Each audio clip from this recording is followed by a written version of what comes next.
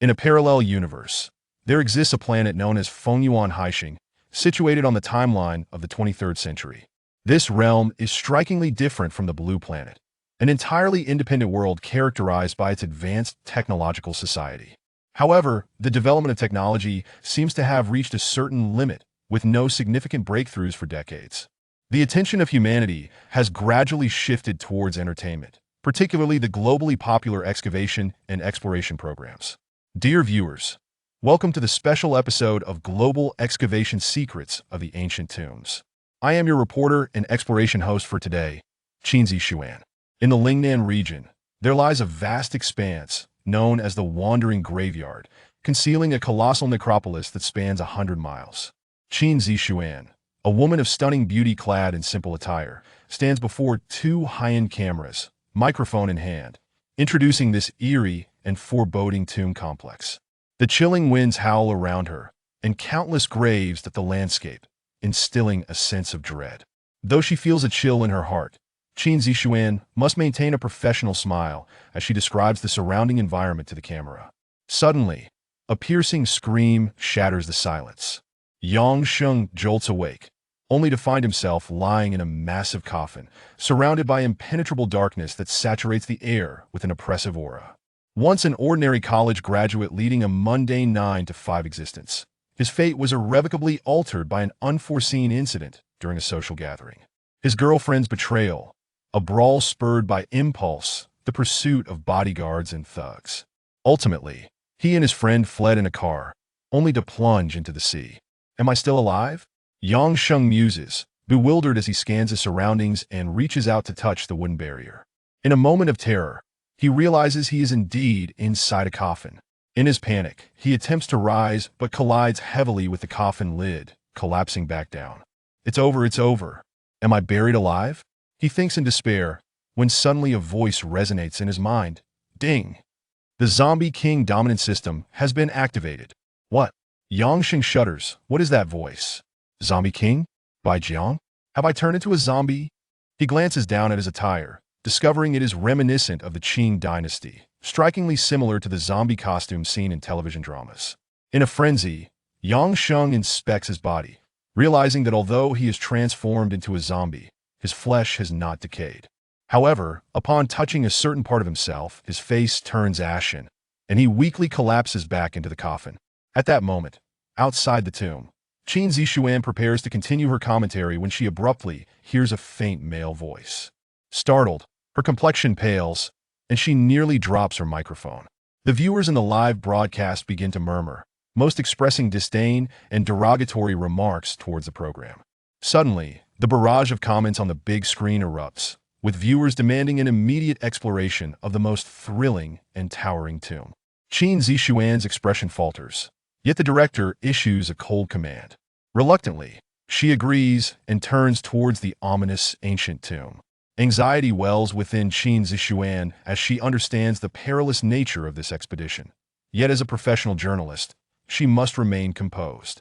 Taking a deep breath, she faces the camera and declares, "Dear viewers, please follow our lens as we set out to explore the highest tomb." Gazing at the tomb, an inexplicable unease washes over her. She remains unaware that this expedition will unveil secrets that could profoundly alter her life. Ding! Please confirm once more. Do you wish to claim the Zombie Progression Beginner Gift Pack? At this moment, Yang Sheng is trapped within the coffin, his eyes wide with despair. For a reclusive young man who has never experienced romance in 20 years, the loss of that thing is a staggering blow. I haven't even enjoyed the pleasures of life yet. He mutters, then shouts, "Claim it. Just give it to me." Ding! Congratulations, host. You have successfully claimed the Zombie Progression Beginner Gift Pack. Current status: Bai Jiang. Bai Jiang is the lowest tier of zombies, devoid of intelligence, driven solely by instinct to suck blood, slow in movement, yet immensely powerful, but easily harmed by blades and firearms. Ding! Would the host like to immediately use skill points for an upgrade? Upgrade. Yang Sheng utters weakly. Immediately, a series of ding sounds resonates in his mind. Ding!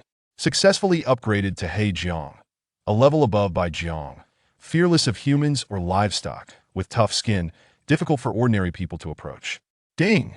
Successfully upgraded to Lu Jiang, Black hair fades, body and aura turn green, greatly enhanced strength and defense. Astonishing leaping ability, yet fearful of sunlight. Ding! Successfully upgraded to Zhejiang. Absorbing Yin blood for decades, green hair, completely shed, movement primarily involves leaps. Entire body turns purple, flesh begins to attain immortality, can manipulate corpse aura, blood gradually turns purple. Ding! Successfully upgraded to Mao Jiang. Body sprouts hair, the higher the cultivation, the stronger the flesh. Agile movements, leaping onto roofs and trees, as if flying. Ultimately, a resounding ding announces his final form. Ding! Successfully upgraded to Tai Jiajiang. Tai Jiajiang. Bones as hard as steel, flesh as tough as iron armor. Entering a new realm. Ordinary bullets cannot penetrate. During this series of upgrades, Yang Sheng feels his skin color shifting continuously, his body becoming increasingly firm, muscles contracting. Eventually, he regains a normal skin tone, yet his flesh and bones have hardened to iron. He stares in astonishment, feeling as if his body is undergoing a cleansing transformation, accompanied by an overwhelming pressure and weight. Is this my hand? He strikes his palms together, producing a sound akin to steel clashing. Even more astonishing, he finds he can effortlessly control the softness of his arms, his fingers sharp as daggers, capable of easily penetrating flesh. Boom! Crack! He cannot resist a light swing of his hand, and the coffin lid is shattered, leaving a gaping hole. He swallows hard, incredulously gazing at his hands. I've become a Tai Jiajiang? Yet, amidst his exhilaration, he suddenly senses an ominous premonition. Indeed, the coffin lid collapses, burying him within.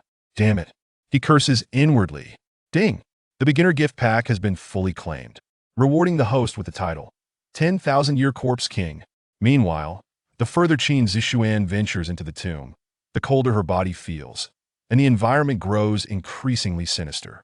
She has to pause to catch her breath with every few steps, the live broadcast equipment and security personnel trailing behind her. Above, helicopters drone as they hover. On the big screen, a new wave of mockery and insults floods in, with a flurry of weakling gifs and negative likes. Can you walk any faster?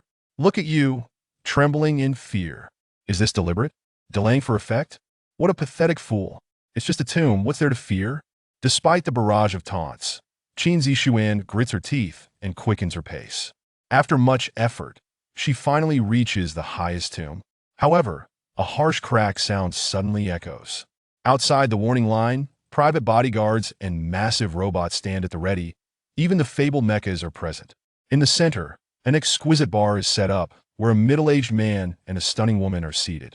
Upon closer inspection, the woman bears a resemblance to Qin Zishuan, yet her demeanor is far colder, like a blossoming ice lotus. Lord, will our program still air on the satellite station? The icy woman, Qin Zishue, inquires. The middle-aged man, Ren Zheng, is the lord of the Jiangli region, wielding immense power supported by a vast financial conglomerate. He takes a sip of his drink and replies nonchalantly, that depends on the program's reception. Currently, it doesn't seem promising. Qin Zishue, anxious, exclaims, Lord, we have invested over 100 million. The manpower and resources are unimaginable. If this is merely a one-time broadcast, we won't even break even. Ren Zheng waves his hand dismissively, his gaze lingering on Qin Zishue as he smirks meaningfully. Come now, beautiful Zishue, let's have a drink first. Qin Zishue frowns, I don't drink. Familiarity breeds comfort. Ren Zheng chuckles coldly. Once you've had a drink, everything will be up for discussion. Not drinking? Then filming and the program can be forgotten. With gritted teeth, Qin Zishue downs a glass of white liquor in one go. The fiery liquid scorches her throat, almost bringing tears to her eyes. Good. What a bold spirit. Ren Zheng laughs heartily. Let's continue our discussion. All right, we have finally arrived beside this highest tomb. Qin Zishuan stands on the platform, facing the biting wind, and stiffly smiles at the camera. Can you all guess what lies inside? Chapter 3. The Tomb. I have been torn asunder. Are you surprised or taken aback? What could possibly come next? More of this nonsense. Just mere bones and splintered wood. Ha, the current show is utterly devoid of novelty. What? Is a zombie or mummy going to spring forth from within? Damn it. My coffin has moved. I can't bear to watch any longer. Sister Zishuan, Pay them no heed. Just excavate the grave for us to see. The barrage of comments erupted once more. Qin Zixuan found herself at a loss as the director signaled to an assistant to hand her a shovel. Taking the shovel, she gazed at the tomb, her hands trembling slightly. Asking a woman to dig up a grave? Go on. What is there to fear, coward? If this girl doesn't dig, we'll demand a refund. The director shot a worried glance. Reluctantly, Qin Zixuan approached the towering grave, biting her lip, and with all her might, she plunged the shovel in. Bang. What the hell? Someone is digging up my grave. Yang Sheng had finally cleared himself of the debris when he heard a loud clang atop his tomb. His eyes widened in disbelief, rage coursing through him. How dare they disturb my ancestral resting place? This is my home, and you dare to dig it up? If I were your ancestor, I'd rise and strangle you with my bare hands. Wait a moment. Suddenly, Yang Sheng recalled what his system had just said. The Eternal Corpse King. No, what is this Eternal Corpse King? At that moment, a system interface appeared in his mind. In the upper left corner of the interface, there was an option for titles. Yang Sheng clicked on the detailed view in the upper right corner. Eternal Corpse King, a symbol of identity among zombies. With this title, one can dominate the zombie realm. All zombies will bow to you, and you can control any zombie. Even the likes of the Drought Demon would not dare defy you. Hurry and lead your zombies to conquer the world. Yang Sheng was drenched in sweat as he read. If this title were indeed true, wouldn't that be incredible? All zombies would have to submit to him, and he could control them. However, he then noticed an option in the lower right corner for control levels. Control level? What is that? Yang Sheng clicked on it. Control level, current level, LV1, LV1. Can control white zombies, black zombies, green zombies, and purple zombies. They will obey your commands, even if it means climbing mountains or jumping into fire, or even committing suicide without hesitation. Zombies above the purple level cannot be easily controlled, but they will never harm you. Yang Sheng's eyes gleamed with joy and astonishment. So, he could control zombies below the purple level, commanding them to do his bidding. Goodness, does that mean he could casually assemble a zombie army? Yang Sheng was acutely aware that unless he could transcend the unyielding bones and endure the 5 elements thunder tribulation to ascend to the Drought Demon level, he would only possess the ability to instill fear in zombies beneath that level. They would not obey him. In his past life, he lived a mundane existence, with no accomplishments, enduring the most grueling jobs and a life of hardship. Yet now, having been reborn, despite being a zombie, and with his little bird no longer being of use, he swore to reclaim his dignity. Just wait, for your grandfather Yang shall ascend to the pinnacle of the world. Just as Yang Sheng was grinning like a fool, lost in his grand dreams. Ding! System task triggered. There is a female reporter outside. Master, jump out and give her a lick. Reward. A copy of the Taiping scripture. Taiping scripture? Yang Sheng was utterly baffled. What in the world is this Taiping scripture? I, a dignified zombie, a formidable ironclad zombie, should be cultivating some body refinement technique for the zombie king or some domineering skill, right? Just then, the system chimed in with a prompt. Taiping scripture, created by ancient celestial Taoists to suppress all zombies. It contains talismans, gestures, soul control, and ghost summoning techniques. If learned, one would no longer fear any Taoist, capable of obliterating all who come to suppress them. Yang Sheng's eyes widened. If that is the case, then this is indeed a remarkable technique. Damn it, I've been lying here comfortably for so many years, and now they're banging away and digging up my ancestral grave. Do they look down on me? Yang Sheng? Yang Sheng's eyes glinted with menace as a smile crept across his face. I heard there's a stunningly beautiful reporter, and the system wants me to go out and lick her. Slurp, slurp. Yang Sheng felt his saliva welling up. No, I am a man of integrity. How embarrassing it would be to have a little beauty dig me up. I must go out myself. This shows sincerity. Qin Zixuan, wielding the iron shovel, was drenched in sweat, and the deeper she dug, the more uneasy she felt. Yet the crowd grew increasingly impatient. Hurry up. If you can't do it, just switch to another host. Seriously, digging a grave is taking too long. Is this for yourself? Huh. Do you think the production team prepared any special props today? The comments on the screen were fervent. In reality, behind this show were 3 individuals, a wealthy heir, a big star, and a stylish internet celebrity. The wealthy heir, Lu Zhan frowned and stepped forward, snatching the shovel from Qin Zixuan's hands. This is taking way too long. I can't bear to watch you look so terrified. With the shovel in hand, he forcefully plunged it down. I've endured long enough. Let us see if anything of worth springs forth. Bang, bang, bang. He dug with all his might, pushing Qin Zixuan aside. Meanwhile, the star, Yichun, donned sunglasses, posing for the camera, showing no inclination to cooperate with the show, casting a disdainful glance at Qin Zixuan. What danger could there be? The big star adjusted his glasses, feigning indifference. The fashionable girl looked at the pale-faced Qin Zixuan and smirked, mockingly exclaiming, I never expected Sister Qin to be so timid. If that is the case, I should take over hosting duties from now on, to spare Sister Qin from being scared pale. Tisk, tsk, tsk. She snatched the microphone from Qin Zixuan, shouting, What do you say, audience friends? I, Song Hongchun, am not afraid. The comments exploded. Let Sister Hongchun host. Qin Zixuan, step down. Qin Zixuan stood by, flustered. The wealthy heir grinned wickedly, preparing to dig forcefully. Crack. Qin Zixuan's eyes widened in disbelief. She thought she had misheard. Then, bang, crack, a massive, solid hand burst forth from the earth. The entire tomb split wide open, crashing apart into two halves. Then, a man clad in Qing Dynasty zombie attire sprang directly from the gaping grave. He truly leaped out. The entire venue fell into silence. The wealthy heir, Lu Zhan, stared wide-eyed, his shovel clattering to the ground. Song Hongchun, microphone in hand, was left dumbfounded, while the star's sunglasses slipped askew. Yu Lu trembled, his legs shaking. You dared to dig up my grave. Yang Sheng was furious, expecting to find a beautiful girl, but instead, it turned out to be a rotund fellow. How dare you dig it up? He swung his hand in a slap, boom. No one could see what happened. They only saw Lu Zhan's body fly through the air like a kite with its string cut, crashing to the ground. Lu lay still, his head askew, eyes wide open, legs twitching, trembling. A pool of blood began to seep from the ground. Thud. Some onlookers glanced between Lu Zhan and Yang Sheng, then at the tomb. The tomb. I am split open. Are you surprised or taken aback?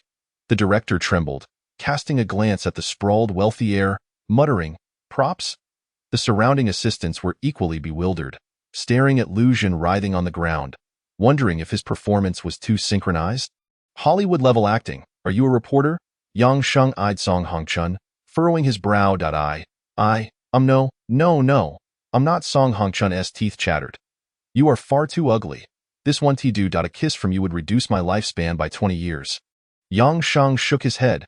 He wouldn't risk his life for such a thing. He was a man of integrity. Scanning the surroundings, his eyes suddenly lit up.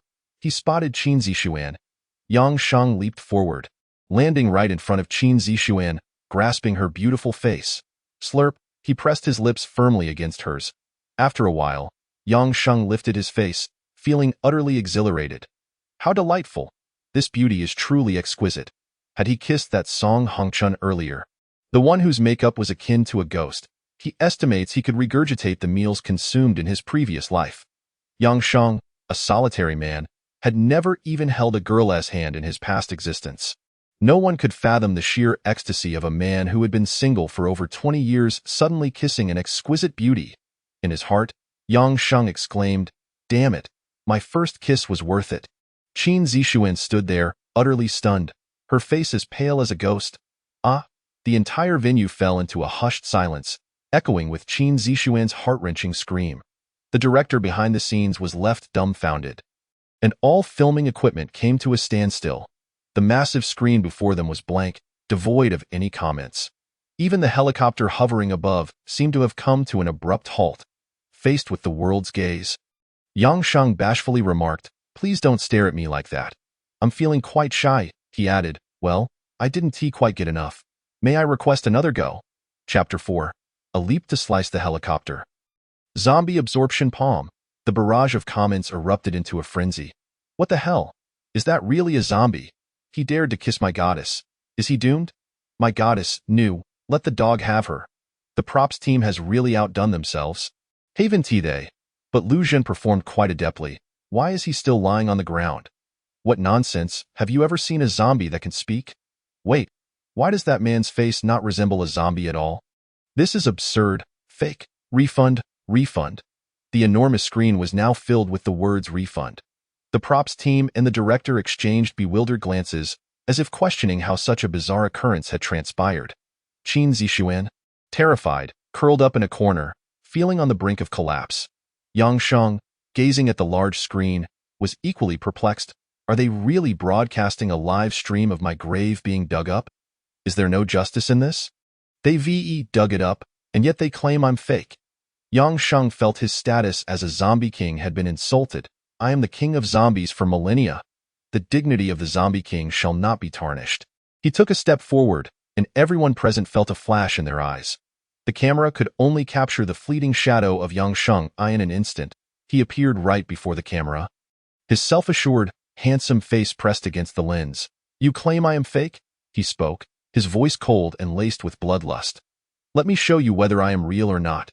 Yang Sheng's visage transformed, splitting apart to reveal a ghastly, blood-soaked face with glaring red eyes, his monstrous features pressed against the lens. Silence engulfed the room. With a thud, the audience worldwide flung their phones away, shrieking in terror. Some even hurled their laptops from high places. Then, Yang Sheng's claw-like hand, resembling an enormous iron claw, clutched the camera. Crack, boom. The filming equipment was crushed in his grip. Standing amidst the debris, he turned away casually, reverting to his original appearance. Congratulations, Master, you have successfully mastered the disguise transformation skill, enabling you to assume any visage of a zombie or human. Impressive. This disguise transformation is truly remarkable. A satisfied smile curled upon Yang Sheng's lips. The venue now lay in a profound silence. One man had crushed a metal camera. Only then did everyone realize that this individual was not human, but rather a zombie. Alert! Alert! The crowd erupted into a cacophony of alarm. All private security personnel began frantically evacuating the area, while the glaring lights from nearby floodlights and private helicopters shone directly on Yang Sheng. I told you not to film me like that. Yang Sheng's brow furrowed slightly, a hint of bloodthirsty indifference in his tone. I might get shy. Boom. Yang Sheng suddenly leaped into the air, soaring over 3 meters. His hands sliced downward like blades of destruction. Crack! He severed the 2 cameras above with brutal efficiency. Then, he gracefully descended to the ground, kneeling on one knee to dust off his clothes. The private security personnel scrambled to disperse the panicking crowd. Command Center, Command Center. An unidentified biological entity has appeared at the mass grave. Requesting backup, requesting backup. The 2 pilots aboard the private helicopter sensed the situation spiraling out of control. Command Center, Black Hawk helicopter. Requesting permission to fire, granted. The reply crackled through their communication device. Rat-a-tat-tat. The helicopter unleashed a barrage of flaming bullets towards Yang Sheng. The entire audience erupted into screams, fleeing in a frenzy. Bullets? Yang Sheng wore a contemptuous smile. How naive, truly naive. Swish, swish. Yang Sheng stood unaffected as bullets rained down upon him. What a death wish. The helicopter pilots grinned maniacally. Yet, the bullets merely produced the sound of striking metal against Yang Sheng's form. He stood there, unharmed, even flashing a smile towards the helicopter drivers. What? The pilots were left dumbfounded. What kind of monster is this? You people truly disregard human life. Yang Sheng shook his head. The star-wearing sunglasses had been caught in the indiscriminate gunfire. Reduced to a sieve, Lu Jun's body was obliterated, shielding Qin Zixuan from the onslaught. Had he not intervened, she surely would have been gunned down. He realized that these forces were not local authorities, but rather a mafia-like anti-planet faction. Yang Sheng smirked. My apologies. I suppose I'm here to rid the people of harm. He then scooped up Qin Zixuan, who was terrified and about to scream. If you wish to avoid death, stay quietly in my embrace, he stated nonchalantly. Qin Zixuan promptly sealed her lips. Do you enjoy spraying me with bullets? Yang Sheng revealed a bloodthirsty grin. With legs resembling iron armor, he crouched before springing up. Boom! The ground trembled and cracked beneath him. From a height of 20 meters, Yang Sheng's silhouette appeared. Where did he go? The 2 pilots of the helicopter, startled, discovered that Yang Sheng had vanished from the ground. Thud! A hand, as hard as iron armor, grasped the helicopter's railing. Yang Sheng's seemingly benign face pressed against the helicopter's window, revealing a bloodthirsty smile. "Stop searching. I'm right here." "What?" The pilots began to scream in panic as the helicopter rocked violently. The rotor blades above slowed, and the helicopter began to tilt dangerously under Yang Sheng's immense strength. "That was quite enjoyable, wasn't it?" Yang Sheng chuckled, his eyes widening suddenly. "Now, let me give you a taste of enjoyment." Boom! Crack, crack! The entire helicopter's glass and doors shattered in an instant. Before the two pilots could register their shock and terror, a hand exuding a chilling aura yanked them from their seats. Yang Sheng then waved his right hand in the air, unleashing a tremendous force that sliced through the helicopter as if it were mere tofu. The helicopter split in two with a thunderous roar. The airborne helicopter erupted in flames, the explosion resonating throughout the region like a magnificent firework display. The architect of this chaos, Yang Sheng, descended to the ground. Upon landing, he created two massive craters where his feet struck. Qin Zixuan felt her worldview completely shattered. Just moments ago, she thought she was soaring through the air, witnessing Yang Sheng bring down a colossal helicopter. She screamed, trembled, and cried, biting her lip with tears streaming down her face. Frozen in place, then, her eyes widened in disbelief as the two pilots Yang Sheng had seized lay lifeless on the ground. Mere corpses, ha! Such mercenaries, killing for money, are not worthy of pity. Congratulations, Master. You have comprehended the Zombie King's auxiliary skill, Zombie Absorption Palm. Zombie Absorption Palm. Unlike ordinary zombies that bite to drain blood, the Zombie King requires only a gentle inhale to completely siphon the essence from an ordinary human. Two crimson strands appeared upon Yang Sheng's palm. In an instant, a surge of vitality coursed through Yang Sheng's heart, causing him to feel an exhilarating jolt of energy, his vigor amplified. Indeed, this blood-sucking proved to be effective, albeit the effects were not overwhelmingly pronounced. The essence of an ordinary person offered only a modest nourishment to the iron-armored zombie. A typical iron-armored zombie did not possess such formidable destructive power. It primarily stemmed from the buff provided by the title of the Ancient Corpse King, which likely conferred a 5-fold or even 10-fold enhancement. Yang Sheng glanced at Qin Zixuan in his arms, a smile breaking across his face. "Dear girl, why not let me sample your blood as well?" Qin Zixuan, frightened, burst into tears. In Chapter 5, amidst the chaos, a massive explosion echoed, as a helicopter soared into the sky only to erupt in a fiery display akin to fireworks. Ran Zheng's expression shifted dramatically as he stood in shock, exclaiming, "What on earth is happening?" Ding dong, ding dong. His satellite phone began vibrating violently. Picking it up, he asked urgently, "Hello? What is going on?" "Lord, reporting to you. An unidentified biological entity has appeared at the grave of 10,000 corpses. It has already brought down a helicopter, and the unknown entity is wreaking havoc. The Black Hawk Private Mercenary Unit requests immediate support. We urgently need your assistance." The frantic voice on the other end filled Renjung with disbelief and shock. What kind of unidentified entity could possibly take down a massive helicopter? He mused, his thoughts racing. Qin Zixuan, equally astonished, gazed skyward. "Lord, we also request mech support. We can't hold out much longer, understood?" Renjung snapped back to reality, pressing several buttons on his satellite phone. "Black Hawk Private Squad 2, respond. Deploy Private Combat Mechs 1 and 2 immediately. Full speed advance." "Yes, sir." Yang Sheng allowed a smile to grace his lips as he placed Qin Zixuan in a safe corner, indifferent to her fate. Suddenly, he was besieged by a swarm of modern armored mercenaries, unleashing a torrent of fire from their Uzi submachine guns. "I told you bullets are useless against me. Why do you not believe it?" Yang Sheng remarked coldly. With a casual flick of his hand, he captured the barrage of bullets mid-flight. In a swift motion, he returned them with a vengeance, the projectiles soaring back at 4 to 5 times their original speed. The sound of metal meeting flesh resounded as the armored mercenaries were sent flying, their defenses shattered. "Retreat! Fall back!" their leader shouted, realizing that this zombie monstrosity was beyond their capacity to combat. Shaking his head, Yang Sheng moved with blinding speed, appearing before two armored demolitionists in an instant. With a swift motion, he encased their heads in his grasp. Boom! The hard helmets crumbled under his grip, their skulls reduced to a bloody pulp.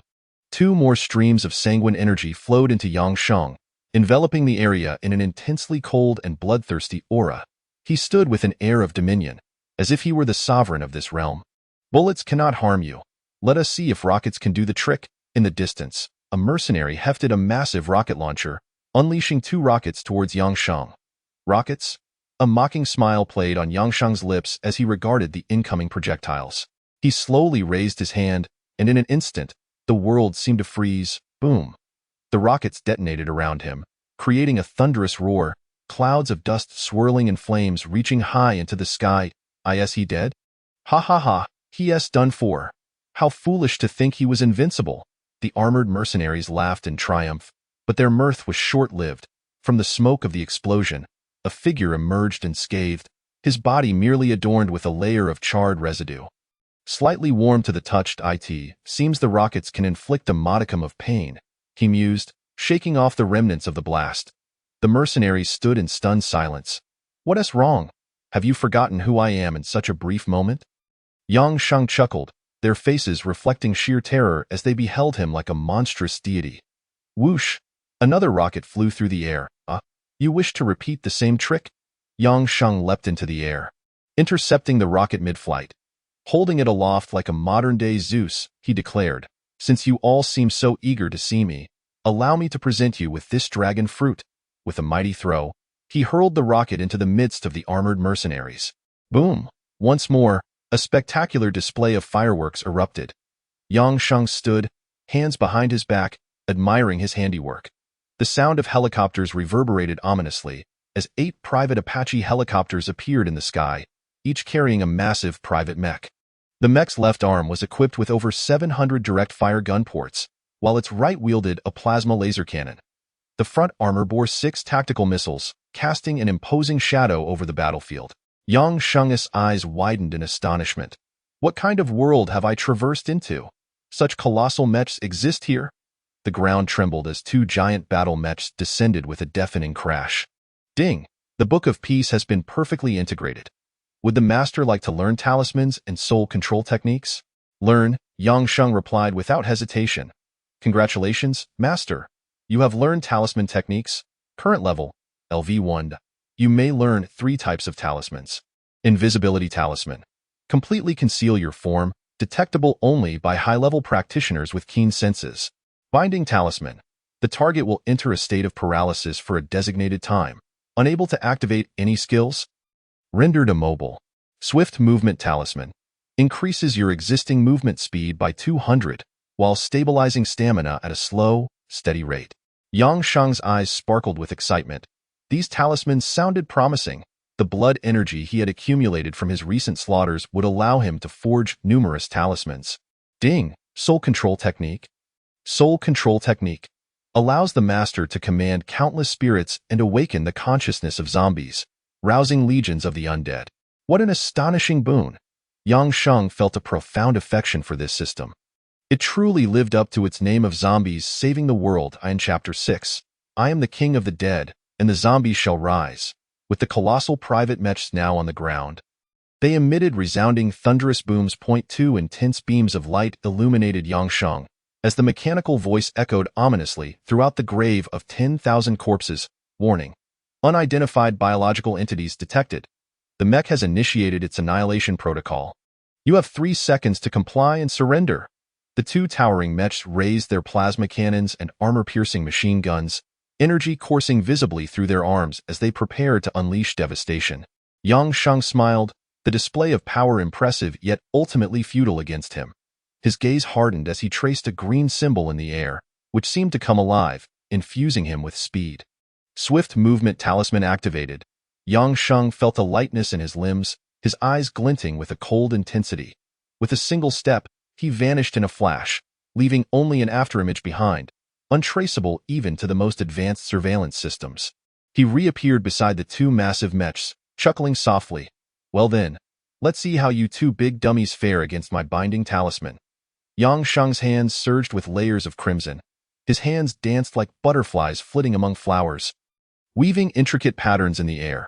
Compared to the talismans crafted from yellow paper by Taoists, what Yang Sheng practiced, as taught by the Taiping Sutra, was the art of conjuring symbols from the void.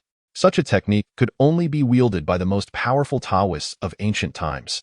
Yet now, it manifested in a being of a zombie's guise, Yang Sheng. The sound of his footsteps echoed, never pausing, lightly tapping against the ground. The two mechas, each adorned with 3 binding talismans, glimmered with the complex crimson symbols that shone brightly against their metallic surfaces. At last, the task was complete in a flash. Yang Sheng returned to his original position. Unfathomable creature, unrepentant, 2.1. The plasma cannon and armor-piercing machine guns had locked onto Yang Sheng. However, the mechanical eyes of the two mechas suddenly dimmed. The massive, condensed blue ion light vanished with a crackle. Warning, warning! The system has been infiltrated by an unidentified entity and is now paralyzed. The attacking mechas fell into a dormant state. Nearby, the private mercenaries gazed on with excited anticipation, eager to witness the destruction of the monster. This was exhilarating. It was the first time they had seen the attacking mechas activated. Ha ha ha, this creature dares not flee. The plasma cannon will reduce it to ashes. Faced with such colossal mechas, the monster could only face annihilation. Wait, why are the two mechas standing motionless? The helicopter, the elevated platform, and every mercenary gathered in the distance were all left dumbfounded. How could this be? The mechas could not simply stop moving. Yang Sheng stood with his hands clasped behind his back, unperturbed by the astonished gazes fixed upon him. A faint smile graced his lips. He had played long enough and was disinclined to waste any more time. Suddenly, Yang Sheng performed a hand gesture, and his eyes turned blood-red as dark mist billowed forth, enveloping the surroundings. Soul control technique. All of you, arise, boom. A purple lightning bolt streaked across the pitch-black sky. The ground trembled, and the sounds of digging echoed from the countless graves of the Wanshifan. Each grave resounded with the noise of shattering earth as all the mercenaries looked on in terror, as if witnessing an unimaginable spectacle. Decaying hands clawed their way out of the graves, revealing zombies, putrid, rotting corpses. White zombies, black zombies, and even a few green-faced, fanged purple zombies emerged relentlessly. The air was thick with floating spirits. Even the deceased souls, lingering phantoms, and vengeful spirits were summoned forth by Yang Sheng. 1, 2. Hundreds, thousands. An endless horde of zombies was unearthed. The mercenaries, upon seeing this, screamed in madness as they charged forward.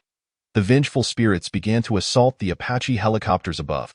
Yang Sheng stood firm amidst the swarm of 1,000,000 zombies.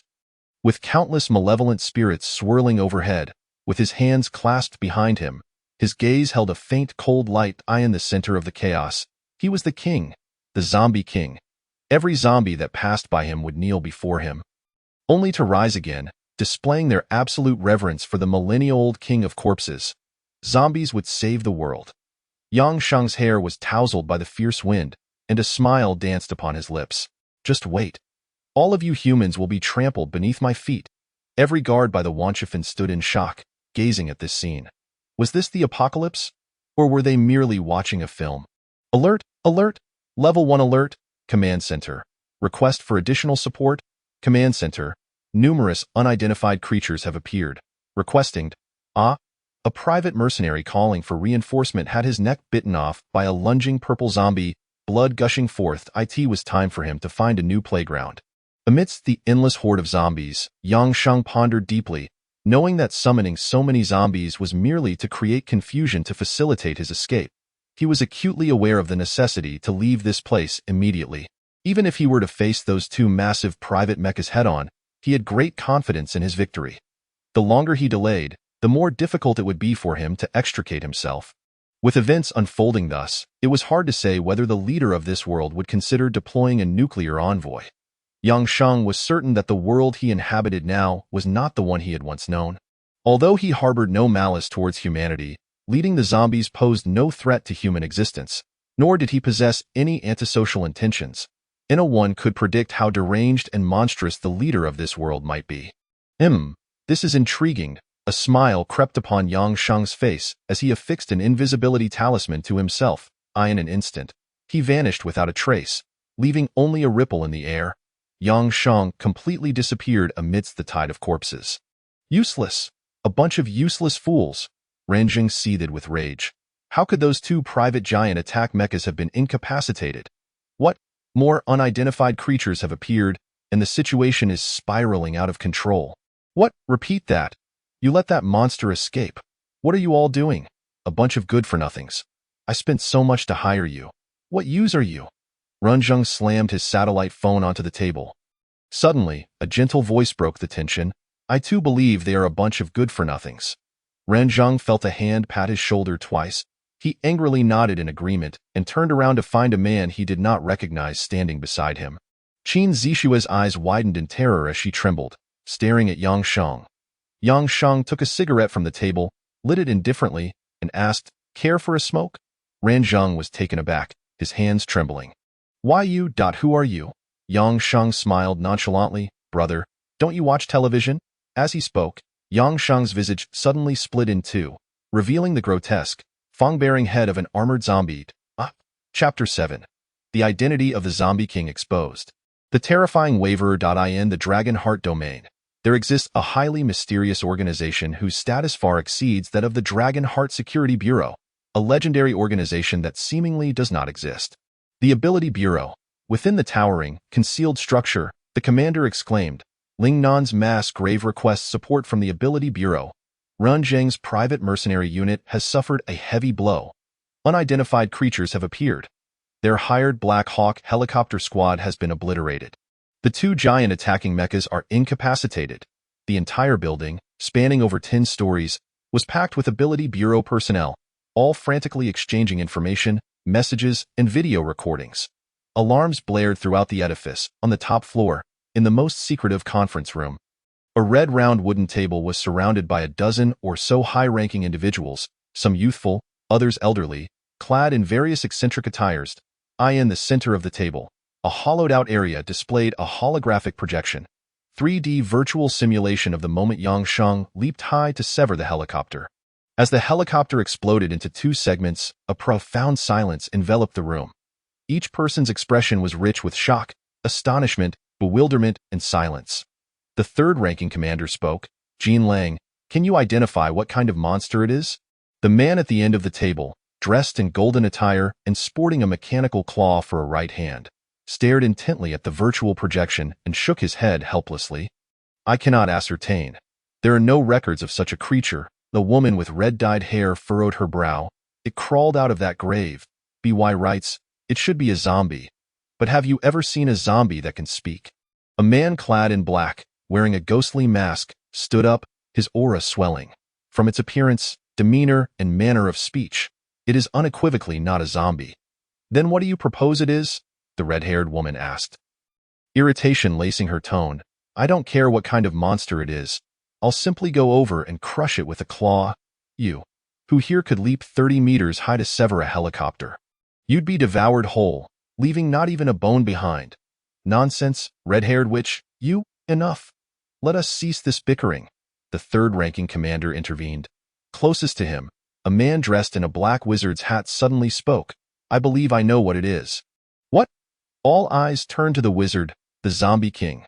The sorceress man hesitated before uttering two chilling words. Words that sent shivers down his own spine, imbued with a tremor of fear. The Corpse King. What manner of creature is the Corpse King? The man in the black garb, wearing a ghostly mask, scoffed disdainfully. I care not what kind of monster it is. Let me pass. The Corpse King is the most fearsome beast from the ancient epics. A creature that plunged this world into inescapable darkness. The sorceress man rose to his feet, his tone elevated, declaring, the Corpse King can obliterate your head with but a mere finger, with a single command. He can summon legions of ancient zombies in his presence. You wouldn't even qualify to be compost. A single claw could crush your throat, though you believe me. I do not believe. The masked man gritted his teeth defiantly. Report. An urgent knocking echoed from outside. Enter, sir. The situation has escalated once more. The entire graveyard of 10,000 corpses is swarming with thousands of zombies. Runjing's private mercenary forces have been deployed. Yet they are utterly overwhelmed. Moreover, the 8 newly dispatched Apache helicopters have all been inexplicably torn apart and destroyed, resulting in total annihilation. The monsters have vanished without a trace, and even the cosmic surveillance cannot locate them. The sky is filled with zombies, teeming with ghostly figures. The Dragon Heart Security Bureau requests the Supernatural Bureau to consider intervention. What? An eerie silence enveloped the room. The masked man's eyes nearly bulged from their sockets. Is that monster truly so powerful? Commander Number 3 stood up abruptly, his gaze grave. Sir, I believe there is no need for alarm. The sorceress man remained the only calm presence in the room, perhaps indicating a silver lining. A silver lining? The others looked on, bewildered. We have long sought to eradicate Renjing's nefarious influence, but have been hindered by various circumstances. This presents a splendid opportunity. But if we do nothing, might he not retaliate? Someone voiced their apprehension.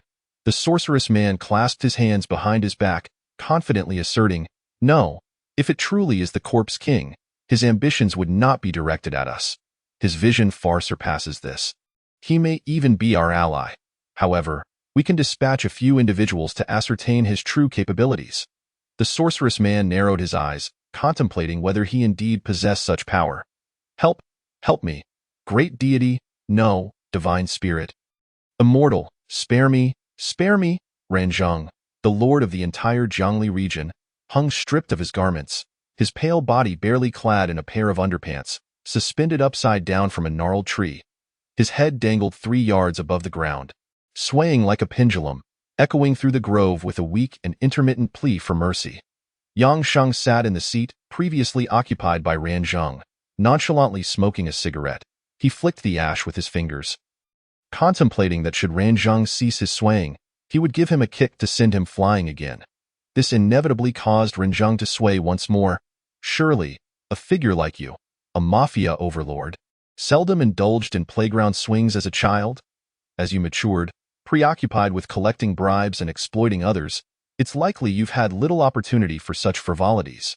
But fear not, I am a kind-hearted soul, here to help you reclaim those childhood memories. Yang Sheng exhaled a puff of smoke, smiling as he remarked, No need to thank me. Let me go. Let me go. Renjing's voice had nearly faded away.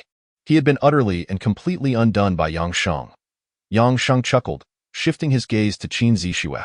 Smiling, a glimmer of depth sparkled in his eyes. You bear a striking resemblance to that beautiful journalist. Pray tell, is she your sister? Qin Zixue remained seated, her seemingly frigid visage devoid of expression, yet her snow-white legs trembled. Her hands clutched her thighs tightly, equally quaking. Who are you? Yang Sheng smiled, looking skyward as if lost in reminiscence. Who am I? That is indeed a rather intriguing question. To be honest, I am not entirely certain who I am at this moment. His words seemed nonsensical, and he wore a self-deprecating smile. I suppose a lovely lady like you might find this hard to comprehend. What's the matter? Face like a frost, yet your legs still quiver? Am I truly that terrifying? As he spoke, he leaned in closer to Qin Zixue, his face mere inches from hers. He exhaled softly. Do not come closer. Qin Zixue's rosy lips began to pale at a fragrance, intoxicating and refreshing, wafted into Yang Sheng's nostrils. He smiled, gently lifting her exquisite face, revealing her alabaster neck adorned with delicate veins before him. Yang Sheng smiled again, his gaze turning icy as he lunged forward to bite. Chapter 8. No, it is your command, Ranzhong. Modified human? Woo-wo. Hey, that's a bit much, Yang Sheng said, utterly bewildered. He had inadvertently startled her. Leaving him at a loss, to his astonishment, Qin Zixue burst into tears, resembling a little girl who had lost her cherished doll, abandoned and weeping uncontrollably. Yang Sheng furrowed his brow, feeling helpless. His intention was merely to tease her, to see whether the icy beauty could be frightened.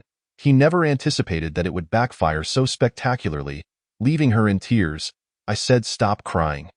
Yet, Qin Zixue seemed deaf to his words, continuing her sobs.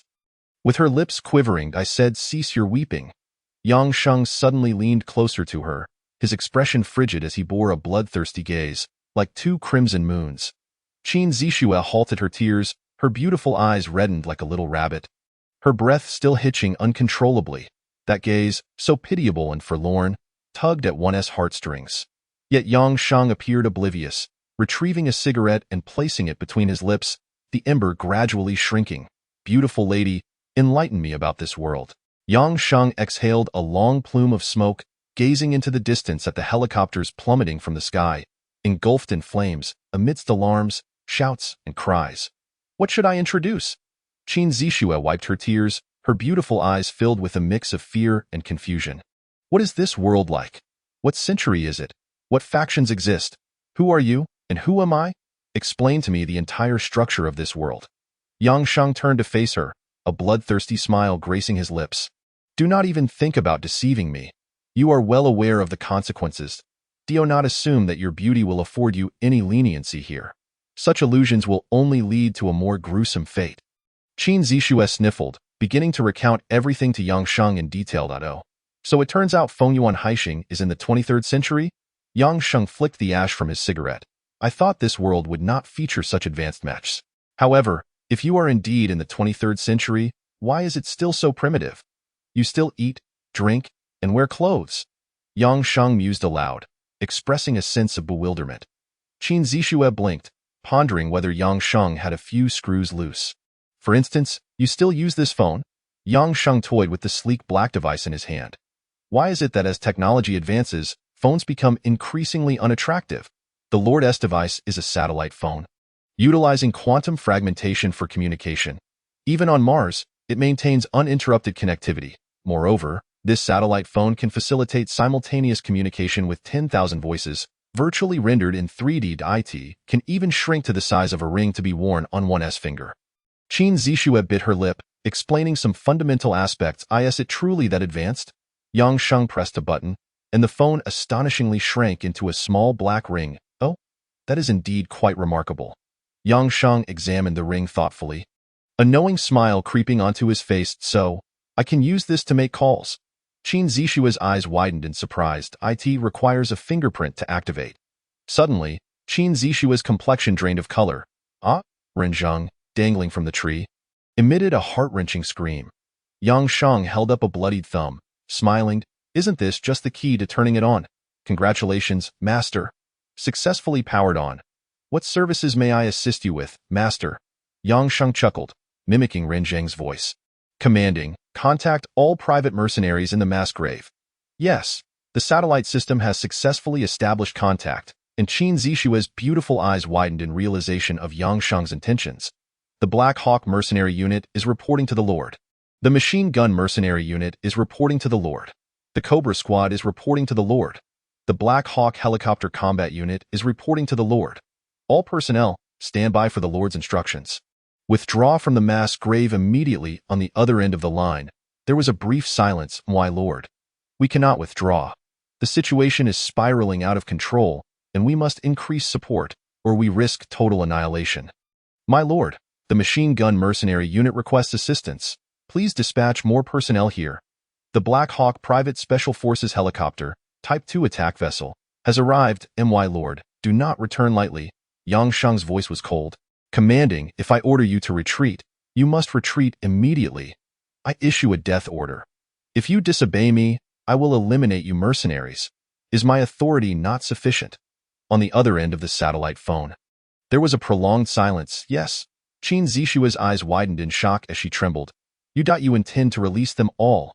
Are you insane? Yang Sheng chuckled, tossing the black satellite phone ring aside, crossing his arms as he approached the crooked neck tree where Renzheng hung. Brother Renzheng, we truly have a telepathic connection. Your orders are splendid, Renzheng wailed. It wasn't my command.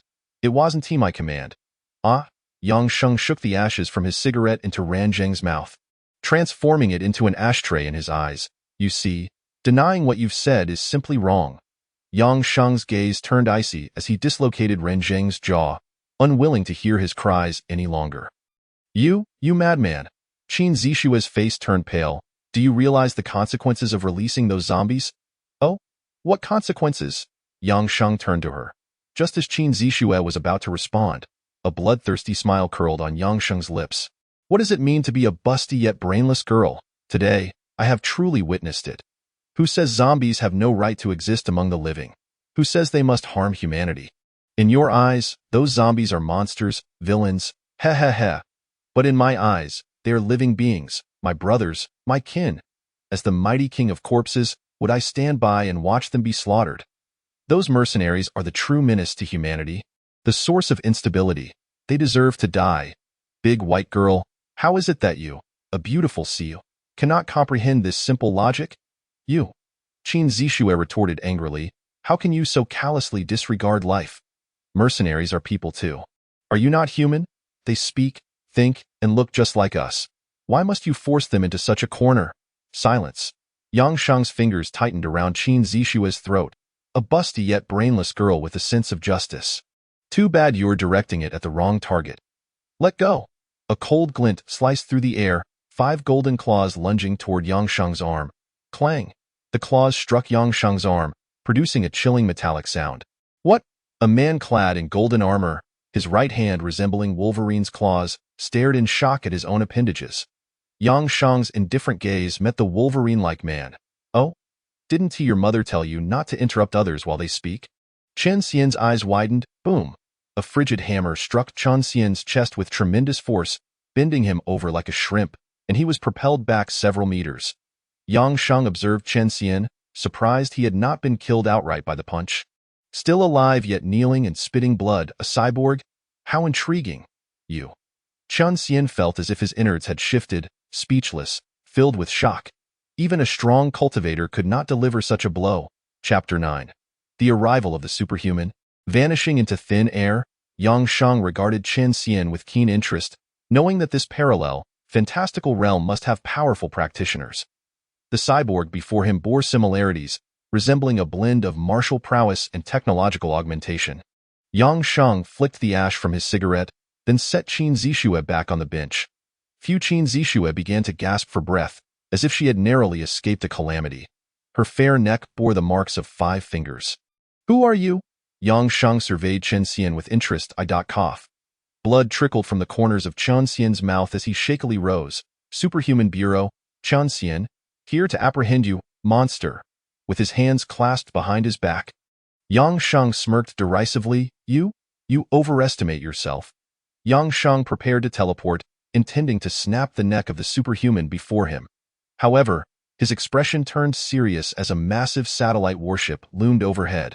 The gigantic vessel, cloaked in stealth paint and silent technology, had gone unnoticed until it materialized above him. Bang! The side decks of the massive warship suddenly opened, revealing 2 colossal swirling vortexes. Boom boom. A cacophony of thudding sounds echoed as a multitude of unusually structured and visaged superhumans completely surrounded Yang Shang. A man clad in black clothing and a mask spoke in a mechanical tone. Dragonheart Region Superhuman Bureau Team 3 has arrived on orders. You are surrounded. Please surrender. Those who voluntarily surrender may. Yang Shang lit a cigarette, apathetically observing the increasing number of superhumans gathering around him. Some had astonishing physiques, entirely encased in armor like Iron Man. Others bore bizarre features, their limbs transformed into various firearms, flames suspended beneath their feet. Some appeared entirely human, yet exuded a more terrifying aura than the augmented beings. Monster, you are surrounded. Surrender at once. Do you think you have any chance of escaping? Ha, taste my 4-barreled Apollo shotgun. A group of superhumans surrounded Yang Shang, flexing their muscles. Are you done? Yang Shang finished his cigarette, asking nonchalantly. A superhuman clad in full armor sneered, unrepentant. You. Crack? The crowd felt a flash before their eyes, and no one saw how Yang Shang disappeared. Instantaneous movement. Yang Shang's form suddenly reappeared next to the armored superhuman, grasping the throat of his armor with one hand, lifting him effortlessly. Did you think that just because you wear this broken armor, I couldn't do anything to you? Yang Shang's cold smile crept across his face. His fingers instantly closed. Crack, boom. The armored superhuman's armor shattered in an instant, his neck reduced to a bloody pulp, the head, eyes wide open, and the remaining half of his body fell, mingling with his blood and flesh. Silence. The arena fell into a deathly stillness. In the blink of an eye, the previously present superhuman had vanished. It was known that this was the latest technological battle armor developed by the Dragonheart region. How could it crumble like tofu before Yang Shang? Seeking death. Everyone, attack together. Unrestrained firepower unleashed. Shadowless blade strike. Peerless plasma cannon. The superhumans, seemingly invigorated, rushed toward Yang Shang in a frenzy. Yang Shang remained calm in the center, finishing his last cigarette. Their might is indeed significant. However, you, Grandfather Yang, will not play with you any longer. He raised his blood-red palm. Suddenly, From the tips of his fingers, Yang Sheng's entire form vanished into thin air. Vanished. Chapter 10. Friends, heed this dragon's roar. How could this be? All the superhumans present went mad. Everything felt like a dreamed, a living person. One moment right before their eyes, the next moment gone. Impossible. How could he have escaped? Right before them, and then he was gone. Was he hiding among them? I thought I was watching him the whole time. Does space teleportation really exist in this world? I refuse to believe it. Search. Dig 3 feet into the ground, and I will find him. There is no way he can escape. All the psychics, after frantically shouting and refusing to believe or accept the reality, are engulfed by an extreme sense of fear that pervades the hearts of every individual in the Bureau of Abilities, vanishing into thin air, disappearing without a trace. Many of them, for the first time, feel a chilling emotion called despair at a creature that could effortlessly crush the most advanced mechas, a monster capable of summoning countless zombie minions, a being that can vanish in an instant before the eyes of the crowd. How can they fight against that? How can they possibly confront such an enemy? It is utterly impossible to win. They are completely powerless against an unseen foe. The supreme dignity and confidence of the Bureau of Abilities have been subjected to such severe humiliation and trampling for the first time. The team leader's eyes burned with rage, spiraling into madness. Search. Everyone, search for him, dig deep, turn this place upside down, and find him. Report to the leader. The second psychic unit has informed us that all the zombies at the tomb of 10,000 corpses have begun to flee and hide. The situation is now beyond control. The leader's eyes widened, his expression one of shock and gravity. What? Control soul technique on a towering cliff, where fierce winds howled. Yang Sheng stood at the pinnacle, surveying all beneath him. In this world, it seemed as if it were to be revered by this man. He roared. Yang Sheng emitted a thunderous dragon's roar. Behold this dawn. Everyone, listen to this dragon's chant. This voice, akin to a dragon's resonance, echoed forth. All the zombies at the tomb of 10,000 corpses simultaneously raised their heads, letting out a deafening roar. The ground trembled with the sound of countless corpses roaring in an instant. The entire realm resounded with a terrifying cacophony. Yang Sheng's roar had a singular purpose, or rather, it bore a profound meaning. He issued a command. Survive.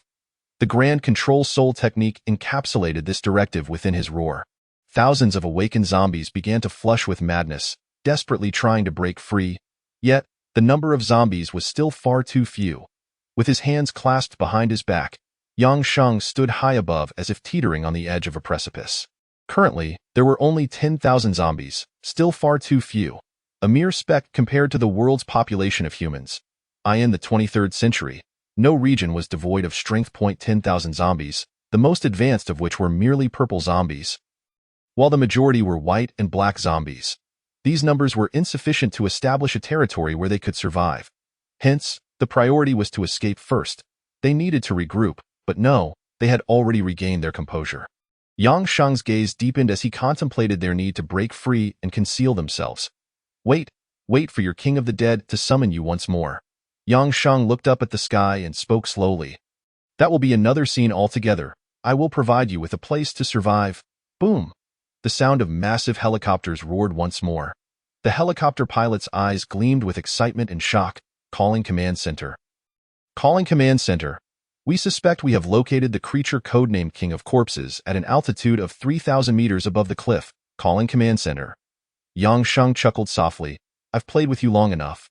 Time to find a place to rest. He understood that establishing himself in this world within a mere half-day was utterly impossible. He had yet to fully comprehend this world, this system. Thus, he needed a place to study diligently. I just stumbled upon something quite intriguing. Yang Sheng suddenly noticed an addition on his system interface. Information on other transmigrators. How interesting. This world has indeed become fascinating. A smile crept across Yang Sheng's face as his figure vanished in an instant from the cliff. The helicopter pilot, once exhilarated, now wore a dazed expression. Calling command center. He has vanished. Vanished. Are you kidding me? Boom. The accursed domain, a region of immense technological prowess. No nation on Blue Star could rival the technology of the United States. Even the technology of the Dragonheart domain, having advanced for thousands of years, only barely surpassed the accursed domain in certain fields. The highest command center, the Pentagon, illuminated and bustling with high-tech laser lights. Sir, a terrifying incident has occurred in the Dragon Heart domain today. According to the Black Hole satellite footage, this creature possesses immense destructive power, yet the Bureau of Abilities failed to capture it. The reconnaissance personnel continued reporting. A high-ranking officer with blue eyes and a prominent nose, Joseph, abruptly opened his eyes upon hearing the mention of the Bureau of Abilities. The Bureau of Abilities in the Dragon Heart domain? They made a move and still failed to capture it. Joseph laughed heartily, filled with derision. This so-called Bureau of Abilities in the Dragon Heart domain boasts of its prowess, but it is merely a flicker of firefly light. The Dragon Heart domain is truly deteriorating. They cannot even capture a mere little monster. Inform the 12 divine kings to pay it a little mind. What is there to fear from such a trivial creature? If it dares to recklessly intrude upon the accursed domain, the room was brimming with an array of garments, cold, elegant, and strikingly fashionable attire befitting a chic urbanite. There were innocent school uniforms, professional office wear, and even adorable nurse costumes. To top it all off, there were maid outfits as well. Yang Sheng stood there, utterly bewildered. What on earth does this young lady do? How could she possess such a diverse wardrobe? He picked up a sailor suit, running his fingers over the delicate fabric, and clicked his tongue in appreciation. If only this were a stunning beauty wearing these outfits. Just imagine the transformation with a few changes of attire. Yang Sheng pondered for a moment before, with a hint of frustration, shutting the wardrobe door. Alas, I, Yang Sheng, am a gentleman of integrity. These garments hold no allure for me. Yet, I can't help but wonder who it was that almost bled from the nose just moments ago. Ah, what a delightful sensation. With a sudden motion, Yang Sheng threw himself onto the soft, plush bed, rolling about freely. This young lady's bed is astonishingly soft. In his previous life, Yang Sheng was destitute, sleeping on a rickety wooden frame with only a thin mattress to cushion him, sharing the space with others. When his mother saw the conditions he lived in, tears filled her eyes, and she placed the family's sole soft quilt atop the mattress for him. Reflecting on his past life, the excitement that had surged within Yang Sheng dissipated abruptly. He sat at the edge of the bed, enveloped in silence, longing for a cigarette. I drove into the river with Gongzi, and surely I would have perished in that world. I wonder how mother and father are faring, and what of my beloved sister? Is she doing well?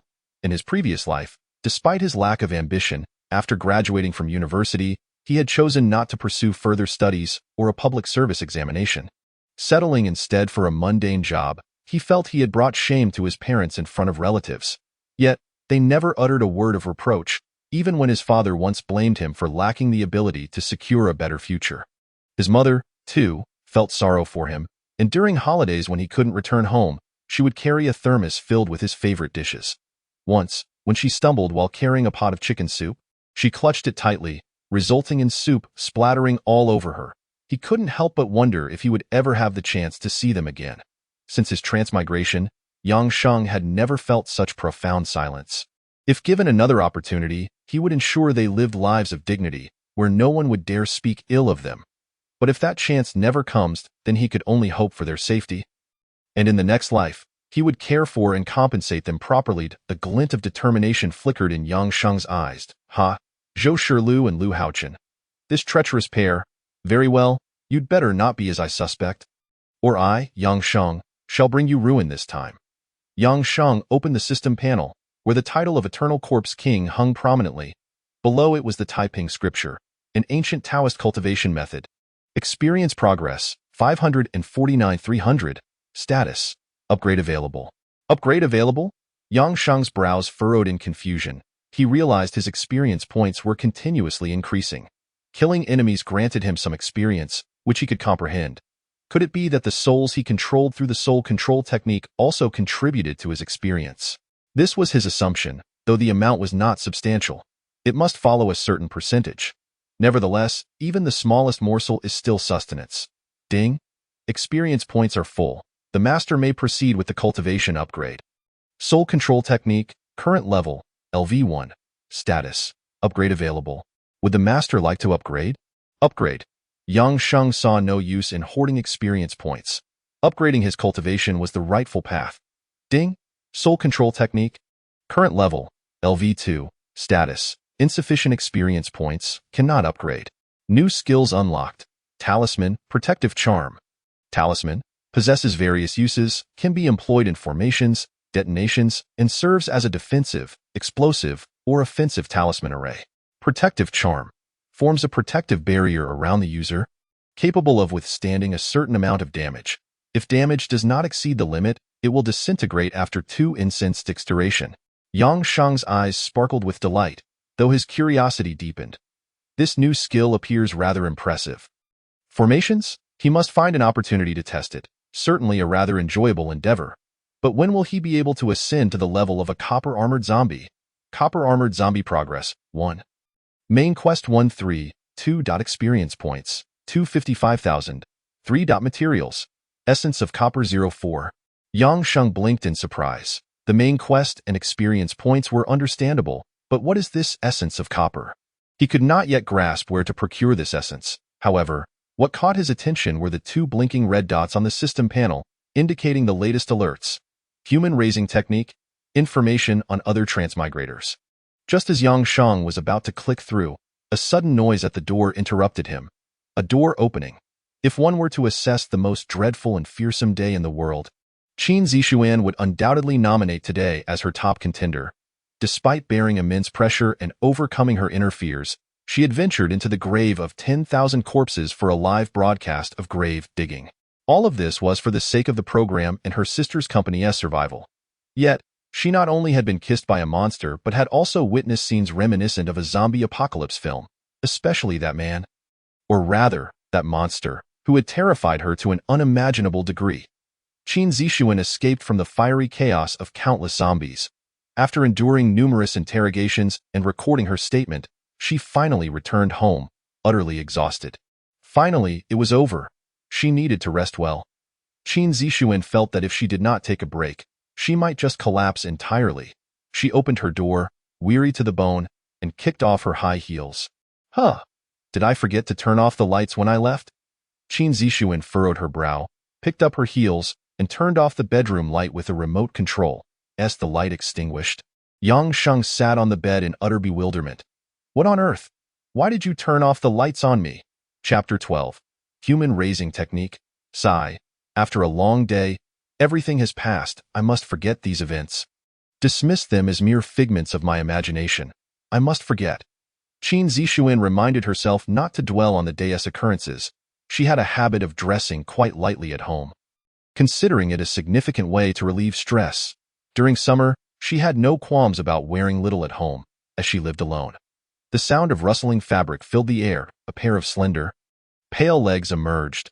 Her physique was extraordinary, and regular exercise only enhanced her allure.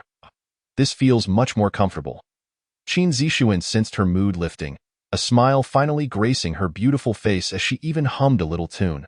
Little White Rabbit. So white, with 2 long ears, her voice was sweet and melodic. She hummed as she made her way to the bedroom, switched on the light, and then silence. Qin Zixuan froze in place. Sitting on the bed was none other than Yang Shang. Silence enveloped the room. Yang Shang gazed at Qin Zixuan, his eyes widening in shock, his throat suddenly dry. Hello, gorgeous. Fancy seeing you again. Qin Zixuan's beautiful eyes widened in disbelief. She turned off the light and then switched it back on, only to find Yang Shang still sitting there, leering at her. A piercing scream escaped her lips as she clutched her head, as if faced with some horrific beast. Without a thought, she bolted, forgetting to even grab her jacket. Retreating in panic? Hey, beautiful lady, where are you going? Yang Shang exclaimed as he watched Qin Zixuan sprint towards the door in terror. In one swift motion, he stepped forward and caught her, the softness of her form instantly registering in his hands. Hey, are you out of your mind? You can't just run out like that. Yang Shang's expression was one of exasperation. I'm merely borrowing your room temporarily. I thought we had a good rapport, you know? Qin Zixuan struggled fiercely. Let go of me. Let go of me. She opened her mouth to bite down on Yang Shang's hand. Yang Shang, feeling somewhat helpless, relaxed his grip to avoid injuring her teeth. He understood that from her perspective, this situation was indeed quite unfair. Instantly, a row of bite marks appeared on Yang Shang's arm, and blood began to seep from the wounds. All right, have you bitten enough? Qin Zixuan showed no signs of stopping, gnawing at Yang Sheng's arm with fervor.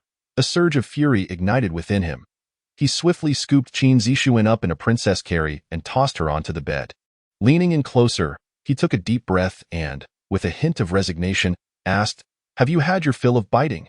Can we have a proper conversation now? I have just arrived and currently lack a place to stay. Thus, I was contemplating finding somewhere to reside temporarily. Unexpectedly, it turns out to be your charming room." Yang Sheng chuckled awkwardly. "We truly seem to be fated, don't we? Look at me, so dashing, and you, I must say, are not unattractive either. I believe we could make do. Or perhaps we could." Before Yang Sheng could finish his sentence, Qin Zixuan had already buried her head in the pillow, sobbing uncontrollably. "Hey, we can talk this through. Why are you crying?" Yang Sheng stood up, somewhat helpless, gazing at the smooth expanse of the beautiful girl's back, internally cursing 1,000 times. "I'm not a scoundrel. How is it that within such a brief moment, I've managed to reduce both of them to tears?" Yang Sheng truly wore a helpless expression. Perhaps he could be ruthless towards those who aimed guns at him, but when it came to such an innocent, lovely, and even innocent girl, he found himself utterly at a loss. After all, he had no experience in comforting girls. A straight man? A scoundrel? No. I, Yang Sheng, am definitely neither a straight man nor a scoundrel. System, could you exchange something for me? Perhaps a lollipop? Ding. The system has exchanged a lollipop for you. Consumption. 1 experience point. A lollipop appeared in Yang Sheng's hand, albeit a rather small one, resembling those that cost 50 cents on the street. "Could you at least get me a larger one, perhaps one worth $1? Yang Sheng frowned. The system was indeed quite stingy. Shortly thereafter, the lollipop genuinely transformed into a larger size. Delighted, he approached and gave Qin Zixuan's pert backside a hearty slap. "Smack! Look what I brought you. A tasty treat. A lollipop. Have you ever seen one this big? It's sweet and fragrant." Yang Sheng felt a bit at a loss for words, but as long as it was delicious, that sufficed. Generally, people would beg him for such a lollipop, but here he was, sharing it with this delightful girl. "Hey, are you going to eat it? If not, I'll eat it." Wah woo woo. Qin Zixuan's sobs intensified, soaking the pillow with her tears. Yang Sheng's nostrils flared in frustration. "Cry. Go ahead, I won't bother with you." He suddenly stood up, feeling a surge of energy, and went to sit on the tatami across the room, crossing his arms and listening to Qin Zixuan's unwavering cries. He decided to walk over, spread a nearby blanket over her, ensuring she was snugly covered. Satisfied with his handiwork, he clapped his hands. "All right. Now I can't hear you crying." He returned to his seat, focusing on contemplating his own status. He reopened the systems panel. Human rearing technique. Human rearing technique? Is this a skill or a title? Yang Sheng gazed at the name, curiosity piqued, and clicked to open it. Ding! Congratulations, Master. You have unlocked a new technique. Human rearing technique. Indeed, you read that correctly. It is about rearing humans. As a zombie, rearing humans to ensure they obediently listen to you. Doesn't that bring a sense of accomplishment? Accomplishment? Yang Sheng glanced at the still weeping Qin Zixuan and shook his head. Such a weepy girl would be challenging to rear. He clicked for more details. The human rearing technique consists of 3 indices. Increasing each index allows you to exchange for corresponding items. Trust value. The extent to which others trust you. The higher the trust, the closer and more trusting they become towards you. Note, this applies only to beautiful women and cannot involve coercive measures. Reverence value. Essentially a value of faith. You become others' deity. Expand your territory and cultivate your followers. Fear value. Causes your enemies to flee in terror. Seeing you as a demonic entity from hell. Advancements in fear value will yield unexpected surprises. After reading through these 3 indices, Yang Sheng noticed that each value had a small box beside it. Currently, the highest on his panel was the reverence value. Reverence value. Current index, 1000. Fear value. Current index, 208. Yang Sheng was puzzled about how these values were calculated. He understood the fear value at least, as the group of corpses in the cemetery certainly feared him. But why was his reverence value so high? Did it stem from his striking good looks? Was he truly admired by the masses? He couldn't help but touch his handsome face. Right? The trust value was meant for individuals, calculated based on numbers, and only when the index reached a certain level could it be considered valid. Yang Sheng grinned at Qin Zixuan, wondering what would her trust value be for me. If the maximum is 100, surely it must be at least 90. Ding. Detection successful. Qin Zixuan's current trust value towards you. -100. Yang Shang's expression froze, standing dumbfounded. Chapter 13 Little Bunny. I mean no harm. Yang Sheng looked at the still sobbing Qin Zixuan and couldn't help but feel that the trust value was indeed a long and arduous journey. This century's girl was rather hard to please. Even a handsome and composed gentleman like him could not win her over. Yang Sheng began to contemplate his lifelong commitments. Perhaps he could find happiness in the latter half of his life. As Qin Zixuan's fiery figure had stirred something within him, if it weren't for her tears, he might have wanted to take a closer look. He clicked to check other crossers information. Currently known other crossers, 2. Lu Haochen, only son of the chairman of Lu Corporation, one of the top 3 publicly listed companies in Jiangli City. Zhou Shilu, Lu Haochen's kept mistress, typically reliant on him. The introduction following the colon detailed their identities post-transmigration. Lu Haochen, Zhou Shilu. Yang Sheng's eyes sparkled with excitement. Well, you two lovebirds have also crossed over?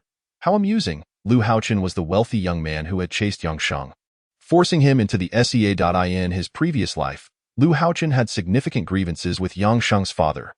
This wealthy young master was sitting on a company his father had provided for him, while Yang Sheng's father had worked for Lu Haochen's father's company, being owed a year's worth of wages and bonuses.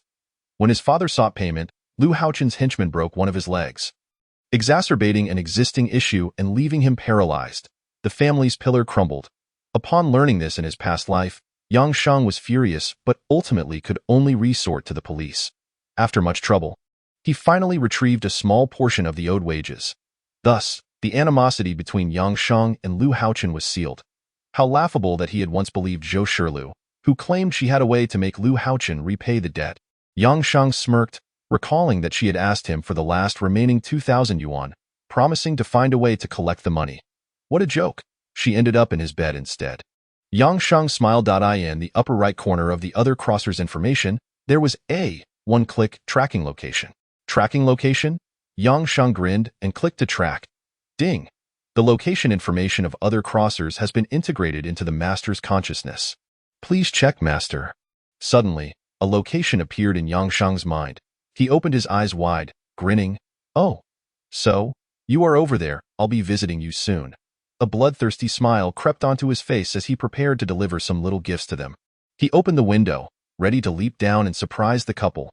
However, Qin Zixuan suddenly ceased her tears, wiped her eyes, stood up, and walked out. Yang Sheng blinked in surprise. Is this girl contemplating something drastic? Or perhaps she intends to report me? Or is she going to the kitchen to fetch a knife to end her own life? Curiosity piqued, he wondered what Qin Zixuan would do next. Unexpectedly, she emerged with red-rimmed eyes, staring silently at Yang Sheng. They locked gazes for nearly half a minute before Qin Zixuan returned to the bedroom, carrying a fresh change of clothes, and entered the bathroom. Was she really going to take a shower? Yang Sheng was left in a daze. This defied the expected narrative. She was supposed to be confronting him, crying and throwing a fit, in the bathroom. The sound of flowing water echoed continuously. To Yang Sheng's astonishment, Qin Zixuan had brazenly decided to take a shower inside, leaving the door wide open. Hey, beautiful, do you not usually close the door when you bathe? The sound of water momentarily softened, and a melodious voice, tinged with indignation, emerged. What difference does it make if I close the door? Do as you please. Look if you want, and I am powerless. The water resumed its vigorous cascade. Yang Sheng raised an eyebrow. Did this girl look down on him, or was she afraid of him? Did she truly believe he would shy away? He, Yang Sheng, could not possibly shy away from such a righteous endeavor. Surprisingly, he shamelessly approached the bathroom but stopped short of entering. Instead, he placed a chair at the threshold, seated himself, crossed his legs, and began to tease. Oh, lovely lady, your posterior is quite perky, and you are exceptionally fair. He did not cast a single glance inside, choosing instead to fuel his imagination and provoke this alluring beauty. Indeed, from the bathtub, a series of sharp, resounding thumps echoed, as if a fist struck the tub. Little bunny, open the door. Yang Sheng, in a raspy voice, began to sing. Little bunny, be quiet. Qin Zixuan, unable to contain herself, shouted back. Yang Sheng shook his head with a tsk. lamenting the lack of artistic sensibility in contemporary women. Am I not the Van Gogh of music? Must I perish before anyone appreciates my melodic talent? He sat at the door, sighing deeply, feeling as though he were alone atop a high tower. Gazing at an endless road, do you happen to have any cigarettes at home? Pervert. Qin Zixuan, clad in a bathrobe, hurled a towel directly at Yang Sheng's face, her bare feet swiftly carrying her back to her bedroom. Instead of sitting on the bed, she curled up in a small corner beside the door, hugging her knees, motionless. Yang Sheng removed the towel, not driven by lustful intent. If he truly admired a woman, it would require the dual submission of her heart and body. The pursuit of mere carnal pleasure held no allure for him. His presence at the door stemmed from a simple concern. He feared Qin Zixuan might act recklessly. He understood the profound impact and trauma his actions had inflicted upon her today. Yang Sheng entered the bedroom, observing Qin Zixuan huddled in the corner. He crouched down, his tone softer than ever. Can we talk, lovely lady? Qin Zixuan remained still, offering no response. After a prolonged moment of silence, Yang Sheng stood up, bent down, and lifted Qin Zixuan in a princess carried. To his surprise, she closed her eyes and did not resist. As he took a few steps forward, he gently placed her on the bed, even tucking her in with a blanket. His voice, for the first time, lacked its usual flippancy, now imbued with a somber tone. I apologize for today. Some matters are beyond my control. My identity dictates my actions.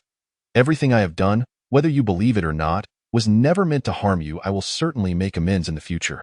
Yang Sheng turned away, an unexpected loneliness enveloping him. I need to take care of something. With that, he leaped out of the window. Qin Zixuan, previously lost in silence, suddenly widened her eyes and rushed to the window, watching the bustling traffic below, but there was no trace of Yang Sheng to be found. Chapter 14. Target. Lu Haoqin's kidney beneath the towering skyscrapers, the streets bustled with life, illuminated in vibrant colors. In the luxurious presidential suite on the 99th floor, a young man lay on a plush bed, exhaling smoke from a premium cigarette. The bathroom lights shone brightly, the sound of water cascading within suggested the presence of a captivating woman bathing inside. Lu Haoqin's eyes sparkled with delight and madness, a broad smile gracing his face. I, Lu Haoqin, have traversed through time. The 23rd century? Or perhaps I am the sole heir of Zhongli's top 3 listed company. Could I truly be the fabled child of destiny from the novels? Laughter erupted from him, tears of joy forming at the corners of his eyes. It seems I am destined to be the protagonist of this world. Just like those stories proclaim. I, the child of destiny, shall ascend to the pinnacle of the world. Revered by all, none dare defy me. Even if I do not strive for greatness, I can indulge in pleasures daily. For I am the favored one, blessed with wealth and good looks. At this moment, Lu Haoqin was consumed by a sense of superiority, even stepping onto the balcony to shout, "Common folk, you are but ants." He laughed heartily. Who can stand in my way? Lu Haoqin? Below, as Yang Sheng lit a cigarette, the embers glimmering, he overheard Lu Haoqin's boisterous exclamation from above. This fool is making a ruckus at such an hour. Clearly, he left his brain behind when he crossed over. Yang Sheng extinguished his cigarette, releasing a cloud of smoke, a smile creeping onto his face. Since you welcome me so warmly, Lu Haoqin, I shall pay you a visit and grant. Yang Sheng peered inside. A faint smile gracing his lips. Indeed, it was you two dog-like lovers. How delightful, however. Since you have managed to traverse here with such difficulty, it would be rather tedious to simply snuff out your lives. A terrifying smile crept upon Yang Sheng's lips as he declared, I shall take my time to toy with you. His fingers moved towards the camera's shutter button. Inside, Chenggu, tomorrow your father will host a banquet. Correct? Indeed. It is the celebration of the Lu Group centenary, he replied. My father intends to invite all the business magnates from Zhongli, and even dignitaries from across long country. Wow. So they are all high society? Can you take me along? The sparkle in Zhou Shirlio's eyes reflected her dream of mingling within the upper echelons of society. As hope loomed before her, Lu Haoqin smirked coldly, contemplating that perhaps allowing this village girl to witness the world could make her more amenable to his wishes.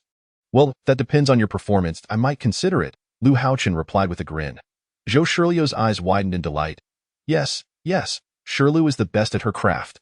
Just as she was about to showcase her skills, the doorbell rang. Go answer it, Lu Haochen frowned, pondering who could possibly visit at such a late hour. Reluctantly, Zhou Shilu approached the door. At the entrance stood a mature beauty, reminiscent of a perfectly ripe peach. Su Xiangchuan, 20 years younger than Lu Haochen's father, cast a cold glance at Zhou Shilu before sweetly exclaiming, "Haochen, I've come to see you. I've missed you dearly, my little darling." Lu Haochen's eyes widened, his heart racing. He had long been entangled with this woman. To his surprise, she had come. Could it be that tonight they might share a bed? What a delightful turn of events.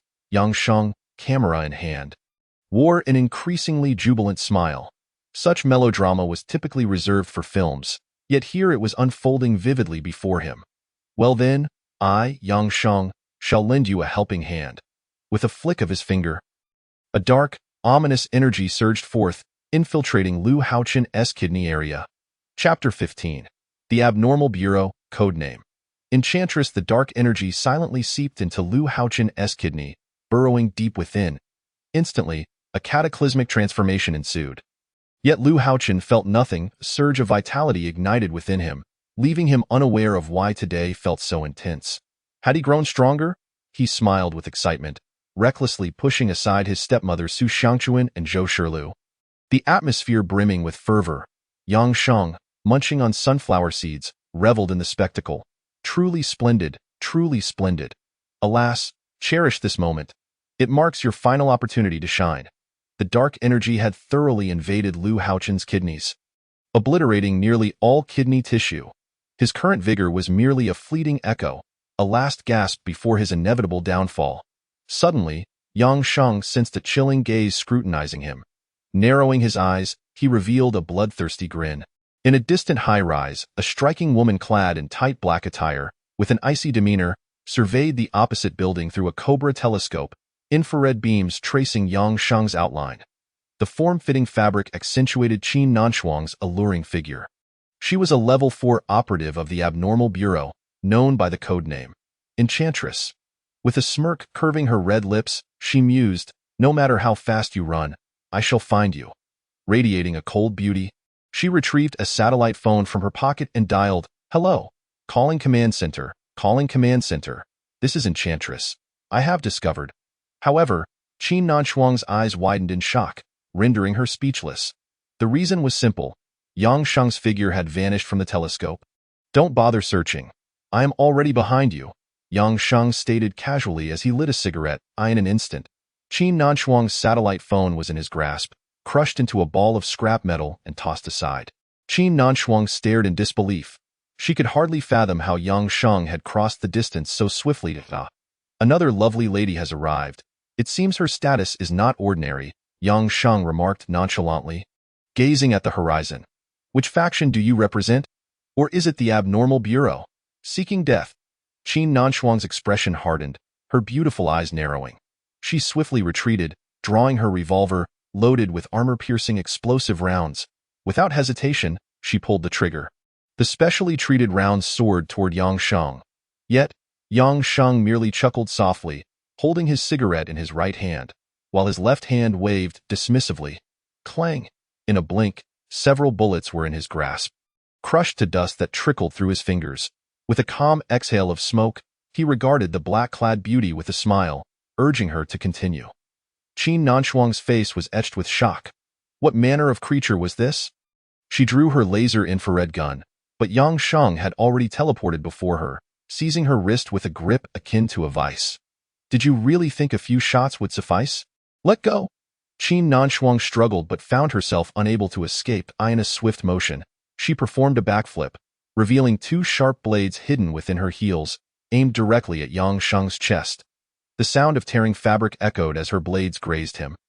Sparks flying, gasping for breath, Qin Nanshuang finally broke free, clutching her chest, her breaths rapid and erratic.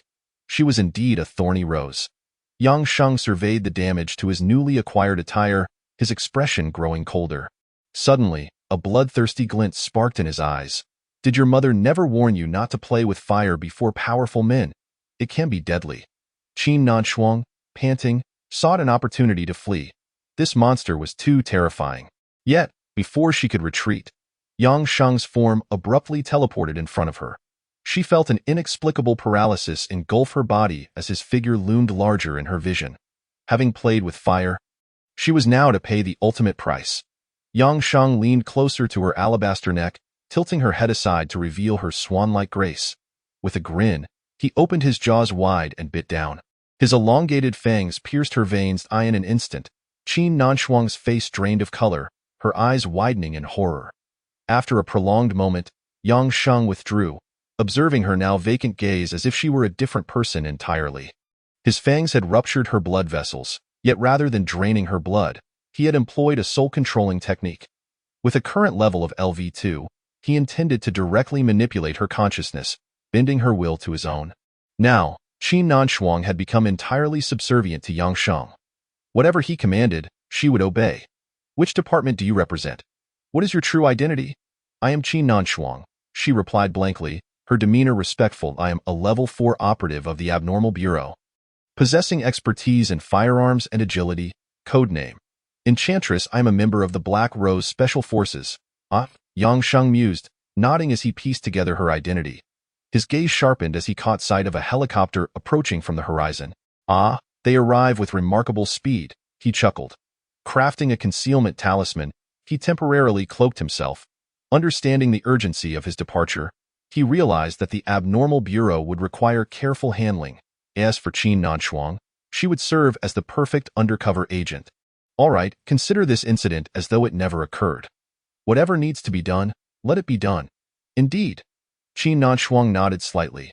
Yang Sheng wished to depart, yet felt that leaving in such a manner lacked something. Hey, beautiful girl, come here and give me a kiss. Chapter 16. The essence of Yang Sheng's audacity, a soft peck. The enchanting demoness dashed over and boldly kissed Yang Sheng on the cheek. The gentle sensation, accompanied by a hint of fragrance, wafted into Yang Sheng's nostrils. Suddenly, he felt a wave of dizziness wash over him. A flush of heat surged forth, nearly causing him to bleed from the nose. All right. Yang Sheng's face turned a rare shade of crimson. It was indeed a momentous occasion for a beautiful woman to take the initiative to kiss him, akin to a maiden arriving in a bridal sedan. Yang Sheng quickly waved his hand, feigning nonchalance. Had he not chosen to leave, it was likely that the enchanting demoness would have continued to shower him with affection until the end of time. Alas, men of integrity like him, who remain unperturbed by beauty, are truly rare in this world.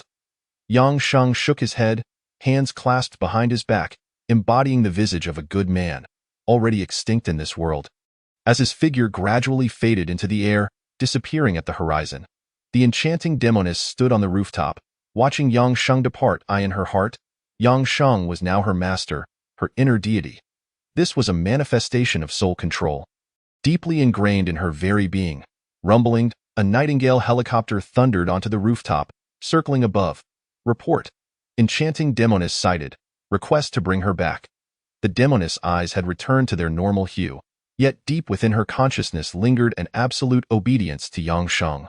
Demoness, we were unable to reach you via satellite phone earlier. Was there an incident? Cobra Telescope, did you capture any unusual footage? No, everything appears normal. The demoness maintained her cool demeanor, adding, the satellite phone accidentally fell. How could a satellite phone be carelessly discarded? A level 4 ability user should not commit such an oversight. I will take responsibility for these matters and will clarify it with the captain myself. You are not qualified to meddle in my affairs. The helicopter pilot was left speechless by the demoness retort. He was merely a pilot under the jurisdiction of the National Security Bureau, possessing no authority over the affairs of the Ability Bureau. Take me back, the demoness said coolly, ascending the helicopter's ladder, her gaze lingering reluctantly in the direction of Yang Sheng's departure. Even though she was wholly submissive to him, her heart still held a trace of confusion. Master, who exactly is he? Yang Sheng returned to the rooftop of the 99th floor, suspending a camera with a fine thread to capture the ongoing battle within the room. At this moment, the fierce confrontation was nearing its conclusion. Yang Sheng gazed at the three individuals sprawled on the bed, resembling defeated dogs, particularly Lu Haochen, who lay drenched in sweat, as though he were on the brink of death. A cold smile crept across Yang Sheng's face. A banquet. TSK, TSK, TSK. Quite the spectacle. I find this far more exhilarating than those films. Such treasures should certainly be shared. With a soft chuckle, Yang Sheng ejected the SD card from the camera. Tomorrow's banquet, you all shall be the protagonists. Yang Sheng had returned to the apartment, standing at the doorway, casually smoking a cigarette. The smoke swirled around his eyes, and he pondered whether the young lady had gone to sleep. He initially considered entering through the front door, but thought better of it, realizing that if she were asleep, she likely wouldn't open the door for him regardless. Thus, he resorted to his usual method. Yang Sheng never followed the conventional path. He entered the bedroom directly from the balcony. The lights were still on. This young lady hasn't slept yet. He checked the time. It was already 1 in the morning. Ah, the youth of today are quite accustomed to staying up late. At this rate, this beautiful girl will soon turn into an old hag. Yang Sheng shook his head, feeling a sense of righteous duty to educate the young lady. What a shame to neglect all that is good and instead indulge in sleepless nights. Upon entering the bedroom, he found Qin Zixuan indeed wide awake, propped against the bed, her beautiful eyes wide open. Upon seeing Yang Sheng enter, she instinctively tightened her grip on the blanket, shrinking back, especially at the sight of Yang Sheng's fierce expression. Hey, young lady, look at the time. Why are you still awake? Yang Sheng's handsome face loomed closer. Speak. Why aren't you sleeping? Qin Zixuan bit her lip tightly, resembling a frightened little rabbit. Her eyes red and wronged as she looked at Yang Sheng. If it were any other girl, having encountered so many unbelievable events and a creature like Yang Sheng, both her body and mind would be overwhelmed with torment. It would be a wonder if she could sleep. Only someone like you, a straight man, no, a monster, could possibly sleep soundly. Yang Sheng maintained eye contact for a long while, a self-assured smile curling his lips. Oh, I see. Yang Sheng laughed, looking at Qin Zixuan with great conviction. Qin Zixuan's large eyes filled with confusion. What did you understand? Can this guy really guess what girls are thinking? Do you have a crush on me? On my handsome face? And now you're unable to sleep because you're thinking of me, waiting for me to come before you can rest. I asked that it. Qin Zixuan's eyes widened in disbelief. Ha ha ha ha ha. Yang Sheng burst into laughter, thoroughly enjoying the bewildered expression on Qin Zixuan's face, convinced he had deciphered her thoughts. Alas, being good-looking is indeed a burden. Fortunately, I'm not a bad person. Otherwise, you would have been in trouble, you know? All right, stop thinking about your big brother Yang. If you stay up any longer, no one will want you. TSK. Qin Zixuan thought that if she had a hammer in hand, she would unhesitatingly smash it against Yang Sheng's head. Good night, big white girl, hurry and sleep. Your dear big brother Yang is going in to take a shower. Yang Sheng removed his coat, revealing a physique of robust, bronzed muscles. Rogue, little rabbit, be a good girl and open the door. Yang Sheng hummed a tune. He entered the bathroom, singing a medley of whimsical songs. Sister, boldly move forward. Do not look back, little sister. You're at the bow of the boat. And brother is taking off his pants. Qin Zixuan almost couldn't contain herself, nearly rushing in to cut off his. The night passed without conversation. That night, Yang Sheng slept on the sofa, contemplating for a long while whether to squeeze into the same bed with Qin Zixuan. Ultimately, he decided against it, thinking that he couldn't let her take advantage of him. Thus, Yang Sheng resolved to sleep on the sofa. Even as a corpse king, he needed to maintain his spirits. After all, there were important matters to attend to the next morning. Qin Zixuan, on the other hand, hardly closed her eyes throughout the night, worrying that Yang Sheng might suddenly come over in the middle of the night, invade her bed, and do something to her. It was only near dawn that she finally managed to drift off to sleep. The next day, Yang Sheng rose early, glancing out at the sunlight streaming through the window and then at the young lady still asleep in the room. He couldn't help but feel that the world was quite beautiful. This girl can really sleep, Yang Sheng mused, marveling at her seemingly boundless capacity for slumber. Well, since I'm up early, I might as well make breakfast, just to experience life. Yang Sheng began to bustle about in the kitchen. Chapter 17. 2 bowls of tomato and egg noodles, erasing the imprint of the world. Yang Sheng was making a chaotic mess in the kitchen. After toiling for a while, he still couldn't figure out how to turn on the kitchen exhaust fan. Good heavens, it was a veritable cloud of smoke and chaos. The entire room was filled with a dense haze emanating from the kitchen. Crackling boom. The noise from the kitchen ceased. Yang Sheng's face was covered in soot as he triumphantly presented 2 steaming bowls of tomato and egg noodles. At least, on the surface, they appeared quite appetizing. Vibrant in color and seemingly delectable, my noodle cooking skills, if I dare say, are second to none, except for my former self before traversing worlds. This dilapidated kitchen has limited my culinary prowess. Yang Sheng surveyed his creation with satisfaction, humming a little tune as he went to fetch some bowls and chopsticks. Meanwhile, in the bedroom, Qin Zixuan was awakened by the smoke, coughing. As she opened her eyes groggily, she noticed the air in the room was thick with darkness. Her eyes widened in alarm. Is it on fire? Did he set my house ablaze? Qin Zixuan was utterly stunned.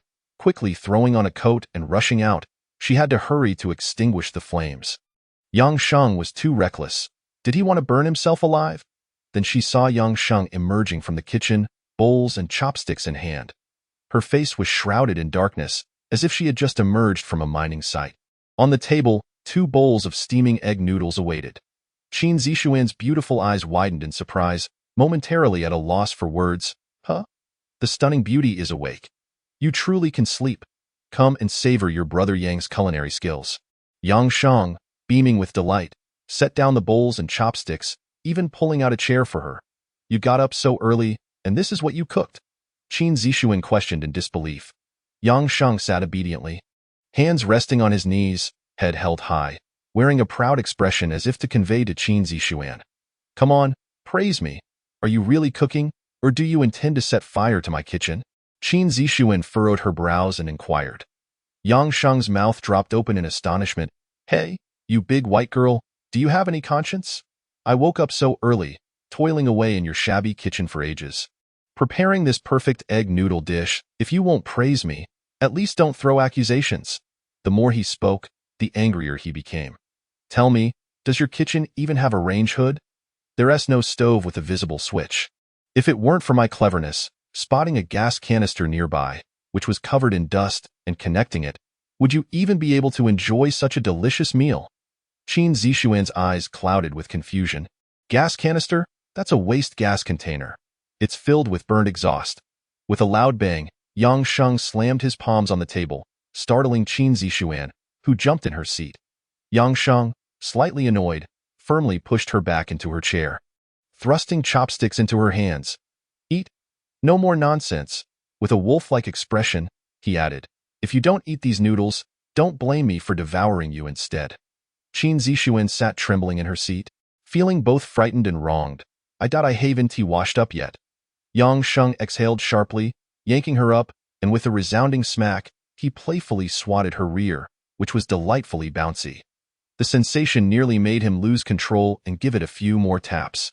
Qin Zixuan felt her cheeks flush as she rushed to the bathroom, while Yang Sheng settled at the table, puffing out clouds of smoke.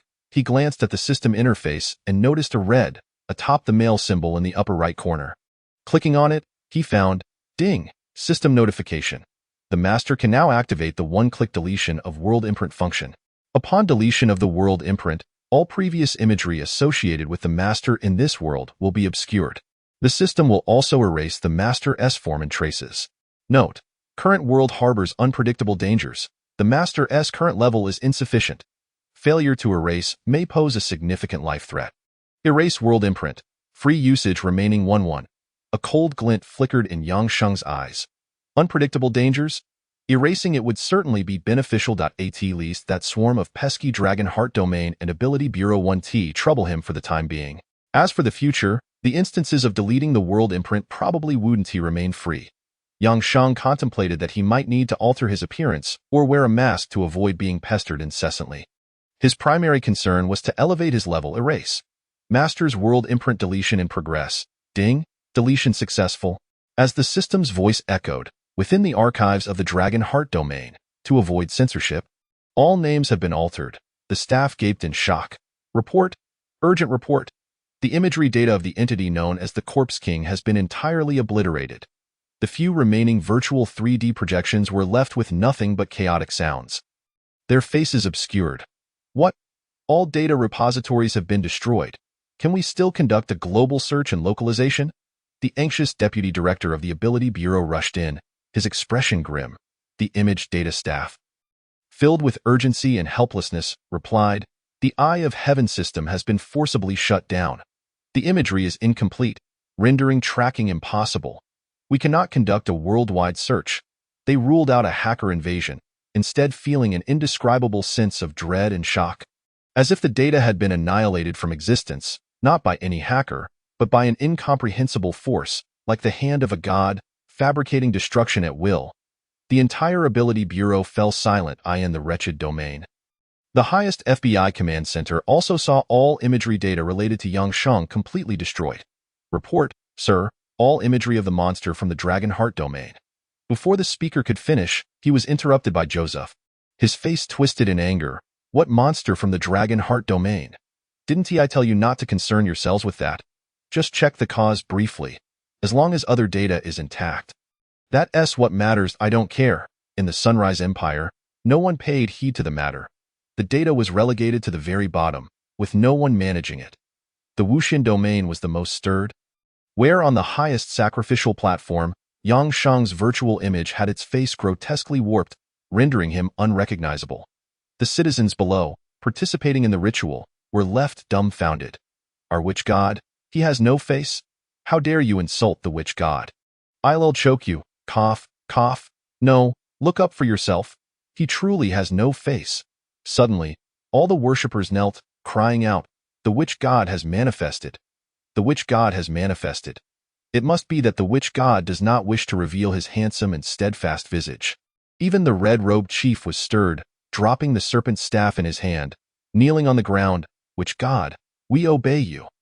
O witch god, may your spirit in the heavens bless our Wuxian land with peace and prosperity and sorcery." Chapter 18. What right do you have to bully me? In the bathroom, after hastily washing up, Qin Zixuan suddenly remembered something crucial. Panicking, she rinsed off the cleanser and glanced at the time. It was already 8:10. Oh no! How could it be 8 already? Yesterday, she had been so disoriented by Yang Sheng that she lost track of time, and now this morning, his antics had made her forget again. This was disastrous. She hadn't even applied her makeup. Dashing into the bedroom, she quickly changed into a new outfit, hanging a VR camera around her neck, and rushed to the door. Slipping her feet into high heels, she was just about to fling the door open and dash out when Yang Sheng blinked in confusion. What's wrong with this stunning beauty? One moment she was fine washing up, and the next, she's ready to bolt. Hey, big white girl, are you out of your mind? You're not going to eat the breakfast your dear brother Yang made for you. Qin Zixuan's delicate face was etched with urgency. Nearly in tears, I forgot. Today is the 100th anniversary of the Lu Group. I'm a reporter for our company, and I need to be there by 8:30. I'm running out of time. Wah? Having fully donned her shoes, Yang Sheng remained unfazed, shaking off the ash from his cigarette into the ashtray. He extended 2 fingers. Big beauty. You now have 2 choices. First, come over willingly and eat your breakfast. Second, I'll come over and carry you to eat. Yang Sheng exhaled a puff of smoke, his demeanor indifferent, leaving no room for negotiation. Which do you choose? Qin Zixuan felt tears welling up. Standing there with her long, beautiful legs, her voice quivered with a sob. I really don't have time. Then it seems you've chosen the second option. Yang Sheng truly stood up, his gaze cold as he looked at Qin Zixuan. She felt a chilling dread wash over her, and without uttering a word, she slipped back into her seat, her delicate hands picking up the chopsticks, lowering her head to stare at the noodles in her bowl. Yet she did not move. What are you waiting for? Eat. It'll get cold soon. Yang Sheng realized he couldn't afford to be gentle with this girl. Finally, Qin Zixuan picked up a strand of noodles and brought it to her mouth, her lovely face betraying 2 tears that slipped down, falling into the bowl. 1 drop, 2 drops. Yang Sheng's eyes widened in disbelief. Is it truly that unpalatable? Are you implying that the noodles lack sufficient salt? You even went so far as to add your own seasoning? Qin Zixuan, with noodles in her mouth, finally let her small face droop, her eyes brimming with tears, overwhelmed with a sense of injustice. Do you have any idea how crucial today's event is for our company? Do you realize that if we miss the 8:30 mark, the journalist will be completely barred from entry? How dare you treat me like this, woo-woo? Such a stunning beauty as Qin Zixuan, who prided herself on her appearance, was now sobbing with noodles in her mouth. Hey, gorgeous. If you don't showcase your crying skills for me today, it would be quite disheartening, wouldn't it? Yang Sheng, witnessing her tears, felt as if his head were splitting in two, especially as her sobs grew more intense. threatening to unleash a torrent of snot. "All right," Yang Shang called out repeatedly. Qin Zixuan's face twitched momentarily. He grabbed a couple of tissues from the table and pressed them firmly against her delicate face, giving her a thorough wipe. Enough, no more tears. With her eyes red and swollen, Qin Zixuan glared at Yang Shang, her expression filled with grievance. "You will eat this bowl of noodles obediently, I assure you. I will ensure your entry into the venue. Moreover, I, Yang Shang, guarantee that today's news will be nothing short of explosive," Yang Shang declared with unwavering confidence. Qin Zixuan, with her rabbit-like red eyes, looked at Yang Shang, her voice trembling with fear. You won't harm them, will you?" She had witnessed firsthand how Yang Shang had ruthlessly crushed the throats of 2 helicopter pilots. "What are you thinking?" Yang Shang tapped her on the head. "Hurry and eat. Do you still wish to go?" Qin Zixuan nodded vigorously, quickly taking bites of the noodles. After a few serious mouthfuls, she surprisingly found them somewhat palatable. Could it truly be his creation? She stole a glance at Yang Shang, suddenly realizing that his profile while smoking was, in fact, quite handsome. Ding, system notification. Qin Zixuan's trust level towards you is now -60, increased by 40 points. Yang Shang's lips curled into a smile. That was quite a significant boost. He wondered how long it would take for it to no longer be a negative number. The streets bustled with traffic in Zhongli, a modern metropolis. Though it might not rival Kyoto, Chang'an, or the Magic City, it undeniably stood as a top-tier city. The morning rush hour was especially congested. However, vehicles in the 23rd century were low-carbon and environmentally friendly, eliminating much concern over pollution. At this moment, Yang Shang sat in a white Audi A6 with the stunning Qin Zixuan at the wheel.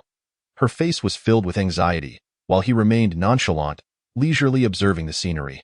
The transformation of this modern metropolis was truly remarkable compared to the past, evident in its grander aspects.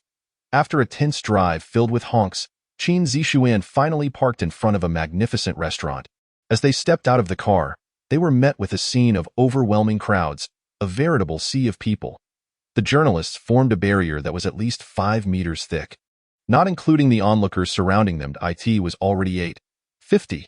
Qin Zixuan's face was etched with urgency as she donned high heels and clutched her camera, pushing into the throng. Dozens of security personnel maintained order at the entrance, while elegantly dressed women welcomed guests. "Please disperse. Hello, I am a reporter from Qingqing International. May I no way." Qin Zixuan's words were abruptly cut off by the head of security's booming voice. "It is now past 8:30. Even journalists who entered earlier must exit by 9 o'clock. You cannot enter now." Qin Zixuan's lovely face fell, struggling to maintain her composure. Yang Shang lit a cigarette, calmly parting the crowd to step inside. However, a man in a sleek black suit and slicked back hair intercepted him, moving to Qin Zixuan's side. "Zixuan, what brings you here?" Han Yin exclaimed with surprise, attempting a dramatic hair flip. "Zixuan, it has indeed been a long time since we last met." "Han Yin?" Qin Zixuan's previously dejected expression froze momentarily. This man, her former university classmate, came from a wealthy family and was known as a prominent second-generation heir. Recently, it seemed his father had allied with the Tang family from Zhongli's 3 major clans, further elevating their status. "It has been ages since we graduated. You were the belle of our school," Han Yin reminisced. "So much time has passed. What are you up to now?" Spotting the press badge hanging from her neck, he added, "Oh, Zixuan, so you are a reporter now." "Yes," Qin Zixuan replied, nervously fidgeting with her clothes, suppressing her anxiety. "Why aren't you going inside?"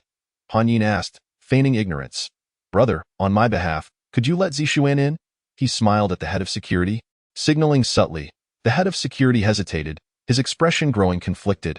"Well, young Master Han, that might not be appropriate. The general manager has given strict orders. No journalists are allowed entry after 8:30, even from Kyoto." "This truly is a problem." At this moment, Han Yin chuckled, producing a bulging red envelope from his pocket, patting the head of security's shoulder. "Brother, how about doing me this favor? Let's be friends." The head of security was taken aback, not expecting such generosity from young Master Han, a scion of the Zhongli Han family. "All right, since young Master Han has said so, I suppose we can make an exception. However, there is one condition. You cannot enter as a journalist. You must adopt a different identity." Han Yin feigned surprise. "What identity should that be?" Yang Shang stood beneath a willow tree, smoking, the smoke curling around him as he observed the exchange between the two. He chuckled softly, finding the scene utterly unoriginal, a tired trope pulled straight from novels. For instance, you could assume the identity of young Master Han's girlfriend. Yes, that would suffice. Qin Zixuan's initially excited demeanor abruptly shifted to one of shock. No way, we can't do that. Is there no other option? Her smile faltered, anxiety etched across her face, revealing her inner turmoil. None, the head of security stated firmly. Well, you certainly uphold your protocols. Han Yin feigned exasperation. Zixuan, you must reluctantly play the role of my girlfriend for now. He extended his hand toward her, wearing a victorious grin. Qin Zixuan stood rooted to the spot, her face a portrait of conflict. She bit her lip, unwilling for Han Yin to touch her hand, let alone enter as his girlfriend. Yet, without this compromise, entry was impossible. If she failed to secure this major news story, the company faced dire straits. This was not merely a matter of reporting. It was a question of the company's reputation and image. Just as Han Yin's smile grew ever broader, nearing the moment he would clasp her hand, a rough, large hand suddenly grasped Han Yin's. Hello, hello. Han Yin's smile froze as Yang Sheng enthusiastically shook his arm. Who are you? I am your father, Yang Sheng replied with a grin. You. Han Yin's eyes widened in astonishment. Oh no, I am Dabai, a friend of Qin Zixuan, and I have long admired brother Han. Yang Sheng feigned an expression of adoration, then produced a lighter and lit a cigarette. Brother, have a smoke?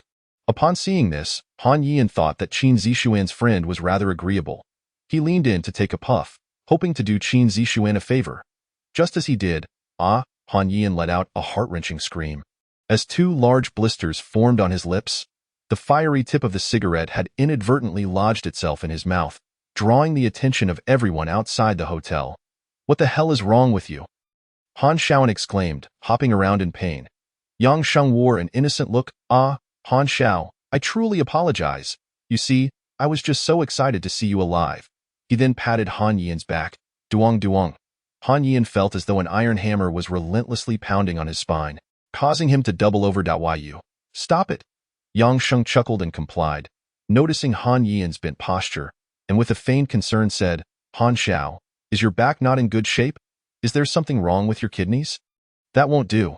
You're still so young. I have a way to treat kidneys. How about I help you? No need for treatment. Get lost? Han Yin retorted, clutching his abdomen, devoid of the strength to even straighten up. Yang Sheng shook his head in dismay. Truly ungrateful. I once treated Lu Haochen's kidneys, and the results were remarkable. 7 times in one night. Fuming, Han Yin pointed a trembling finger at Yang Sheng. Get away from me. Yang Sheng wore a cold smile, took a drag from his cigarette, and disregarded him entirely. Let us go. He reached out and, in full view of the onlookers, grasped Qin Zixuan's hand. Qin Zixuan appeared momentarily stunned before being led away. Amidst Han Yin's astonished and furious expressions, he shouted vehemently, Qin Zixuan, if you go with him, you'll never set foot inside again. The surrounding spectators mocked. Who is that woman? How utterly clueless. Exactly, she doesn't even give Han Xiao face. Does she want to ruin her future in Jiangli? Ha, her taste is dreadful. That man looks like a poor wretch, and she is so beautiful. What poor eyesight. A mere reporter daring to behave this way towards Han Xiao. She certainly won't get in. Yang Sheng took Qin Zixuan across the street, and as they distanced themselves from the crowd, she withdrew her hand from his grip. Yang Sheng flicked the cigarette butt away, casually remarking, Are you really just going to stand there, letting him hold your hand? Qin Zixuan lowered her head, clutching her clothing tightly, fighting back tears. She lifted her face, her eyes shimmering, reflecting Yang Sheng's features. Trembling, she thought, yes, if I let him hold my hand, I can get in, right? What is our relationship that you think you can meddle in my affairs? Tears streamed down her cheeks. She was not one to cry easily, but recent events had pushed her beyond her limits. Dio, you know how crucial this news is for my company. If we don't secure a good story soon, the company will face dissolution and bankruptcy. Who are you to dictate my actions? If letting him hold my hand means entry, why shouldn't I agree? Just go ahead and kill me. For the first time, Qin Zixuan screamed in desperation at Yang Sheng. He fell silent. She crouched down, wrapping her arms around herself, weeping bitterly. Yang Sheng watched her, the echo of her words, Who are you to me? Lingering in his mind, a sardonic smile curling at his lips. After a long pause, a voice broke the silence. Since you wish so desperately to enter, I can take you in. Yang Sheng's gaze turned icy as he extended his right hand, a glimmer of blood visible. He seized the bewildered Qin Zixuan and strode forward, though his demeanor had grown somewhat distant and cold. Chapter 20. Qin Zixuan, we are even now. What are you doing? What do you want? Qin Zixuan's beautiful eyes widened in shock as she realized Yang Sheng intended to pull her inside. Haven't you caused enough trouble for me already? You insisted I eat that bowl of noodles this morning. If I hadn't eaten, I could have made it in by 8:30. Do you even understand? You are a monster. A monster. In her frustration, Qin Zixuan yanked her hand away, her indignation growing. After she withdrew her hand, Yang Sheng halted, his form remaining still, a hint of loneliness and coldness enveloping the atmosphere. Qin Zixuan composed herself but suddenly sensed a chilling aura surrounding them, as though the very temperature had dropped in your eyes. Am I truly so worthless? Yang Sheng turned to her, reigniting a cigarette. The smoke curled around him, and his words carried no hint of emotion, neither disappointment nor indifference, nor surprise. Qin Zixuan felt as though an immense icy hand had gripped her throat. She desperately wanted to voice her thoughts, but, for reasons unknown, perhaps out of fear of Yang Sheng's imposing presence, the words remained unspoken. Yet, from head to toe, every fiber of her being radiated disdain towards him. Yang Sheng suddenly smiled, a complex expression that left no one able to discern his thoughts. He flicked the cigarette butt to the ground, crushing it underfoot. Trust me just this once, I'll take you in this time as compensation for staying at your place these past few days. Yang Sheng stated matter-of-factly, after this, we will be even. Qin Zixuan was momentarily taken aback but was soon pulled along by Yang Sheng. However, this time, he grasped her sleeve rather than her wrist, ensuring he did not make contact with her skin. As they walked a distance, Qin Zixuan felt something was amiss with their surroundings, as if they were in an entirely abnormal realm. Yang Sheng led her past the crowd, who seemingly failed to notice their presence. As if they were mere phantoms or air. How could this be? Qin Zixuan's eyes widened in disbelief. In just a few steps, they reached the opulent entrance, where the lead security guard and Han Yian stood conversing. The guard appeared to be flattering and comforting Han Yian, commenting on Qin Zixuan's lack of appreciation for his worth. Instinctively, Qin Zixuan wanted to cover her face, but realized they still remained unnoticed by the two men. Even as Yang Sheng halted beside the guard and Han Yian, Qin Zixuan instinctively moved closer to him, fearing recognition. Yet, they remained oblivious, as if the two of them were invisible. Yang Sheng took a step forward, seemingly intent on distancing himself from her, and extended his palm towards Han Yian. Han Yian, oblivious to their presence, erupted in anger, cursing, "This wretched woman dares to defy me. Han Yian, you filthy slut." Indeed, the lead guard chimed in. Individuals of your standing need not waste words on. Suddenly, a resounding slap echoed as a crimson five-finger imprint appeared on Han Yian's face. The force of the blow sent him crashing to the ground, blood seeping from beneath the mark, illustrating the sheer power behind it. The lead guard stood there, dumbfounded, as Han Yian sat in shock, blood streaming from his nose, bewildered. Who am I? Where am I? Yang Sheng, meanwhile, was leading the astonished and incredulous Qin Zixuan into the hotel. Han Yian remained on the ground, unable to comprehend the situation, wiping the blood from his nose and feeling the swelling of his cheek. The lead guard's eyes widened. Is this a nightmare? Han Xiao. What happened to you? He rushed over, attempting to assist Han Yian, who angrily swatted his hand away. How dare you strike me, you filthy security guard? How dare you lay a hand on me? Han Yian's expression shifted to one of extreme displeasure. As if an emotional volcano was on the verge of eruption, a surge of fury rising within him in an instant. The lead security guard wore a look of grievance, as if he had seen a ghost. Young Master Han, it wasn't me who struck you. You must believe me. How could I dare to do such a thing? It wasn't you who hit me. Han Yian covered his face and chuckled. In this damned place, it is just the two of you. It was indeed you. You wretched dog, who struck me, damn it. How dare you deny it? Without even wiping the blood from his nose, Han Yian sprang up and lunged at the lead security guard, delivering a barrage of punches with reckless abandon. You son of a dog. How dare you strike me? I'll make you pay for this, young Master Han. I swear it wasn't me. Truly, It wasn't me. This is ridiculous. I'm being wronged here. And you still refuse to admit it. I loathe scum like you the most. The air was filled with the heart-wrenching cries that echoed throughout the entrance. At this moment, Yang Sheng had already entered the hotel, accompanied by the incredulous Qin Zixuan, whose beautiful face was etched with disbelief. Qin Zixuan felt that everything was simply too surreal.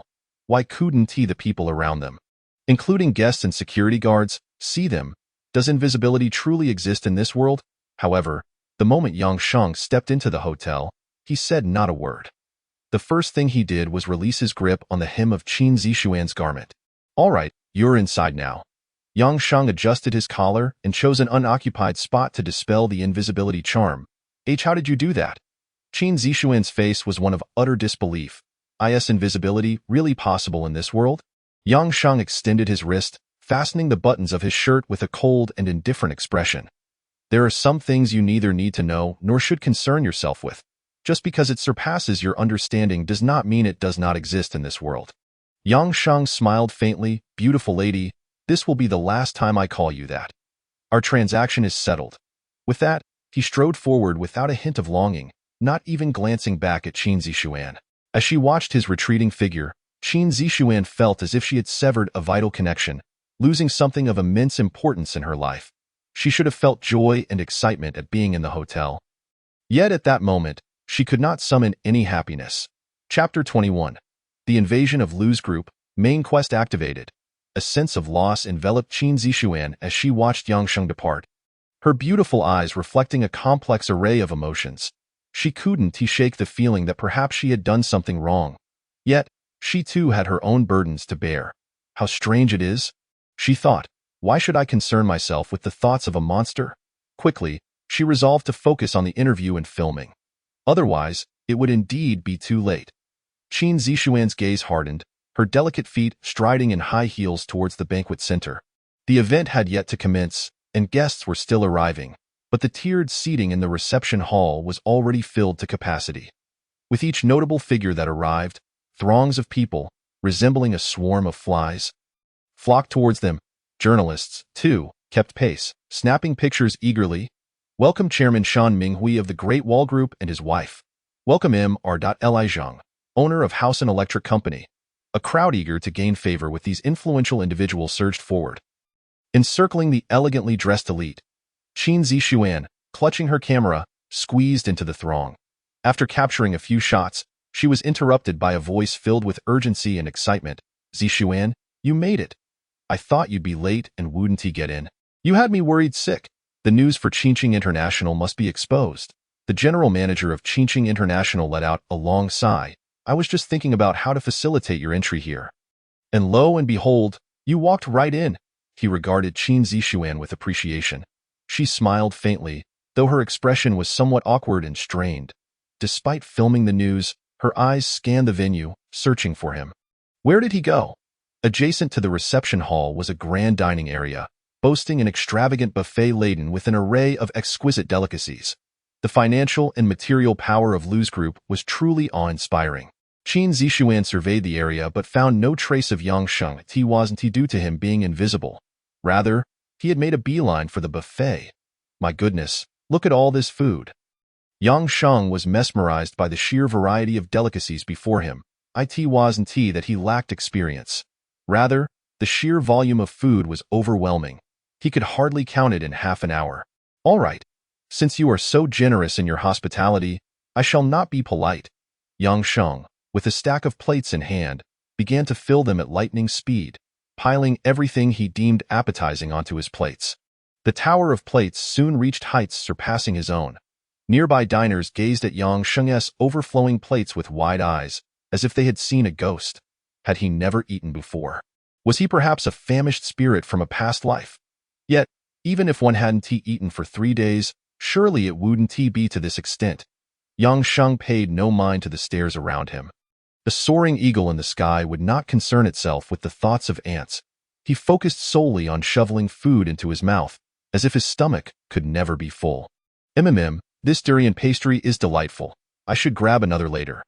This king crab is also superb. The meat is tenderer than anything I've had before. What is this? I don't recognize it. but it tastes quite good. Yang Sheng munched and critiqued with immense enjoyment. Most surprisingly, he discovered that eating also granted him experience points. While the rate of increase was slow, akin to an ant S-crawl, it was certainly better than having none at all. Even the smallest mosquito is still meat. Yang Sheng devoured the food on the table and prepared to rise for a second helping. This fellow must never have encountered such a feast before. What a pathetic sight! How embarrassing for him! Does anyone know him? How could Lu's group invite such a person? Onlookers chattered incessantly, pointing at Yang Sheng.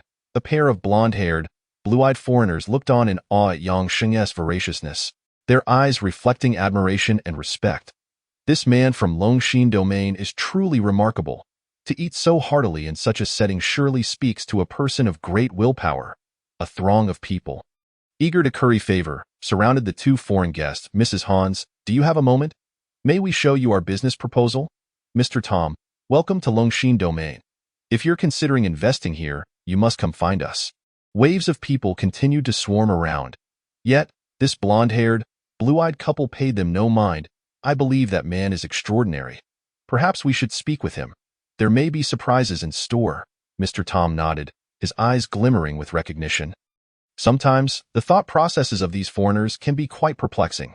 If Yang Sheng were to overhear, he might think these two foreigners were peculiar. As he continued to eat, Yang Sheng observed the layout of the dining hall. In his mind, a map was gradually forming. Ding! Yang Sheng set down his fork as a notification chimed in his system. He opened the system interface in his mind, in the bottom right corner. A new task alert appeared under the main quest. He clicked on it. Ding! Main quest 1, 2, 3, current main quest. To occupy the entirety of Lu's group, claiming all of its assets for oneself. General completion reward, Copper Essence 2. Perfect completion reward, Copper Essence 4. The task evaluation level will be determined by the time taken, methods employed, and the impact caused by the owner in completing the task. Different main quests have different evaluation standards. In short, the goal is to maximize benefits, ideally through subtle transformation. Yang Sheng inserted a piece of steak into his mouth. To occupy all of Lu's group's assets. A glimmer of cold light shone in Yang Sheng's eyes as a faint smile curled upon his lips. This task, indeed, seems quite intriguing. If I were to become the chairman of this group, would Lu Haochen have to call me father? Yang Sheng shook his head. No, one cannot have such a eunuch as a son. TSK. Good day, sir. May we sit here? The blonde couple unexpectedly sat down opposite Yang Sheng, leaving those around them in astonishment. Why on earth would the Hanson couple choose to sit before that glutton? Yang Sheng was momentarily taken aback, then widened his eyes in resignation. I don't buy insurance. I don't drink tea either. Please spare me your sales pitch. The Hanson couple was momentarily stunned. Chapter 22. Flying Sword. Sword Control Technique. No, sir, we are not selling tea, let alone insurance. The couple exchanged glances and burst into laughter. Oh, your Dragon Domain dialect is quite commendable. Yang Sheng casually remarked, not paying much heed to the seemingly distinguished foreign couple. He actually hoped they would finish their pleasantries and take their leave. His attention was entirely absorbed in the indices within his mind. The trust value was non-existent, and the fear value had hardly increased. After all, since he had emerged, he had been relatively compliant. Moreover, the world imprint had been erased, leading to a trend where the fear value was even decreasing. It seemed he ought to find an opportunity to elevate this fear value. Why was it that such a handsome man like him did not inspire fear? However, what surprised Yang Sheng was that the respect value was nearing completion, exceeding 10,000. Yang Sheng's eyes widened in disbelief. Goodness, was this respect value truly defying the heavens? How did it rise so rapidly? He was a bit bewildered. Although he was confident in himself, with the world imprint erased, where did this respect value come from? Had the system malfunctioned? Yang Sheng felt as if he had stumbled upon the answer. And suddenly his mind sparked with realization, goodness gracious, he must not let this show. Otherwise, it would not bode well if the system caught on. It is indeed puzzling how Yang Sheng's thought process operated. Nevertheless, his mind returned to the pressing question. What splendid rewards could this 10,000 respect value be exchanged for? Ding. The system has detected that the master's respect value has exceeded 10,000. Fulfilling the requirements for the first stage. Rewards obtained. A flying sword. Rewards obtained. A sword control technique. Rewards obtained. A mysterious copper treasure chest. Key 01. Upon exceeding 100,000 respect value. The next stage of rewards can be unlocked. A flying sword. Sword control technique. Yang Sheng was momentarily stunned. Wasn't this the stuff of those immortal novels? Then, as if his brain had short-circuited, he took out the flying sword. With a clang, the sound of the sword being drawn echoed throughout the dining hall. In Yang Sheng's hand was a sword, glistening and exuding a chilling aura, even emanating a slight chill akin to dragon's breath. The entire venue fell into a hushed silence. Everyone paused their meals, turning to gaze at Yang Sheng. The Hansen couple, seated opposite, were dumbfounded. They hadn't intended for things to escalate to this point. Had they? Yang Sheng lightly flicked the flying sword in his hand. To his surprise, he could not produce even the slightest sound or ripple with his strength. This sword was indeed impressive. A flying sword? A sword control technique? Did this mean he could truly soar through the skies like the celestial beings of myth? Yang Sheng broke into a silly grin. However, he sensed that the atmosphere around him had become somewhat peculiar. Noticing that everyone was staring at him, he glanced at the foreigners across from him and saw that the Hansen couple had huddled together in fear. Yang Sheng swiftly retracted the sword, making it vanish in the blink of an eye. The system could store this flying sword. Oh, right, to my foreign friends.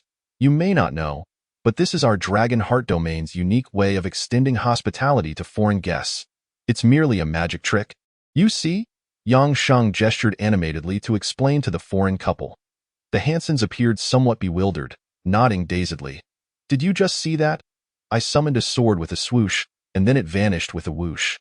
That is magic. I thought you two were quite amiable. Yang Sheng cheerfully elaborated. Wasn't that a splendid performance?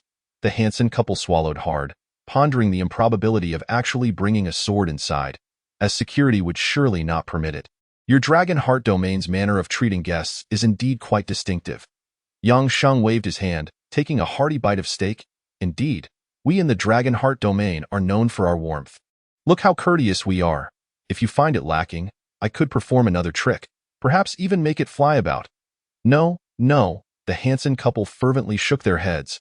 As more guests took their seats, the banquet was nearly ready to commence. Qin Zixuan was busy filming and interviewing various influential individuals, momentarily forgetting to seek out Yang Sheng. At that moment, Han Yin entered the reception hall, applying an ice pack to his swollen face. His head tilted awkwardly. He had been assigned a seat and planned to wait for the banquet to start. After all, a massive 3D screen had begun to showcase introductory visuals, indicating that the event was about to begin. However, Han Yin suddenly caught sight of a familiar figure. Qin Zixuan. His eyes widened in shock. How did she get in? Who let that wretched woman in? He rolled up his sleeves, ready to confront her and even call security to throw this vile woman out. He had entirely blamed the slap he received on Qin Zixuan. Yet, after taking a couple of steps, a sudden thought struck him. No. A person of my stature and refinement cannot act so rudely. Such behavior would be reminiscent of the mindless, rich, second-generation characters in novels. I am not some fool. Han Yin gazed at Qin Zixuan, a wicked smile creeping across his face. He figured that if Qin Zixuan had entered, that scoundrel Yang Sheng must have too. He waved for an assistant. Xiao Li, come here. Find out if that person is at the banquet. Xiao Li quickly brought back a virtual photo. Moments later, he returned. Young Master Han, he's here. He is in the dining hall, indulging himself, seated with a foreign couple. Very good. Excellent. Han Yin chuckled maliciously. Xiao Li, call President Qin Zixue of Qingqing International and send her these photos. Inform her that her sister has been taken away and bullied by a scoundrel. Then, notify some security personnel to give them a heads up, but do not make a scene. We don't want to alert the snake. Xiao Li nodded and quietly moved to a corner to call Qin Zixue. Han Yin looked at Qin Zixuan, admiring her alluring figure, and couldn't help but chuckle. Qin Zixuan, just wait. Today, I shall ensure you cannot escape this embarrassment. If I, Han Yin, do not succeed, I shall not bear the Han surname. Chapter 23. That zombie is quite handsome. Dear guests, greetings. The banquet is about to commence, and we kindly ask those yet to take their seats to do so promptly. Please remain silent once seated, as we are about to begin. The grand reception hall, which had been filled with noise, gradually quieted down. However, murmurs still echoed from the audience, mostly discussing recently trending topics. I in the dining hall. Yang Sheng let out a satisfied belch. This was his third trip for food, and he was finally full. The empty plates on the table were stacked almost to waist height. Guests were now instructed to move to the reception hall. The foreign couple who had been sitting opposite Yang Sheng left a business card and awkwardly departed. Yang Sheng casually tossed the card into his pocket without even glancing at it.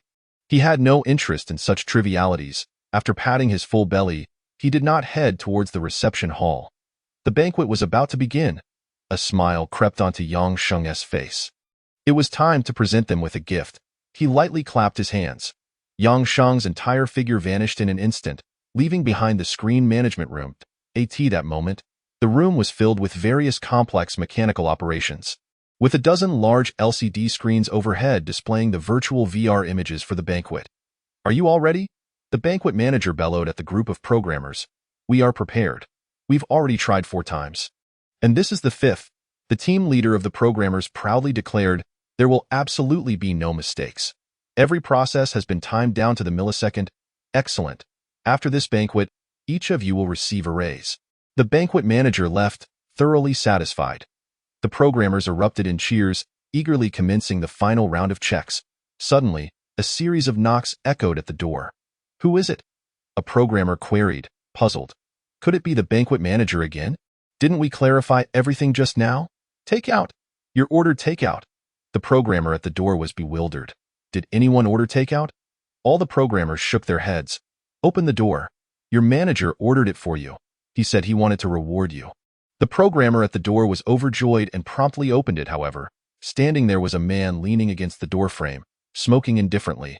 Yang Sheng lightly tapped the tip of his cigarette and smiled at the bewildered programmers, saying, "Hello, I apologize. The previous takeout got a bit cold, so I had it on the way. He'll make up for it. I will personally prepare a fresh one for you." Yang Sheng flashed a devilish grin. "Just obey my instructions, and everything will be fine. Otherwise, the takeout will be made from human flesh."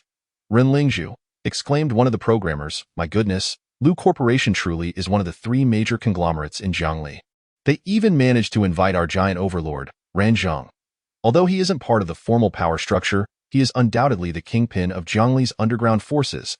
As they spoke, Ran Zhang swaggered in, his ample belly leading the way, surrounded by countless bodyguards. Despite the banquet's strict prohibition against weapons, this entourage was still armed to the teeth. Clearly, even Lu Corporation dared not offend Ren Lingzhu. Countless reporters surged forward. Among them Qin Zixuan, however, none could pose a single question. It was evident that Ran Zheng's expression was far from pleasant. His right thumb was wrapped in a large bandage, in a state of urgency. Lu Xiangxin, the current chairman of Lu Corporation and the father of Lu Haochen, rushed out with his wife, Su Xiangchuan, to respectfully greet Ren Zhang, taking the most honored seat in the reception hall. The atmosphere erupted into chaos and shouting. Meanwhile, Yang Sheng clapped his hands. "The gifts are all prepared. Today's banquet will undoubtedly be a feast for the eyes." "Lucky for all of you," Yang Sheng chuckled, patting his full belly, and staggered toward the reception hall. Observing the sea of nearly 10,000 people, he casually found a seat toward the back and settled in comfortably in such a vast hall with ample seating. There was no worry about finding a place. With a contented sigh, he reclined and even let out a burp in front of him. Several men excitedly discussed Lu the chairman and Ren Lingzhu. "Let's change the topic. Have you all seen that global excavation show?" "Yes. I thought it was just the same old routine. But then, out of nowhere, a zombie appeared, its face splitting open with sharp teeth. I was so scared I nearly dropped my phone. It became my nightmare. I keep dreaming of that terrifying face, but now, I can't find that video anymore. I wonder if it got banned." "Oh, I didn't see it. Was the zombie really that scary? What did it look like?" "It was quite handsome," Yang Sheng suddenly interjected. The group turned, momentarily stunned. "What the hell?" Yang Sheng rolled up his sleeves and said fiercely, "Weren't you asking if the zombie was handsome? Why bother asking? I've never seen a zombie more handsome than him." "Oh." Yang Sheng placed his hand on his chest, his expression one of rapture. "He is my god. He is my deity. Ever since I saw him, I can't sleep or eat, and those tales of 7 times a night are no exaggeration." His exaggerated performance left the group speechless. In the backdrop, in a few private dressing rooms, Lu Haochen, impeccably dressed in a blue Italian handcrafted suit, wore a grim expression. Get out, all of you. The makeup artist, frightened, grabbed her bag and rushed out. Lu Haochen remained seated, his rage unabated. Since the three-way battle yesterday, he had been plagued by a persistent pain in his lower back that refused to relent, making him feel like he might explode. Just then, Zhou Shilu entered, wearing a stunning off-shoulder white gown that made her look 10 times more beautiful than usual. She rushed over, concern etched on her face. Brother Qin, what's wrong? Seeing his bloodshot eyes, she gasped. Lu Haochen, in a fit of rage, yanked Zhou Shilu towards him, throwing her onto the table. Brother Qin, no, this is my new dress. After a moment, Lu Haochen, in despair, realized he couldn't maintain his composure. Let go of me. Zhou Shilu curled up in the corner, her white dress draped over her, looking pitiful. She trembled at the sight of Lu Haochen's blood-red gaze. Terrified he might lose control again. Brother Qin, can we wait until the banquet is over? Shilu, you are entirely mine. Get out, Lu Haochen roared, frantically tossing everything off the table in a fit of rage. Damn it, I am the chosen one. How could this happen? Zhou Shilu cowered in the corner, shivering and covering her head, crying out. Suddenly, the door to the dressing room burst open. Su Shangchuan, Lu Haochen's stepmother, entered, dressed in a luxurious purple qipao. She surveyed the chaos with wide eyes. Haochen, what happened? Why are you destroying the room? The banquet is about to start. Have you prepared your speech? You need to go on stage soon. Come here. Lu Haochen's beast-like gaze locked onto Su Shangchuan as he lunged towards her. Pulling her close, Su Shangchuan struggled, incredulous. Haochen, have you lost your mind? What are you doing? Lu Haochen seized her chin, raising her delicate neck. Shut up. After a long, passionate kiss, he forcefully dragged Su Shangchuan with him, simultaneously pulling Zhou Shilu from her corner and violently shoving both into the fitting room. Lu Haochen tossed aside his blue suit and stormed into the fitting room, rage boiling within him. Master Chun, the banquet is about to begin. Get out, all of you. The banquet had commenced, with a massive banner behind the 3D screen. Hanging in celebration of the Lu Group's centenary, the welcome banner for guests was abruptly taken down. The sound of clattering echoed through the air. The original podium suddenly elevated and transformed into a grand stage. A group of women clad in ancient white attire, barefoot and ethereal, ascended the platform, resembling celestial beings descended from the heavens. The opening dance commenced, accompanied by a 3D virtual screen that made every spectator feel as if these enchanting maidens were dancing mere inches before them. Applause erupted in waves, with guests marveling at the Lu Group's opulence, astounded that such a technologically advanced stage could be constructed. Truly, the Lu Group is deserving of its reputation. Esteemed figures nodded in approval. Such a transcendent atmosphere was not easily achieved. That not Wu Shishi. My heavens, it truly is. The most renowned star in Jiangli, who was rumored to have eluded even the most influential figures of the metropolis. Alas, it is a pity that I have never seen Wu Shishi's true visage, for she always dons a mask. The curiosity tingles within me, igniting a desire to unveil her true face. Let's be real. Wu Shishi is under the protection of powerful allies. If she chooses not to remove her mask, none can compel her to do so. At the center of the stage stood a figure adorned with a purple floral crown, wearing a half-mask that obscured her face yet revealed a pair of exquisitely captivating eyes that seemed to speak. As her crimson lips parted in a gentle smile, she bewitched every guest in attendance. Her partially concealed visage, with a smile so enchanting it could topple cities or nations, was enough to captivate any dashing suitor.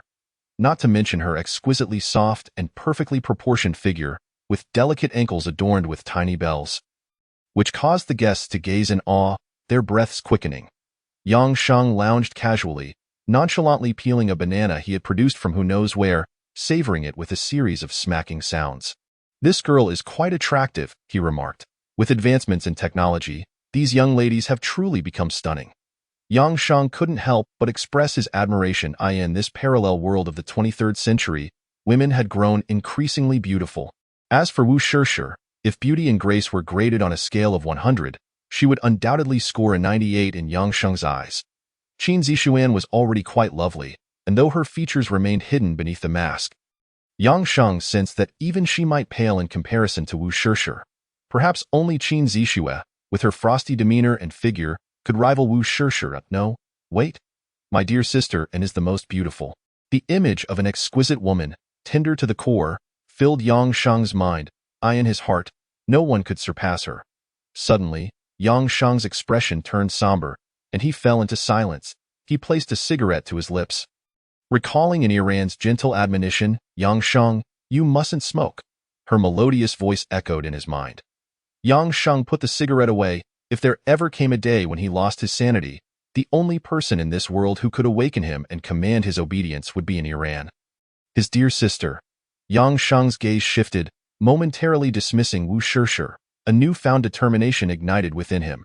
Sister, wait for me. Once I am strong enough, I will return to you. Yang Sheng will find you. He lit the cigarette again, silently vowing, even if it means shattering my very being, losing my life, or obliterating the fabric of time, I will seek you out. Hey, are you smoking? Don't you know smoking isn't allowed here? A man in front caught the scent of smoke, turning around with a cough, ready to berate Yang Sheng. However, words failed him when he met Yang Sheng's gaze, now a fierce crimson. Yang Sheng exhaled a plume of smoke, flicked the ash nonchalantly, and coldly inquired, what did you say? Repeat that. The man felt the atmosphere constrict around him, the world seemingly closing in. Terror gripped him, his complexion paling as he stuttered, no, I said nothing. He quickly turned away, fearing that another glance at Yang Sheng would cause his heart to burst from the palpable pressure. After the opening dance concluded, all the women retreated. The impeccably dressed host approached the stage. Esteemed guests, on behalf of the chairman, I hereby declare the centennial celebration of the Lu Group officially commenced. Chapter 25. What are you looking at? This son is not born of my loins. Please welcome Mr. Lu Xiangxin, chairman of the Lu Group, to deliver the opening address. Applause erupted like thunder. Amidst the reverberating claps, a middle-aged man clad in a bespoke suit crafted by a world-renowned designer stepped onto the podium with a confident and composed stride. Before he even spoke, the aura of experience and authority he exuded caused many to pause and reflect. Chairman Lu appeared far younger than 60, more akin to a man in his 40s, with an unmistakable presence that screamed of nobility. As Lu Xiangxin took the microphone, the audience erupted in spontaneous applause. Many marveled at the fact that only someone of his caliber could rightfully hold the title of chairman of one of Jiangli's top 3 listed companies, perfectly embodying the image of a formidable titan. Lu Xiangxin raised his right hand gently, and the applause subsided. Only Yang Sheng continued clapping, drawing bewildered stares from those around him, who regarded him as if he were simple-minded. Yang Sheng paid them no mind, thinking, this old man has quite the presence. Perhaps the Lu Group should consider keeping him on as a steward. Lu Xiangxin, composed and self-assured, faced the audience. Today marks the centenary of the Lu Group. It is a pleasure to welcome the elite of Jiangli to celebrate this momentous occasion. On behalf of all the staff of the Lu Group, I extend my warmest greetings to everyone present. Another round of vigorous applause followed. Well done, Yang Sheng cheered, impressed. Indeed, this was the sort of rhetoric befitting his future steward. Firstly, we would like to present or report on the economic contributions the Lu Group has made to the people in the Longxin region in recent years. As Lu Xiangxin articulated several figures, gasps of astonishment rippled through the audience. Shun Minghui, chairman of the Great Wall Group, couldn't help but shake his head in admiration. Truly, the Lu Group has achieved remarkable financial success. Even without factoring in real estate profits, their revenue in just the past 6 months rivals that of our Great Wall Group over several decades. Lu Zheng, owner of Housen Electric, expressed his genuine respect. The Lu Group dominates half of Jiangli's industry and supply chains. What an extraordinary force they are. Yang Sheng's eyes sparkled with excitement. The Lu Group is so wealthy, I could be set for life. Yet, the surrounding guests were increasingly convinced that Yang Sheng was nothing but a fool. What does the Lu Group's wealth have to do with you, Yang Sheng? Qin Zixuan, camera in hand, meticulously captured every moment of Chairman Lu's speech. Not wanting to miss a single frame, she was undeniably dedicated to her craft, but every time she lowered the camera, she would glance around, only to find Yang Sheng absent. A sense of disappointment washed over her. After searching so diligently, she still hadn't spotted him. He must have left, she thought, unknowingly feeling a sense of loss. Meanwhile, amidst the focus on Chairman Lu, No one noticed the security personnel, including a lead officer with a swollen face from a previous altercation, who coldly eyed Qin Zixuan. He pulled out his walkie-talkie, seemingly up to no good, and began issuing instructions. Young Master Chen, hurry up. It's about to begin. Once the chairman finishes speaking, you'll be up next. Bang, bang, bang. Stop knocking. Hurry up. What are you doing? Get out of here. Lu Haochen, emerging from the fitting room, felt his mood grow increasingly volatile. The two alluring women before him failed to pique his interest. I'm about to lose my mind. Lu Haochen slammed his fist against the wall, repeatedly reassuring himself in his mind that it was all right. It was all right. Perhaps he was simply fatigued that day. He needed to recuperate for a while before consulting a few doctors for some medication. Everything would be fine. Lu Haochen took a deep breath, striving to calm his turbulent emotions, and put his clothes back on. He was acutely aware that he was about to take the stage and that he could not afford to be angry. The most important thing was to firmly inherit the Lu family conglomerate's fortune. He dressed meticulously, even taking a moment to tidy his hair with gel in front of the mirror. He pushed open the door and stepped outside, saying, "All right, now take me over, I'm all a tea." That moment, Yang Sheng, who had been yawning and nearly dozing off, jolted awake just as his head almost collided with a nearby guest. Rubbing his eyes, he noticed a puddle of drool on the armrest, prompting the guest to nearly bolt out in disgust. How could such a person be allowed in here? Lu Xiangxin stood on stage, outlining the group's performance and future plans. As he neared the conclusion, he emphasized that the future direction of the group would still be based on Jiangli, attempting to align more closely with international markets. That time, he urged friends to collaborate with the Lu family group for mutual benefit. That's about all I have to say. There's still plenty more content. However, I believe that since I'm viewing from a higher perspective, my son Lu Haochen, who has worked his way up from an ordinary employee for 3 years, might offer a fresh insight. He can provide everyone with a more concrete presentation of the group's operations and share some genuine management experiences for your reference. So, with that, thank you all. The applause was thunderous. Yang Sheng couldn't help but smile, lighting a cigarette. After such a long wait, the main event was finally about to commence. Following the host's introduction, Lu Haochen, clad in a blue suit and exuding an air of success, stepped confidently onto the stage, greeted by an uproar of applause. Lu Haochen politely bowed to the guests below. Shen Minghui nodded with a smile and turned to his wife, saying, "This young man is truly courteous." Lu Haochen took the microphone and enthusiastically declared, "Dear uncles and aunts, distinguished ladies and gentlemen, and esteemed colleagues and friends." All eyes turned towards him, and his opening statement seemed promising. "Hello to all my dear parents." Upon uttering this, Lu Haochen, brimming with enthusiasm, gazed at the guests below, wondering why the applause had not yet come. Silence. The entire audience was utterly stilled. Why dear parents? How many parents do you have? Who exactly are you? Yang Sheng, cigarette in mouth, thought. What are you looking at? This brat surely isn't my biological son. Chapter 26. Leading Lady Number 1. Leading Lady Number 2. The crowd below wore expressions of bewilderment. My dear parents, what kind of greeting is that? Is this the new way young people in the 23rd century greet each other? The host was equally perplexed. He had reviewed the script beforehand, and this was not how it was supposed to go. Lu Xiangxin's expression darkened instantly. This unconventional greeting was rather peculiar. Shen Minghui, noticing Lu Xiangxin's sour demeanor, hastily offered reassurance. The youth, Lu Dong, may not fully comprehend. It's all about standing out. I believe this unique way of greeting might just become a new trend. Lu Xiangxin's expression softened slightly at this on stage. After Lu Haochen finished speaking, he finally realized what he had just said. His eyes widened in shock. Why did I say that? I didn't mean to think that way at all. How did it come out like this? What on earth is happening? He was unclear why he had spoken in such a manner. But at present, he needed to remedy the situation quickly. Lu Haochen's eyes darted around before he smiled and explained, "Everyone might find my words a bit strange, that in truth, I mean to show respect to all our guests. Many colleagues and some senior leaders have cared for me greatly, much like the nurturing of parents. Therefore, I, Haochen, chose this warm way to greet all of you, expressing my gratitude for your support and presence." After saying this, Lu Haochen offered a sincere and earnest gaze to the guests, even bending down to bow deeply once more. The audience was thoroughly charmed, and applause erupted like thunder. I told you. Chairman Lu's son is polite. Indeed. Today's youth truly understand manners and etiquette. He is a testament to Chairman Liu's upbringing. In terms of decorum, he surpasses the average person by far.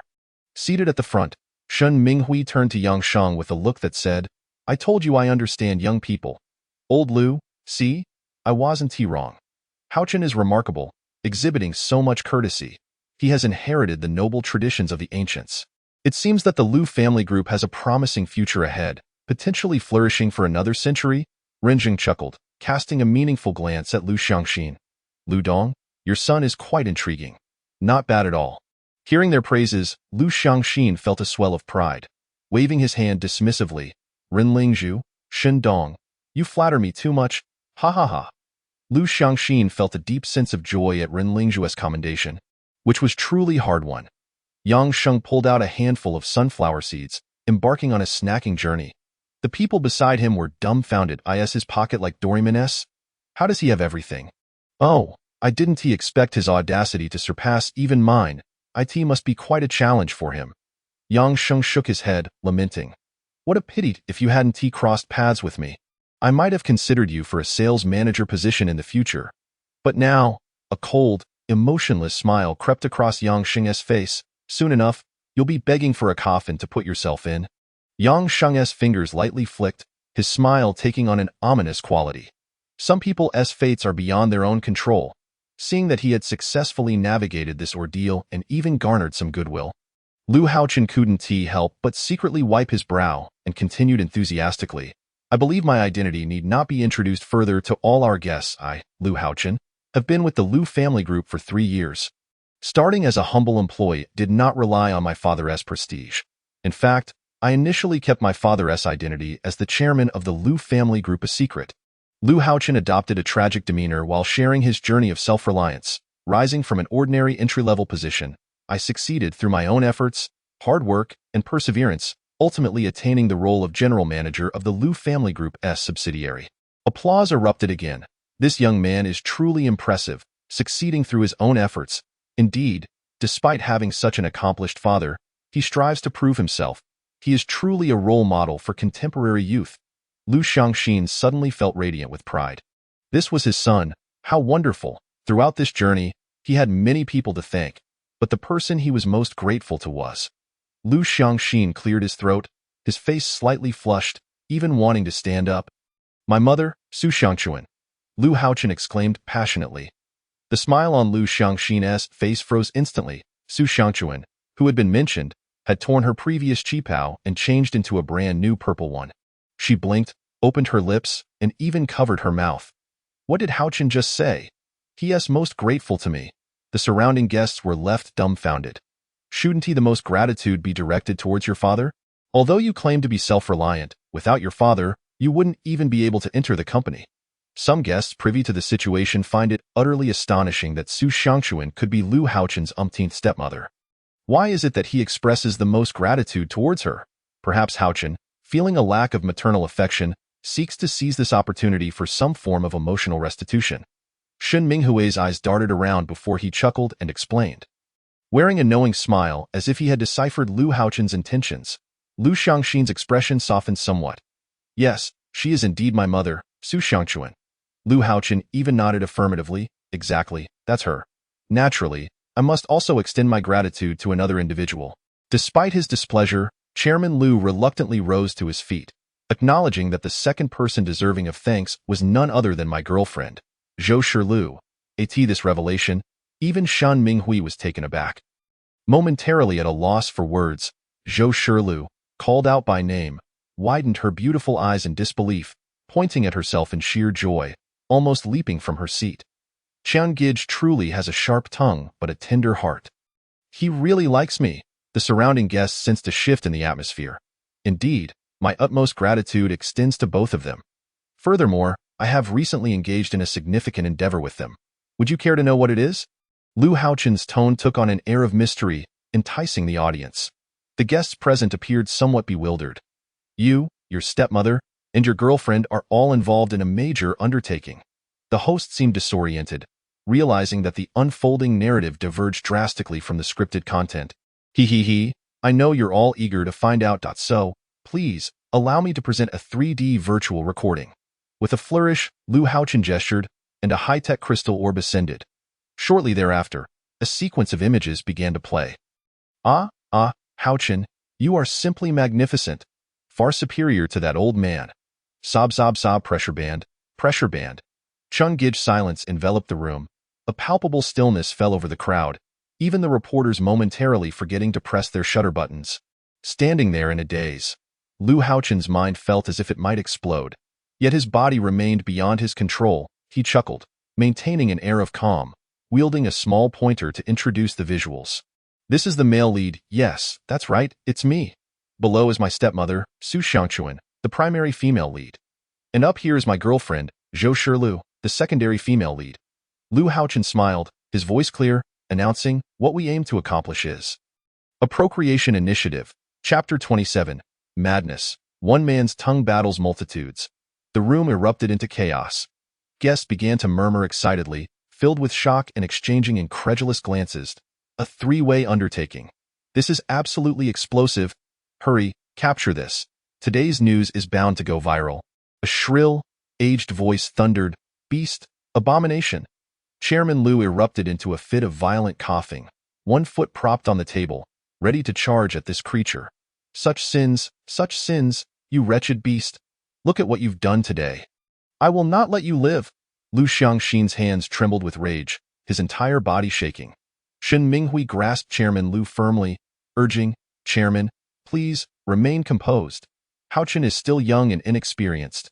You must exhibit understanding. Oh, Lu Xiangxin, you old fool. How dare you call me a beast? Lu Haochen's madness escalated.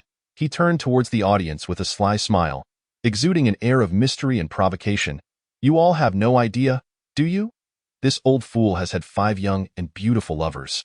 Yet, each one has been with me, Lu Haochen. Lu Haochen leaned forward, chuckling at Chairman Lu. Ha ha ha. You had no idea, did you? I've been with them all. Each mistress has exclaimed, oh, Chun-Gij, you are far superior to that old man. Chun-Gij, you are amazing. The crowd gasped in disbelief. Cameras clicked incessantly, capturing the unfolding spectacle. My goodness, is he really that formidable? This is the pinnacle of his life. Chairman Lu nearly coughed up blood, his expression a storm of fury. His eyes nearly bulging from their sockets. You beast, I will slay you. Lu Xiangxin could no longer contain himself, his dignity stripped away. He was ready to crush this wretch. Chairman, please remain calm. There are so many people and reporters present. You cannot afford to lose your composure. Shen Minghui clung tightly to Lu Xiangxin, preventing him from leaping forward. Shen Minghui, you are no saint yourself. Shen Minghui stood frozen. Lu Haochen spat venomously. Madam Shen, did you truly believe your husband is a devoted family man? Do you think he is truly a good man? Just within the confines of Jiangli's Huanqing No. 1 villa, Shen Minghui had engaged 2 top-tier young models. They were strikingly youthful and far more beautiful than Madame Shen. Oh? How do I know this? Ha ha ha ha, that I have also been with those 2 young models, right there in your Huanqing No. 1 villa. The experience was exquisite. The audience fell into stunned silence before erupting into pandemonium. My heavens, this could be another headline-worthy scandal. Slap, Madame Shen, enraged, struck Shen Minghui across the face. Is what he says true? Shen Minghui was momentarily dumbfounded, his expression shifting rapidly, his body trembling with fury. Damn it, don't stop me. I will tear his vile mouth apart. Nearby bodyguards swiftly intervened.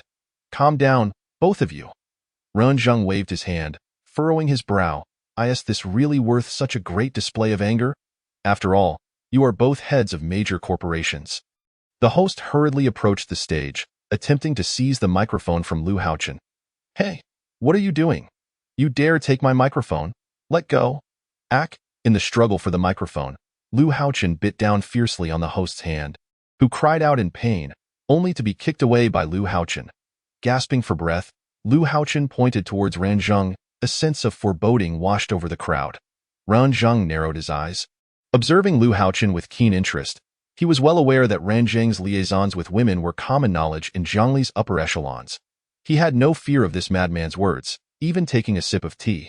Ranzheng, do you know that the starlets you entertain are merely leftovers from others? The audience fell into a stunned silence. It's over. It's over. He dares to speak so boldly to Lord Run. Yet, Ren Zheng merely waved his hand dismissively, and what of it? My preference leans towards mature women. Lu Haochen smirked, as for your starlets, I have indeed not indulged. But your mother, I have. Ren Zheng's expression froze instantaneously. You don't believe me? Lu Haochen clapped his hands, and the 3D screen displayed an image. Take a look. Is this not your mother? The room fell silent. Ren Zheng immediately spat out his tea, his face contorted in rage. Someone, take this dog out and execute him. I want him dead. The atmosphere erupted once more. Reporters scrambled, overwhelmed by the deluge of information. This Lu Haochen is truly something else. He has even been with Lord Ren's mother. This is beyond explosive. In the back of the audience, onlookers like Yang Sheng widened their eyes in astonishment. Wow, who would have thought? Lu Haochen is genuinely impressive, a man of great potential. One man taking on multitudes. He bites whoever he catches. The most astonishing part is he remains unfazed. Yang Sheng was taken aback, realizing he had underestimated Lu Haochen's capabilities. It is truly regrettable not to capitalize on the opportunity to sell the foolish children smartwatches. The situation has spiraled beyond control. The bodyguards of the Lu group surged forward in an instant, intent on dragging Lu Haochen off the stage. Alas, you wretched creatures, do not tug at my clothes. They are far too expensive. Do not snatch my microphone. I command you, do not seize my microphone. Yet, the microphone was still wrested from his grasp. Security personnel held Lu Haochen firmly, attempting to forcibly remove him from the stage. Lu Haochen, however, resisted fiercely, suddenly collapsing to his knees with a resounding thud. His head began to sway back and forth, reminiscent of a coin-operated rocking horse from his childhood. As he swayed, he sang, "Father's father is a grandson. Father's mother is a mistress. Grandfather's grandfather has no eggs. Eggs. Big white rabbit, white and bright." The audience erupted in astonishment. The bodyguards on stage could only cover their heads in despair, thinking, it's over. This young master has truly lost his mind. Chapter 28. The revelation of Han Yin's masterstroke. He has gone mad. The guests began to engage in fervent discussions, astounded that Lu Group's centennial banquet had devolved into such chaos, with the chairman's only son seemingly having lost his sanity. This incident would undoubtedly render the Lu Group a laughingstock throughout the Longxin domain. How could anyone have anticipated that this celebratory feast would transform into such a theatrical spectacle? I cannot shake the feeling that a hidden hand is orchestrating these events. Otherwise, how could such a blunder occur within the typically prudent Lu Group? Furthermore, Lu Haochen had previously exhibited no signs of mental instability. What on earth is happening? The surrounding guests were unable to contain their wild speculations. As the host, hoarse from his efforts, attempted to restore order to no avail, no one paid heed to his words amidst the barrage of sensational revelations.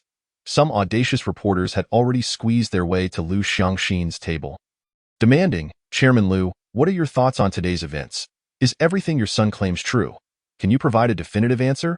Chairman Lu, does your son suffer from any mental illness? Why were there no signs before? Or are you concealing his condition?"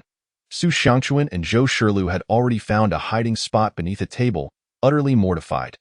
They never imagined that their confrontation with Lu Haochen that night would be so publicly aired. Trembling in fear, they hoped no one would discover their presence. They were too ashamed to show their faces, terrified that stepping out would subject them to relentless questioning from reporters. Tomorrow's media outlets would undoubtedly have a field day with their story. At this moment, they felt an overwhelming desire to silence Lu Haochen for good. Yet, the true architect behind this entire affair, Yang Sheng, remained the calmest of all. Reclining leisurely, he took a puff of smoke, his gaze growing increasingly frigid. "Lu Haochen, this is but the first step in your torment. Soon, you shall witness the collapse of the Lu Group, this grand edifice. I, Yang Sheng, shall single-handedly dismantle the Lu Group, allowing you to watch helplessly, so you may comprehend what true despair entails, what it means to endure a life more painful than death. I shall slowly grind your very bones to dust. The Lu Group? To me, Yang Sheng, they are mere ants." Yang Sheng's thoughts drifted back to that moment when he witnessed his father, limping from a brutal beating, blood streaming from his mangled thigh, clad in tattered clothing, desperately clutching the meager sum he had fought so hard to reclaim. His father wore a smile. A smile, do you understand? Because that paltry amount of money meant they could enjoy a decent new year, buy meat, and provide new clothes for his son and wife. It was all due to that small sum. The rightful money that should have been theirs, that led to his father being mercilessly beaten. One of his legs broken, Yang Sheng owed more to his father than to his mother. His mother's frail health prevented her from working too hard. From elementary school to university, all his living expenses were painstakingly provided by his father's calloused hands. His father had always said, "Son, I have little to offer in this life. I cannot pave the way for you as other parents do, sending you abroad for studies, but Yang Sheng, you must strive. You must excel in your studies and live a meaningful life. If your father has not achieved success, you must become someone of worth to show them, to flaunt it before our snobbish relatives. My son, Yang Sheng, will succeed." However, in his previous life, Yang Sheng ultimately disappointed his father.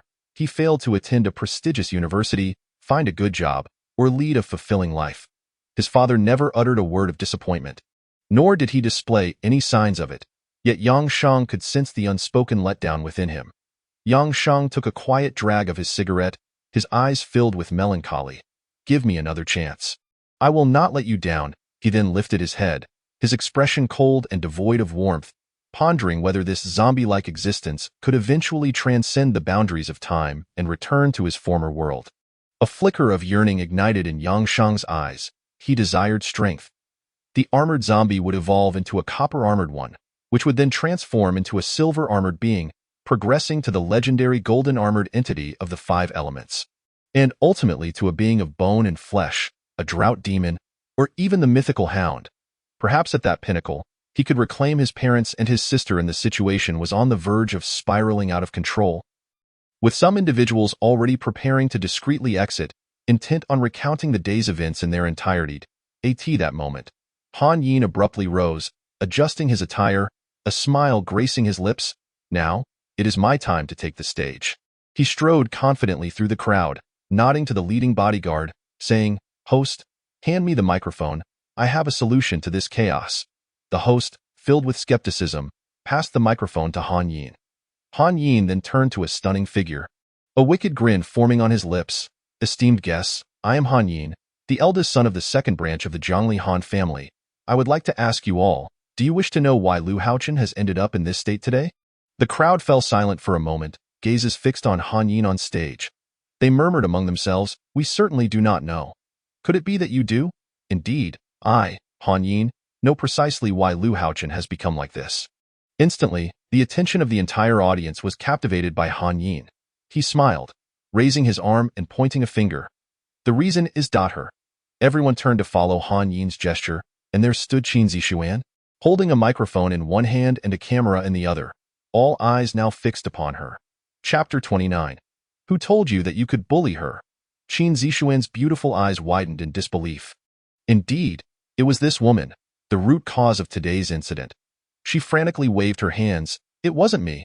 You must understand, the reason Lu Haochen is in this state is that someone poisoned his drink." The audience erupted in uproar. Han Yin continued, "Everyone present here is of respectable standing. The person I am referring to is named Qin Zixuan, a woman masquerading as a journalist. The head bodyguard at the entrance expressly prohibited her from entering. Yet she managed to infiltrate using some vile tactics." The guests exchanged bewildered glances. "A journalist is merely her disguised. In truth, she is a spy sent by the Du Group. She poisoned Lu Haochen and colluded with all the programmers in the monitoring room. This entire scheme is her doing." Qin Zixuan's expression shifted to one of panic as she beheld the hostile gazes of those around her. "It wasn't me. I truly am just a reporter. You are making baseless accusations. How dare you slander me?" Han Yin, laughed heartily. "Slander? You still refuse to acknowledge it. Then let me ask you, with the entire group under strict lockdown and security personnel stationed everywhere, how did you manage to infiltrate? The head of security at the entrance explicitly forbade your entry. Did you gain permission to come in, and do you have any evidence of your entry? Can you provide an explanation?" Suddenly, Qin Zixuan fell silent, unsure of how she had entered. She had been inexplicably brought in by Yang Sheng. However, how could she possibly reveal that? She already felt guilty towards Yang Sheng and could not betray him. You see, she has a guilty conscience. All eyes turned towards Qin Zixuan. Chairman Lu's gaze also began to scrutinize the situation, questioning her identity. A journalist from Qingqing International. Everyone present knew that Qingqing International is a subsidiary of the Du family conglomerate. Do you dare to claim you are not their spy? The surrounding guests widened their eyes. A chorus of boos erupted, as the truth seemed to align increasingly with Han Yian's claims. I am truly not a spy. Qin Zixuan was on the verge of tears, gripping her clothing tightly, her nails digging into her palms, drawing blood. Han Yian chuckled, continuing to mock her. You still refuse to yield. Very well, I shall bring you to despair. Shaoli, present my evidence. The assistant produced a photograph and a fingerprint analysis report. In the 23rd century, even the most meticulous schemes can reveal flaws. Ladies and gentlemen, behold, this photograph features a woman. Does it not resemble Qin Zixuan? The crowd's gaze shifted. The enlarged image displayed Qin Zixuan, bending down while holding a teacup, seemingly clutching a small white bag. Qin Zixuan widened her beautiful eyes, insisting, this is not me. This photograph is. Her words were abruptly cut off. And now, please observe this fingerprint analysis report. The fingerprints on the teacup match exactly with those of Qin Zixuan recorded in the National Security Database. I hurriedly instructed my assistant to consult experts for verification. The official seals from National Security and the hospital are clearly visible. Qin Zixuan, those three characters, at that moment. Zhou Shilu suddenly interjected, appearing shocked and incredulous, pointing at Qin Zixuan and exclaiming, it's her. It's definitely her. When I was with Haochen, she inexplicably squeezed in and even touched Haochen's cup. Woe is me! You wicked woman! Return my brother Qin to me! Zhou Shilu cried out, even attempting to rush at Qin Zixuan to strangle her. Su Xiangquan hurriedly intervened, as the two women sobbed in each other's arms, appearing as two oppressed damsels. Han Yian stretched his neck, revealing a cold smile. Qin Zixuan, how will you defend yourself now? The crowd erupted in shock, gasping in disbelief. My goodness, is this truly happening? There can be no doubt. The evidence stands plainly before us. She herself cannot even explain how she entered a heart of a viper. She may appear beautiful, but one cannot discern the heart behind the visage. How can this woman possess such a treacherous heart? This is a violation of the laws of Longxin Domain. Poisoning someone in a public place is a capital offense. Not only that, but it will also implicate her family, punishing them severely. Chairman Lu's expression turned grave. He knew that this teacup was not one typically used by Lu Haochen. However, at this moment, a scapegoat was needed to divert attention from the Lu family conglomerate. Han Yian was indeed an astute choice for this purpose. Han Yian cast a flattering glance at Lu Xiangxin, who subtly nodded in agreement. Such audacity, to openly poison my son at a Lu family gathering. Chairman Lu roared with anger, even kicking over a table. Guards assemble. Seize this spy from the Du family conglomerate. Clang, clang, clang. Two fierce security guards, like iron fortresses, brandished massive clubs, followed by a burly man wielding silver handcuffs. Advancing menacingly towards Qin Zixuan. Seize her. Take away this treacherous woman. The crowd surged with outrage, demanding that Qin Zixuan be brought to justice, even calling for her execution, their hearts brimming with resentment. Qin Zixuan's face turned pale. Devoid of any color, she kept retreating, insisting, no, I did not. I truly did not poison anyone. You must believe me. Silence your tongue. The guards grinned maliciously, brandishing their cold clubs, ready to strike at Qin Zixuan. Boom. Suddenly, a whirlwind swept through the banquet hall. A figure appeared, too swift for the crowd to discern, only a fleeting shadow. In an instant, a thunderous crash resounded. The guard holding the handcuffs was sent flying, crashing into a wall 20 meters away, leaving spiderweb cracks in the wall. The seemingly indestructible surface crumbled as the once menacing guard's head was embedded within the wall, resembling a lump of ground meat. The remaining two guards stared wide-eyed, trembling as they fell to the ground. A profound silence enveloped the room, a stillness akin to death. Yang Sheng, who had teleported, quietly lit a cigarette, took a puff, and, with an indifferent expression, raised his head, a chilling smile spreading across his face. Who told you that you could bully her? Chapter 30. Ren Zheng, come, do you believe or not? Yang Sheng turned to Qin Zixuan, casting a casual glance, seemingly relieved to see she was unharmed, before turning away without uttering a word. Qin Zixuan's beautiful eyes widened, reflecting only Yang Sheng's figure. Just as she opened her mouth to speak, She realized Yang Sheng had turned away. Her once revived heart felt as if it had been crushed anew. You. The two guards trembled on the ground, inching away. Who are you? Upon closer inspection, one could see yellow stains beneath the two guards. They were on the verge of tears from fright. This brutal display of violence had shattered their composure. The guests were enveloped in a profound sense of shock and dread, gazing at the lifeless body embedded in the wall. Gulp, he is killed. He has committed murder. The crowd erupted into chaos, shrieking in terror. The body of the guard began to bleed, splattering the walls with gore. Some of the bolder attendees stared wide-eyed, overwhelmed by shock. Why heavens, is this real, or am I dreaming? Am I still asleep? No, I didn't see clearly. Do you know how that guard flew up there? Wasn't he just at the podium? Who on earth is this man? This is a scene only seen in movies. Is he a monster or a superhero? Chairman Lu's face was a mask of astonishment. He pointed a trembling finger at Yang Sheng. Who are you? How dare you wreak havoc at a Lu family event? Who permitted your entry? Do you realize you have committed murder? That is a crime. Han Yian's eyes widened in excitement. He jumped up, pointing at Yang Sheng. It's him. He is the one. He and Qin Zishuan are in cahoots. Spies sent by the Du family. Guards, seize him. Capture both of them, quickly. And you, Xiaoli, report to the Longan Bureau immediately. Arrest them all. Hurry. Boom. In an instant, all the Lu family guards assembled, surrounding the venue tightly. The first and second floors were filled with armed guards, equipped with firearms, ammunition, and sharp knives, all aimed at Yang Sheng, who stood 3 meters away. Surrounded by a formidable ring of security personnel from the Lu group, even equipped with sniper rifles, the atmosphere became palpably tense as the crosshairs were trained upon Yang Sheng's head. However, amidst the chaos, no one noticed Ren Zheng, the lord of the dark forces in Jiangli, whose visage contorted in sheer terror at the sight of Yang Sheng. His hands trembled uncontrollably, his lips quivering as if he had encountered a monstrous apparition heralding the apocalypse. He was on the verge of tears, exclaiming internally, "How on earth is this creature here? With so many helicopters and mechas, I wasn't even touched. These guards are insignificant."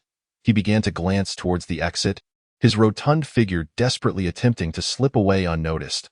Ren Zheng realized that if he lingered any longer, he would meet his demise in this very spot. He had not yet lived enough. He felt an unprecedented agility coursing through him, urging him to flee. Meanwhile, Yang Sheng stood immobile, a placid expression on his face as he inhaled smoke, the mist swirling around him obscuring his features. With a calm demeanor, he lifted his gaze and inquired, "Is that sufficient? Have you had enough?" Han Yian, oblivious to the gravity of the situation, erupted into laughter, even tilting his head back in a fit of mirth. Declaring enough? How could you possibly think that? You and the woman behind you are destined to be imprisoned today. If you dare to move another inch, you'll die right here on the spot. Do you believe me? The sniper will shoot through your head immediately. Chairman Lu thundered in anger, reprimanding the reckless youth. Surrender at once. Await your just punishment. The guests in attendance shook their heads, resigned to the fate of Yang Sheng and Qin Zishuan, who were surely to be captured and executed, their entire families obliterated. A conclusion deemed inescapable. Even divine intervention could not save them from this deadlock. Yet, at that moment, Yang Sheng suddenly chuckled, a sound that resonated with an unsettling disdain. "Do you believe?" he asked, exhaling the last remnants of smoke and raising his head to gaze at Ren Zheng. "Come now, do not rush to flee. Tell me, do you believe?" Stopped in his tracks, Ren Zheng, who had been inching towards the exit, felt all eyes turned towards him. Did he know Ren Zheng? What was he attempting to do? Was he seeking a restroom? It was over. They were all doomed.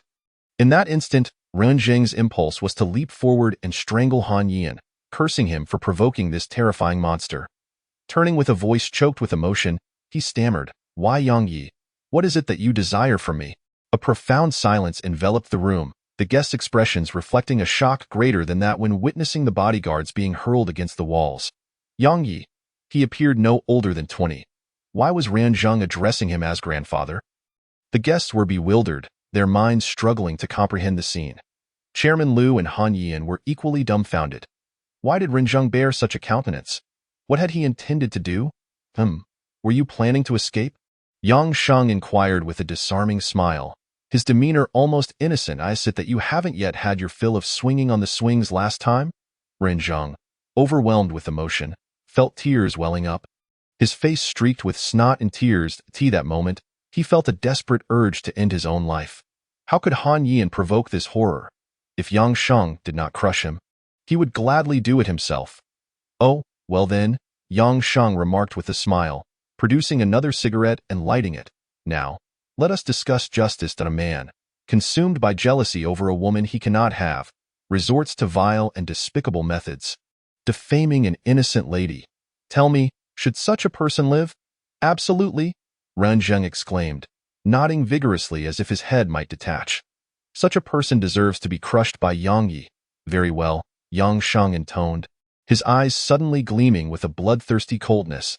He raised his right hand, and a dark vortex began to coalesce within his palm, emanating a chilling aura that struck fear into the heart.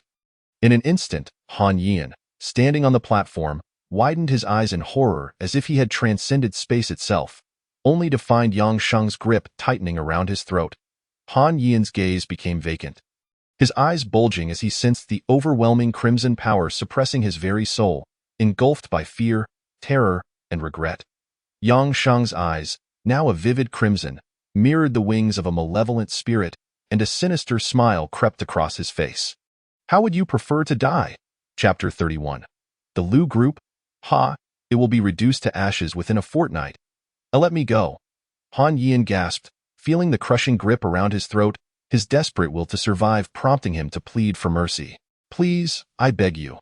Yang Sheng smirked. If begging for mercy and admitting one's mistakes were effective, this world would be devoid of wrongdoing.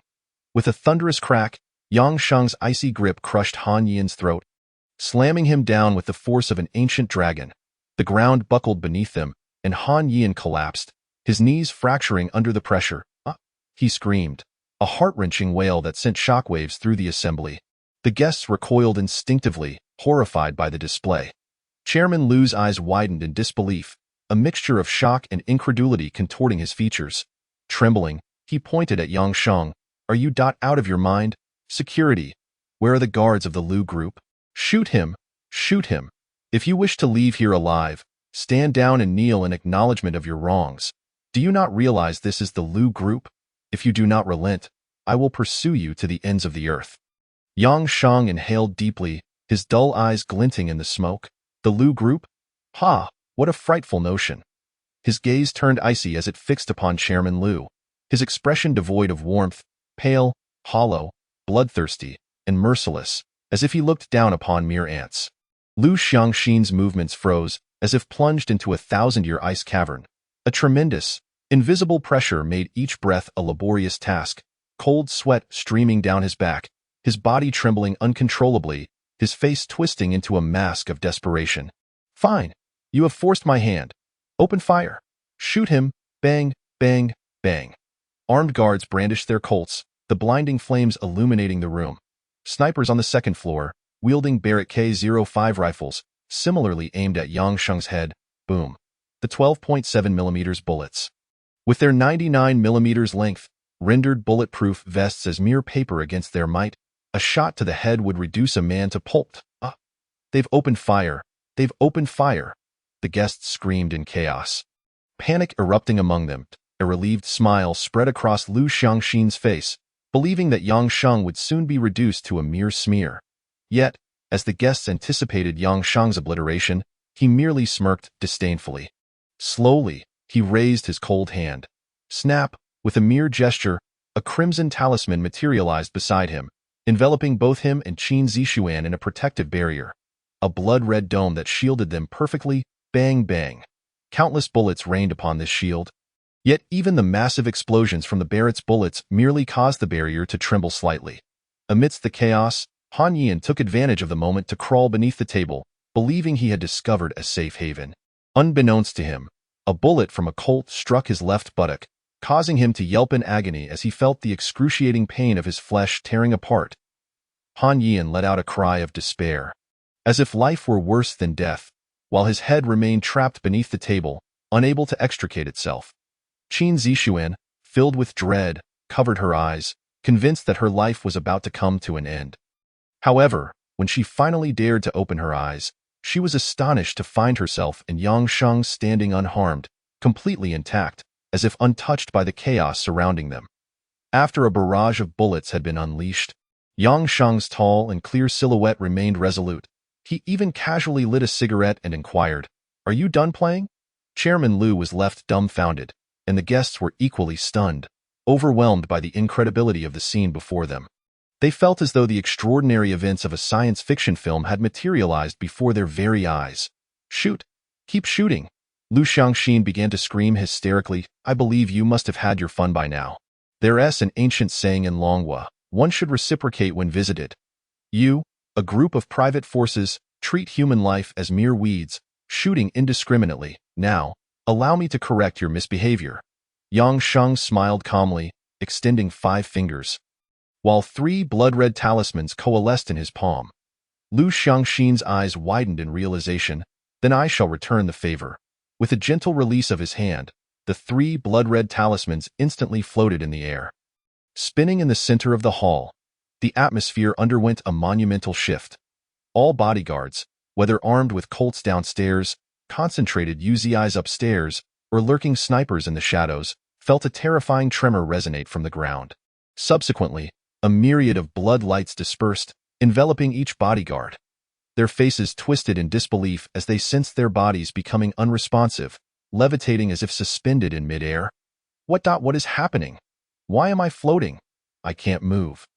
They screamed in horror. This blood light is draining my life force. Help! Somebody help us!" The bodyguards floated helplessly, emitting heart-wrenching cries. The guests, terrified beyond measure, collapsed to the ground, exclaiming, "Mom, woo-woo, I want to find my mom. I want to go home. It's too dangerous here. I want to go home. I quit, woo-woo." Liu Xiangxin trembled, struggling to maintain his composure as he stammered, Who are you?" Ren Zheng had already hidden beneath a cabinet, peeking out with a round head, muttering, "I told you all not to provoke this devil. Look where we are now, a bunch of fools, a bunch of useless teammates. Idiots. Now I'm dragged into this mess." Qin Zixuan's beautiful eyes widened in disbelief at the unfolding chaos. "Is Yang Sheng a deity?"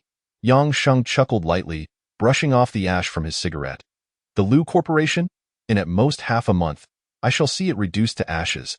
He exhaled softly, "Treasure your time." "Halt! The Long and Martial Arts Bureau is here. Who dares to act recklessly?" Suddenly, a group of fully armed individuals clad in black, special uniforms stormed into the banquet hall, enveloping it with an overwhelming presence, restoring a sense of gravity to the atmosphere, contrasting sharply with the private bodyguards. Chapter 32. The Cultivators of Longxin Domain, Masters of Mingjin. The Long and Martial Arts Bureau. Excited gasps erupted among the crowd, as if they had glimpsed a glimmer of hope for salvation. The Long and Martial Arts Bureau and the Long and Security Bureau belong to 2 distinct organizations, both under direct governmental jurisdiction. Unlike the mysterious and formidable Abilities Bureau or the technologically enhanced forces of the Long and Security Bureau, the Long and Martial Arts Bureau comprised a unique assembly of practitioners from the entire Longxin domain. These martial artists, trained in specialized systems, constituted a remarkable organization. The Long and Martial Arts Bureau was undoubtedly the foremost authoritative force among martial practitioners in plain sight. It was only when the Longxin domain was beset by uncontrollable powerful practitioners that the Long and Martial Arts Bureau would intervene. Unlike the heavily armed bodyguards, none of the members of the Long and Martial Arts Bureau bore any firearms. Their powerful aura as martial artists far surpassed the deterrent force of conventional weaponry. However, Ran Zheng, who had buried his head beneath the table, suddenly raised it and shook his head in resignation, sighing, "It's over. Another group of messengers of doom has arrived." The leading vice-captain, Zhang Hu, stepped forward with an imposing demeanor. Cracking his knuckles ominously, "I advise you to surrender immediately and release everyone. Otherwise, you will soon find out just how formidable a high-level Mingjin master truly is." Yang Sheng stood his ground, a knowing smile curling upon his lips. "Oh, the cultivators of Longxin domain have finally made their appearance." He lit a cigarette, the flickering flame illuminating his emotionless gray eyes. "I have been waiting for you for quite some time. Enough of your worthless chatter. You are not worthy." Zhang Hu exuded a powerful aura, his fists cracking ominously as he growled. As the vice captain of the 3rd Squad of the Long and Martial Arts Bureau, I remind you once more, do not seek death. Before Zhang Hu could finish his warning, his pupils widened in shock. Boom. A figure dashed forth like a shadow, and everyone, including the members of the Long and Martial Arts Bureau, felt a chilling wave of despair wash over them, as if the very essence of darkness and doom had enveloped them. The sky seemed to darken instantaneously. Yang Sheng, cigarette in mouth, wore a smile and stood before Zhang Hu. Do you know why some people meet their demise? Because they talk too much. Zhang Hu felt as though he had plunged into an ice cavern, his expression frozen in disbelief as Yang Sheng's icy fingers latched onto his face. Crack! Zhang Hu's features were pressed together. Lifted into the air, he screamed and struggled desperately, but his powerful Mingjin arms could not budge Yang Sheng's grip. Let me go. Yet Yang Sheng's arm was like a vice, unyielding. The crowd stared wide-eyed. Unable to react in time as Yang Sheng smiled again in a flash, he moved 3 meters and slammed Zhang Hu's head, along with his body, down onto the ground with a resounding crash. Boom! Zhang Hu's head was instantly embedded into the ground, creating a spiderweb of cracks around it. The hall fell into an eerie silence. Is he dead? Yang Sheng bent down, testing for breath at Zhang Hu's bloodied nostrils. Only to feel a hint of warmth, he shook his head in disbelief. Truly, the cultivators of Longxin Domain possess a sturdier head. Boom. Under the gaze of all, Yang Sheng stomped down heavily once more. The ground buckled beneath him, creating a massive crater, sinking several centimeters. The ceiling of the banquet hall began to tremble violently, dust and debris raining down. The guests shrieked in terror, huddling together. The man who had previously attempted to stop Yang Sheng from smoking was so frightened that he lost control of his bodily functions. Leaving everyone unprepared for such a turn of events, including the guests and the Long and Martial Arts Bureau, who had anticipated that their arrival would swiftly quell the turmoil. Yet they found all hope shattered. Renjiang muttered, I told you so, the Abilities Bureau couldn't handle this. What could a mere third-rate Long and Martial Arts Bureau accomplish? The crowd fell into a hushed silence, as the captain of the Long and Martial Arts Bureau, Li Goen, gaped in disbelief at the unfolding scene. Who on earth is this monster? The legendary transformation master couldn't possibly be this formidable. Could he? Zhang Hu, a high-level Mingjin master, just like that, smashed into the ground? Dead. How could you kill him? Thud, thud, thud. Yang Sheng's slow, heavy footsteps echoed ominously. Like the ominous toll of a death knell, each resonant chime struck the hearts of all present. Yang Sheng approached Captain Li Goen, a faint smile gracing his lips. So you are the captain of the Martial Arts Bureau? How dare you come forth? The nearby personnel of the Long and Martial Arts Bureau instinctively moved to encircle him. Li Goen raised a hand, signaling everyone to disperse and refrain from approaching. Captain, I have some insights. How can you dare to take a life in broad daylight? He is not yet dead. Yang Sheng produced a cigarette, igniting its tip. Care for a smoke? Li Goen squinted, pausing in silence before finally nodding. Yang Sheng chuckled, offering the lit cigarette to Li Goen, who accepted it without hesitation, expertly exhaling a plume of smoke. Yang Sheng smiled. You are far more agreeable than that Zhang Hu. That Zhang Hu, we can still rescue him if we retrieve him now. Li Goen's eyes widened, and he gestured urgently. Hurry. Several members of the Long and Martial Arts Bureau rushed to the pit to salvage the barely alive Zhang Hu.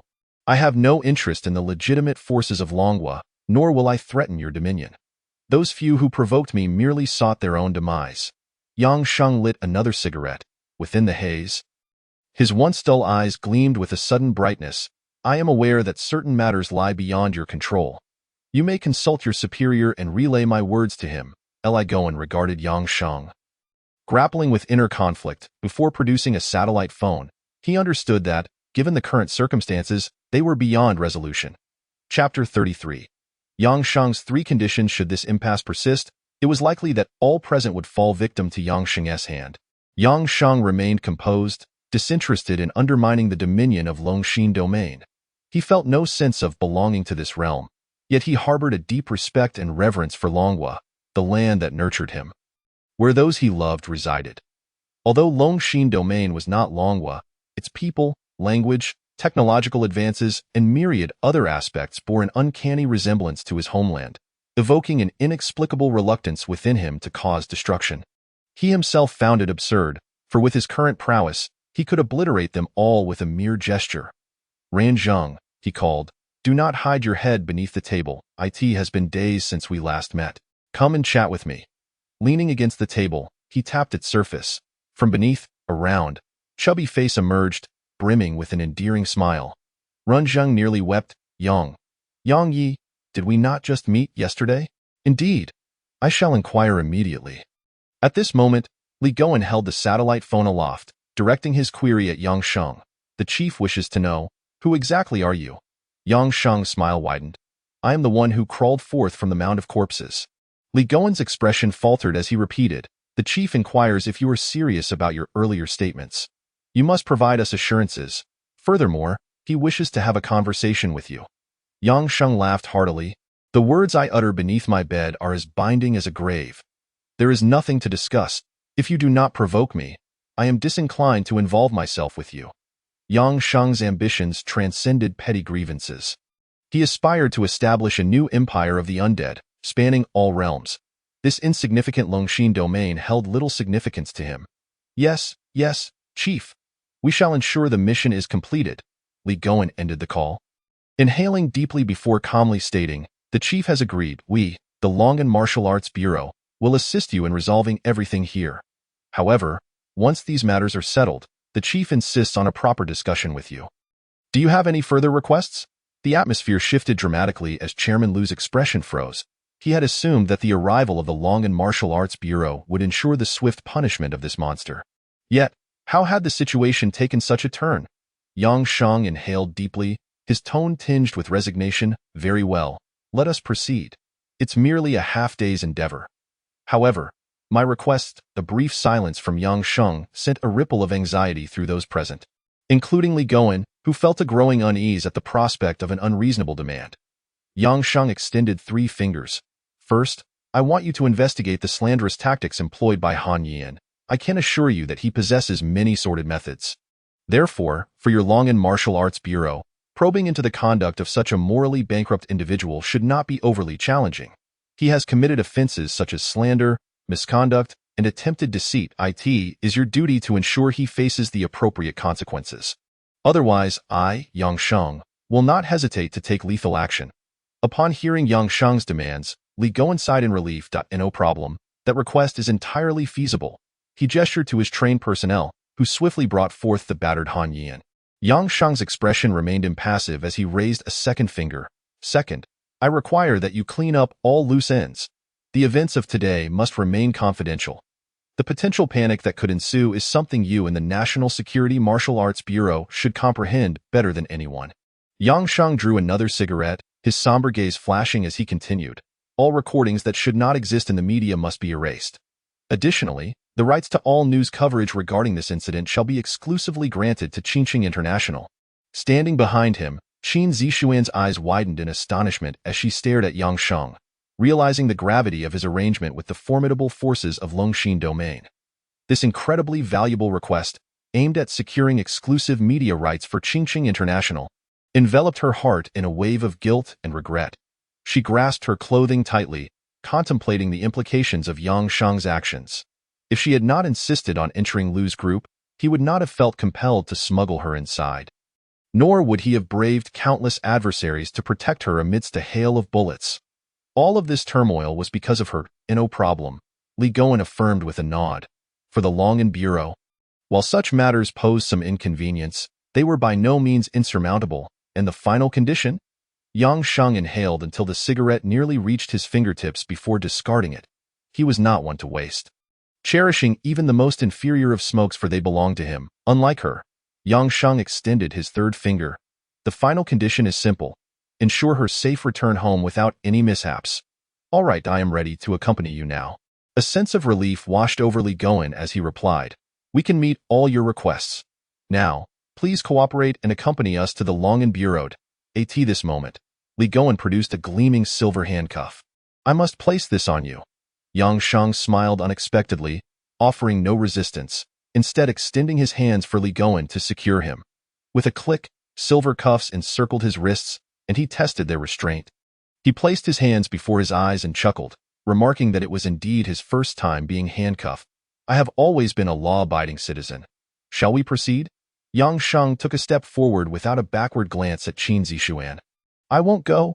Yang Sheng, Qin Zixuan shouted from behind, her voice piercing in anguish for the first time. I won't leave. I will go with you. Let me go.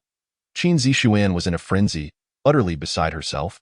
As Yang Sheng was escorted by the fully armed members of the Martial Arts Bureau, he suddenly halted, a ripple of emotion flashing in his eyes.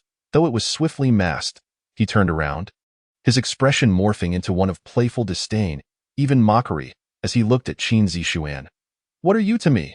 What connection do we share? Going with me? Is prison that appealing? I dare say your mind is rather unwell. Yang Sheng ignored the ashen look on Qin Zixuan's face, his gaze deepening with intensity. Get lost. Just get out of my sight.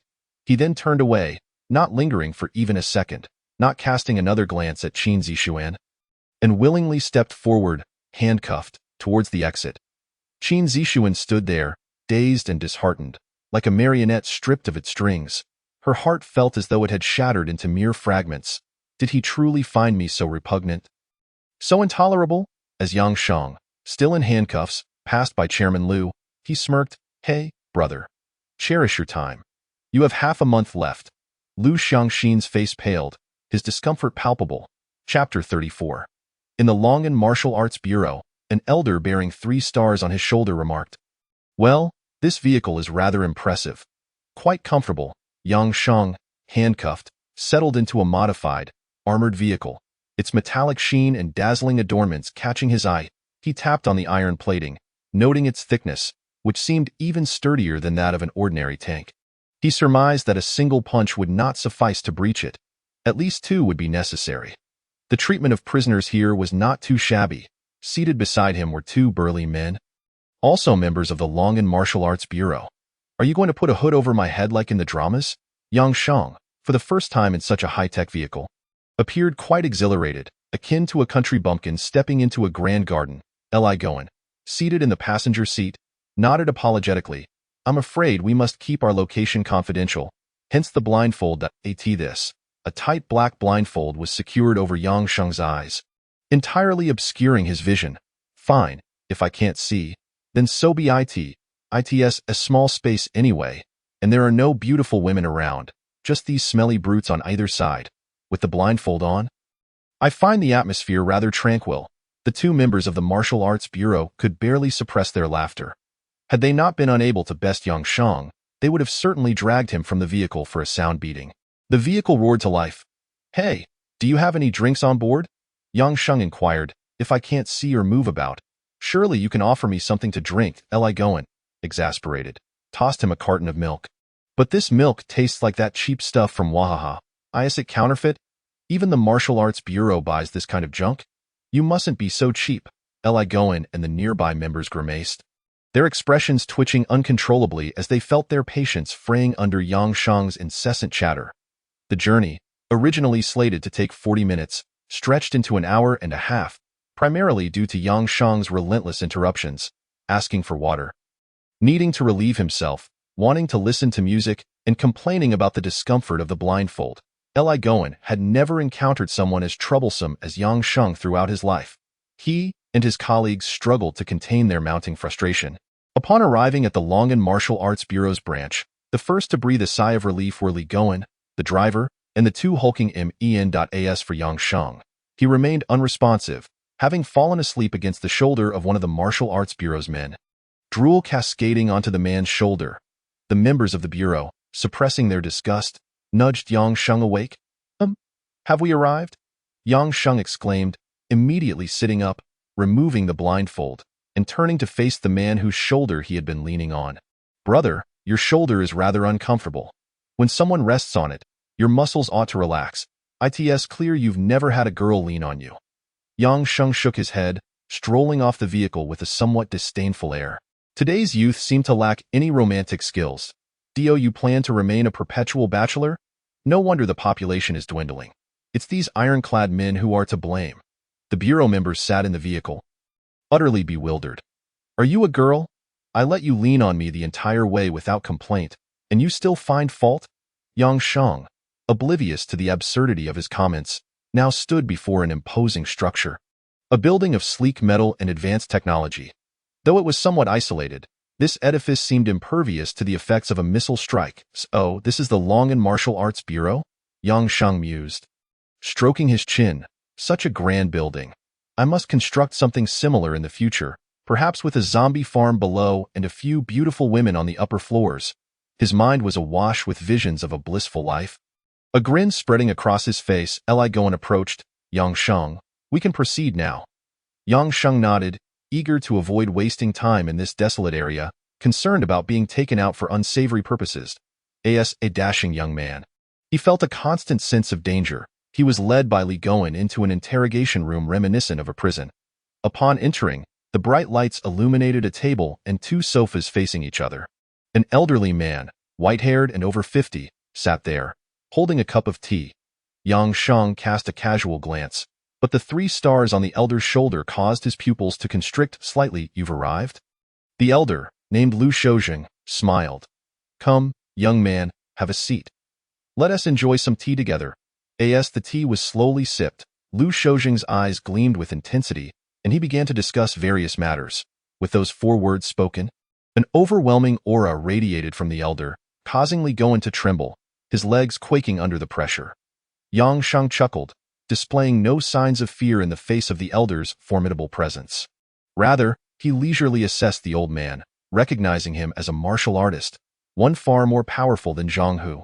"Stop shaking your legs. What's wrong with you?" Yang Sheng remarked disdainfully at Li Goen.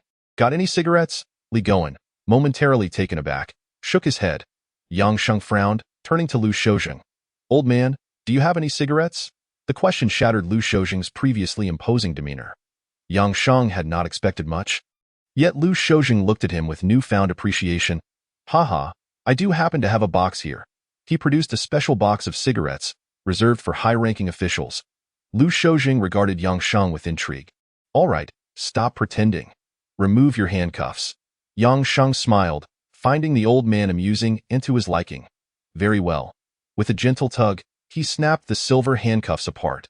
The sturdy material, which was said to be crafted from the most advanced alloy in the Longshan region, resistant even to laser fire and missile bombardments, was rendered into a crumpled ball by Yang Sheng's strength, which he then tossed aside. Li Goen's eyes widened in disbelief.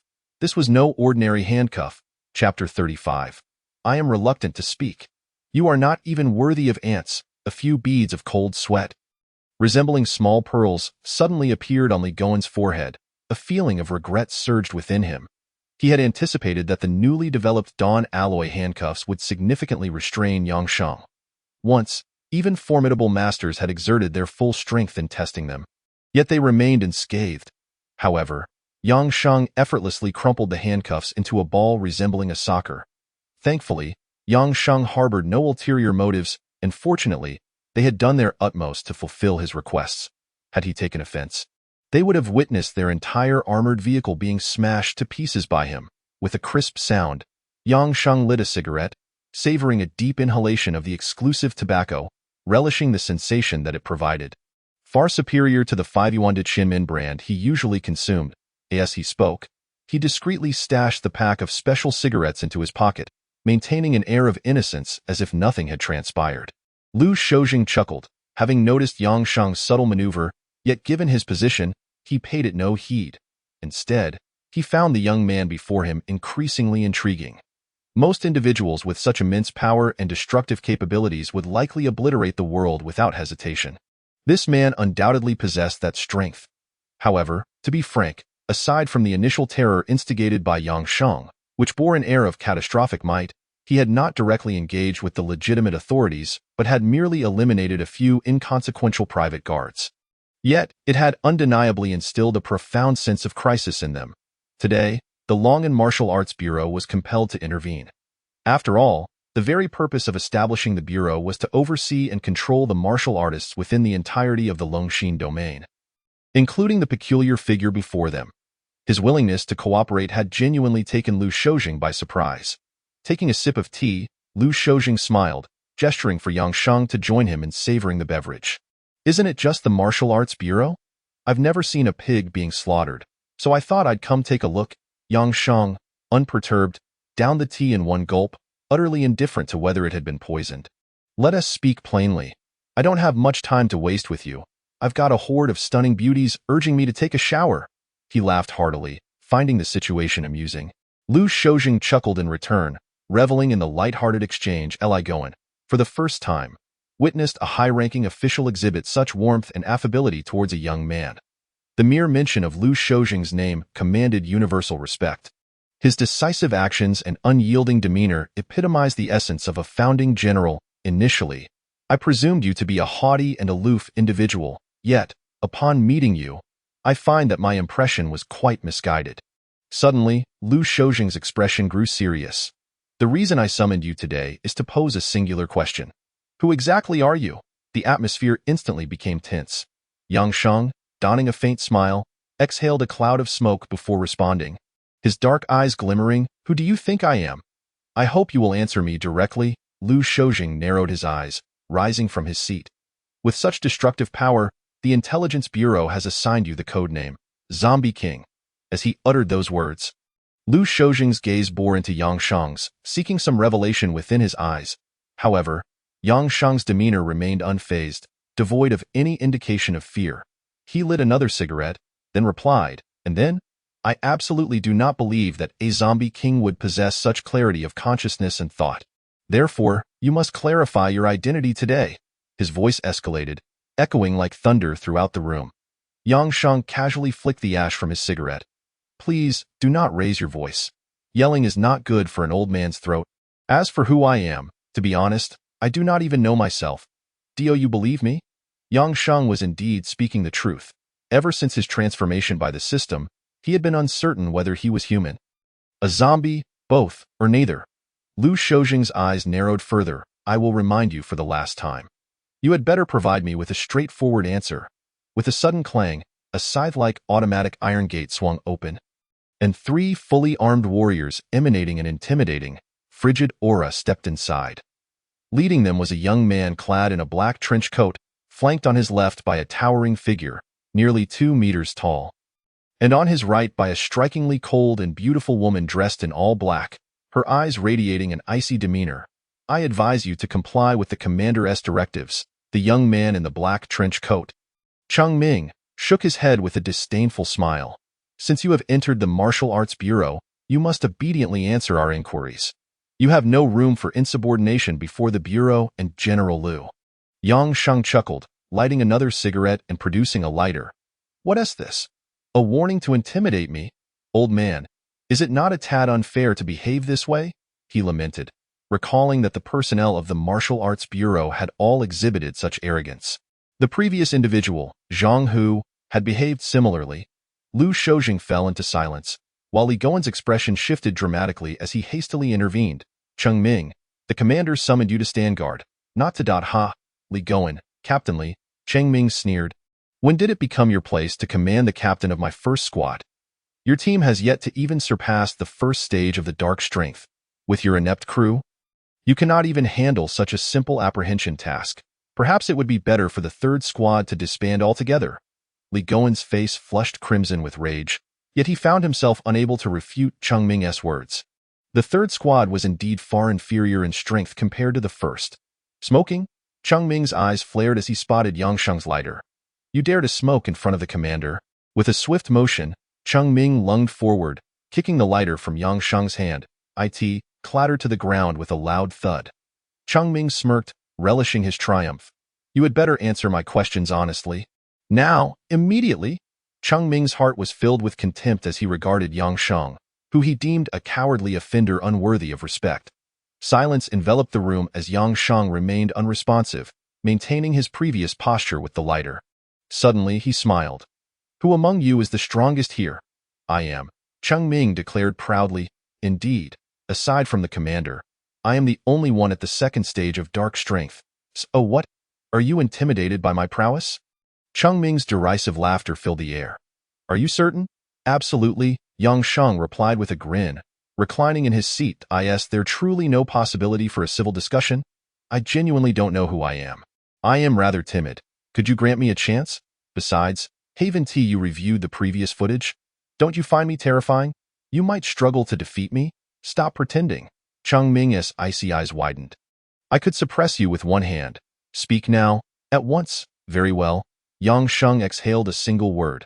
He then clapped his hands lightly. With the sound of the first clap, Cheng Ming narrowed his eyes. What are you trying to pull? Yang Sheng remained silent, clapping his hands once more. With a resounding clap, the atmosphere shifted drastically. A wave of darkness, apocalyptic and bloodthirsty, descended upon the space without warning. Cheng Ming began to sense something amiss. An unprecedented chill enveloping his body, as if a frigid, undead hand had gripped his heart. He realized he could not move his body. Lu Shoujing's eyes widened, anxiously wishing to warn him. However, Yang Sheng indifferently delivered the final clap. The air grew heavy with anticipation as they plummeted, plummeting. The sky of doom thundered ominously, plummeting with a resounding crash. A myriad of terrified souls recoiled as a malevolent specter emerged, seemingly from the very fabric of the void. Time froze, the world stood still. Among all present, not a single soul dared to utter a word. Only Yang Sheng, retrieving his lighter, ignited it once more with a sharp flick.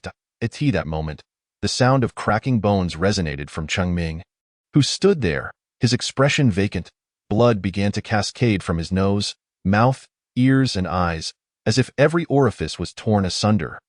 His entire being started to fracture and bleed, his eyes wide with disbelief, akin to a dead fish's gaze.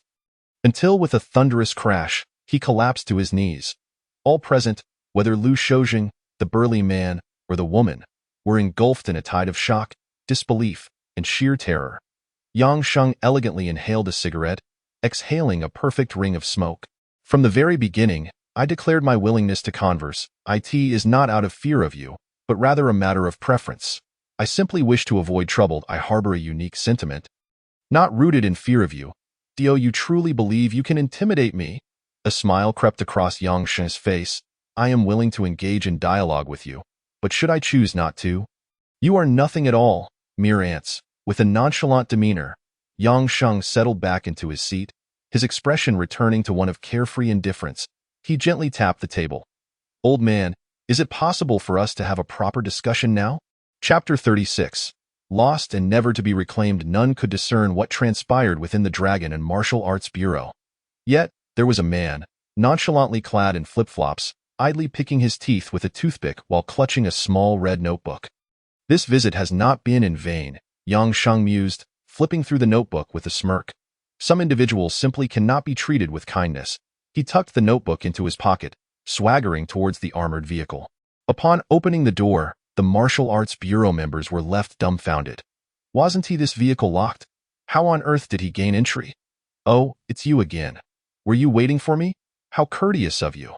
Without hesitation, Yang Sheng plopped himself into a seat, gesturing for the driver to commence their journey. He then adjusted the arm of a Martial Arts Bureau member, fixing him with a serious gaze. This time, your muscles must remain relaxed. If you obediently comply, I can impart to you the ultimate technique for wooing women. This is a remarkable skill I have honed over the years, I assure you.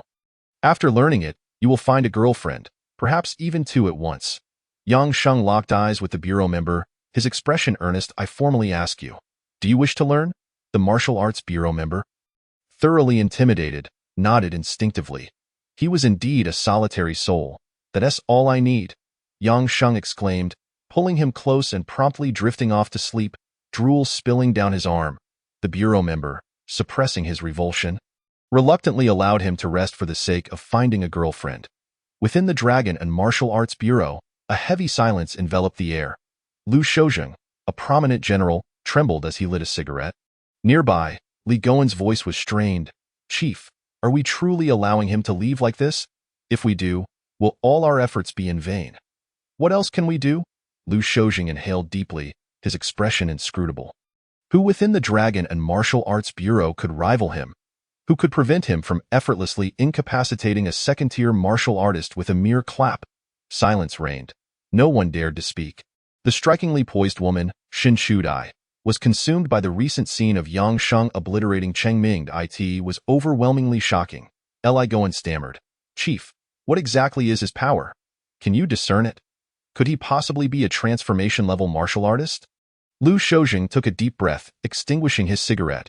The four realms of martial artists, Ming Jin, and Jin, Hua Jin, and Gang Jin.asa third tier and Jin, the highest tier of this realm. I cannot fathom what this monster truly is. He placed a hand on his knee. I have encountered transformation-level practitioners, yet even they should not possess such extraordinary strength. I have my suspicions. Li Goen's eyes widened in disbelief. Are you suggesting he might be a legendary Gang Jin practitioner? Transformation-level martial artists are already spoken of in whispers, known as minor masters in the realm of martial arts. The entire Jiangli Martial Arts Bureau lacks such practitioners, as for Gang Jin masters. They are truly mythical beings, great masters of the Dragon Heart domain. Their numbers scarcely exceed a handful. It is said that the four renowned figures from the capital are legendary Gang Jin practitioners. A Gang Jin master can contend against the 12 Western deities of the Netherworld, the red-robed priest of the Wuxian Kingdom, and the celestial warriors of the Rising Sun Empire. These are the great masters of the Dragon Heart domain. The ultimate trump card against foreign invasions, often even more terrifying than nuclear weapons. Lu Shoujing fell into silence. I fear there is even more to it. What? The entire assembly was left in abject shock. Li Goen trembled. Are you implying he is beyond Gang Jin? Everyone understood precisely what Li Goen was alluding to. Only the ancient sage from the south and the esteemed guardian from the north could reach such heights. Lu Shoujing exhaled deeply. I cannot discern what realm he inhabits. This situation has entirely surpassed our bureau's capacity for management. We must report this directly to the higher-ups, allowing the Ability Bureau and the Martial Arts Bureau's headquarters to grapple with it. Lu Shoujing rose, his demeanor now grave. Butterfly, heed my orders.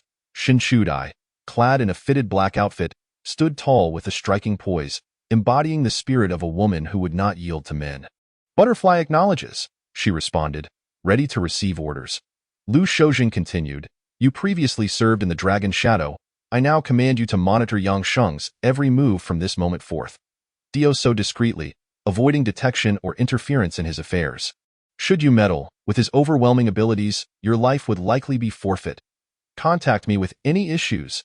Shin Shudai straightened, saluting sharply. Understood. As night descended, a black armored vehicle halted before a residential building.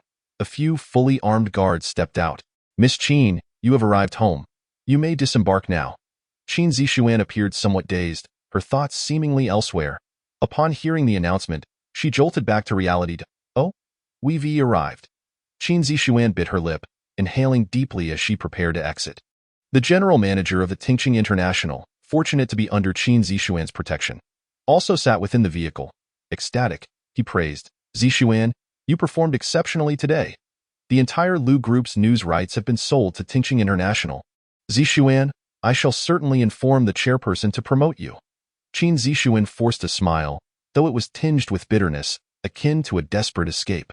Stepping out in her high heels, her smile was strained. Moments later, the vehicle door slammed shut with a heavy thud, and the black armored vehicle drove away. The entrance of the residential building, under the dim light. Only Qin Zixuan remained. Her solitary, fragile figure stretched long as she ascended the staircase. Not uttering a single word throughout the journey, there was no joy, no happiness, not even a trace of expression in the eyes of others, and in the gaze of her superior, the general manager. She had accomplished something truly commendable today. She had secured the copyright for the entire Lu Group's news. Yet, with a soft thud, Qin Zixuan opened the door, removed her high heels, revealing her delicate feet unadorned even by slippers. Thus, in a daze, she made her way to the bathroom door. Her eyes suddenly caught sight of 2 bowls of egg noodles on the table from the morning. Left unwashed, Qin Zixuan fell silent for a few seconds, her gaze revealing a complexity that no one could comprehend. She began to frantically tug at her clothes, and soon, her flawless, snow-white body was exposed as she recklessly dashed into the bathroom. The water cascaded from the showerhead, drenching her alabaster skin. Qin Zixuan stood there, without a trace of shower gel or shampoo, simply letting the water wash over her for what felt like an eternity. As the hot water began to dwindle, she finally emerged wrapped in a towel. Her beautiful eyes dared not glance at the table as she retreated into her bedroom. Rather than sitting on the bed, she curled up once more in the corner where she had previously sought solace. Hugging her knees, her gaze hollow, her mind was consumed by the image of that man, his every word echoing in her thoughts. Hey! Gorgeous, your backside is quite perky, don't cry. I wasn't deceiving you. Everything I did was without malice, whether you believe it or not. Quick, eat this bowl of noodles. Skipping breakfast is bad for your stomach. Don Tu, a brilliant journalist. Know that? The memory of Yang Sheng's mischievous grin flooded her mind. If you don't eat, I'll have to feed you. Suddenly, a smile of happiness flickered across her face. Yet it gradually faded, all due to him. Do you even realize that because you insisted I eat that bowl of noodles, I couldn't get inside? Who do you think you are to meddle in my affairs? You a monster, do you understand? She couldn't recall Yang Sheng's reaction after she uttered those words. Was it sorrow, desolation, a resigned shake of the head, or self-deprecating disappointment? All right, trust me just this once. After this, Qin Zishuan, we will be even. Qin Zishuan suddenly chuckled, recalling Yang Sheng's disappointed smile. He must have found her utterly repulsive at that moment. Tears streamed down her smiling face, cascading down her pristine neck. Seeping into her very being, I spoke to him that way, treated him so cruelly, yet, in front of so many, in such a perilous moment, with threats of firearms all around, he killed for me, faced a multitude of armed foes for me, was imprisoned by the Martial Arts Bureau for me, and his final request was still for my sake. Qin Zishuan's shoulders began to shake violently as she folded her arms, burying her face. Weeping painfully, this was the first time in her life she cried so fervently. She had lost him. She had lost someone who treated her with such kindness. Could never be found again. Chapter 37.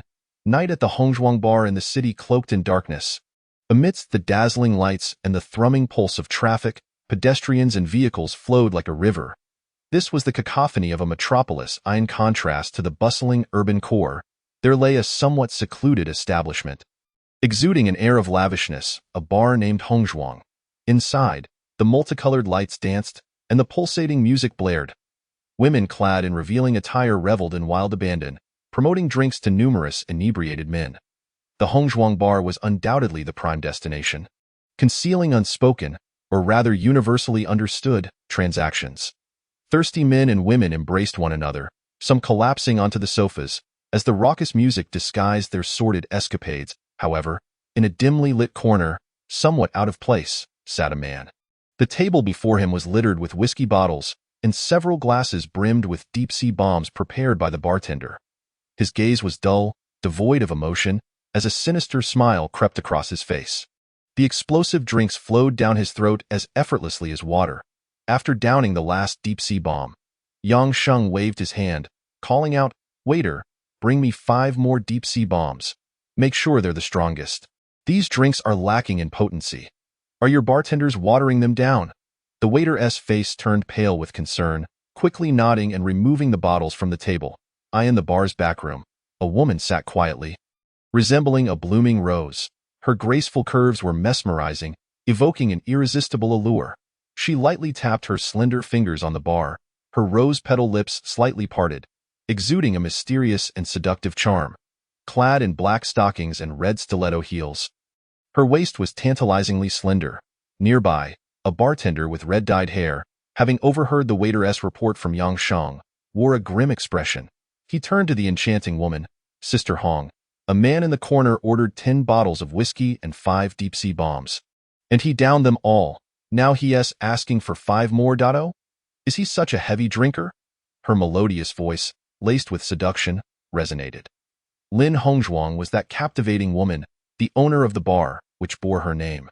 If that were all, perhaps it would merely be commendable. However, the identity and power that lay behind this woman would render everyone present filled with awe and dread. Lin Hongzhuang's beautiful eyes flickered with surprise. "Are you certain he drank them all?" "I'm sure," the red-haired bartender replied with a fierce expression. "He drank it all, and there are many heavy drinkers. But this man's attire is tattered. He.s. even wearing flip-flops. Excluding those 5 deep-sea bombs, the drinks he ordered must cost several thousand. He doesn't strike me as someone who can afford such luxuries. Sister Hong, are we facing yet another diner who intends to dine and dash?" Lin Hongzhuang's brow furrowed slightly, her alabaster fingers tapping lightly on the table. Rising to her feet, she revealed a smile that could enchant anyone. "I shall personally investigate. Sister Hong, we have a car race tonight with that wealthy heir from the Tang family." Who has wagered against us? You must not. I know, Lin Hongzhuang replied softly, I in the corner. Yang Sheng held a martini glass, swirling it with a refined gesture, his expression calm. Yet, an aura of profound loneliness and coldness emanated from him. Suddenly, Yang Sheng felt an emptiness within, as if he had nowhere to belong, abandoned by the entire world. He had clawed his way out of the grave, gaining unimaginable strength that instilled fear across the globe. Yet, all those dear to him, family, brothers, friends, had vanished. Even though he was powerful enough to disregard the world's gaze, he longed for the feeling of home, and no one cared. No one understood, and he felt unloved, as he feigned a carefree demeanor. He continuously suppressed his emotions, desperately preventing loneliness and solitude from consuming him. Even the strongest of individuals eventually tire, yearning for a refuge, a warm home. However, Yang Sheng had no home now. With a gulp, he finished a glass of amber liquid, the sharpness sliding down his throat like molten mercury, awakening every pore in his body. Just as he reached for the next glass, a delicate, alabaster hand suddenly reached over.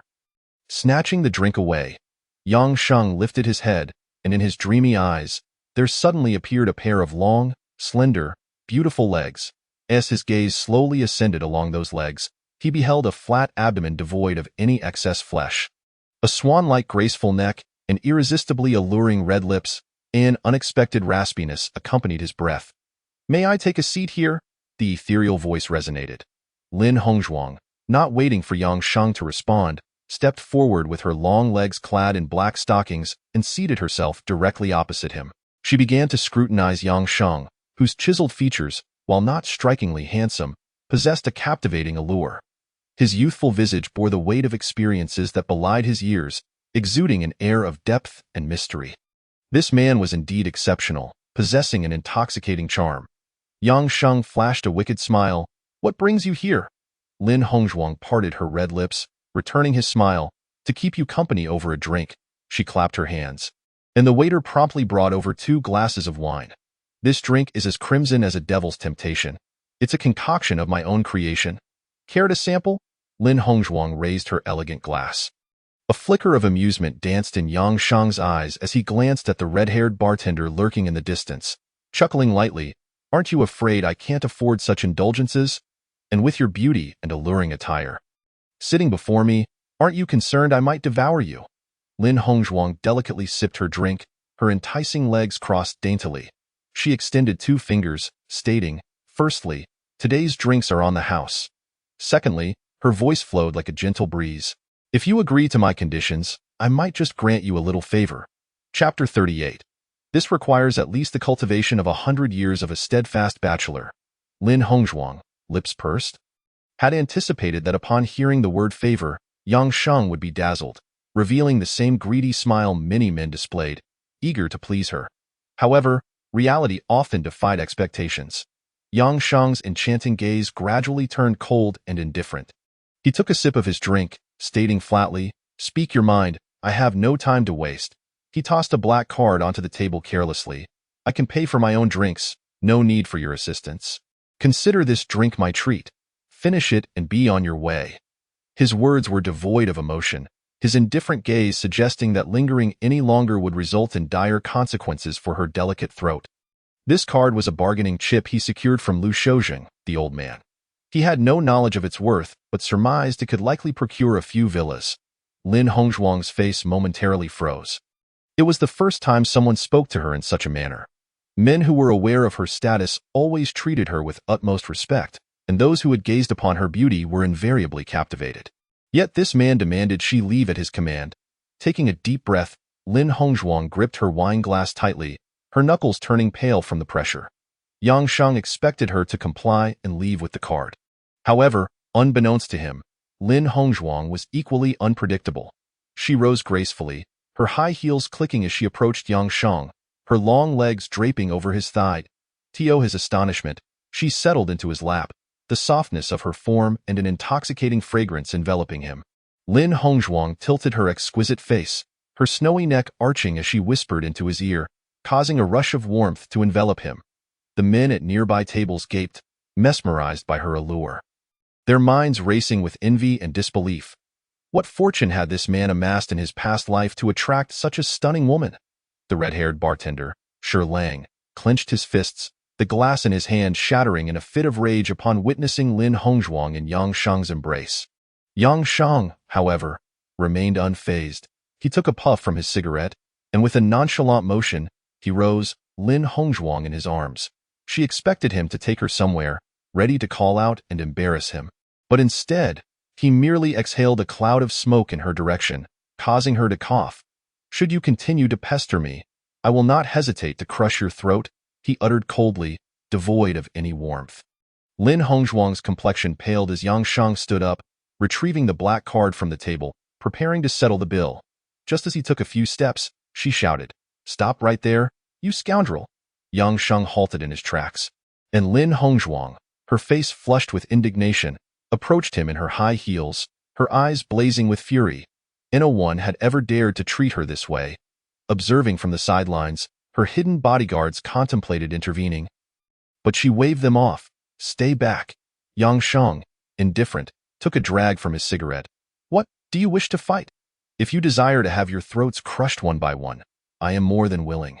A palpable bloodlust enveloped the bar, and despite his calm demeanor, he appeared as a deity surveying mere mortals. Yet Lin Hongzhuang steeled herself against her fear. "Can we strike a deal?" Yang Sheng remained silent as she continued. "I am participating in a car race today. I hope you will be my bodyguard. This is a one-time request, and I assure you, I will offer you fair compensation. This race is crucial for me." Her tone was earnest, devoid of deceit.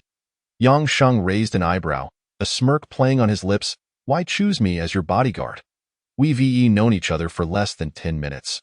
Are you so confident I won't be the first to flee if trouble arises?" Lin Hongzhuang shook her head. "I have a keen eye for character. I believe your strength is formidable, so would you consider my request?" "I am genuinely sincere." Shi Lang, the red-haired bartender, approached, his expression grim. "Sister Hong, why bother? There are plenty of capable bodyguards around. Why choose this pauper?" "Silence." Lin Hongzhuang's demeanor shifted to one of icy authority, her commanding presence silencing him. He glared daggers at Yang Sheng, begrudgingly quiet. Yang Sheng pondered briefly. Realizing he had nowhere else to go that night, "I might consider it. Do you know how to drive?" "Drive? What kind of car?" Yang Sheng was momentarily taken aback, his mind racing. "What sort of vehicle are we discussing?" "I am a man of integrity." "You?" Lin Hongzhuang's frustration reached its peak. Just then, the door of the bar swung open with a sudden force. Chapter 39. Life is more precious than anything. This book does not feature harems or breeding. A heavily pregnant woman, her belly quite pronounced, appeared to be nearing 8 months along. Beside her was an adorable, exquisitely delicate 3-year-old girl who pushed open the door and entered. This striking duo instantly captured the attention of everyone present. Since when could a pregnant woman visit a bar? Meanwhile, a balding man in a booth, surrounded by beautiful women, suddenly froze, his eyes widening in shock as he trembled, realizing, what is she doing here? The sharp-eyed pregnant woman. Lu Yi immediately spotted the man attempting to make a hasty retreat and shouted, "Xiong Guan, you scoundrel! Don't you dare run away!" "Daddy, daddy!" chimed the little girl, resembling a precious doll, as she rushed toward the bald man. Yang Sheng and Lin Hongzhuang stood to the side, momentarily bewildered by the unfolding scene. Onlookers leaned in with excitement, whispering, "Is a scandal about to unfold?" Xiong Guan's face turned ashen. Lu Yi, heavy with child, approached him, panting and incredulous. "Xiong Guan, how could you?" she exclaimed. "While I'm at home preparing for our baby, you're out here fooling around." Xiong Guan, feeling the weight of everyone's gaze upon him, erupted in anger. "What are you all staring at? You vile woman! Shouldn't you be at home nurturing our child instead of causing a scene out here?" Lu Yi, her disbelief palpable, retorted, "Have you no shame?" with a resounding slap. She struck Xiong Guan across the face. "Daddy, please come with us," pleaded the little girl, now crying, having dropped her doll. Xiong Guan's eyes flared with fury. "How dare you hit me?" he bellowed, kicking the child aside with a brutality that shocked everyone present. Then raised his hand to strike Lu Yi. The sound of the slap echoed ominously. Lu Yi, burdened by her pregnancy, was forcefully thrown onto the sofa. her body twisting from the impact as her belly collided with the furniture. Ah! Her heart-wrenching cries pierced the silence, leaving the crowd in stunned shock as blood and amniotic fluid began to seep from her maternity dress. "Mommy! Mommy! What's wrong?" cried the little girl, rushing to Louis' side, desperately trying to lift her mother. The anguish in Louis' screams intensified, causing Xiongguan to panic, trembling and unsure of how to respond. The onlookers erupted in outrage. "What is wrong with you? How can you strike your wife? Domestic violence. She is pregnant with your child." Xiongguan, overwhelmed by their condemnation, lashed out, "I can do as I please. I'll hit my wife if I want to. Who are you to stop me?" Suddenly, a figure, smoking a cigarette, appeared in a flash, and with a resounding crash, Xiongguan was sent hurtling against the wall. The room fell silent, everyone aghast at the spectacle. The bodyguard who had been ready to intervene glanced at Yang Sheng, then back at Xiongguan embedded in the wall, swallowing hard, grateful he had not acted, realizing he might have been the one to face the consequences. Lin Hongzhuang's eyes widened in shock, a smile creeping onto her face as she thought to herself, "I knew I hadn't misjudged him." Yang Sheng approached the pregnant Louis, lifting her gently and placing her on a soft sofa. The room was hushed as he stood up, his gaze icy, his voice booming. "What are you all doing? Call 120 for an ambulance. Is there a doctor here?" The crowd, as if awakened from a trance, hurriedly began dialing for help. A middle-aged man with a kind demeanor rushed over, shouting, "I'm a doctor. Let me through." The crowd parted, and the doctor quickly assessed Louis, loosening her clothing to relieve pressure, then checking her pulse. After just a few moments, his expression turned grave.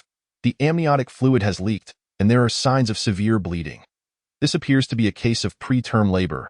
Given the violent impact, there's a strong chance the fetus may have suffered trauma. She must be taken to the hospital immediately, or both mother and child could die." Gasps rippled through the bar as patrons exchanged shocked glances. It was so remote, a bar with no nearby hospital. It'll take at least half an hour for an ambulance to arrive, if not longer. With the rush hour traffic, it could be even worse. Conversations erupted among the spectators, filled with sympathy and helplessness, aware that without swift action, both the mother and her baby might not survive. "Please, big brother, save my mommy. Can you save her?" the little girl cried. Clinging to Yang Sheng's leg, her eyes brimming with tears, her upbringing preventing her from wiping her nose on his trousers, yet her gaze conveyed a heart-wrenching plea. Yang Sheng stood frozen, memories flooding back, his father's voice echoing in his mind. "Son, your mother endured so much carrying you. You are a preterm baby. If not for the kindness of others, you might not be here. You may not respect anyone, but you must respect pregnant women." Every mother, throwing away the cigarette, but Yang Sheng's eyes glimmered with a fierce determination. He gently lifted the little girl onto his shoulders, then cradled Louis in his arms, moving swiftly, with a thunderous crash. The bar's door burst open, and in the astonished gaze of the crowd, Yang Sheng and his companions vanished from sight. Outside, the street was bustling with traffic when a taxi pulled up, its driver barely finishing his fare count before Yang Sheng yanked open the door and tossed him aside. He carefully positioned Louis and the little girl into the back seat. Bewildered, the driver exclaimed, "Hey, what are you doing? Are you robbing me? That's my car." "Silence," Lin Hongzhuang said, sprinting out and tossing the driver a check. "Ive just bought your car." The driver stared at the check in disbelief, eyes wide with elation. "I'm rich." Inside the taxi, Yang Sheng coldly accessed the system interface. "Ding, Master is searching for driving skills. Search successful. Would you like to forcibly upgrade driving skills to the highest level?" System prompt. Upgrading will consume all accumulated silver armor zombie experience. System reminder, this skill is not worth the price. Forcibly redeeming now will cost 10 times the price. Confirm. Yang Sheng interrupted the system without a second thought. "Ding. Congratulations, Master. Successfully acquired max-level driving skills." Just then, Lin Hongzhuang slid into the passenger seat. Yang Sheng started the taxi, frowning. "I don't have time to be your bodyguard, I know." Lin Hongzhuang replied earnestly, "Lives are at stake." Yang Sheng's gaze shifted, a new light sparking within. He began to appreciate her concern. Lin Hongzhuang frowned. "Do you even know how to drive?" Just as she spoke, the taxi shot forward like an arrow. With a thunderous roar, blue flames erupting from the exhaust, The driver, still on the ground, watched in disbelief as the taxi sped away like lightning. Is that my car? Chapter 40. The flying taxi, boom. On the bustling night market streets of Jiangli, an overwhelming roar of a motorcycle suddenly reverberated through the air. As all the pedestrians and leisurely drivers paused in astonishment, they beheld a taxi shimmering with blue light whizzing past them with astonishing speed. Stunned into silence, they exchanged bewildered glances, their mouths agape, inhaling the noxious exhaust fumes of the very taxi that had just raced by. Was that a taxi? A dilapidated Santana reaching a staggering speed of 200 miles per hour. Inside the taxi, Yang Shang appeared unfazed. His left hand deftly controlled the steering wheel while his right shifted the gear into fifth. With a thunderous roar, he removed the panel beneath the dashboard, revealing a chaotic tangle of multicolored engine wires. Yang Shang's right hand flitted about like a butterfly, deftly severing and modifying the wires below. "What are you doing?" exclaimed Lin Hongzhuang, her voice rising in alarm as she witnessed Yang Shang's reckless actions. "Have you lost your mind? This rickety Santana taxi is already hurtling at over 200 miles per hour, on the verge of taking off. If the engine stalls, we will all be doomed." Yet, despite Yang Shang's frantic modifications, the taxi's speed continued to climb steadily, 210 miles per hour, 220 miles per hour, 225 miles per hour. Lin Hongzhuang watched in disbelief as the dashboard exploded in a cacophony of chaos. The howling winds around them intensified, and the shadows of trees blurred by like fine strands. Her eyes widened in shock, questioning how Yang Shang managed such a feat. A taxi, let alone a modified Benz, would be nearly impossible to control at such speeds. Yet this taxi glided as smoothly as if on level ground. In the back seat, the pregnant Lu Yi writhed in pain, drenched in sweat, utterly exhausted. Her young daughter, with innocent concern, wiped her mother's brow while naively asking, "Brother, are we flying?" Yang Shang offered no reply, his gaze deepening with focus. Ahead lay the Chongqing Bridge, wide yet teeming with the evening rush hour traffic, a queue that would take at least 20 minutes to traverse. Lin Hongzhuang glanced back at Lu Yi, who appeared pale and on the brink of collapse. 20 minutes seemed like an eternity. Suddenly, Yang Shang's eyes ignited with determination. He swiftly disengaged the handbrake and began alternating between the brake and accelerator at a dizzying pace. On Chongqing Bridge, two lengthy lines of cars stood still.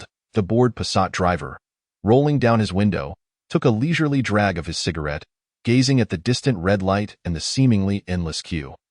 Grumbling, "Who knows how long this will take? Why can't they widen the road?" He sighed and flicked off the ash from his cigarette, only to be enveloped in an enormous shadow.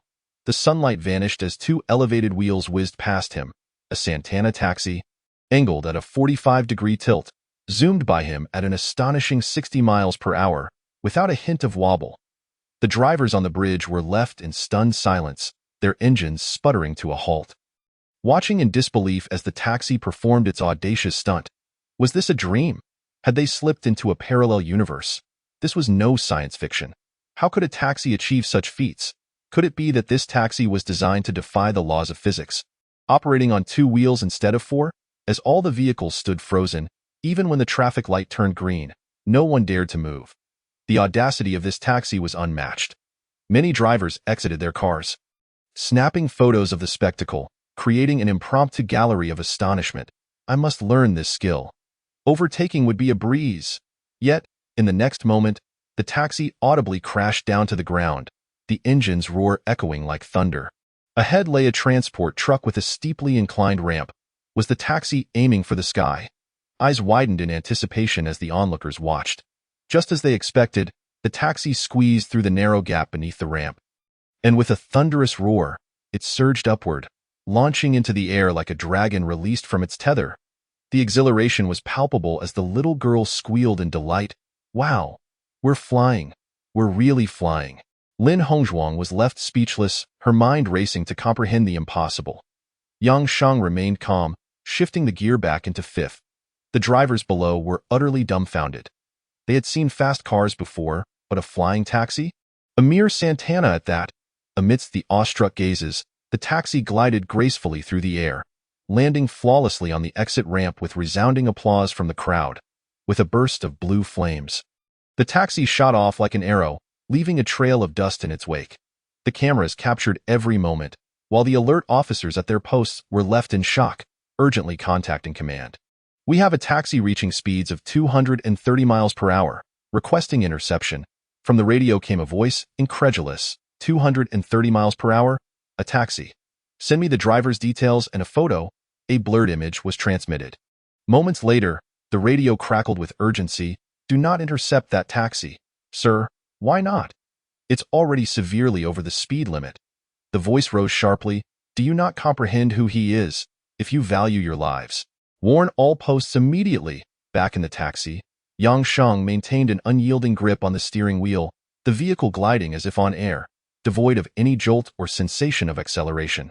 Lin Hongzhuang, still shaken, stammered, How did you do that?" She could scarcely believe they had just taken off in a taxi. This was not a glider. The true terror lay in the fact that whether accelerating, drifting, turning, or even soaring, the entire vehicle remained astonishingly stable. It defied all logic. If Newton were to witness this, he would surely be left in disbelief. Yang Sheng pressed the accelerator again, the taxi maintaining its unprecedented speed with seamless precision. A testament to his unparalleled driving skills, the pinnacle of mastery. In his mind, two progress bars displayed: internal resistance and external wear. He meticulously adjusted the internal resistance to the lowest setting to ensure the safety of the pregnant Lu Yi, as the engine required flawless operation at such high speeds. External wear and tear, such as that of tires, the vehicle's exterior, and all other components aside from the engine. At this moment, the progress bar of external wear has nearly surpassed 50. Time is running short for this taxied. Yang's eyes gradually turned icy, his lips clasping a cigarette, unlit, primarily out of concern for the pregnant woman. How much longer according to the navigation route? Lin Hongzhuang pulled out the navigation device, her expression fraught with urgency, stating that if they continued along this urban road, at the current maximum speed, it would take at least another 10 minutes. Lin Hongzhuang turned to Lu Yi, whose pallid face left her uncertain if Lu Yi could hold on until then. It was already quite fast. She reassured Yang, saying that this was indeed the quickest route available. In her eyes, human life naturally outweighs all else. Yet, sometimes, human lives ultimately cannot contend against fate. Yang's resolve remained unwavering. Urging to search again for a more direct route. "Hurry!" Lin Hongzhuang widened her eyes, zooming in on the map, speaking in a fragmented manner. "There is a straight path exists. However, it is a dedicated lane for F1 racing. Classified as a 3S level track, known as the Devil's Mountain Road, exceedingly treacherous." A voice devoid of inflection emerged, directing to that location. Lin Hongzhuang was momentarily stunned. Boom! The taxi's front end swiftly pivoted.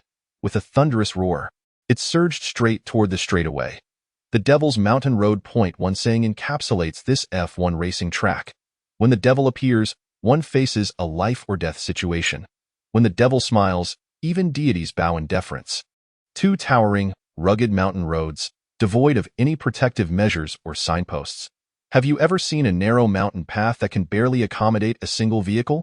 Have you ever encountered a perilous road where veering just a centimeter could send you plummeting off a cliff?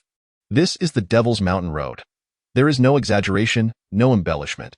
The Devil's Mountain Road is just as described. It is the premier track for professional F1 racers, the pinnacle of racing circuits. The starting point of the mountain road. 6 F1 cars were poised, while countless men and women cheered exuberantly, with some women even leaping onto cars, uncorking champagne, and discarding their undergarments. Madness, fervor, the devil, in a grand villa serving as a safe house at the summit. A 3D virtual holographic display illuminated the gathering area. Seated within were several distinguished young gentlemen, with the most prominent among them being a man named Tang Wenmiao, a direct descendant of one of Jiang Li's 3 major financial conglomerates. The Tang family. Among all the young gentlemen, his status was the most illustrious, exclaiming, "Ah, how delightful! The annual Devil's Mountain Road race is about to commence. I wonder, brothers, have you managed to secure any formidable racers this year? Come on, who could possibly surpass Tanggu? Tanggu has even invited the renowned racer Wu Lifeng, who has secured top 3 positions in the global championship. Wow, this time the top racer has once again been claimed by young Master Tang." Tang Wenmiao reclined on the sofa with an air of nobility, smiling nonchalantly. "You flatter me, dear brothers." Beside him, Another young gentleman named Lan Wen frowned. Isn't Lin Hongzhuang supposed to join us for the race? We placed a bet on this. If she dares to back out, she'll be directly assigned as Tang Ji's girlfriend. Upon hearing this, the other young gentlemen exchanged mischievous glances, speculating that Lin Hongzhuang, intimidated by Wu Lifeng's reputation, might be too scared to show up. A smug smile crept upon Tang Wenmiao's face, yet he merely waved his hand dismissively, indicating that her participation was inconsequential. In other words, no matter how it plays out, she would lose. All vehicles ready? The roar echoed. 6 splendid F1 cars unleashed a cloud of black smoke from their exhausts, the ground vibrating with the thunderous roar of tires gripping the asphalt. Go! With a resounding command, the 6 cars erupted in a cacophony of sound, their rear ends simultaneously emitting purple and crimson flames. They surged forward in a frenzy. Above, a helicopter equipped with filming devices circled, capturing every angle. Currently in the lead was Wu Lifeng's Raging Wind car, modified for maximum performance with the latest technology in horsepower, turbo, and engine models. He had already distanced himself from the other 5 vehicles. The crowd erupted in wild cheers. Wow! Wu Lifeng, Wu Lifeng. He is truly so handsome. Oh my, it's only been 2 minutes and he has left everyone behind. Of course, he is an elite F1 driver. He must be first. Who could possibly surpass him? However, just as the crowd erupted in cheers, whoosh, a Santana taxi burst forth like a missile. It zipped in. The audience was left in shock. Isn't that a taxi? A collective question mark hovered above everyone's heads. What sort of international joke is this? This is an F1 race. Is this taxi out of its mind to charge in? Have you ever seen a taxi going 230 kilometers per hour? The surrounding individuals were left speechless. 230 kilometers per hour? Chapter 42. A word to say, the sword comes. The large screen on the left side of the racetrack initially displayed 6 blue dots, which were safely and steadily alternating positions. Aside from Wu Lifeng in the first position, all remaining F1 cars formed a long queue, with no more than 100 meters separating them. In the guest lounge, the young gentlemen were engaged in lively banter when suddenly, one of them glanced at the left screen. He froze, extending a trembling finger. Red. The others blinked in confusion. Bai Xing, have you lost your mind? Bai Xing, filled with excitement and urgency, exclaimed, Red. You all better take a look. Everyone followed his pointing finger. On the screen, the previously intact 6 blue suddenly revealed an additional red behind them, and it was rapidly closing in, nearly catching up to the 6 blue dots. What is happening? Who is this red dot? How did it appear? Lin Hongzhuang has joined the race. The young gentleman's eyes widened, their pupils nearly popping out. Tang Wenmiao stood up, his expression one of utter shock. As the 3D holographic projection displayed, a Santana taxi racing at breakneck speed, resembling a bolt of lightning. Stunned, shocked, bewildered. Who can tell me, who let this taxi in? Young Master Tang, it's not that we wanted to let it in. The issue is that we couldn't stop it. The helicopter's electronic broadcast continued to report on the race's progress. Wu Lifeng remained in the lead, his Raging Wind car far ahead. The trailing vehicles formed a long line, seemingly of similar strength. Let us see who is in last place. The previously enthusiastic announcer, known for her professionalism, suddenly found herself at a loss for words, her hand shaking as she held the microphone.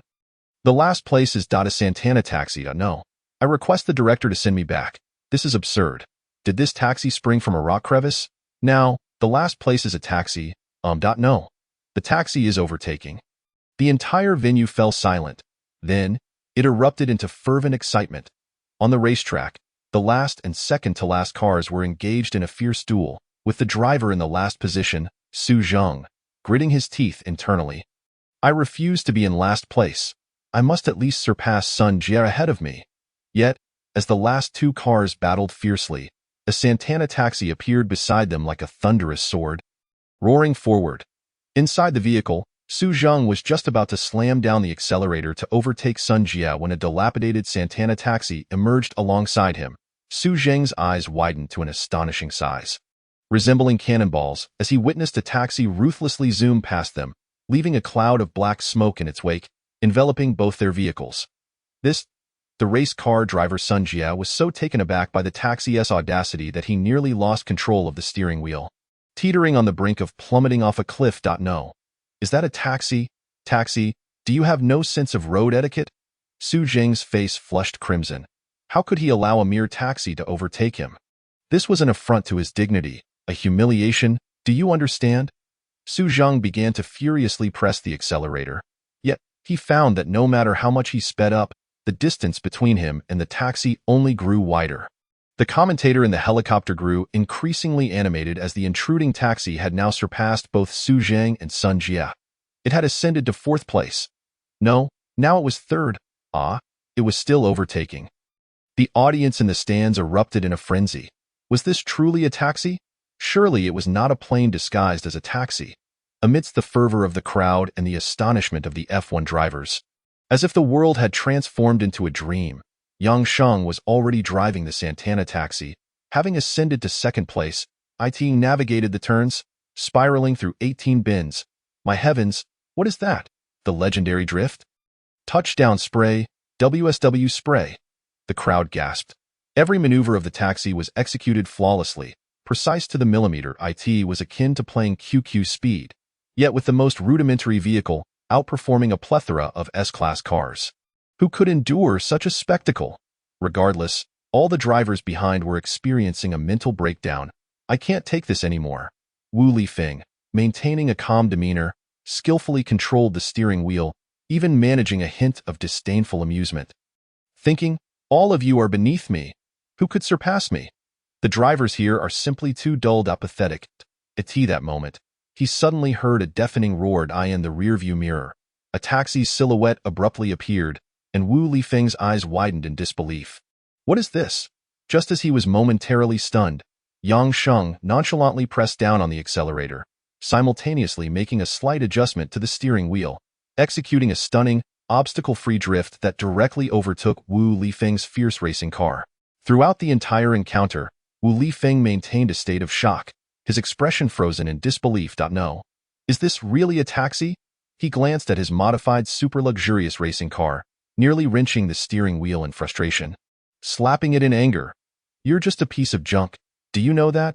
Damn it, I spent so much money modifying you, and you can't even outrun a taxi? In the helicopter, the commentator shouted excitedly. The taxi had surpassed Wu Lifeng. Now, it is in 1st place. The entire venue erupted into cheers. Taxi god, demon driver. Wow, how thrilling, brother. You're amazing. A little girl clapped her hands excitedly in the car. Were it not for her mother's suffering and pain, she might have leapt over to kiss Yang Sheng. Lin Hongzhuang had her eyes tightly shut the entire time. This was hardly driving. Whoosh, Yang Sheng's expression remained utterly unfazed, his hands executing movements with mechanical precision, flawlessly drifting through every turn as if calculated by a computer. However, as Yang Sheng steered the taxi out of the 18 bins, a massive stone pillar loomed ahead, the Devil's Cliff, with a sheer drop beneath them. The commentator excitedly announced, before them lies the Devil's Cliff, where 2 paths diverge. Which path will our taxi god choose? Let us stay tuned. What the hell is he planning? The commentator couldn't help but exclaim in shock. The taxi is charging down the cliff. Has he lost his mind? The audience was left dumbfounded. Has the driver gone mad? He can't be complaining about the distance. Yang Sheng, are you insane? Lin Hongzhuang clutched the armrest of the car, screaming in desperation. Suddenly, the taxi soared off the edge of the abyss, amidst the howling winds of the cliff. With a thunderous roar, it launched into the air, rumbling like a scene out of a video game. It truly took flight. Wow, brother, it really flew, the little girl exclaimed, stretching her hands out in excitement. Yang Sheng, you're risking your life. Don't drag me down with you. Lin Hongzhuang was overwhelmed with regret. Silence. The taxi glided through the air, and Yang Sheng coldly uttered 2 words, at the same time. His right hand crashed down, shattering the handbrake. Lin Hongzhuang's stunned gaze. Yang Sheng's hand reached through the wrecked opening, clenching the solid steel within. With a roar, he shouted, "Lift off!"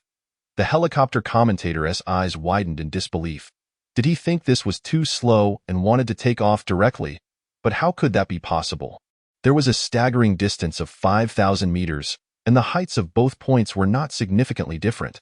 It was utterly impossible. No. How is the car still ascending? Above the cliff, the taxi suddenly jolted upward. However, the motion was not substantial. It was still gradually descending towards the abyss, devoid of land, devoid of friction, the accelerator, the engine. None of it mattered. Relying solely on inertia, perhaps it wouldn't even cover half the distance. The momentum of its fall was already unstoppable. The guests in the stands murmured in despair. "It's over. My taxi god is finished. I'll cover my eyes. I can't bear to watch." The helicopter commentator fell silent, watching the taxi continuously plummet from the sky, as if in mourning. "Yang Sheng, are we going to die?" Lin Hongzhuang felt the tearing winds of their descent. Only the little girl remained excited. "I believe in my brother." Yang Sheng's gaze suddenly flickered, and he lit a cigarette, exhaling a plume of smoke, his eyes instantly igniting with a cataclysmic brilliance. A dragoness roar erupted from his throat. Sword.com. Time stood still. The entire world fell into silence. This tranquil yet distant scene was shattered by a sudden flash of light. Clang! From the depths of the abyss, a sword beam as vibrant as the dawn sliced through the sky. It cleaved the tumultuous sea of clouds in two, obscuring the entire horizon in sword light. That long sword, its blade pressed against the chassis of the taxi, then, whoosh, the azure light roared forth. The entire taxi radiated a divine azure glow. Rumbling! The taxi was once again infused with power, propelled by the azure sword, rocketing forward with explosive speed, crashing down perfectly onto the finish line across the way, leaving a cloud of dust in its wake. The crowd fell into a stunned silence, a deathly hush enveloping the arena. Tang Wenmiao gaped, a flying sword. Is this a celestial being? Yet, unbeknownst to all, Yang Sheng's complexion had grown somewhat pale, the color draining from his face. This sword control technique exacted a tremendous toll on his spirit. Chapter 43. Life and Death at Speed. Yang Sheng is the great hero. The plot will take another turn. Heh. Ding Qin Zixuan remained curled up in a corner, hugging her knees, all alone, her eyes red like a little rabbit, staring vacantly into the distance. Hasn't he returned? Will he never come back? Her gaze gradually dimmed. Tears had already dried, crystallizing on her delicate face. Ding! When the ringtone of her phone echoed once more, Qin Zixuan abruptly awakened, her bare feet hurriedly dashing to the window. Before she could even pick up the phone, a singular thought raced through her mind. Could it be him? Is he calling me? Beep hello. Qin Zixuan. As the words fell, disappointment flooded her beautiful eyes, a wave of disillusionment spreading within her. It's not him. Qin Zixuan, something major has happened. At Central Hospital.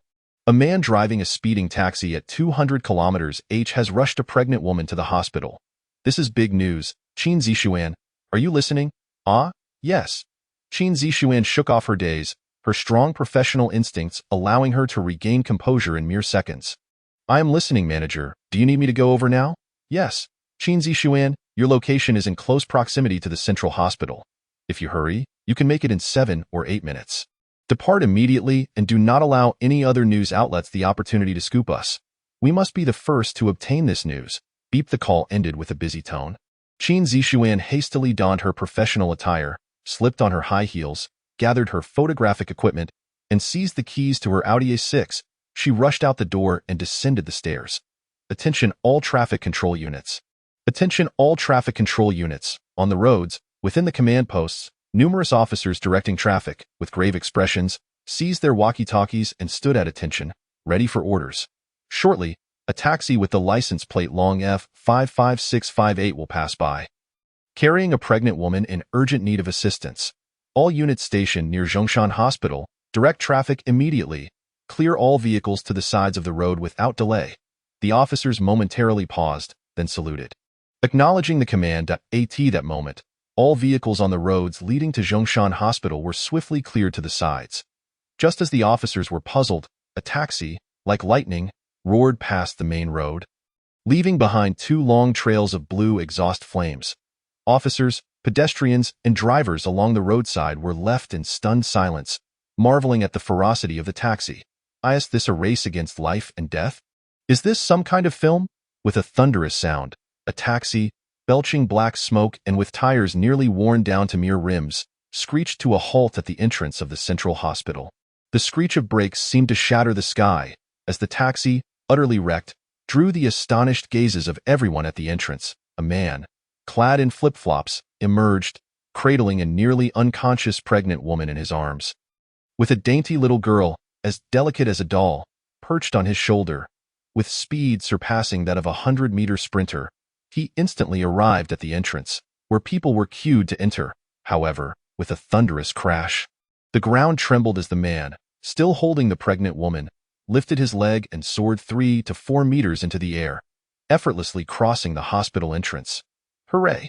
He can fly! The little girl, riding atop Yang Sheng's shoulder, excitedly waved her tiny hands at the AI to ensure the safety of the pregnant woman. Yang Sheng proceeded at the fastest speed he could control. Despite his formidable strength, capable of punching through iron, his control over the force was not yet perfected. Silence enveloped the crowd. Each person stood in disbelief. Is he a monster? Is this truly a scene from a film? The hospital's security guard gaped in astonishment. And with a furious stride, the chief security officer approached, delivering a sharp slap that left the guard dazed. How could you let him in? Do you want to lose your job? The guard, cradling his face, looked utterly dismayed, nearly in tears. What could I do? He can fly. At the entrance to the emergency room on the second floor, an obstetrician anxiously paced, having just made a phone call. Hello, Dr. Wong. Where is that pregnant woman you mentioned? I've seen the photos you took. She must arrive within 15 minutes, or the child cannot be saved. What? The ambulance hasn't arrived. Someone else took her. Are you joking?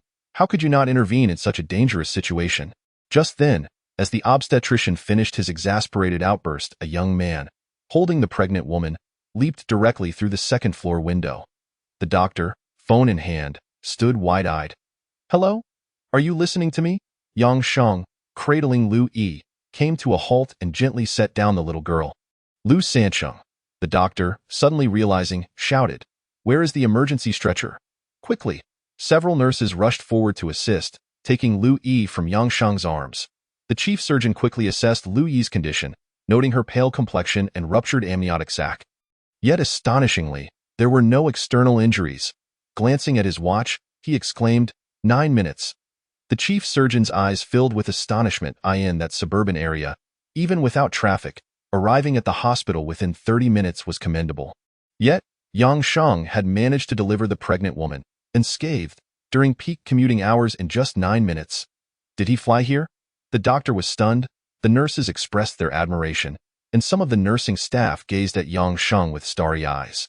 This man is truly a hero.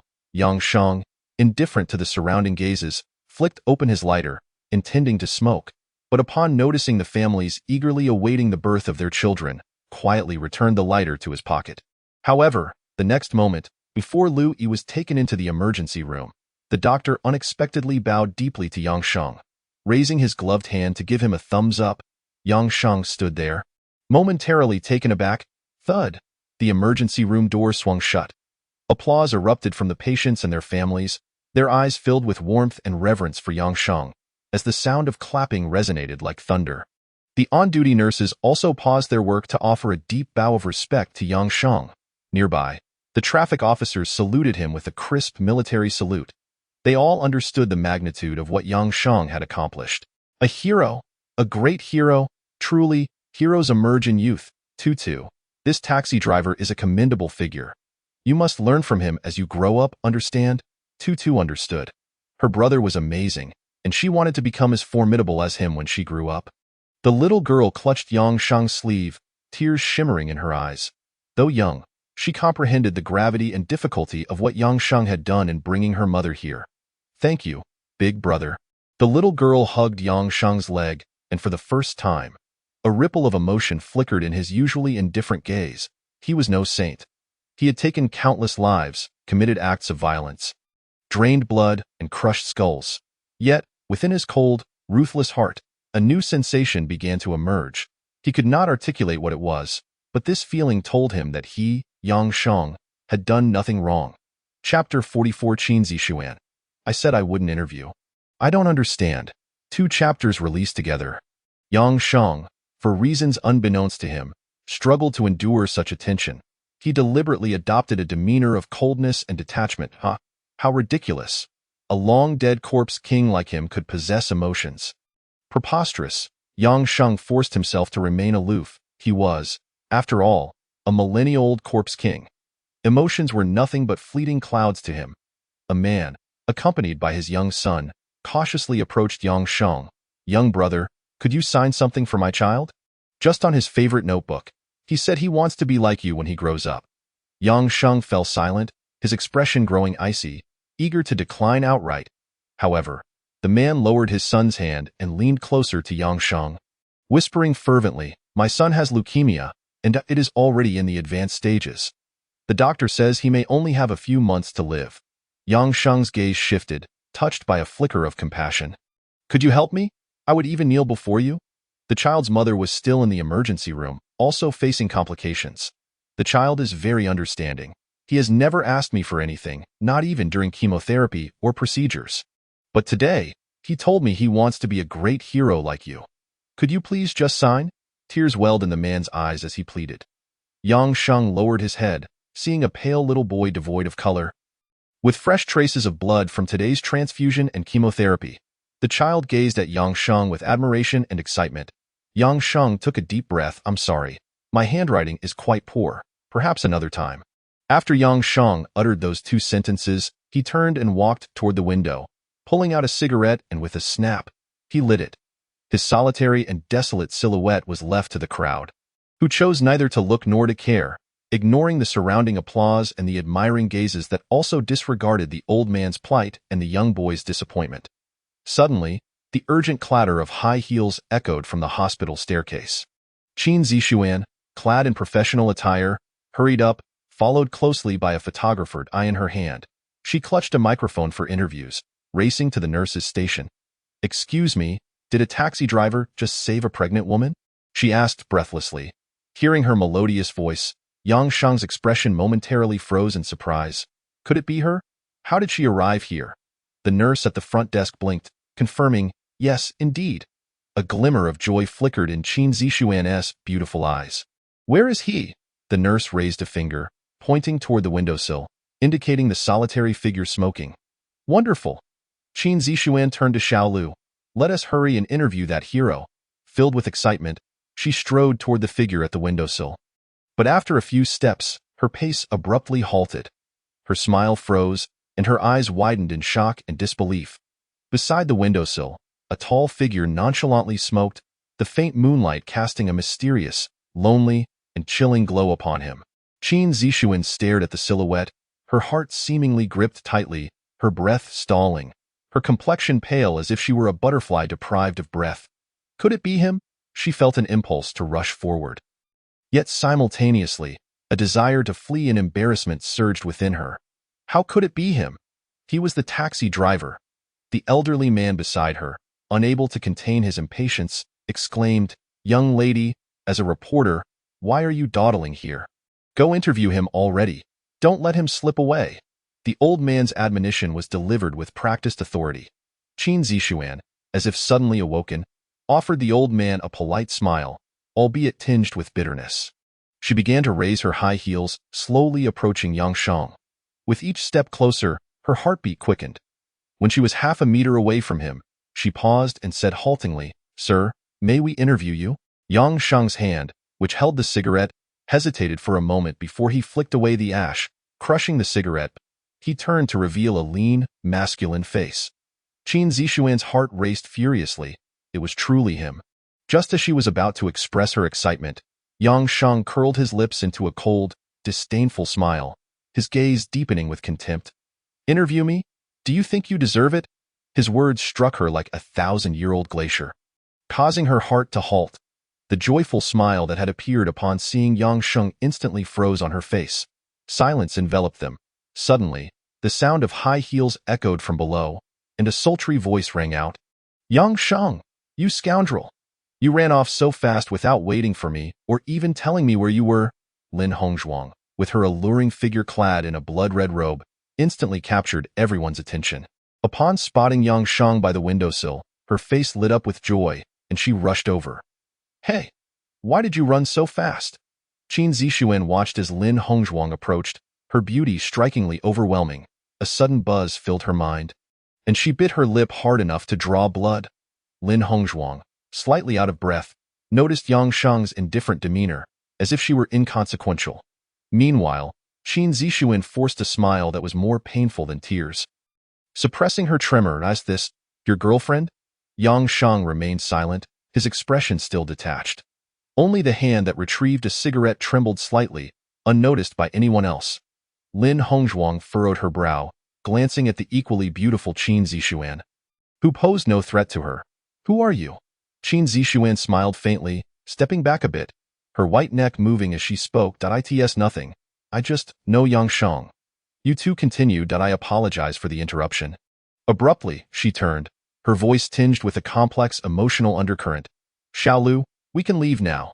The photographer named Xiaolu looked bewildered. "Sister Zixuan, we ran for so long. Are we really not going to interview him?" "I said no interview." Qin Zixuan's voice rose sharply, sensing her own emotions spiraling out of control.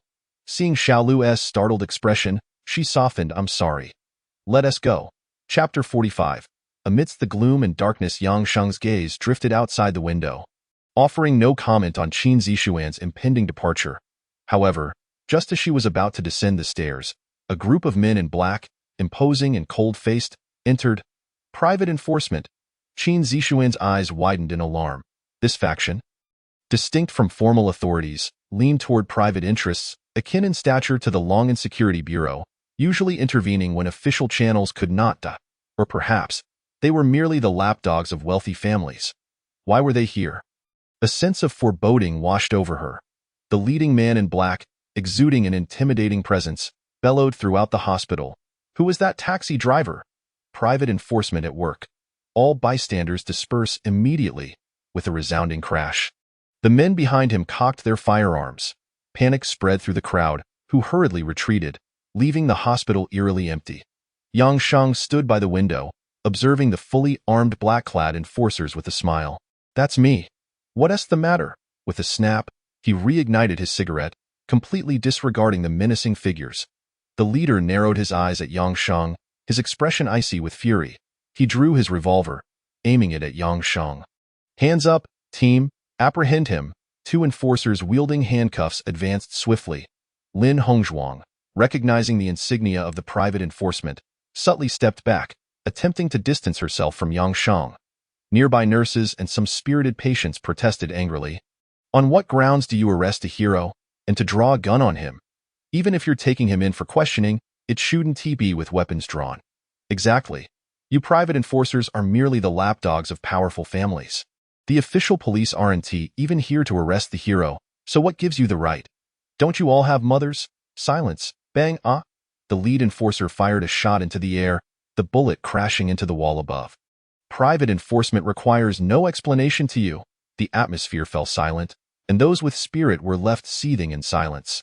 Yang Shang's expression turned frigid, a bloodthirsty smile creeping across his face.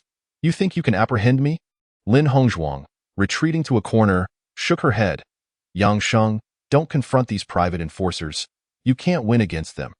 They are private forces, the personal muscle of wealthy families. You stand no chance." Yang Shang chuckled. Just as he prepared to discard his cigarette and eliminate the bothersome black-clad men before him, a slender and delicate figure stepped in front of him. "You cannot arrest him. He is a hero of the nation and the people." Qin Zixuan, with her frail and delicate figure, unexpectedly extended her arms in an attempt to block the two approaching figures clad in black. "I am a reporter from Qingqing International. If you dare to lay a hand on me, the television station will undoubtedly expose your private forces tomorrow." "Qingqing International?" A reporter. The leading figure in black revealed a disdainful smile, dismissing her words with a wave. "What does that even mean?" Seize her. As the two black-clad individuals attempted to forcibly push Qin Zixuan aside, a figure, swift as the wind, descended from the air, landing directly in front of her. With a thunderous crash, no one could discern how Yang Shang had acted. The two black figures were sent flying like straw, tumbling across the ground in a chaotic roll. Silence ensued. The leader of the black-clad men, stunned and furious, shouted, "You dare to assault a private enforcer!" Bang! He fired a shot directly at Yang Shang. The bullet aimed at his head, yet it was caught effortlessly by an unyielding and icy hand. Amidst the astonished gazes of onlookers, the bullet was crushed to powder in Yang Shang's palm. Qin Zixuan cried out, How dare you fire a gun here? She clutched Yang Sheng tightly, aware that he was unafraid of bullets. The black-clad individuals before him were as insignificant as flies. However, she did not wish for Yang Sheng to kill. Even if he must, it could not happen in a hospital, in front of so many witnesses, where the forces behind the private enforcers would surely seize upon the opportunity to hold them accountable. Yang Sheng met Qin Zixuan's pleading gaze. Taking a deep breath, he understood her intent. Indeed, this was not the right place for bloodshed. He stepped forward, causing a group of black-clad men to retreat a few steps in fear. Catching bullets with bare hands. This is a scene only seen in movies. You? The leader of the black-clad men pointed at Yang Sheng. I will accompany you, but I must first attend to one matter. Yang Sheng replied calmly. The leader was momentarily taken aback, then watched as Yang Sheng walked directly towards the sick little boy with leukemia. The boy looked up at Yang Sheng with tearful eyes. Big brother, are you going to be taken away? You're a hero. Why are they trying to arrest you? Yang Sheng smiled gently, taking the boy's notebook and signing his name. Yang Sheng, an act of significance as it was the first time he had written it since his rebirth. With a solemnity that resonated deeply, he ruffled the boy's hair. In a world shrouded in darkness, we yearn for the flickers of candlelight, the glow of fireflies, the brilliance of meteors, and the flash of lightning. Goodness exists, and so does evil. Promise me, little brother, to remain strong and survive, okay? The boy responded softly, okay. I will listen to Big Brother.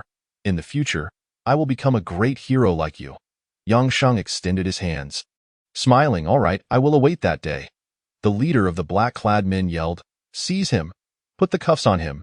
Two of the men rushed forward, swiftly securing handcuffs on Yang Sheng. Hurry, come with us. Yang Sheng was quickly escorted out by a throng of black-clad figures. Qin Zixuan broke through the crowd, shouting desperately at Yang Sheng. Yang Sheng, I, Qin Zixuan, will definitely rescue you. You must wait for me, trust me just this once. As Yang Sheng descended the stairs, he suddenly lifted his face. Though he said nothing, his expression conveyed a silent promise. All right, I will wait for you. Chapter 46. If he loses even a single hair, you all will pay dearly. Yang Sheng found himself surrounded by fully armed, cold black-clad enforcers as he was escorted into an armored vehicle. Outside the hospital, both patients and doctors gazed in bewilderment and anger at the scene unfolding before them. Isn't that the hero who transported a pregnant woman in a taxi? I barely had time to intervene. Why is he being taken away? Isn't this private enforcer going too far? Why arrest a hero? The crowd erupted in shouts of condemnation and disbelief. The black-clad men were bombarded with insults, some even hurling rotten eggs at them. A group of reporters, eager to interview Yang Sheng, surged forward. Are you the private enforcers? What authority do you have to arrest a hero who saved 2 lives? I am a reporter from CCTV. Please cooperate and show us your credentials. Don't remain silent. Answer our questions. The black-clad men, besieged by the journalists' inquiries and projectiles, hurriedly scrambled into the armored vehicle, which then roared away as if in flight. Yang Sheng was thrown into the back seat, even having shackles placed on his ankles. He remained composed, indifferent. After all, they would soon meet their demise. He gazed out the window, as if choosing their burial plots. Inside the lead armored vehicle, the captain of the black-clad team was seething with rage, wiping the remnants of rotten eggs from his clothing, a pungent odor emanating from him. Just for a pathetic taxi driver. How dare these ruffians throw things at me? Do they not regard us private enforcers at all? His eyes burned with a maniacal hatred. If I do not eliminate you today, this wretched taxi driver, I might as well take my own life. With a thunderous roar, the 2 armored vehicles of the private enforcers sped away amidst the astonished and furious gazes of the onlookers. On the 2nd floor of the hospital, Qin Zixuan peered out the window, watching the vehicle that had taken Yang Sheng away. Once it departed, her gaze hardened with newfound resolve, radiating a powerful energy, a light. You have always protected me. Now it is my turn. With determination in her eyes, Qin Zixuan exuded the aura of a formidable woman. Xiao Lu, did the hidden camera capture the footage of the private enforcers firing their weapons and the forceful arrest? Yes, Xiao Lu nodded. Earlier, Qin Zixuan had discreetly gestured for him to activate the hidden camera, ensuring all the scenes were recorded. Remaining calm and collected, Qin Zixuan swiftly opened her phone, her eyes darting across the internal searches. Are there any clips of Yang Sheng driving the taxi across Chongqing Bridge? Did we capture the footage of Yang Sheng entering the professional racing circuit, risking his life to surpass all the racers and leap off the cliff? Did we get the scene of Yang Sheng carrying the pregnant woman into the hospital, delivering her and the child safely to the doctors? Xiao Lu frantically typed on his laptop before looking up. Sister Zixuan, we have complete footage of the first and third scenes, but the second racing video cannot be retrieved. Qin Zixuan hurriedly descended the stairs, her expression resolute as she pulled out her phone and dialed the number. Hello, Zixuan? Why are you calling your father at this hour? Dad, throughout my life, I have never asked you for anything, whether in studies or work. Today, I need your help. Qin Zixuan's voice turned grave, each word deliberate. I am asking you to retrieve a video from the media company's internal database. Then, I need you to pause all programming during prime time and grant me a segment for a live broadcast. There was a moment of silence on the other end of the line. Qin Zixuan remained steadfast, refusing to relent. Though her request seemed excessive, violating company policies, she resolved to bear the consequences alone without burdening her father. This was the first time she had ever used the word ask in front of him. All right. After a long pause, her father finally replied, I'll help you. Thank you. Qin Zixuan hung up the phone, her expression quickly regaining its determination and clarity. She swiftly exited the hospital, opening the door of her white Audi A6, and spoke decisively, Xiao Lu, help me contact Jiangli Broadcasting and Television Station. I need to go on air for a full-frequency news broadcast. On the second floor of the hospital, within the emergency wing, a group of patients stood by the windows, observing the scene of Yang Sheng being forcefully taken away. An inner rage began to swell within them, creeping steadily to the forefront of their minds. Finally, a patient with a bandaged head let out a thunderous crash as he hurled a bowl and chopsticks to the ground. The clatter echoing through the room. I refuse to accept this. Why should a group of private bodyguards be allowed to abduct a great hero who saved lives? Have they no thought for their own mothers? What will become of their own futures if they were in his place? His fury surged as he pulled out his phone, frantically dialing the Long'an security team. Beep, beep. Hello, this is the Long'an security team. Jiangli Longqing Command Center. I am reporting a crime. A group of wealthy families' private enforcers has taken away a hero who saves lives. Taken away, he emphasized with a hoarse voice. Comrade, please remain calm. We will take note. Take note of what? You fools. Let me tell you, if you don't hurry and rescue him from their clutches, I'll stop my treatment and camp out at your gates. Relieving myself right there, he hung up the phone in a fit of rage. The onlookers stared at him, and the bandaged man shouted, What are you all staring at? Do you have no conscience? What if your wives were in a similar situation? Who would help you then? I ask you all, am I wrong in feeling this way? No, shouted a nurse at the front desk, the first to respond. She, too, was stirred and pulled out her phone. As a woman and a nurse in obstetrics, she understood all too well the value of such a person's character. If he had been taken by the legitimate forces of the Long'an security team, it would have been understandable, however, to witness a private enforcer, merely a lackey of a wealthy family, abducting a hero with such brazen force was intolerable. Her pride and sense of duty could bear it no longer. She raised her phone. Hello, is this the Long'an security team? I want to report a crime as well. On Chongqing Bridge, vehicles continued to move at a leisurely pace, while a group of drivers discussed the terrifying spectacle of the flying taxi they had just witnessed.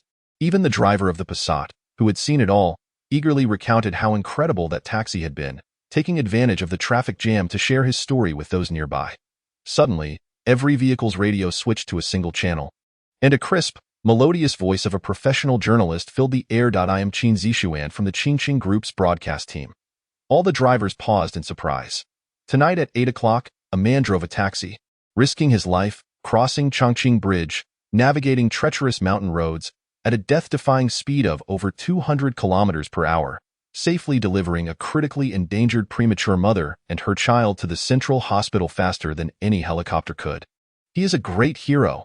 The surrounding drivers felt a surge of adrenaline, many realizing that the flying taxi had indeed been piloted by that same hero, all to save a mother's life. Our great hero deserved the praise of the masses, the honorable promotion from the media, and commendations from the relevant authorities.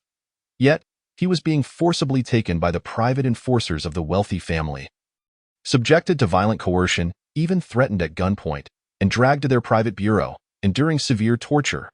Qin Zixuan's voice rang out passionately. As a professional journalist, I earnestly request everyone to take out their phones and immediately report to the Long'an security team. Rescue our great hero from those private bodyguards. Let our light shine once more. The entire Chongqing Bridge fell into silence. While others might have doubted the truth of this news, they had witnessed it with their own eyes. The driver of the Passat was the first to react, his anger flaring. Don't these brutes have mothers? Brothers, raise your phones. Let us report this now. A bunch of sycophants for the wealthy cannot defy us. A wave of impassioned cries swept through the crowd. All the drivers on Chongqing Bridge came to a halt. Vehicles ceased their movement, and every driver focused on a singular task, dialing the Long'an security team's number. Simultaneously, Qin Zixuan began live streaming online, meticulously relaying every detail. Those at home, watching television and enjoying their meals, were abruptly switched to her live broadcast. Upon hearing her report, many families threw their bowls and chopsticks to the ground in outrage. These shameless bastards, they furiously grabbed their phones and dialed the Long'an security team. Hello? Yes, we are the Long'an security team. You are the 101,400th citizen to report this matter, and we are expediting our response. Hello, we are. The phones of the Long'an security team in Jiangli were overwhelmed. Every attending officer was called back to handle the calls and soothe public sentiment. However, the outcry had reached a point that could no longer be restrained or calmed. Every conversation centered on one demand. Release the taxi driver who saved lives. The chief of the Long'an security team, anxious and chain-smoking, suddenly received a forceful vibration from his personal phone. His eyes widened as he quickly answered the call. Chief! A furious voice erupted from the other end. What did I tell you? Let him go. Do not apprehend him. This man is to be rewarded, to be celebrated as a positive image. Do you all want to lose your jobs? Go home and pack your things? The ire from the chief on the other end left the Long'an security team leader feeling utterly aggrieved. Chief, it wasn't us who arrested him. We wouldn't dare. It was the Private Enforcement Bureau. I don't care who arrested him.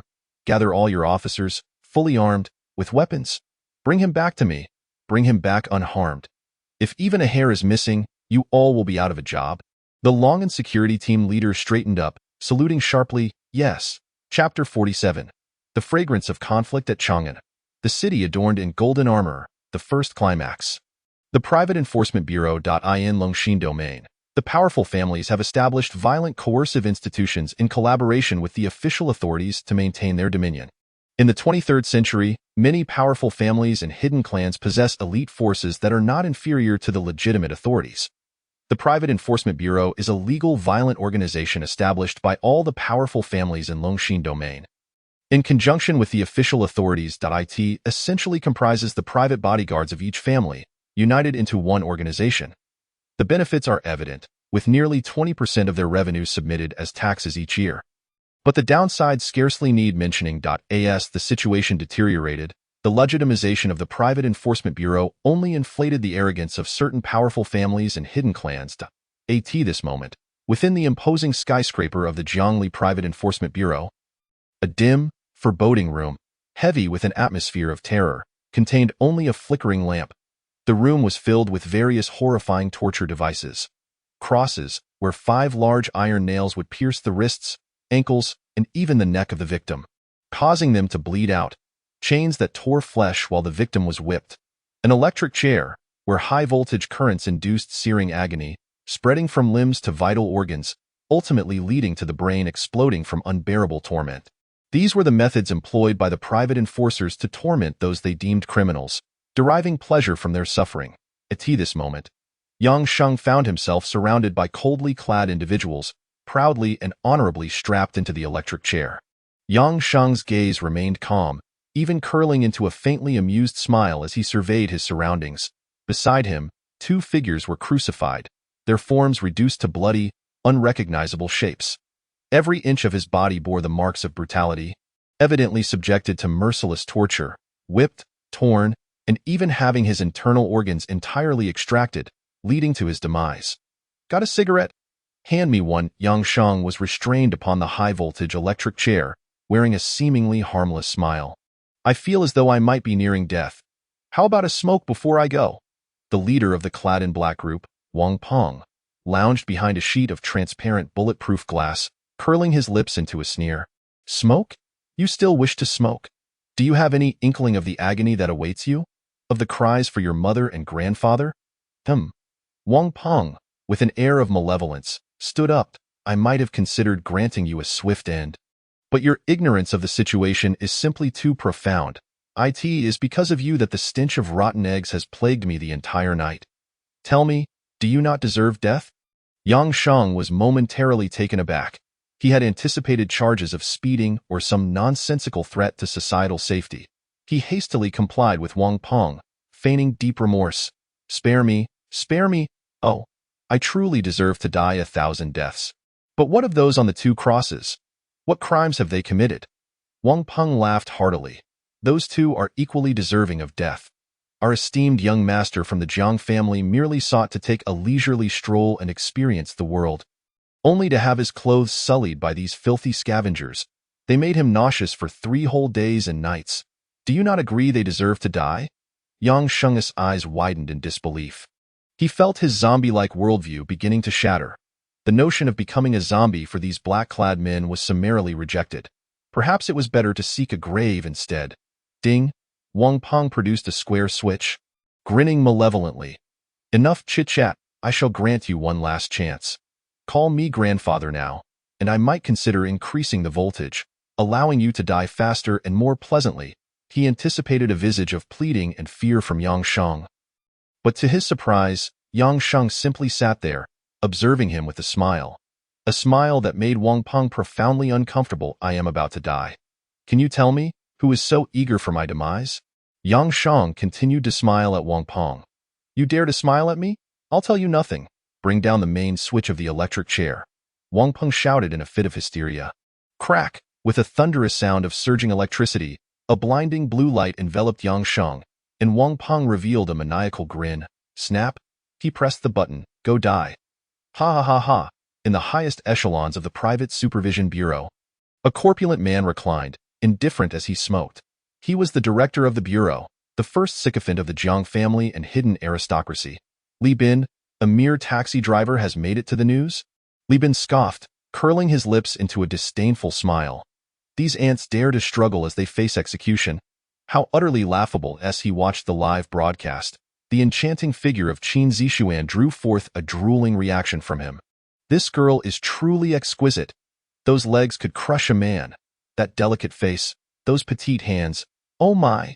Li Bin even began to fantasize, indulging in the thought of possessing her, wanting to revel in her on the bed, making her eloquent mouth spew nonsense on the news. What good would that do? Come, experience my might. Just as he prepared to indulge, the satellite phone on the desk rang urgently. Ding, ding, ding. Li Bin's expression darkened, his anger flaring as he answered the call. Hello? Who the hell is calling me at this hour? Who are you? A moment of silence ensued on the other end, followed by a calm yet authoritative voice stating, The tone carried a weight akin to a general of 9 nations, and Li Bin's previously furious demeanor froze in place. His hand trembled as he held the satellite phone, his face paling as if he were a corpse. 3.3-star Chief. What brings you here? Where is Yang Sheng? Who? Li Bin stammered, momentarily bewildered. The taxi driver you apprehended. Release him immediately. Not a single hair shall be harmed. Li Bin's expression turned blank, struggling to articulate. But he's already in the electric chair. Silence. The authoritative voice erupted like a volcano. Are you seeking death? The 3-star Chief's command pierces through time and space, causing Li Bin to tremble uncontrollably. Let me inform you, the Longan Guard and the Longan Martial Bureau, all of Jiang's military forces, are en route to your Private Supervision Bureau. Public sentiment has reached an uncontrollable state. Should Yang Sheng face any danger, every one of your black-clad men shall accompany him to the grave. Do not question who issued this order. It is the command of the 3-star Chief himself. Bang. The call abruptly ended, leaving Li Bin ashen-faced, staring blankly at the phone. Knock, knock, knock. Urgent knocks echoed at the door. A black-clad man burst in, his face a mask of terror as if the apocalypse had arrived. Director Li, we have a grave situation. The Private Supervision Bureau is surrounded by the Longan Guard and military personnel.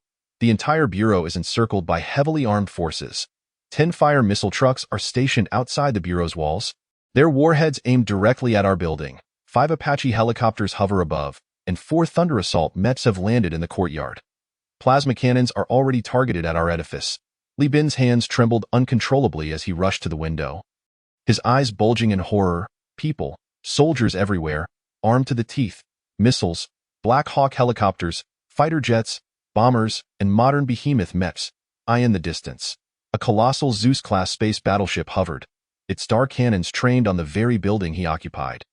"Let them go! Let them go!" Li Bin pressed against the wall, racing out with the speed of desperation. Bang! As he burst through the door of the interrogation room, he was met with a sight that left him wide-eyed in shock. It felt as though he had stepped into hell. The floor was littered with the lifeless, emaciated bodies of his black-clad men, blood pooling everywhere. Atop a massive cross hung Wang Peng, his limbs impaled and shattered by colossal spikes. Completely nailed to the structure, his jaw had been wrenched away, discarded to the side. Wang Peng now possessed only the upper half of his skull. In the electric chair sat a man, cold and indifferent, blending seamlessly with the darkness, smoking a cigarette like a star igniting in the night. Yang Sheng suddenly smiled and rose to his feet. "You are Wang Peng? I find your name rather lacking. Henceforth, your tombstone shall read Wang Peng." With a swift motion, Yang Sheng plunged a massive needle into Wang Peng's third leg.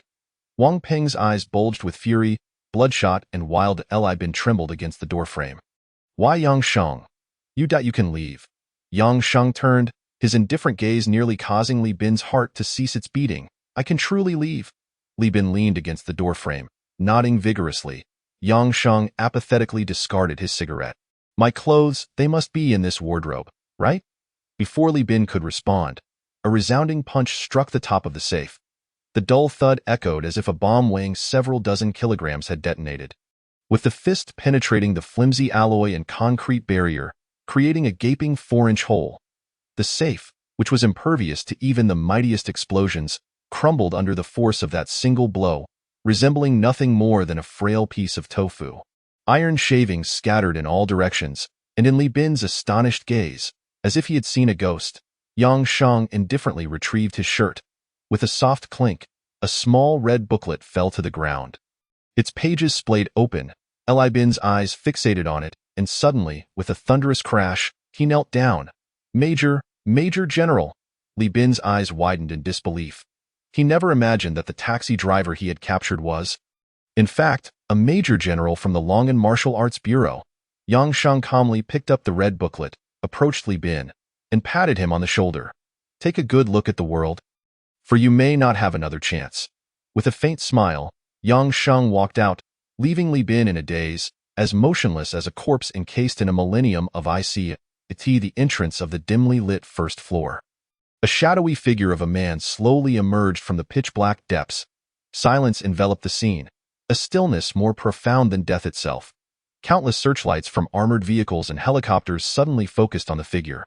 Then, with a thunderous roar, the regimented troops pivoted in unison towards him, their voices resonating with fervor. "Commander, salute!" Clack, clack, clack. All the guards surrounding the city instantly drew their weapons, raising them to their shoulders.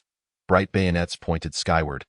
As Black Hawk helicopters and special forces stood vigil at the entrance, fire missile vehicles, with drivers and all guards, climbed atop their vehicles. Zeus-class interstellar battleships opened their twin hatches, with straight lines of sentinels standing at the thresholds. "Salute!" A sound akin to thunder reverberated throughout, as all guards, soldiers, and military officials collectively turned towards Yang Sheng, executing a perfectly synchronized military salute. What is the essence of shock? What does it mean to be revered by thousands? This is it. Amidst the fervent, respectful, and admiring gazes of countless individuals, Yang Sheng stood there, his demeanor tranquil. Simultaneously, the voice of the system resonated within his mind. The master's respect value is soaring, soaring wildly. 10,000. 20,000. 50,000. 100,000. System alert, system alert. The master's respect value has exceeded the threshold, allowing for an immediate 2-level upgrade. Upgrading to Golden Armored Zombie. Does the master wish to upgrade? Yes. A voice, devoid of emotion. Silence enveloped the atmosphere, a boundless stillness, as time and space seemed to freeze. A resounding dragon's roar erupted, reverberating from the heavens, akin to a thunderclap in clear skies. With the undulation of this dragon's cry, the very fabric of the universe trembled. The entire scene was engulfed in astonishment. All guards, drivers, and officials widened their eyes in disbelief. From Yangsheng emanated an aura of celestial might, soaring into the heavens. Dust and debris swirled as a tornado ascended skyward. With a thunderous crash, mechs that had landed on the ground were swept away by the swirling winds, crashing against the city walls. What is this? Who is he? What manner of person is he? The mechs soared into the sky. The massive rotors of the helicopters were flung to the edge of the heavens. Boom, boom, boom. Simultaneously, a tumultuous rumble echoed as dark clouds gathered in the sky. And several arcs of lightning, as thick as an infant's arm, descended with a crack. Yangsheng's ascension across 2 levels had provoked the wrath of the heavens, summoning divine thunder that was not supposed to descend upon the untransformed undead. Boom, boom, boom. The eastern azure with divine thunder crashed down upon Yangsheng, producing a cacophony of shattering and healing sounds. The center of the scene was swept by the annihilating eastern azure with divine thunder, turning grass, trees, and stones into charred remnants. Yet, Yangsheng's body radiated a soft golden glow. A subtle sound akin to a dragon's hymn emanated from within him, resisting the thunderous calamity of heaven and earth. After a long while, as the thunderous noise subsided, amidst the charred remains and black ashes, everyone believed that Yangsheng had turned to charcoal. Yet, a figure slowly emerged. Yangsheng, expressionless, even closed his eyes, as if the eyes of awakening gods were about to stir. Then, Yangsheng's eyes snapped open, revealing pupils that sparkled like the sun and moon, reflecting the cosmos. They mirrored the memories of the river of time, unfolding the grand principles of nature. Yangsheng stood before the multitude. Calm as an insurmountable mountain, he extended his arms, aglow with golden light, wielding boundless power that seemed to shatter the void. This was the golden armored zombie. Before the silent gazes of thousands, Yangsheng snapped his fingers. Within the private supervision building, all the men in black suddenly felt their bodies levitating. Crack, crack, crack. The sound of bones fracturing resonated. Thud. They disintegrated into a mass of flesh. Silence. The entire scene fell into a death-like hush. Everyone felt as if they were living in a dream. Is he a deity? High above, on a Zeus-class interstellar battleship, sat Commander Number 3 and an elderly man. Commander Number 3 was filled with shock, while the elderly man dropped his teacup to the ground with a crash. The divine thunder of tribulation, breaking the void realm. How is this possible? Impossible. Chapter 48. Breaking the void realm. The might of the earthly immortal. Commander Number 3, beside him, the elderly figure named Lan Shan, one of the 3 elders of the Wudong Sword Sect. A master of the small sect at the peak of transformation point, one of the supreme powers of the Dragon Heart domain. This moment, Lan Shan's face was etched with astonishment, his body trembling as he gazed at the dissipating clouds in the sky. The concept of the breaking the void realm, Commander Number 3, puzzled, found this notion beyond his comprehension. What realm is this? Lan Shan swallowed hard, his eyes reflecting an insatiable longing. The realms of martial artists. The first 4 realms are well known. Ming Jin, and Jin, Hua Jin, and Gang Jin. Hua Jin represents the small master, while Gang Jin signifies the great master. The 4 great golden robes of the capital are great masters of the Gang Chi realm. Above the Gang Jin, as he spoke, a glimmer of deep yearning flickered in Lan Shan's eyes. That is the innate. Known as the earthly giant, the revered figures of the north and south, the deity of the north, the old immortal of the south, and the 12 main deities of the wicked domain, Zeus, Athena, and the golden light great teacher of the witch domain, are said to have all reached this stage of innate power. However, the breaking the void realm. Lan Shan swallowed again, an infinite sense of reverence and longing evident in his demeanor. Above the innate lies the breaking the void, shattering the void, traversing the land, in the vastness of heaven and earth. No force can obstruct the existence of a breaking the void realm master. Thus, it would provoke the divine thunder tribulation of heaven and earth. In the astonished gaze of Commander Number 3, Lan Shan passionately proclaimed. Below the innate, one is regarded as nothingness. Below the breaking the void, all are but ants. This is the earthly immortal, silence. Commander number 3 paused for a long while, struggling to speak. So, Yang Shang is the legendary earthly immortal. Lan Shan remained silent. He was uncertain, or perhaps unwilling to acknowledge it, because it cannot be true.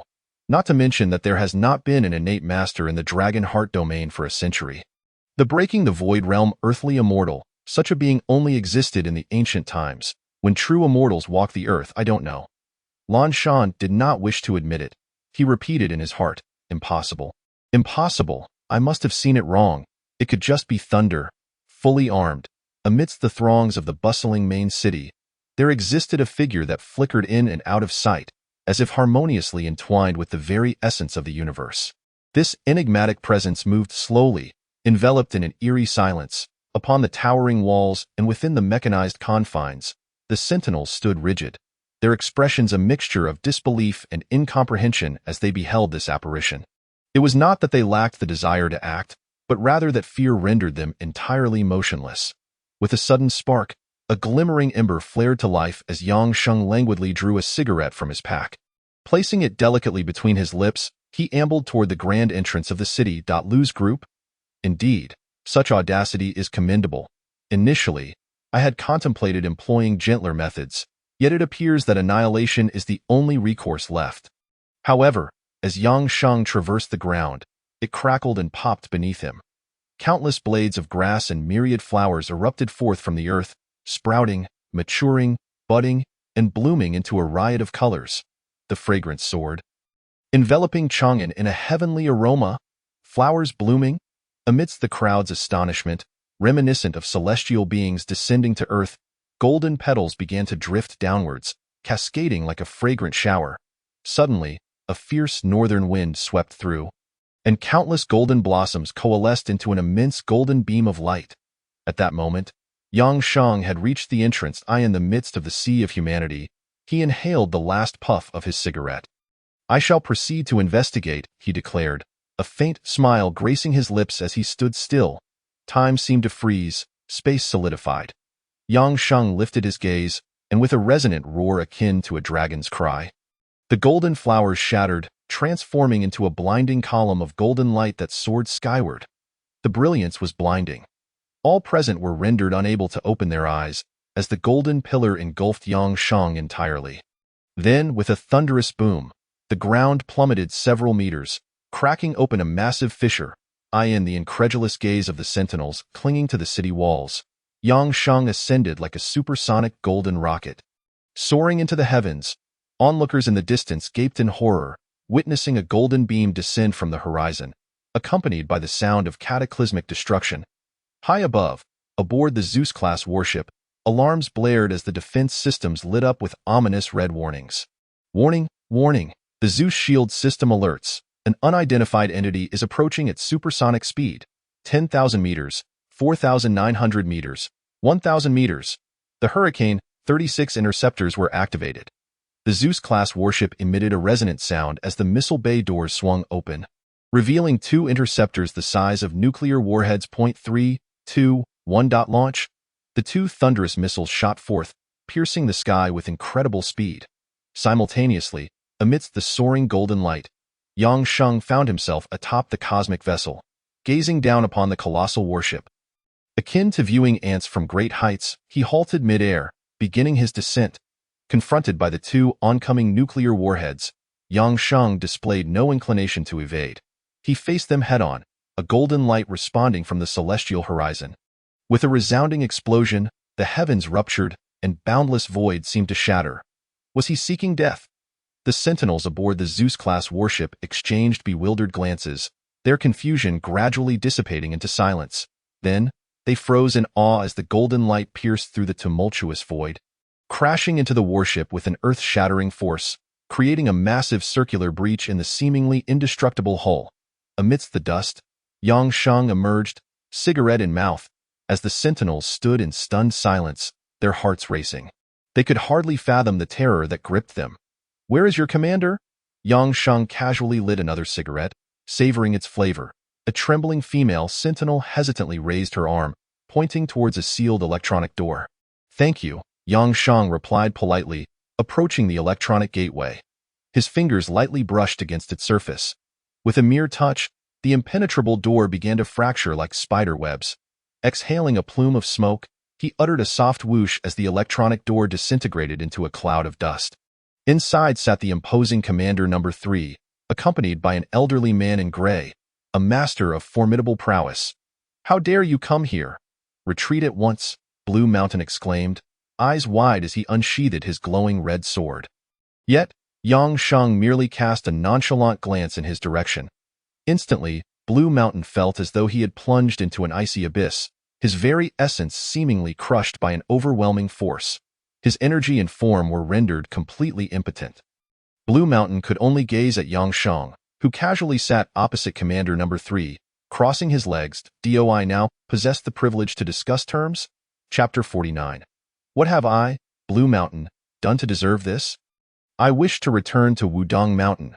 Within the cosmic vessel high above, the conversation lasted but a fleeting 2 minutes before an oppressive silence enveloped the space. It seemed that one party was weighing the conditions. Yang Sheng chuckled softly, a playful smile gracing his lips. "Commander Number 3, given your esteemed position, surely you can accommodate even my modest request." Commander Number 3 remained contemplative, brow furrowed as he deliberated over Yang Sheng's so-called modest conditions. Envisioning the ramifications decades, even centuries into the future, Yang Sheng maintained his serene smile, leisurely peeling a banana and indulging in its sweetness. His words bore no hint of menace. From any perspective, Commander No. 3 appeared to be a competent leader, dispatching such a substantial military force to rescue him, even if he had not sought it. Regardless of the socio-political implications, such decisive action could only stem from a leader of considerable fortitude. Most crucially, one could not overlook the increase in his respect value, propelling him toward the golden armored zombie rank. Commander Number 3 undeniably played a pivotal role in this ascent. Yang Sheng couldn't help but marvel at the wisdom and audacity of those in high positions. Their capabilities were far beyond the realm of ordinary folk. Yang Sheng had always regarded the forces of Longxin Domain with disdain and annoyance, yet before him sat a commander he deemed worthy of negotiation. Others were simply unqualified. That old man from the Longan Martial Arts Bureau lacked the standing to even propose conditions. Yang Sheng's every word compelled immediate compliance. Meanwhile, Blue Mountain fidgeted in his seat. Drenched in cold sweat, terror coursing through him, he dreaded the thought of Yang Sheng's potential displeasure leading to his own demise. For the first time, Blue Mountain felt an overwhelming desire to be subservient. "Would you care for a banana?" Yang Sheng inquired, offering another piece of fruit. "What?" Blue Mountain stammered, his voice trembling as he gazed at Yang Sheng, hastily accepting the banana without peeling it, taking a bite without hesitation. Beside this terrestrial deity, he, a mere martial artist, felt as though he might soil himself from fright. He understood now. He had erred. From the moment their eyes met, he recognized the overwhelming strength of a true terrestrial immortal. Yang Sheng stared in disbelief. "Have you truly never eaten a banana in your entire life?" Blue Mountain had devoured nearly half the banana before. Seemingly enlightened by Yang Sheng's words, hastily peeled the remaining half and lamented. Yes, this is indeed my first time eating such a thing. Thank you for the reminder, esteemed immortal." Yang Sheng shook his head, a look of pity upon his face as he regarded the old man. It was rather pathetic that he had never tasted a banana while in the presence of Commander Number 3. "Very well, I shall acquiesce to your conditions." After a lengthy pause, the third leader finally exhaled deeply, his expression transforming into one of unwavering determination. "However, Yang Sheng," he stated, "you must assure me that you will refrain from actions that would harm the citizens of the Dragon Heart Domain. Innocent lives must never be endangered." Yang Sheng curled his lips into a disdainful smile and rose to his feet. "I have no time to waste on such trivial matters. Those who do not provoke me, I have no inclination to engage with." The implication was clear. Should anyone cross Yang Sheng, the consequences need not be articulated by him. Yang Sheng was destined to shatter realms and traverse the void as a 10,000-year corpse king. In his eyes, this meager Dragon Heart Domain was scarcely worth considering, akin to mere ants. Nevertheless, if there were opportunities to garner free respect, he would not decline. "Very well, let's proceed as such," before the third leader could react. Yang Sheng strode over to the gaping humanoid hole, and with a whoosh, The howling winds and the fierce energies that tore through the sky caused onlookers to avert their gazes. Yet, not even Yang Sheng's garments fluttered in the gale. He lowered himself onto one knee, and in an instant, transformed into a dazzling golden light, vanishing like a shooting star. His voice echoed across the horizon, lingering long after his departure. Aside from you, third leader. Should anyone else disturb me in the future, do not blame me, Yang Sheng. I shall eliminate them without hesitation. Furthermore, should you wish to enhance your cultivation, you may seek me out, and I will offer you a discounted rate. The thunderous echoes faded as the third leader's expression turned to one of bittersweet amusement. Being directly named by a terrestrial deity, it left him uncertain whether to feel gratified or honored. A sentiment that was decidedly complex. On the ground, the fully armed dragon and guard had completely encircled the private supervision bureau. The commander had issued orders to apprehend all the individuals clad in black within. Outside on the lawn, they were to execute immediate gunfire. In less than half a stick of incense, the well-trained members of the dragon and guard had searched the entire floor, yet the expressions of each returning member were filled with confusion, shock, and bewilderment. Report, Captain. There are no black-clad individuals on the first floor. Report, Captain. There are no black-clad individuals on the fifth floor. Report, Captain. Where are they? Not a single one to be found. The leader of the dragon and guard gaped. His eyes wide as saucers, his phone buzzed insistently, reporting, Sir, we have completed the search of the entire floor. Not a single black-clad individual was apprehended. They did not flee, they have genuinely vanished without a trace. Not even a corpse remains. No, sir, I assure you I am not blind. For the love of heaven. Upon hanging up, he felt an unsettling chill wash over him. Is this some sort of ghostly phenomenon? Where have they all gone? Even if they died, there should be some remnants left behind. Third leader, are you out of your mind? How could the Dragon Heart Medal be awarded to him on the spacecraft? After Yang Sheng's departure, Lan Shan finally dared to breathe freely, as if he had not taken a proper breath in 100 millennia. The third leader furrowed his brow.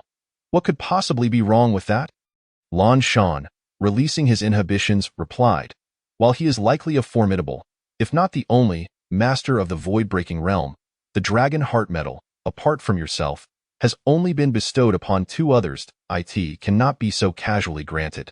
Moreover, it is crucial that you do not agree to his terms, allowing him to continue his nefarious deeds. If he truly desires to kill, who could possibly restrain him? Lan Shan passionately articulated these concerns. However, he was met with a gaze from the third leader that suggested he was viewed as a fool. For the first time, Lan Shan detected such disdain in the third leader's eyes. Let me pose a question to you. This terrestrial deity, impervious to bullets, artillery, and even missiles, should he wish to kill, do you think you could stop him? Lan Shan hesitated before shaking his head. It is likely that even the elder deity from the south would find him troublesome. The third leader smiled again. Then allow me to ask you this. Perhaps in your eyes, he is a monster. However, this monster, who does not take lives recklessly, even risks his own safety to save a pregnant woman whose existence pales in comparison to his own cultivation. Is he not far superior to those who are more beastly than the beasts themselves? Beads of sweat began to form on Lan Shan's brow as he prepared to explain himself. But the third leader continued, coldly lifting a document. You claim he is a master of the void-breaking realm, yet the Abilities Bureau has classified him as a corpse king. Lan Shan's expression froze, unsure whether it was the inadequacy of his knowledge or his limited perspective at play. Lan Shan, perhaps I should send you back to Wudong Mountain for some serious training. The third leader suddenly emanated a terrifyingly powerful aura, revealing himself to be a master of the energy realm. Lan Shan was taken aback. For the first time, he realized that the third leader was an energy realm master, nearly brought to tears. How could you, a master of the energy realm, be so oblivious? Do you think me a fool, playing tricks on me? Lan Shan felt utterly despondent, nearly brought to tears at the thought of returning to Wudong Mountain. What have I done to deserve this? Oh master, the schemes of city dwellers are too much. I want to go back to Wudong Mountain. At that moment, a guard with a white document suddenly appeared at the door. The third leader sipped his tea and spoke calmly. The guard stood at attention, solemnly reporting, Third leader, a telegram has arrived from the Wuxin domain. Their red-robed high priest states that the taxi driver, Yang Sheng, is their Wuxin deity. They request the Dragon Heart Domain return their deity to the homeland. Otherwise, the guard hesitated, unsure whether to continue. Proceed, the third leader urged, a smile gracing his lips. The guard resumed. The red-robed high priest of the Wuxian domain warns that should their deity not be returned, they may consider instigating an interstellar war. They hope the leaders of the Dragon Heart Domain will deliberate carefully. Should you refuse, their powerful sorcery may be unleashed upon the citizens of the Dragon Heart Domain, and the resulting consequences will be borne by the Dragon Heart Domain. A commanding voice thundered like lightning, declaring, "This is our Dragon Heart Domain's dragon god. Whatever nonsense deity they speak of, they should vacate immediately." The third leader gently set down his teacup, a smile curling his lips that radiated disdain. "If they refuse, I can send the esteemed elder from the north to pay a visit to the Wuxian domain. If they persist, I shall dispatch the elder from the south to wander through their domain." The Golden Light High Priest of the Wuxian domain seems to have forgotten the time when he was crushed underfoot by the elder. Let them be reminded. Yes, the guard stood tall, saluting sharply before hastily departing. The third leader stood with his hands clasped behind his back, imposing as an unyielding mountain, his gaze fixed on the spot where Yang Sheng had departed. Should the Dragon Heart Domain ever face ruin, he would be the last hope for salvation. Chapter 50. The Frenzy of the Wuxian Domain, the Hidden Technology of the Sunrise Empire. Today, all who witnessed the chaos instigated by Yang Sheng, including soldiers, the Dragon and Guard, and all mech pilots, were to undergo memory erasure, with all video footage deleted, leaving only the copy in my possession.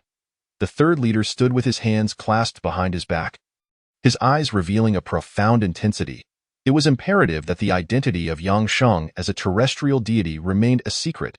He was our final trump card in the capital, in a dark region overshadowed by towering black stone pillars. A figure clad in obsidian armor, resembling a towering giant, sat cross-legged atop the highest stone pillar of a palace, his eyes tightly shut as if he had been in slumber for countless years. Suddenly, he opened his eyes, exuding an overwhelming aura that caused the surrounding leaves to vanish in an instant. What was that golden light?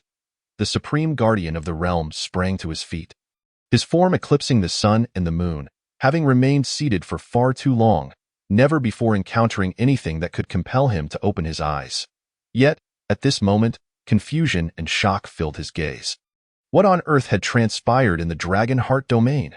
Simultaneously, atop the southern peak of Huashan, an ethereal old sage with a flowing white beard stroked his beard thoughtfully. His body hovered effortlessly in the air, soaring gracefully. The Eastern Qing Iwa Divine Thunder. The elder's eyes suddenly sparkled with ancient wisdom, as if gazing through the passage of millennia. Who had just undergone the 5 elemental divine thunder tribulation? Was it truly the time for terrestrial immortals to emerge in this world? In the Wuxian domain, within a room as dark as ink, a bright candle flickered. The visage of the red-clad Grand Master emerged and faded in the candlelight. Beside him stood a blue-clad priest. "Speak. What news from the Dragon Heart Domain? Relay it to me in its entirety." The blue-clad priest, drenched in sweat, trembled as he replied. "It is as the leader of the Dragon Heart Domain conveyed. He claimed he is not our witch god, but rather, we have mistaken him. He is their dragon god." Preposterous! The red-clad Grand Master roared with fury, slamming his palm onto the table, the force extinguishing all surrounding candles. "What nonsense do those ruffians from the Dragon Heart Domain speak? Not our witch god? I, the esteemed red-clad Grand Master, have felt the call of the witch god. When I beheld his video, I was 1,000,000% certain he is our witch god. A dragon god is nothing but a farce." His chest heaving with rage, he struggled to regain his composure. "Continue. What else did they say? Relay it all to me." At this moment, the blue-clad priest's legs quaked. Nearly succumbing to the overwhelming presence of the red-clad Grand Master, he stammered, "Must I truly relay it word for word? Is my speech rendered ineffective?" The red-clad Grand Master shot him a glance, and the blue-clad priest felt a chilling sensation coursing from his crown to his spine. "Oh yes," the leader of the Dragon Heart Domain said. "He instructed us to scram. He also asked if we had forgotten how our Golden Light Grand Master was being rubbed into the ground by their old sage to the south. He warned that if we dared speak such nonsense again, he would send those two back to our Wuxian kingdom." Boom. Thunderous crashes echoed through the massive cathedral, as if thunder itself had shattered objects within. The blue-clad priest received a severe beating from the enraged red-clad Grand Master, leaving him bruised and bloodied, his lips torn. Cowering in a cabinet, he lamented his misfortune, regretting that he had relayed the message at all. Dragonheart Domain, just you wait. I shall personally go forth and retrieve our witch god. At that time, your wretched nation shall await its doom. The red-clad Grand Master screamed in a frenzy in the Su-Ri-Di domain. A clandestine, high-tech mech factory was secretly constructed upon the ocean. Laser beams shot in every direction, hinting at some advanced development. A soldier in military attire reported to a distinguished middle-aged man clad in noble warrior garb. General Katu, our latest generation of executioner mecha has been completed. Please review it. Boom. The ground trembled with earth-shattering force. A towering mountain split asunder. With a series of thunderous rumbles, the colossal arm of a mech emerged. Revealing itself amidst the awestruck gazes of all present, the visage of the executioner mecha was finally unveiled. Its massive form appeared as if it were shrouded in dark clouds, with a mech head at each cardinal direction. 16 legs and 16 arms, each able to transform into massive swords or laser obliteration cannons. The sheer terror of its destructive potential sent shivers through the hearts of all soldiers in the Su-Ri-Di domain. Excellent, truly splendid, General Katu, garbed in martial attire, displayed a countenance of shock and delight. But wait, there's more. The engineering soldier lowered a grand curtain, revealing a sleek, all-metal, fluidly designed combat aircraft. He proudly introduced, General Katu, this is our latest development. The Tengu Mecha Fighter, capable of transforming between aerial and terrestrial forms. In addition to its shape-shifting abilities, it possesses capabilities for aerial bombardment and self-destruction. Its power surpasses that of the T-87 bomber. The surrounding soldiers erupted in cheers. Long live the Su-Ri-Di domain. Yes, splendid indeed.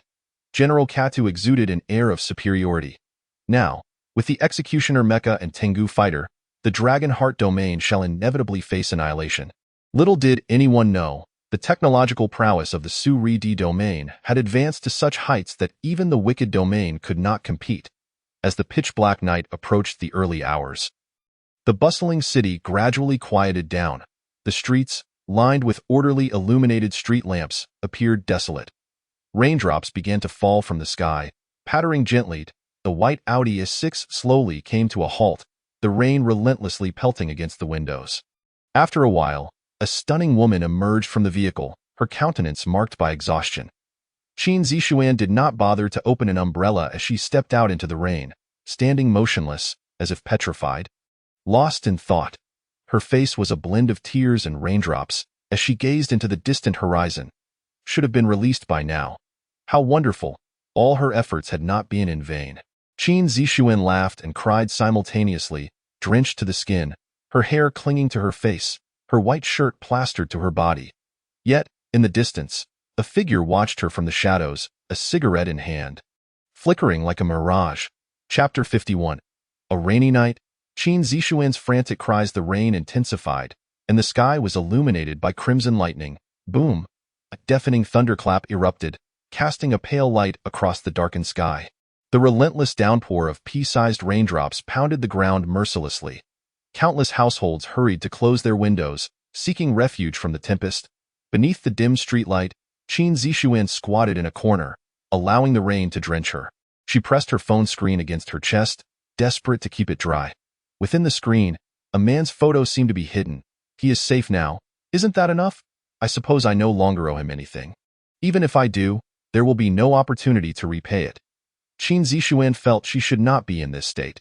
Yet each raindrop that brushed her eyes recalled Yang Sheng's cold, disdainful expression, as if he found her utterly loathsome. Indeed, he did not like her, despised her. Not crushing her throat was perhaps his peculiar kindness. Why must she put on a fade for whom? Yet, she felt utterly devoid of strength to rise, drenched in the rain. The darkness seemed all too comforting in the distance. Ticking away in the pitch blackness of the outside world, Yang Sheng held a cigarette in his hand, continuously puffing away. 1, 2. By the time he finished his third cigarette, his previously indifferent expression had morphed into one of ferocity and bloodlust.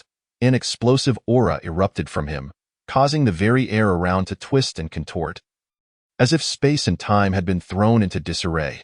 Why wasn't she back yet? Did she revel in the idea of lingering outside? Did she intend to spend the entire night in this torrential downpour? Was she seeking death? Halfway through his cigarette, he crushed it in his grip, reducing it to a pile of ash. Initially, he had merely wished to catch one last glimpse of her, but that single glance had made it nearly impossible to turn away. His obscure and inscrutable eyes fixated on the frail figure of the woman curled up beneath the relentless rain, illuminated by the dim streetlight. Above her loomed a massive television screen broadcasting a replay of Qin Zixuan, seated with a solemn expression, imploring the public to rescue Yang Sheng. Save the light? Ha! Yang Sheng turned away in utter disdain, yet his feet ultimately remained rooted to the spot. The rain intensified, drenching Qin Zixuan until her clothing could absorb no more. The temperature of her body gradually succumbed to the icy rain, making her feel increasingly cold, to the point where she nearly wished to leave this world. But gradually, she sensed that her body was no longer so frigid. The rain upon her seemed to lessen, and the sound of pouring water diminished. Had the rain ceased? Slowly, Qin Zixuan lifted her head, her gaze suddenly frozen in place. Before her stood a towering man. A face both familiar yet foreign, performing the smoking gesture she knew all too well. His dim eyes met her pitifully red ones, and around him, an invisible barrier of light formed, repelling the relentless rain. No droplet dared to breach that terrifying shield. Yang Sheng took a gentle drag from his cigarette, observing Qin Zixuan as she raised her head, her beautiful eyes wide with a myriad of complex emotions. Go home. His voice was chillingly detached, the two words emerging like a command from the darkness. Qin Zixuan trembled, her lips quivering. Why are you here? Why are you here? Yang Sheng's demeanor abruptly shifted from indifference to rage. How dare you even ask? Why haven't you returned home? Do you realize that even a 3-year-old child is more obedient than you? Ha! Do you intend to stay out here in this storm all night long? Yang Sheng's expression twisted into a deliberately menacing scowl. What if you drown here tomorrow, and your body is discovered, only for them to frame it on me, Yang Sheng, to make me feel guilty, to make everyone despise me, to have the Dragon Guard capture me once again? Qin Zixuan's face turned as pale as a ghost, and she shook her head vigorously, shouting, No, it's not like that. The joy she felt upon seeing Yang Sheng dissipated like mist. Her heart felt as though it had been brutally pierced by a knife, bloodily writhing within her. I am not like this. Not? Yang Sheng sneered coldly. If you're not, then return this instant. His words thundered like a storm, as if he were a demon devouring the night. Gazing down upon the minuscule Qin Zixuan, she bit her lip fiercely, and under the weight of his intimidating gaze, she found herself unable to move. I will not go back. Why, what right do you command me to return? Tears streamed down her face, and she stood, fixing her gaze upon Yang Sheng's eyes. Crack! Yang Sheng's fist suddenly made a sound akin to bone cracking. He paused for a moment, exhaling deeply, and a self-mocking smile crept across his face. Indeed, I have no right. So be it. Yang Sheng discarded the cigarette, and did not cast another glance at Qin Zixuan as he began to walk away from that place. Qin Zixuan stood frozen, her tears blurring her vision as Yang Sheng's figure receded into the distance. Further and further away. Yang Sheng! Qin Zixuan suddenly cried out, her voice tearing at the heart. You are a scoundrel. I like you so much. How can you treat me like this? Yang Sheng continued walking, seemingly unfazed, yet his fists tightened further. Qin Zixuan had never shouted so wildly before. You have never thought of me. Yes. You made me eat noodles for my own good. Yes. You invited me to the banquet, allowing me to secure the copyright. Yes. You saved my life, protecting me from so many enemies. Yes. I hurt your feelings. I didn't believe you. I called you a monster. But what choice did I have? A man who barged into my home, saw my body, forced me to eat, without understanding him beforehand. If it were you, what would you do?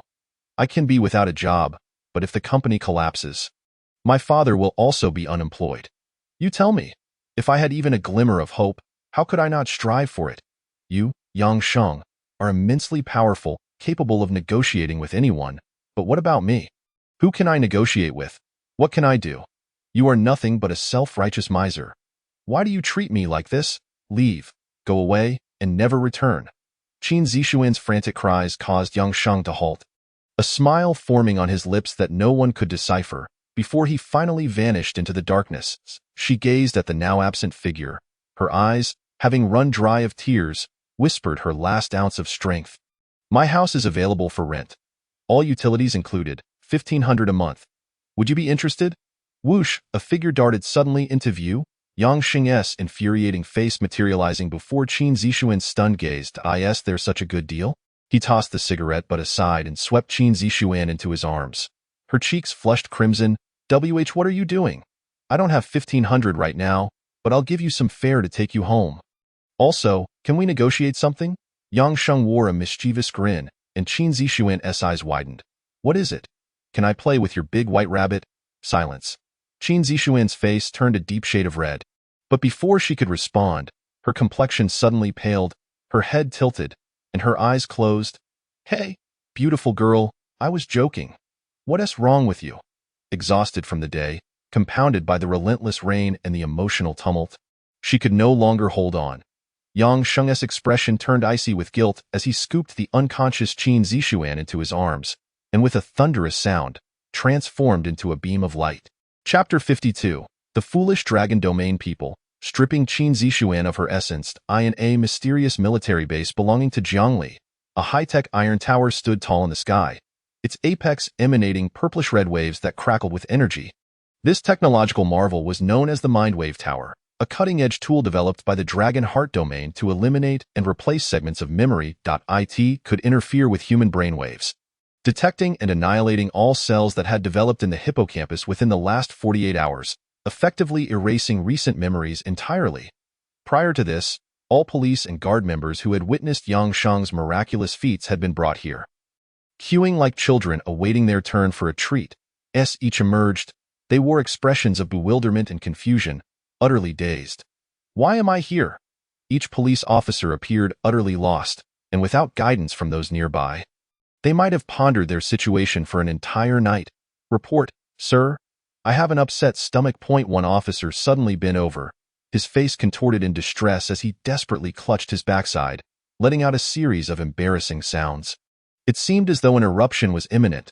The supervising police captain, pinching his nose in distaste, exclaimed, Li Tian, you rascal.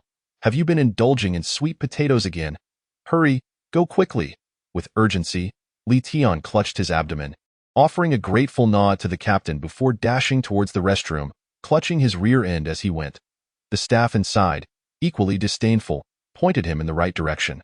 Once inside a solitary stall, the pained expression that had graced his features moments before transformed into an unsettling calm.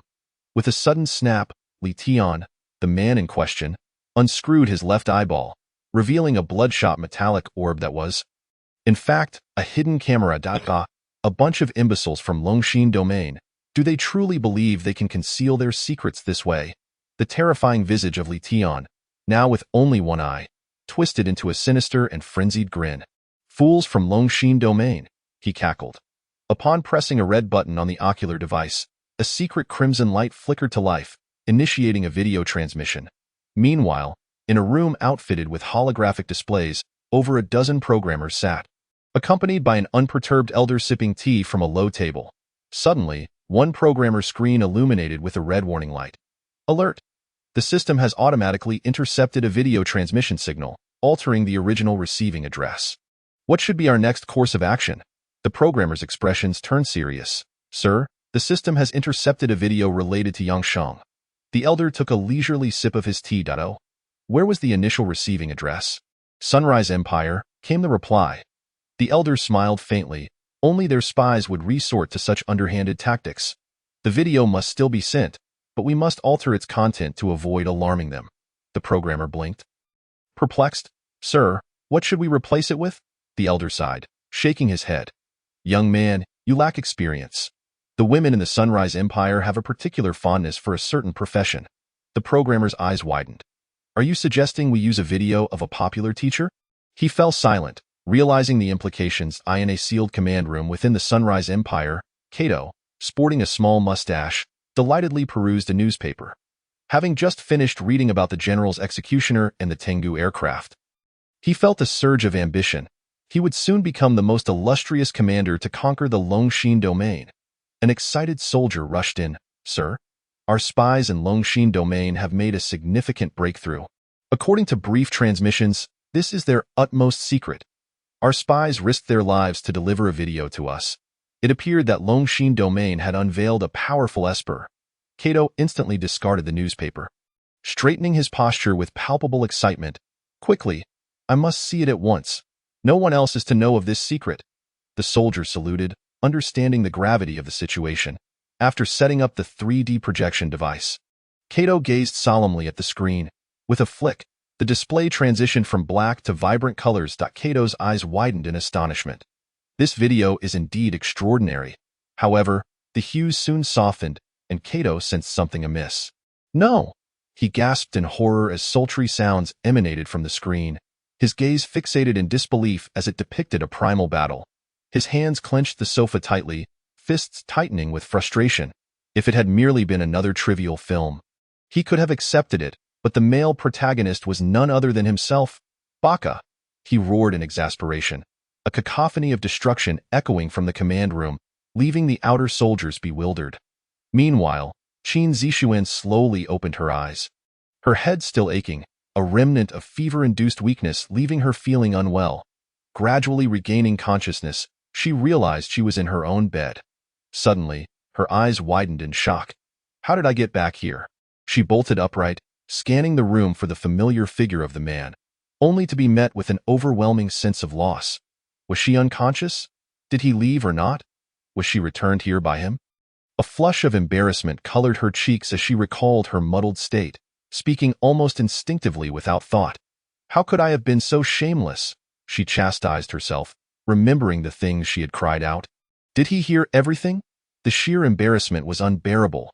Biting her lip, her delicate feet touched the floor, and she murmured, "Yang Sheng, I like you so much." Her face burned with shame, the thought of her feelings overwhelming. Could it be described as infatuation? In truth, she wasn't entirely sure. After all, they had known each other for less than 2 days. Yet, she was acutely aware that she did not want Yang Sheng to leave. In a moment of impulsive clarity, she had spilled her feelings, and the prospect of him departing was intolerable. "He hasn't even secured a place to stay," she fumed, her foot stamping down in frustration. Causing the blanket to slip away, a chill enveloped her, and she froze. To her utter shock, she realized she was completely unclothed. Her flawless form lay exposed to the air.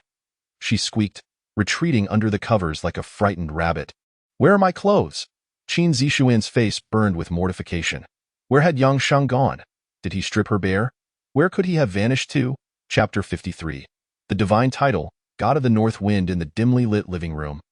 Illuminated only by a small lamp, Yang Sheng sat quietly on the sofa, smoking, as ash fell into the ashtray beside him. Crouched nearby was a trembling doctor, clutching his head, casting nervous glances at Yang Sheng, who was preoccupied with his system interface. The transition to the golden armored zombie seemed abrupt, having skipped the copper and silver armored stages altogether. During this time, he had not thoroughly examined the system interface, unaware of any changes it might have undergone. The leap to the golden armored zombie brought undeniable benefits, but the drawbacks were equally apparent. Having missed the experiences of the previous stages, he lacked knowledge of any new abilities he might have acquired. The system interface offered no indications of the 2 preceding stages, suggesting that it was not without its imperfections. Yang Sheng began to ponder. He felt as though he had leapt into the realm of the golden armored zombie. Despite the impressive bravado, there lingered an unsettling sensation that his foundation was not particularly solid. This simply would not do. Moreover, as a dignified king of the dead, residing constantly in the abode of this young lady seemed rather beneath his status. It appeared to be time to summon them. Yang Sheng's eyes gradually turned frigid. He could sense the whereabouts of the numerous zombies that had accompanied him. Nearly 10,000 had escaped, with around 8,000 still alive. Black and white zombies comprised nearly half of this number, while green zombies were scarce. As for the purple zombies, there were only 3 or 4. Surprisingly, there was one above the purple zombies, a hairy zombie. This revelation took Yang Sheng aback, as he had not sensed the presence of a hairy zombie at the time. It seemed to have recently ascended. The transformation from purple zombie to hairy zombie, typically reliant on the consumption of blood from livestock or humans, was nearly impossible under the current conditions. Yet, a hairy zombie had emerged. Yang Sheng surmised that for a purple zombie to ascend, it must have either ingested a rare treasure or infiltrated a unique, natural sanctuary. He lightly flicked the ash from his cigarette, narrowing his eyes. He needed to seek an opportunity to visit the place where the hairy zombie had evolved. He had an instinct that this location held something exquisite, capable of facilitating the ascension of purple zombies. While he had no personal need for it, the formation of his own zombie legion certainly necessitated such resources. As for laying a solid foundation, two methods began to crystallize in Yang Sheng's mind. The first involved crafting a copper-armored zombie, or even a silver-armored zombie, allowing him to thoroughly explore these two realms. However, under the present circumstances, it was unlikely he could cultivate even the most basic iron-armored zombie. This approach, therefore, might require a gradual build-up, necessitating resources. In the 23rd century, money was paramount. The Lu Corporation should be able to provide substantial funds. Yang Sheng tapped his ash again. The second method piqued his interest in the martial practitioners of the Dragon Heart domain. Their cultivation system might offer him significant insights. His curiosity regarding the martial practitioners was entirely sparked by the aura exuded by the third commander, which was surprisingly comparable to that of an ordinary iron-armored zombie. Had he been in the iron-armored zombie realm without the title of 10,000-year King of the Dead, he might not have been able to best the third commander. This served as a stark warning to Yang Sheng. The Dragon Heart domain might harbor ancient beings of which he was unaware. While he need not fear them, some prudent caution was warranted. Presently, he had little hope of advancing to the dragon-armored zombie beyond the golden-armored zombie. Thus, he resolved to commence the assembly and cultivation of his own zombie legion. Yang Sheng took a contented drag from his cigarette, wholly oblivious to the doctor nearby, who trembled in fear, their complexion pale. Soul Control Technique LV2. Experience points fully accumulated. Would you like to upgrade? Yang Sheng looked at his system. The sensation of upgrading was indeed quite delightful. Ding, congratulations, your Soul Control Technique has been upgraded to LV3. New skill acquired. Finger Techniques. 3 Purities Finger. Like spring rain, it nourishes silently, effortlessly altering the atmosphere of heaven and earth, concealing celestial secrets. Vajra Finger. The Vajra dispels demons with a single strike. Thunder Summoning Finger. Can summon the divine thunder tribulation of heaven and earth. The summoned divine thunder syncs with the Master's own transcendent thunder. Currently, the Thunder Summoning Finger can only summon the Eastern Azure with divine thunder from the 5 elements. In an instant, an influx of information filled Yang Sheng's mind. He raised his fingers, each seeming extraordinarily precious. In addition to the indestructible hardness of the golden-armored zombie, they now bore layers of Taoist resonance. Each finger struck forth as a manifestation of this resonance. As a king of the dead, he could now wield such power with merely a flick of his fingers. If that group of ancient Taoists were to witness a king of the dead learning their mystical arts, would they not be driven to madness, perhaps even seeking a noose from a crooked tree? Yang Sheng then examined his 3 attributes. The credibility value was unremarkable, likely unchanged for him, a long-time sufferer of male chauvinism. The respect value had just been depleted, while the fear value continued to rise, albeit not yet reaching the threshold for breaking boundaries or earning rewards. This simply would not do. Was he too gentle that they did not fear him? The stagnation of the fear value was unacceptable. Yang Sheng mused that he needed to venture into the outer realms to wreak some havoc. Surely such actions would elevate his fear value. However, after reviewing all the basic information, he noticed a golden, shimmering item appear in the upper right corner of the system interface. Ding! Master has ascended to Golden Armored Zombie, receiving exclusive skill and item rewards. Skill reward, Ceiling. Item reward, Divine Embryo. Ceiling. From the moment the Master ascends to Golden Armored Zombie, a portion of power is sealed away, entirely used to nourish the cultivation of the Divine Embryo. Once the Divine Embryo matures, the Master will obtain complete cultivation of the Divine Embryo, unsealing all abilities. Divine Embryo? Yang Sheng narrowed his eyes. What exactly was a Divine Embryo? It was no wonder he felt somewhat unfulfilled after ascending to Golden Armored Zombie. A portion of his power had indeed been sealed. He opened the detailed interface for the Divine Embryo. Divine Embryo in cultivation, Progress bar. 10. Divine embryo title. God of the North Wind. Chapter 54. Since when did I provoke your rabbit? God of the North Wind. Yang Sheng furrowed his brow. The name bore a striking resemblance to those of the 12 Olympian gods from ancient Greek mythology. Zombies possessing divine embryos? How curious. Did this mean he was now a king of the dead or a deity? After much contemplation, Yang Sheng could not discern when he would truly cultivate a divine embryo. Constantly sealing his power was not ideal. In resignation, he decided to set aside his thoughts and flicked the ash from his cigarette. On the television screen, a video of Qin Zixuan appeared repeatedly, where she sat solemnly, earnestly calling for everyone to rescue Yang Sheng. Her expression was grave. Yang Sheng gazed at her image for a long time. In truth, he had merely regarded her assurances that she would save him as mere words, never taking them seriously. Yet, unexpectedly, Qin Zixuan had truly acted upon her words. Previously, he had aided Qin Zixuan simply because he could not stand to watch a group of people use such despicable means to bully a defenseless woman.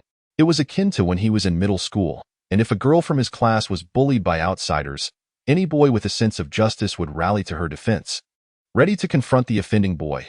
Yang Sheng had done the same once, brandishing a mop handle as a weapon. Though the details were now hazy, he could not recall if he had faced any repercussions from the school. But to this day, he still considered it one of the few things he felt proud of. If anyone dared to bully a girl from his class, they would have to face his wrath. Qin Zixuan had been brought in by him, thus establishing a certain connection. As an ordinary person, Yang Sheng had found such bullying intolerable. Now, as a 10,000-year king of the dead, he had no need to endure it any longer. They were but a swarm of ants. If they angered him, he could simply eliminate them. However, this turn of events was genuinely unexpected. Yang Sheng took a languid drag from his cigarette. Throughout his life, apart from his mother and his beloved sister An, the women surrounding him either looked down upon him or kept their distance. His penchant for fighting, explosive temper, average looks, and impoverished background naturally did not endear him to girls. Even the one girlfriend he had managed to secure had vanished with his money in no time. Thus, he had never harbored any trust in women, which explained his disappointment in Qin Zixuan's sincerity. One instance was tolerable. 2 instances were not. A mere reporter from a corporate conglomerate, broadcasting live during the prime-time slot, braving the wrath of a private inspector and a financial tycoon, was truly audacious. Did she not fear for her life while reporting? Before Qin Zixuan had the chance to drive back downstairs, she was oblivious to the numerous snipers, their scopes meticulously trained on her head. There were also several fully armed figures in black, shouldering rocket launchers, capable of sending Qin Zixuan's pristine vehicle soaring into the heavens with a single shot. Of course, in the end, they all met their demise at the hands of Yang Sheng. Their necks snapped with ease, their ashes scattered to the wind. If one were to speak of affection for Qin Zixuan, it would be an overstated claim. Nonetheless, the young lady possessed a modicum of conscience. With a deep exhale of smoke, Yang Sheng gazed at her stunning visage, a smile curling upon his lips. Truth be told, she was indeed captivating, even more so on screen. However, in comparison to her state of undress, her current appearance was far more appealing. The grin plastered on Yang Sheng's face was enough to startle the nearby doctor, who nearly lost control of his bladder. This man had gone to great lengths to drag himself from the hospital on duty. Surely, he couldn't be harboring any peculiar inclinations, could he? Why were you just standing there? Yang Sheng furrowed his brow, scrutinizing Dr. Qi. Was she truly just suffering from a cold and fever? Yes. Dr. Qi wiped the sweat from her brow, explaining that it was simply due to the excessive rain and her own exhaustion that had caused her to faint. Very well, but if I find out later that she has any problems? Yang Sheng shot a smile at Dr. Qi. I will be back to see you. Dr. Qi was on the verge of tears, insisting that there was truly nothing wrong. A piercing scream erupted from the bedroom. Yang Sheng's brow furrowed further. What ailment had this stunning beauty encountered now? He seized Dr. Qi by the arm and flung the door open with a resounding bang. He then strode purposefully towards the bedroom. With a swift motion, he kicked the door open. Without any semblance of discretion, Yang Sheng stepped inside. At that moment, Qin Zixuan had burrowed back under the covers, eyes shut, feigning sleep. Her flushed cheeks and erratic breathing betrayed the fact that she was awake. Gradually, Qin Zixuan sensed a shadow, faintly tinged with the scent of tobacco, drawing nearer and nearer. Was he not leaving? An inexplicable warmth enveloped her heart. Yet, Yang Sheng's face was alarmingly close to hers, a mere centimeter apart. He wore a smile and breathed softly into her ear, glancing down along her alabaster neck, feeling an overwhelming attraction. How inviting it seemed, as if beckoning Yang Sheng to indulge and play. Qin Zixuan's cheeks flushed an even deeper crimson, her entire neck radiating heat. Especially with Yang Sheng's breath tickling her ear, she felt utterly undone. A mischievous voice broke the silence. Are you awake?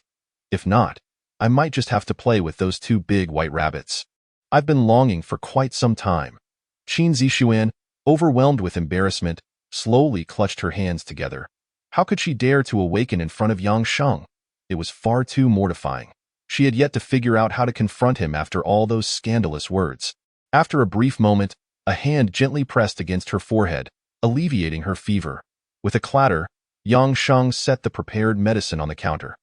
Qin Zixuan felt that shadow gradually receding, a profound sense of emptiness creeping into her heart. Was he truly leaving? Before Yang Sheng could exit the bedroom, Qin Zixuan's voice, tinged with a hint of sorrow, called out, "Please don't go." Her eyes, red and teary like a little rabbit, peered from beneath the covers, bare feet pattering across the floor as she rushed toward him. She anxiously tugged at his sleeve. "You promised me. You said you would stay here." The big white rabbit had already been played with. He could not simply leave. He had to take responsibility. Yang Sheng's eyes widened in disbelief. "When did I ever touch your rabbit? You can't frame me like this." Chapter 55. Stay, let me finish speaking before you leave. All right. No, we must speak with reason. Yang Sheng turned around, fury boiling within him as he tossed aside his cigarette. You can't just accuse me without basis. A man of my integrity would never touch your big white rabbit. I rescued you, and instead of gratitude, you choose to slander me. Do you have any evidence to prove I touched your rabbit? Qin Zixuan wrapped the blanket tightly around herself, her lips pursed in defiance. I did. Do you have evidence to prove you didn't? Her large, grape-like eyes glared defiantly at Yang Sheng. Yang Sheng stared at the stubborn girl, his jaw twitching with suppressed anger. Before I could respond, she boldly interjected. Are you brave enough to let me ask you a few questions? With her fair neck raised, her voice rang clear and pure like a lark. You only need to answer me with a yes or no. Absolutely, Yang Sheng replied straightforwardly, eager to see where this conversation would lead. Qin Zixuan fixed her gaze on him, her crimson lips parting slightly. So tell me, was it you who carried me outside? Yes. And did you say you wanted to play with my big white rabbit? Yes. After I fainted, did you bring me to bed? Yes. All the clothing on my body, including what lay beneath, was removed by you, correct? Yes. Did it look good after it was taken off? It did, indeed. Wait. No. Yang Sheng sensed something amiss. The flush on Qin Zixuan's face had spread to her neck. Through gritted teeth, she asserted, and yet you deny it. Yang Sheng's head felt heavy. He realized he had fallen into her trap. This stunning beauty was truly skilled in her craft. No, we must speak with integrity. If it weren't for me, wouldn't you be outside, drenched all night in the rain, if I hadn't removed your clothes? How could you possibly be comfortable lying in bed with wet clothing? Thank you. But why must you lie? Tell me, when you were undressing, did you look? Did you touch? Qin Zixuan's eyes widened, her voice rising in pitch. Yang Sheng suddenly found himself at a loss for words. He remembered distinctly blocking his vision with one hand while undressing her. However, it seemed his fingers had strayed a bit too far apart. More so, especially during that particular moment, he had indeed felt a brief sensation, just a hint. Who could resist such beauty they had never encountered before? Yang Sheng felt a pang of regret wash over him. He should have boldly seized that enticing rabbit. Silence enveloped the room as Qin Zixuan observed Yang Sheng, who appeared increasingly flustered. It was as if she had caught the old fox in the act. With a soft whimper, Qin Zixuan sank to the floor, hugging her knees, her voice laced with tears. You saw, you touched, and yet you refused to admit it. You promised to stay, and now you wish to leave. Her words dripped with palpable grievance and sorrow, almost branding him a swift motion. Yang Sheng scooped Qin Zixuan into his arms, returning her to the bed. Her head rested against the bed frame, and a dominant masculine presence enveloped her senses. Yang Sheng, brimming with indignation, pressed her against the headboard, his face mere centimeters from hers, their breaths mingling. Yang Sheng's gaze bore into her with a chilling intensity. So I saw and touched, and what of it? What will you do to me? Do you want me to pay you? Or shall I be reported? His icy, predatory stare loomed over her, gazing intently at Qin Zixuan. With her pitiful, flushed red eyes, a sense of oppression and suffocation enveloped her. A solitary tear cascaded down her cheek, yet she steadfastly fixed her gaze upon Yang Sheng. Yang Sheng suddenly felt a wave of ennui wash over him. Very well, we shall let you weep. I can hardly be bothered to concern myself with you. Since you despise me so fervently, I believe it would be best for me to take my leave. I surmise that we shall likely never cross paths again in this lifetime. Having said that, he retrieved his coat from the bed and donned it, preparing to depart. I'm sorry. The voice that emerged was faint, as delicate as a whisper. Yang Sheng turned around to behold Qin Zixuan's visage, which bore an indescribable guilt, tears streaming down her face. I did not intend for it to be this way. I have always been like this since childhood, unwilling to suffer any losses. Consequently, no one wishes to play with me, nor does anyone desire to engage me in conversation, and no one cares for me. Qin Zixuan laughed through her tears. All my life, I have been alone, eating alone, sleeping alone. No one has ever shown concern for me. There was only one person who cared, and I, in my ignorance, drove him away. Yet, there are many moments when I do not wish to, however. I cannot conjure any reasons or methods to keep you. With a hand, Qin Zixuan wiped away her tears, an action she seemed to have performed countless times. So familiar it had become. Therefore, could you stay a while longer, just to accompany me? Or perhaps merely linger for a moment longer so I may finish what I need to say before you leave? Is that agreeable? Yang Sheng inhaled a puff of smoke, exhaling a cloud of vapor. The medicine has cooled. First, drink the medicine. If you wish to listen, then let us listen. Qin Zixuan's beautiful eyes widened slightly. At the Central Hospital on the 60th floor, the highest tier, lay the most luxurious special care ward. A group of bodyguards clad in black stood at the entrance, while a large white bed held a man whose limbs were tightly restrained. 2 large tubes were inserted into Lu Haochen's kidneys, yet his consciousness remained alert. Lu Haochen writhed upon the bed, resembling a madman. Big white legs, Su Shangchuan, my dear stepmother, come quickly, in the special care ward. Besides the deranged Lu Haochen, there was also Su Shangchuan, dressed in fishnet stockings, her appearance mature and reminiscent of a succulent peach. Beside her stood Lu Xiangxin, the current chairman of the Lu Group. Clad in a black suit, slap, Lu Xiangxin delivered a resounding blow to Su Shangchuan's face. A heart-wrenching scream escaped her lips as she fell to the ground, her long legs crumpling beneath her. Vile woman! Lu Xiangxin's expression was one of pure malice. Xiangxin, let me explain. Su Shangchuan's face was etched with despair and grievance. Explain. What is there left to explain? Lu Xiangxin's countenance darkened further. You shameless harlot. Bring her out. 4 burly men in black entered the room. You enjoy playing this game, don't you? Take her away. Let her have her fun. Chapter 56. The Death of Lu Haochen, the Celestial Ranking Assassin. No, Xiangxin. Listen to my explanation. Save me. Su Shangchuan was forcibly carried out by the 4 men, her agonizing cries echoing through the corridor. A nearby female doctor trembled in fear. Lu Xiangxin gazed at the bed where Lu Haochen lay. Raving like a mad dog, his words incoherent, he took a deep breath. Tell me, what on earth happened to this beast? Can he still be treated? Lu Xiangxin's fierce gaze made the doctor tremble. The female doctor replied. Her voice quaking, his kidneys are in extreme failure. The cause is unknown. His lower body is paralyzed, particularly his male reproductive function, which is utterly non-viable. He possesses no reproductive capability. Upon hearing this, Lu Xiangxin's expression shifted from icy anger to utter disdain. Moreover, his brain tissue is, for reasons unknown, deteriorating as if poisoned, incessantly eroding his brain cells. The expert panel has advised that in a few days, Lu Haochen may completely regress into a vegetative state. If a few more days pass, he may require admission into intensive care, clinging to life. Ultimately, he could end up in the ICU. The female doctor fell silent, her implication being that it was perhaps time to procure a burial plot for Lu Haochen. Silence enveloped the room. Lu Xiangxin remained silent for a while, suddenly breaking into a grotesquely sinister smile. Very well. The female doctor was so frightened that her legs felt weak. I truly have a splendid son. Playing with my women, with the women of the great Zhongli, flaunting his grandeur in the banquet hall. That place is of no use to him now. His mind is utterly ruined. Why should he continue to linger? Lu Xiangxin lit a cigarette, letting the ash fall upon Lu Haochen's head, indifferent to his screams and cries. Lu Xiangxin gazed with a mixture of pity and contempt upon his son, who had been rendered useless. Well then, your existence in this world serves no purpose. I shall avenge you. Administer euthanasia. Lu Xiangxin clapped his hands. Two individuals clad in research lab coats entered, each holding slender syringes filled with pentobarbital sodium. The female doctor widened her eyes, desperately protesting, euthanasia requires the individual's consent. He still possesses consciousness. The decision for euthanasia rests in his hands. The bodyguards promptly dragged the female doctor out.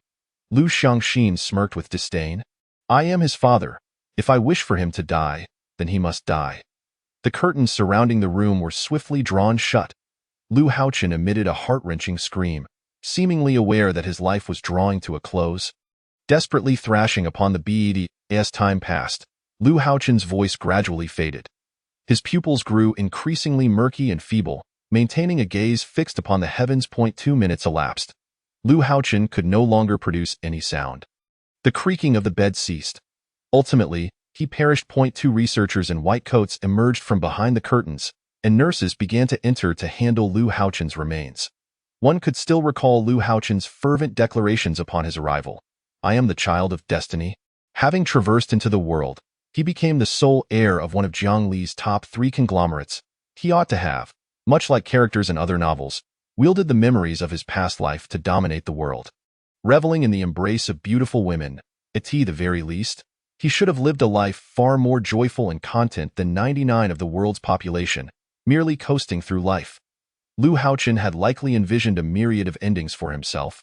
Even if he were to traverse through life 1,000 times, he could never have imagined that his fate would culminate in being euthanized by his own father, Yang Sheng. Lu Xiangxin clenched his fists tightly, seething with rage.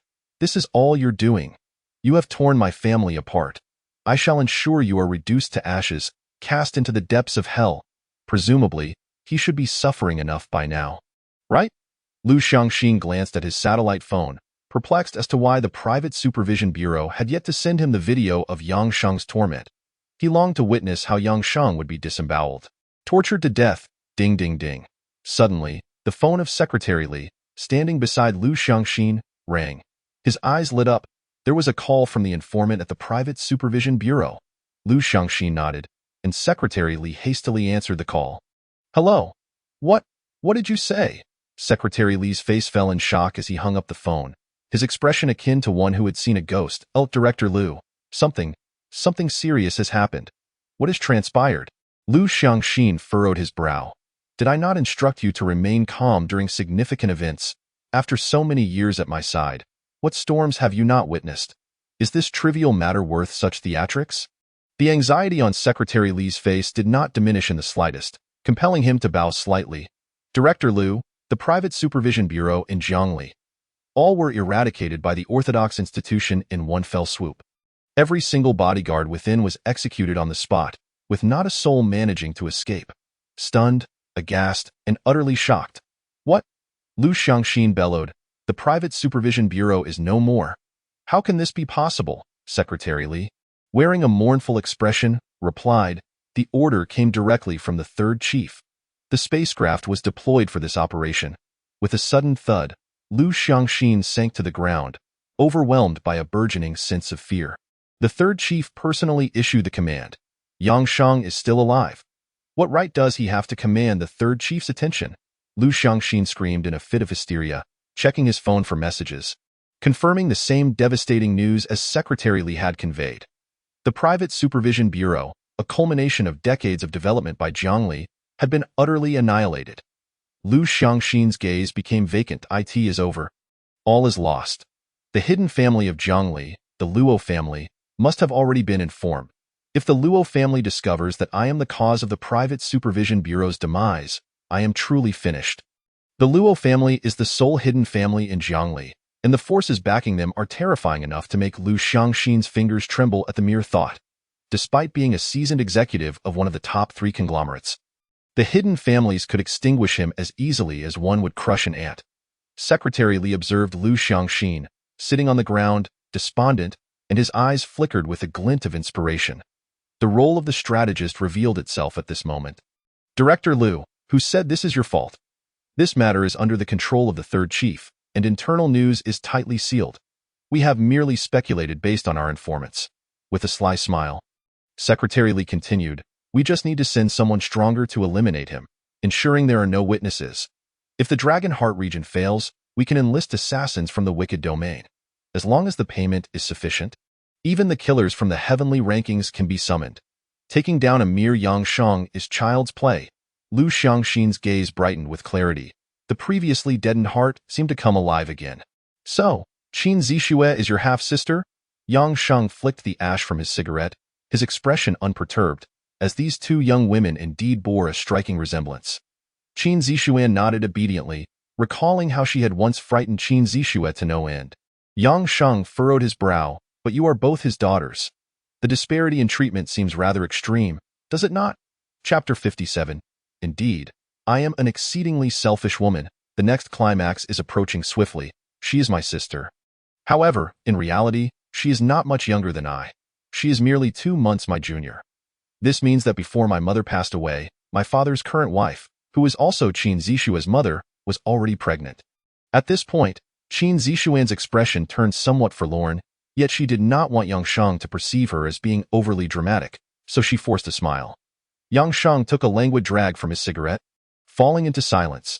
Qin Zixue smiled, feeling a sense of release. It's all right. It isn't truly betrayal. Perhaps for my mother, it indeed was a form of betrayal in other families. If such a situation arose, the children would likely despise the interloper. However, for me, I do not harbor any feelings of resentment towards my father. In fact, I feel a tinge of resentment towards her. At this juncture, Qin Zixuan looked at Yang Shang, her eyes subtly shifting, a bittersweet smile gracing her lips. I resent my mother. When I say this, are you particularly astonished, thinking me to be exceptionally heartless? She gazed intently at Yang Shang, and if he exhibited even a hint of impatience, she would promptly change the subject, unwilling to waste his time. Yet he did not. Yang Shang merely flicked the ash from his cigarette, contemplating whether to light another one but ultimately deciding against it. His demeanor seemingly nonchalant. What does it matter? You were just 2 months old when your mother passed. You never even met her, so how could you have any impression of her? I suspect, given your father's behavior during your mother's pregnancy. He had already been entangled with someone else. He likely had no real feelings for your mother. Given his disposition, I can only surmise that he did not burn all of your mother's photographs. Qin Zixuan's beautiful eyes widened with surprise. She had not anticipated Yang Shang would respond in such a manner. She had assumed he would label her cold-hearted, unfilial, or unworthy of being a daughter. As others often did, you. Qin Zixuan inexplicably felt a flicker of warmth in her heart, though she did not allow it to show. Your perspective is rather different from that of most people. Yang Shang chuckled softly. I assure you, I am not human. I only possess 2 photographs of her, which I secretly retrieved. One of them, after being uncovered, was quite yellowed, and even after having it cleaned at a specialized shop, it remains somewhat blurred. Qin Zixuan fell silent for a moment. When I say I hate her, there is a reason behind it. I am not inherently like this. She felt an inexplicable urge to explain herself to Yang Shang, wishing to convey that she was not a bad person. Yet, she also felt incapable of articulating the reasons for her resentment. Why do you hate her? Yang Shang inquired, looking at Qin Zixuan. This was the first time he had ever heard a girl confide such heartfelt emotions to him. Even the previously close Jia had never shared her childhood experiences. That I misspoke. Yang Shang's brow furrowed slightly. What did this girl mean? Qin Zixuan lowered her eyelashes. In truth, I am that sort of person. I am an exceedingly selfish woman with a terrible disposition. From the moment I was born until I was 3, it was my Aunt Lu who cared for me. When I turned 6, I moved out of my father's home. I did not like that house. Although it was large, it did not accommodate my existence. I continued to reside in the small house my mother left for me. After moving out, I never allowed anyone to stay in my home. Not even for a night. I bought groceries myself, cooked my own meals, washed my own clothes, and even attended parent-teacher meetings alone. I have never shared this with anyone. Because I have never had any friends, not a single one. Qin Zishuan suddenly chuckled. Do you find this utterly ridiculous? Yang Sheng paused, his hand hovering over his cigarette. Perhaps my father's compensation was simply to provide me with a monthly allowance and enroll me in an elite school. The children at the elite school are born with a sense of superiority, looking down upon someone like me, whose parents never inquired about her. They isolated and ostracized me, although they never laid a hand on me. This form of cold violence truly destroys the most tender parts of a young student's heart. From a young age, I was a punching bag for anyone who wanted to bully me. I had no mother, no father to care for me, and no friends to stand by my side. I never fought back, nor did I utter a word of protest, for I knew it would be futile. They had parents who would defend them, while they could band together and return home in groups, go on outings, and frolic freely after school. Whereas I bought groceries, cooked, did laundry, studied, and slept, while also working several part-time jobs. Once I entered junior high, I never asked him for money again. Even my tuition was earned by myself. Qin Zishuan exhaled deeply, seemingly reluctant to dwell on these matters any longer. Yang Sheng quietly observed her. I told myself that I must study diligently. This way, I could earn my own living. I could survive on my OW and I in the elite primary school. I was first in my class I in the elite junior high school. I was first in my grade I in the elite school. I was the best in all of Jiangli City. Eventually, I was accepted into the journalism program at Kyoto University, the sole spot available in all of Jiangli City. I pursued my bachelor's degree, then my master's, and finally my doctorate, securing a position as a news reporter for CCTV. Things were looking up. I thought I had finally made my mark. Qin Zishuan smiled faintly, her tone tinged with an inescapable weariness and sorrow. Ultimately, she was usurped by the daughter of a prominent family from Kyoto. Even on the day I was to officially commence my duties at the company, I arrived at the entrance only to discover that I had been dismissed. Not a soul had the courtesy to inform me. Observing her haughty and disdainful demeanor, I was consumed by a rush of anger and impulsively threw a scalding cup of water at that affluent girl from Kyoto. Qin Zishuan smiled faintly again, and soon after, I found myself confined in a Kyoto prison for 2 months. Upon my release, my 8 years of academic achievements, bachelor's, master's, and doctorate, had all vanished. In the end, I returned to my father's company, Qinsheng Group, taking on the role of an ordinary frontline reporter, while Qin Zishue, having just completed her university studies, returned to the group and, with her father's assistance, ascended to the position of female president of Qinsheng Group. I had previously claimed that my father's influence had led to my unemployment, but that was a fabrication. I deceived you. How could he possibly be without work? The truth is, it was solely my doing. If I were to lose this job again, silence. Yang Sheng suddenly found himself at a loss for words. To his surprise, Qin Zishuan lifted her head, tears spilling from her eyes. In truth, I believe the proudest moment of my life was when I doused her with that cup of hot water. The only regret I carry is that I failed to splash it upon her face, and thus, after having listened to my ramblings, you must be weary. No. Qin Zishuan's eyes were misty, and she confessed. I am indeed a remarkably selfish woman. I am very, very selfish, which is why I spoke those words back then, and why life has always revolved around myself, and then you suddenly intruded upon it, shattering everything. All right, you may leave now. Thank you for listening to me for the first time, and perhaps the last, as I recounted these trivial matters. Qin Zishuan attempted to wipe away her tears, but at that moment, she felt Yang Sheng unexpectedly slip into her blanket, embracing her and the bedding within his arms. Subsequently, he pressed a large tissue against her face, roughly wiping away her tears. Come now, blow your nose. Look at you, crying so much that your nose is running, and still maintaining the appearance of a beautiful girl. Qin Zishuan's cheeks flushed crimson as she shook her head in a flustered manner. Yang Sheng grinned mischievously. Fine, given your pitiable state, I shall reluctantly stay and keep you company. However, you must agree to one condition. Yang Sheng's warm breath unfurled near Qin Zishuan's ear as he uttered a teasing remark. Qin Zishuan's eyes widened in surprise, her embarrassment creeping down to her collarbone. Shyly, she glanced towards her wardrobe and vigorously shook her head. No way. Yang Sheng chuckled. You have only two choices. First, you let me play with the big white rabbit every day. Second, you follow my instructions. Chapter 58. The Sun God Apollo, the Underworld King Hades. In the Longshin domain. Within a territory near the border, a flash of red light, akin to the sun, streaked across the horizon. The patrolling police officers suddenly felt their eyes brighten, as the pitch-black night was illuminated by a radiance reminiscent of the sun, blindingly bright. All the officers shielded their eyes with their hands, exclaiming, "What is this?" In the bewildered gaze of the patrolling officers, the sky was suddenly filled with a rain of crimson solar arrows. Alert! All units, prepare for defense. The urgent alarm sounded. The border area seemed to be engulfed in a torrential firestorm. Ah! The patrolling officers had no means of evading. In an instant, they were pierced through by the rain of solar arrows. Any officer touched by even a hint of the solar arrows would ignite in flames. And within moments, from throat to thigh, their cries for help were extinguished, their bodies reduced to mere ashes. Boom! The military base erupted with a deafening roar. Before the border's armed equipment, including the Nightingale helicopters, T-90 tanks and counterattack missiles, could be deployed, they were all obliterated by the rain of arrows. Boom, boom. Helicopters and armored vehicles, barely operational, were completely detonated. Report to command. An unidentified rain of rockets has appeared at the border. Requesting immediate support, outside the border wall, a figure entirely clad in red, resembling the sun itself, slowly approached.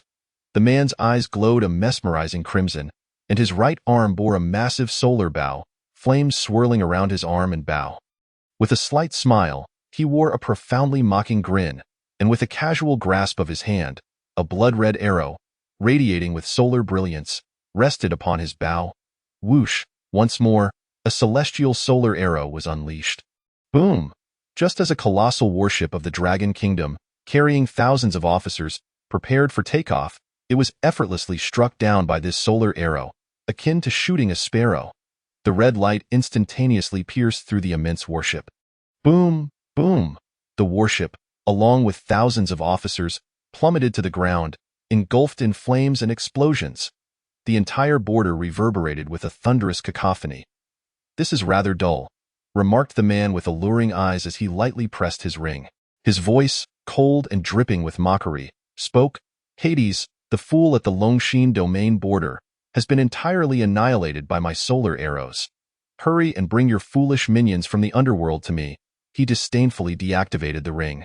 Gazing at the conflagration at the border, seemingly reveling in his handiwork, as his figure gradually merged into the layers of roaring flames, Ayan Taizhou, the third major border region of Longshin, within a vast square at the city center.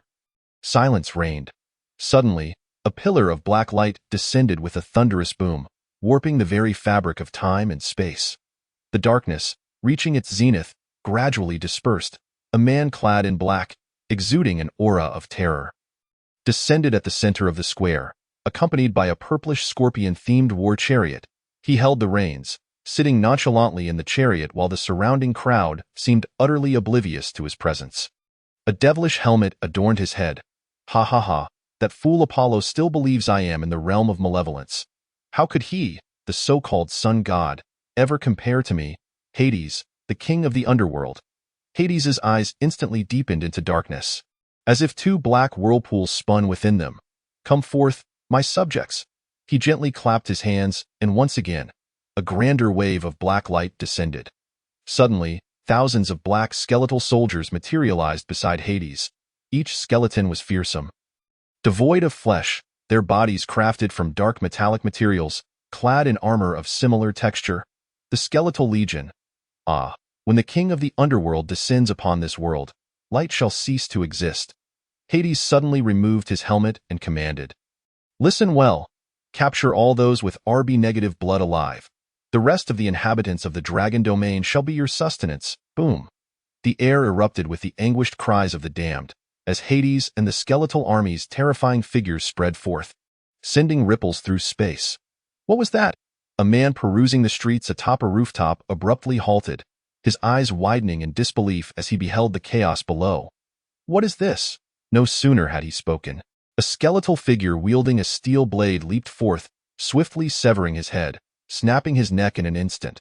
The man's body collapsed onto the ground, blood gushing forth. Ah! The square erupted with the shattered cries of panic and despair. In the Abnormal Abilities Bureau, alarms blared throughout the facility. What? Unidentified monsters have appeared in Taizhou. We need support. What on earth is happening? Clarify. Surveillance footage. Where is the footage? On the circular mahogany table of the Ability Bureau. All personnel were in a state of restlessness. Solar arrow, invisibility helmet. A man with a fully metallic left arm wore an expression of utter shock. Hades, Apollo, the 12 Olympians. Have these gods of the accursed realm gone mad? How dare they invade the Dragon Heart domain at this time? A man adorned with a ghostly mask inhaled deeply. Chief, I believe the gods of the accursed realm have emerged. The situation is beyond our control. There's no need for that at that moment. A figure exuding confidence and arrogance burst into the room. Clad in crimson armor, the man shook his head, a long-awaited glimmer of excitement illuminating his face. Let us dispatch the dragon team of the Ability Bureau. Xia Jing squinted his eyes, a proud smile gracing his lips. Our dragon team has long desired to confront the 12 Olympians. Today, I shall ensure they remain in the Dragon Heart domain forever. The accursed realm comprises 12 territories, each governed by one of the 12 Olympians. In the hearts of the people within the accursed realm, they are referred to by another name, the Odin domain. The reasons for this denomination are manifold. Aside from possessing the largest land, the most advanced technology, and the most fearsome god Odin, there exists another significant reason. Or to put it simply, 3 words, the Assassin's Realm. The accursed realm stands as the most concentrated gathering place for assassins. Here, assassins are categorized into 4 realms: heavenly, earthly, mysterious, and human. Within the Assassin's Realm, only those above the heavenly level are recognized as the 12 Olympians of the accursed realm. Each assassin is managed by their respective god, meaning they belong to different deities, such as Zeus, the god of thunder, Apollo, the god of the sun, and even Athena, the goddess of wisdom, all overseeing various levels of assassins. It can be said that the accursed realm is the most powerful and hierarchically distinct organization in the world. However, today, the assassination platform within the Assassin's Realm buzzed with excitement. $200 million. My heavens, it has been months since such a substantial bounty appeared. I must be mistaken. $200 million. Are we truly being tasked to eliminate a mere taxi driver from a minor territory? A brand new assassination recruitment list surfaced on the Assassin's ranking of the accursed realm with an amount of $200 million. The target, a taxi driver from the dragon country named Yangshang. Ability, bulletproof, killing with ease. Below were various introductions about Yangshang, including a photo of him smoking while driving his cab. A moment of silence fell upon the assassins from various realms as they glanced at Yangshang's introduction. Suddenly feeling a sense of unreality, a taxi driver from the Dragon Heart domain. Surely, this cannot be a deception. At this price, we should at least be targeting a general with a star from the Dragon Heart domain. Not a mere taxi driver. Bulletproof and capable of murder, any assassin above the mysterious level would not easily fear bullets in their hearts. All the assassins believe that based on such standards, a mere few $100,000 could easily summon a mysterious level assassin to accomplish this task. Alternatively, perhaps this introduction concealed vital information.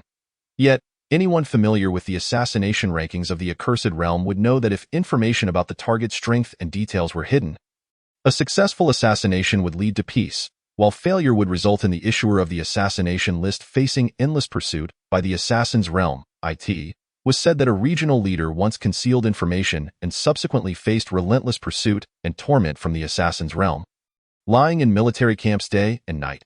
Later, it was rumored that the Assassin's Realm dispatched heavenly-level assassins who directly beheaded that regional leader and hung his head on their military camp's flag. Forget it, the assassins below the earthly level, should not even dream of taking on this task. The leaders of the Assassin's Realm are certainly not foolish. They have to ensure absolute certainty with this $200 million. Bruce, Anthony, you 2 heavenly-level subordinates shall take on this mission. 2 figures clad in black, seemingly engulfed by shadows, suddenly lit up with red in their eyes and coldly knelt on the ground. Yes, after Yangshang and Qin Zishuan finalized their terms. Yangshang joyfully hummed a tune and made his way to the sofa outside.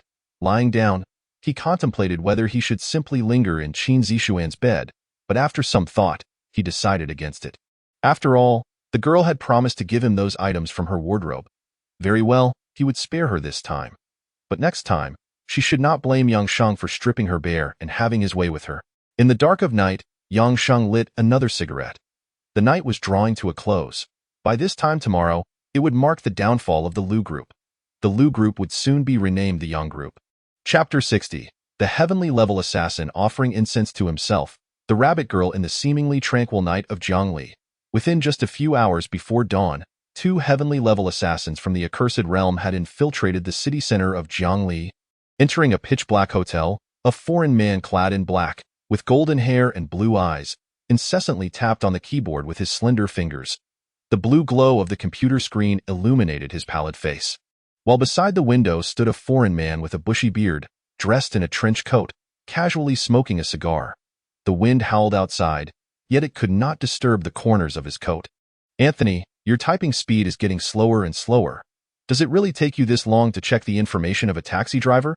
Even if he is a soldier of the Dragon Heart domain, you should know every detail about him by now, down to what he carries in his pockets." Anthony frowned, his fingers continuing to dance over the keyboard. He was certain that the taxi driver was not who he claimed to be, and the license plate was not his either. Furthermore, the national security system in the Dragon Heart domain had no record of his existence.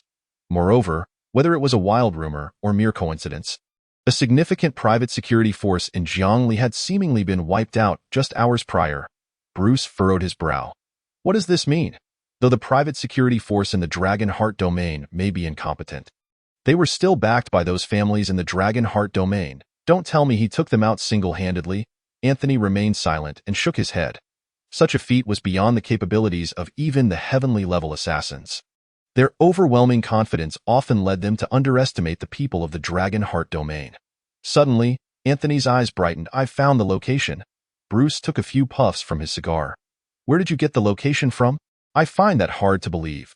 The location wasn't sourced by me. It was provided by our superior, Alex." Silence ensued. The mention of that pure and adorable lowly-like girl caused both heavenly-level assassins, Bruce and Anthony, to instinctively fall silent, their pupils reflecting their fear of her. "All right, and where do you think she obtained this information?" Bruce broke the silence first. "The Ability Bureau has our people as well. For someone like Alex, a terrifying hacker at the pinnacle, acquiring anyone's information in this world is not surprising." Anthony continued to explain that he had filtered the computer's information once more and found nothing unexpected that warranted their discussion. Anthony discovered a video and glanced at it, realizing it resembled a scene from a sci-fi movie where someone directly severed a helicopter. Is this not a sci-fi film? Furthermore, even the protagonist had been pixelated, causing him to overlook it entirely. "All right, once I finish this cigar, I shall crush him without hesitation." Bruce's tone bore a hint of impatience and a thirst for blood. Initially, he had intended to deflower the 2 new acquisitions tonight. Yet he had rushed to the Dragon Heart domain, undertaking a rather unchallenging assassination task. Anthony closed his laptop and unsheathed his dark blade of assassination, wiping it clean. "Well, $200 million, and we can pocket 20%. That should suffice for your indulgences with numerous women." However, he found this somewhat lacking in excitement. Bruce flashed a smile, suggesting, "Why don't we make a wager? Let us see who can eliminate him first. The loser will bear the expenses for that group of harlots upon our return to the abyss." Anthony shook his head in exasperation. "Fine, toss that cigar aside. Don't waste time." Bruce let out a cold chuckle. Inserting the cigar into a flower pot, where tendrils of smoke began to rise, "I believe that by the time it burns down to less than a third, I shall return with his head." In an instant, both figures leapt from the window as the first rays of dawn broke through. Little did they know, in the Dragon Heart domain, such an act bore a saying, or rather, 2 words: offering incense. Wake up, before the rooster could crow, Yang Sheng was banging on Qin Zixuan's bedroom door. "Hey, beautiful, hurry up and get out of bed. You promised me something yesterday. Get it done this instant. Otherwise, I'll barge in and have my way with you." Yang Sheng knocked again, but hearing no response, he pondered if the girl was still unwell or simply hadn't slept enough. Just as he contemplated returning to the sofa for a bit more rest, the bedroom door swung open abruptly. As Yang Sheng looked through the doorway, he was greeted by a pair of dainty feet clad in white silk. The fair, lustrous little feet were like jade. Further up, he beheld perfectly straight and exquisitely rounded white legs swaying before him. His eyes widened in astonishment as he pushed the door wide open to reveal Qin Zixuan, adorned in a bunny girl outfit, complete with rabbit ears atop her head and a fluffy white tail adorning her backside, swaying enticingly. With her slender waist and alabaster neck, she had transformed from a cold, professional woman into an adorable, soft bunny. Her pitifully charming eyes could ensnare anyone's soul. Yang Sheng was indeed one of those ensnared, gazing at her with a dazed expression. Qin Zixuan's long lashes fluttered gently, her cheeks flushed with allure. In a bold move, she returned to her bed, legs delicately crossed, lying sideways with her toes pointed towards Yang Sheng, playfully beckoning him. Yang Sheng suddenly recalled an ancient saying from Long Country: "What can be tolerated must not be seduced." With a loud bang, the bedroom door slammed shut, and no one knew what transpired within those walls. Yet, Yang Sheng emerged with a stern expression, an indescribable frustration etched on his face. After a while, Qin Zixuan, now dressed in her normal work attire, sneaked into the kitchen. As she prepared breakfast, a satisfied smile crept onto her face, recalling the recent events. "How delightful it is that you bullied me earlier," she mused. With a sense of contentment, she busied herself in the kitchen. It was the weekend, and she needn't go to work. In the past, she might have indulged in a lazy morning or hastily consumed a few slices of toast. But today felt different. For the first time, she realized that making breakfast was not merely to satiate her own hunger, but rather for someone she truly cared about. A shy blush crept across her cheeks as she peeked outside. Where was Yang Sheng? Surely he wouldn't be foolish enough to do something reckless out of anger, would he? Chapter 61. Have you heard of bungee jumping? Our game is called Bungee Chicken. Yang Sheng stood on the balcony, lighting a cigarette, feeling quite vexed. Damn it, I truly made a fool of myself just now. The once mighty king of corpses had been laughed at by a mere girl. He had expected that with all the clothes in her wardrobe, she might have some peculiar tastes, but it seemed the tables had turned. Yang Sheng took a long drag from his cigarette. His cheeks puffed up like balloons. If anyone dares to claim that Qin Zixuan is innocent and pure, I swear I'll tear their mouths apart. However, he contemplated whether his own capabilities remained intact. If he were to get aroused, it would happen in an instant. If it proved effective, he was unsure. Yang Sheng had already devised a plan. The next time the girl donned a nurse or sailor outfit, he would be sure to give her a proper lesson. He also intended to test whether he was still functional. One might wonder why Yang Sheng harbored such a strong obsession for a boy who had never even held a girl's hand in his past life. It was incomprehensible. Having a stunning beauty beside him made it all the more challenging to resist. As Yang Sheng continued to smoke in frustration, he suddenly halted, realizing a cold, dark barrel was aimed at his head. "Are you Yang Sheng?" Anthony's voice, cold as machinery, resonated. Yang Sheng raised his hands. "Brother, let us discuss this civilly. Pointing a gun at someone is quite uncivilized." Anthony curved his lips in a disdainful smile and pulled the trigger. "Goodbye." Bang! In the kitchen, Qin Zixuan, busy preparing porridge, had just added shredded radish and wood-ear mushrooms. Tasting with her spoon, she mused, not bad, just needs a bit more salt. Just then, a thunderous gunshot rang out from the balcony, causing her spoon to clatter into the bowl. Startled, she tiptoed to the kitchen window to see what had occurred. What was that noise? Was there an explosion? Suddenly, she felt a chill behind her and spun around to find a foreign man with a scruffy beard, brandishing a black trident dagger, approaching with a sinister grin. "Oh, how delightful. Though I lost this round, I've stumbled upon a pleasant surprise. The women of the Dragon Heart domain are quite appealing. Who are you? Get out! This is my home." Qin Zixuan attempted to grab a kitchen knife, but with a swift motion, the trident dagger pierced through the cutting board, severing the knife in two. Her eyes widened in terror. Panic etched across her face. She desperately tried to open the kitchen window, preferring to leap out rather than let him touch her. A voice cut through the air. "Don't bother. Stay here and become my plaything." Qin Zixuan bit down on her tongue, prepared to take her own life when, suddenly, a familiar presence enveloped her. Slowly, she opened her eyes to find herself in Yang Sheng's embrace. His gaze was icy, reminiscent of the Grim Reaper's cold stare. With a mechanical-like strength, he seized Bruce by the neck. A series of bone-cracking sounds echoed as Bruce's eyes widened in horror. He felt all his strength drain away under Yang Sheng's grip, as if he were nothing more than an ant before a giant. The sensation was chilling, fearsome, and shocking. Bruce's legs flailed helplessly. He felt his soul being extracted. Yang Sheng's once dull brown eyes gradually morphed into a crimson hue. You dared to come here. It seems your homework was lacking. Qin Zixuan fixed her gaze on Yang Sheng's profile, and to her surprise, she leaned closer into his embrace. In that moment, Yang Sheng was enveloped by an alluring fragrance that wafted into his nostrils, and he felt a rush of warmth and softness against his chest. His crimson eyes began to calm. Now, just behave and cook. Yang Sheng gently placed Qin Zixuan, who was nestled in his arms, down onto the ground.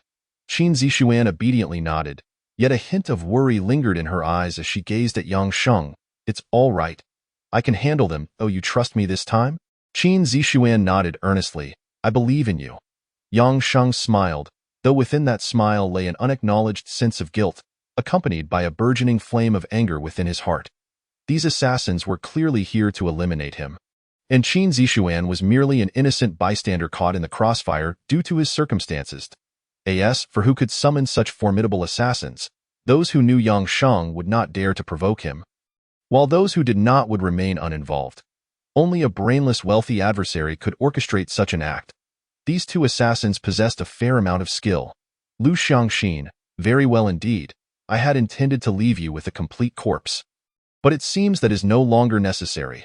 Yang Sheng grasped Bruce's neck, lifting him as one would a hen with its throat slit. Bleeding out in the living room, Bruce's companion, Anthony, had already had his legs shattered. Kneeling on the ground with his hands bound by a belt, a sock stuffed into his mouth by Yang Sheng. Upon seeing Bruce, who resembled a fledgling chick, Anthony's eyes widened in horror, emitting muffled sounds of distress. No need to rush, Yang Sheng reassured as he bound Bruce in a similar fashion, dragging both of them out to the balcony. With a pair of long, slender elastic bands he had procured from who knows where.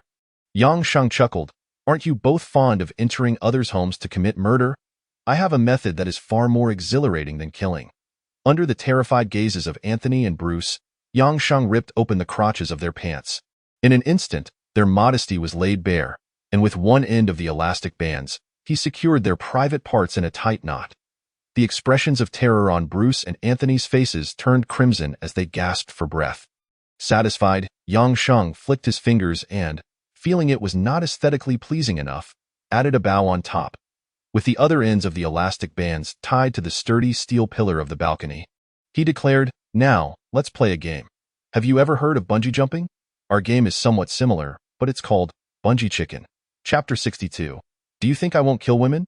Are you ready? Yang Sheng chuckled, lighting a cigarette, letting the ash fall gently onto the two men's exposed regions, igniting a fiery inferno. The lower halves of Bruce and Anthony were engulfed in flames. Go! They screamed in foreign accents. The two blonde, blue-eyed assassins pushed off the balcony by Yang Sheng. If one stood across the street, they would witness the sight of two foreigners, bound together like human rockets, flames spurting from below. Resembling a rocket launch, except this time, the rocket was descending. Yang Sheng's stinky sock was a tad insufficient to share with Bruce, whose cries reverberated through the heavens. An elderly woman on the fourth floor, having just removed her long-worn, yellowed foot wrappings to soak her feet, stepped onto the balcony to air them out when she was startled by the series of screams from below. She shrieked as the two bound foreigners plummeted from above. Her face turning pale with shock. Pervert! She exclaimed, casting her foot wrappings aside. Bruce had descended to the third floor when the elastic band snapped taut, resulting in a sickening rip. Bruce's private parts experienced the most excruciating torment of his life. Bruce felt a pain that pierced his very soul, his cries echoing throughout the universe. The agonizing sensation contorted his body like a shrimp, and before he could recover, the elastic band yanked him back up into the air. Simultaneously, the elderly woman's foot wrappings fluttered down from above. Bruce's mouth, agape from the excruciating pain, caught the wrappings perfectly, smothering his face and landing in his mouth. Delicious. Bruce was instantly overwhelmed by an aroma that penetrated to his very core. And coupled with the intense agony, he fainted. Yang Sheng stood on the balcony, smoking in solitude, observing the two assassins reveling in their plight, shaking his head in disbelief. He couldn't tell if it was the quality of the elastic bands that was extraordinary or if these foreign assassins were simply more resilient than the average person. Taking a contemplative drag from his cigarette, he glanced at himself. TSK, TSK, TSK.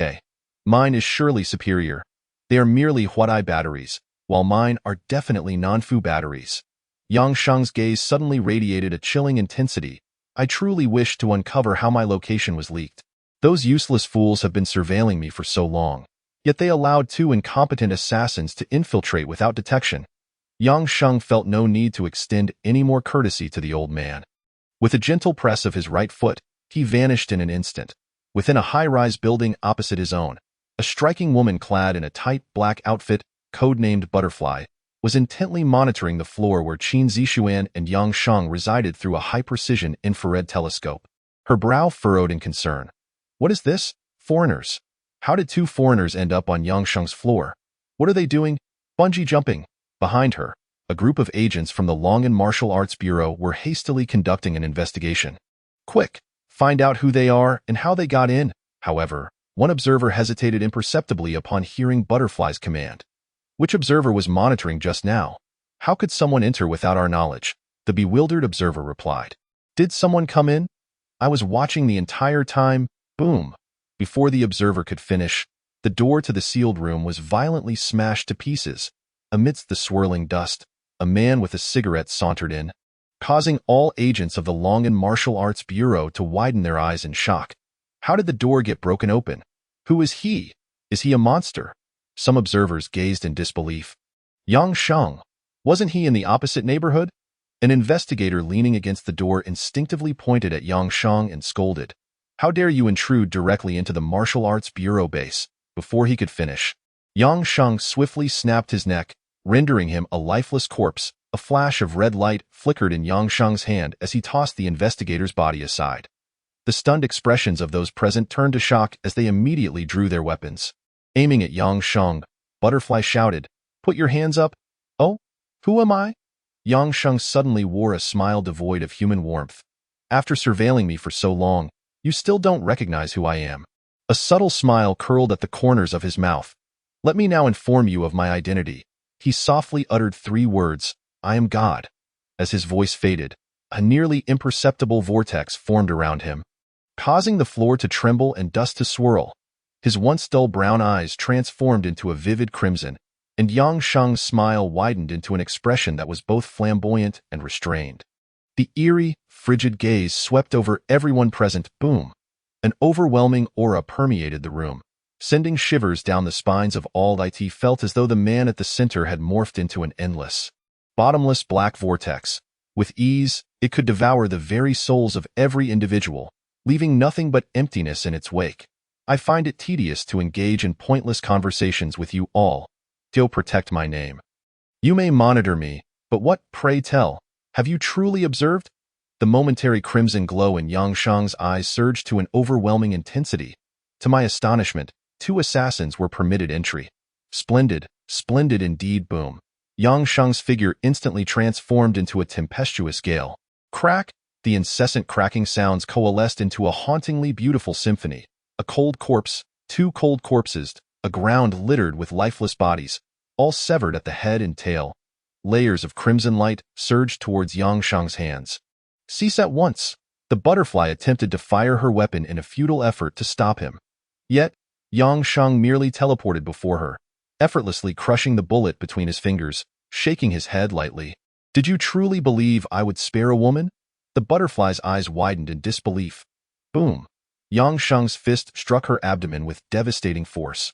Crash! The Butterfly's body was sent flying, shattering the balcony glass, rolling over several times.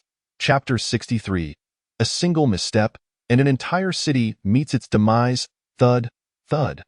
The ground reverberated with heavy footsteps.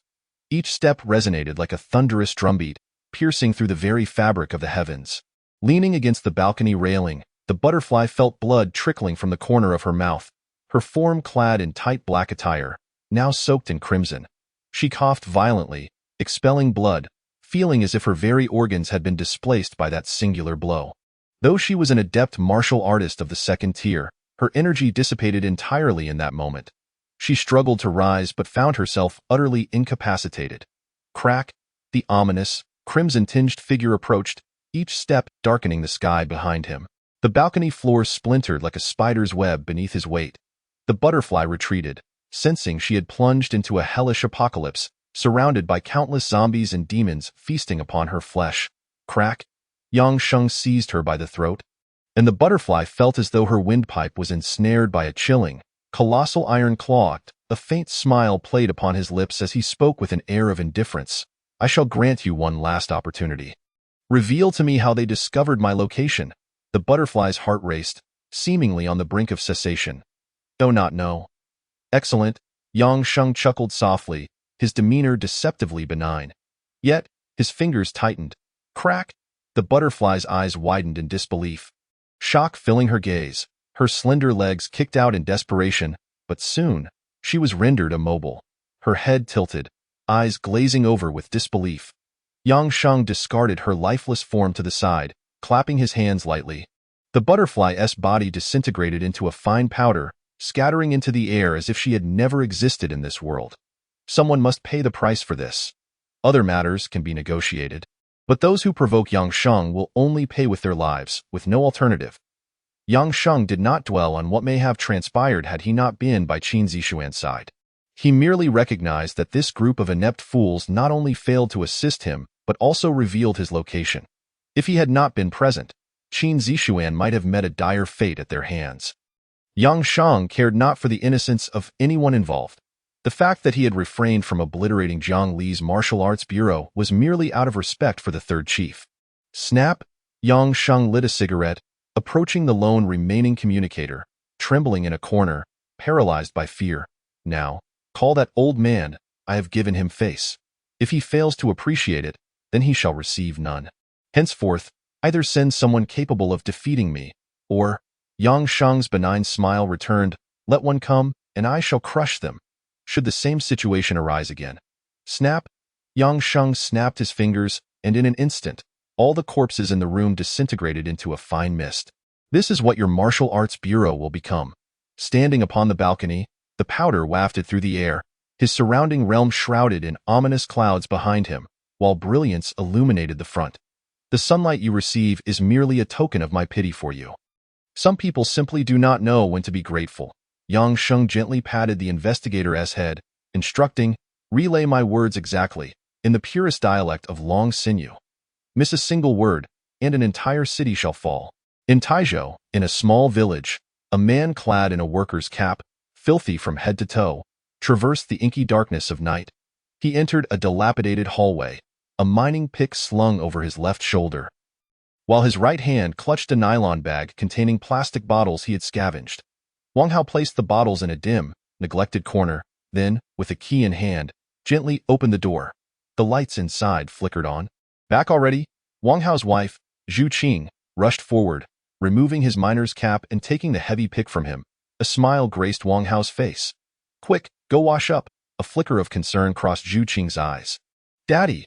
A delightful little girl, upon hearing the door open, knew her father had arrived, resembling a jubilant sparrow as she dashed into Wang Hao's embrace. My precious daughter, Daddy is all dirty. Did you miss me? And I eagerly nodded, exclaiming, yes. Yet, the little one's gaze kept drifting to Wang Hao's hands, and upon noticing the emptiness behind him, her expression fell, a wave of disappointment washing over her. Daddy, you didn't bring me a gift? Wang Hao's body stiffened slightly. He spotted the table in the living room adorned with an array of snacks, a small cake at the center, candles aglow. Zhu Qing emerged from the kitchen, gently reminding him. Today is Anai's birthday. A heavy silence engulfed the AI art. Anai gazed at Wang Hao with a heart-wrenching expression. Bang. Wang Hao slapped his forehead. What was I thinking? Of course, I bought Anai a present. A splendid one indeed. It must have been left at the construction site. I forgot to take it with me. Wang Hao swung the door open. Stay put and wait at home. And Daddy will return with your gift soon. Very soon. Okay. And I planted a kiss on Wang Hao's cheek, beaming with joy. You're the best, Daddy. Be careful on your way. Zhu Qing's eyes reflected worried. It's fine. Clang. Wang Hao chuckled, descending the stairs. Once outside, he pulled out the meager change from his pocket.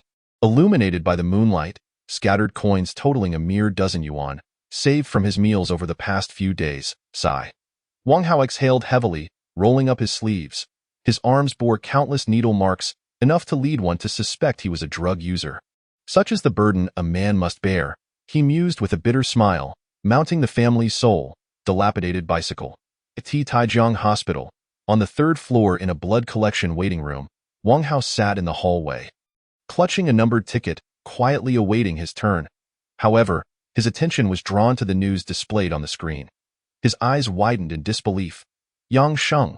His eyes grew wide, filled with incredulity, as the news featured a man whose face was obscured by a mosaic.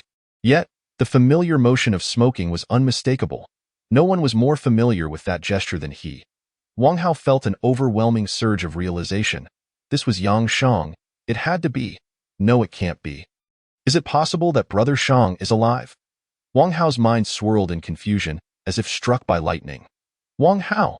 His name echoed, snapping him back to reality as he was called into the blood collection room, where he took his seat, the doctor rolling up his sleeve. The multitude of tiny needle pricks made even this doctor, accustomed to countless blood donors, feel a twinge of discomfort. With a swift motion, the massive needle plunged into Wang Hao's arm, and dark red blood immediately flowed through the translucent tubing into a large, white collection BAGI in no time. It was half full. Your blood type is exceedingly rare. RB negative, the doctor stated. The hospital is in dire need of your type, hence the compensation will be somewhat higher. Wang Hao's complexion grew pale, but his mind was consumed with thoughts of Yang Sheng. Just as the doctor prepared to withdraw the needle, a deafening crash echoed. The outermost layer of glass was shattered by a skeletal arm, reminiscent of a metal limb. Ah! The doctor shouted in terror as a figure clad in heavy metal armor burst in, swiftly extracting the doctor's heart with a single claw, turning to gaze at the wide-eyed Wang Hao, the owner of the RB-negative blood. Grab? The voice, cold and mechanical, reverberated throughout the hospital. The skeletal figure instantly rendered Wang Hao unconscious before leaping through the window, taking him with him. Chapter 64. The Covenant of the Gods, the Hanging Heads. In the heart of the abyss, on a central island, stood a colossal palace that seemed to float in the air, supported by 4 towering pillars that reached the heavens. Within the main hall, at the highest point, bolts of lightning continuously struck around a seated deity, with flowing golden hair and an imposing demeanor. He radiated an air of supremacy. Lightning coiled around his hands, embodying magnificence and awe. Zeus, the legendary king of the gods in ancient Greek mythology. Beside his throne lay a massive shield adorned with a prominent lightning emblem, known as Aegis, or Zeus's shield. To his right stood Zeus's thunder spear, a symbol of his dominion. Kneeling in the hall were numerous divine messengers, their voices resonating like thunder, proclaiming, "The Mother of Earth is awakening." Are all preparations established as commanded by the king? The sound of thunder echoed. One messenger stepped forward, bowing deeply. "My king, the Mother of Earth has awakened to nearly 70%. Currently, the only aspect lacking is the preparation of the zombie legion. Goddess Athena has taken it upon herself to oversee the entire process. The biochemical chamber is fully prepared, and the foundational zombie horde has been established. Only the zombie king remains unachieved. Why has it not succeeded?" Zeus's gaze turned stern, due to the absence of an RB-negative blood donor. The messenger straightened slightly. Goddess Athena has analyzed that to create the zombie king of the entire legion, an RB-negative blood donor is essential for the transformation. At this juncture, the messenger paused. RB-negative blood donors can only be found in the Dragon Heart domain. A cold smile creased Zeus's lips. "So, Hades and Apollo have ventured into the Dragon Heart domain without consulting me? Their audacity knows no bounds." With a clang, Zeus's thunder spear fell heavily to the ground, unleashing a blinding bolt of blue lightning that struck down with a resounding crash. All divine messengers fell to their knees in terror, as Zeus's face flushed with rage. Had they forgotten the covenant of the gods? The Dragon Heart domain still housed 2 innate-level powerhouses. Did they truly not fear for their return? One messenger, trembling, rose cautiously and respectfully stated, "My king, I believe we need not concern ourselves with the covenant of the gods at this juncture. The Mother of Earth is on the verge of awakening, and only our zombie legion can be successfully assembled. At that time, the world shall belong to the king." The messenger's words brimmed with longing. In that moment, the abyss would dominate the entire world. The mere Dragon Heart domain, even with 2 additional innate level powerhouses, would pose no threat. Zeus, grasping the thunder spear, remained unmoving. He then struck down again, commanding Hades and Apollo, "If you are to capture, seize everyone you can. Speed is of the essence, as long as I remain idle." Those 2 innate level powerhouses will not dare to act. The covenant of the gods.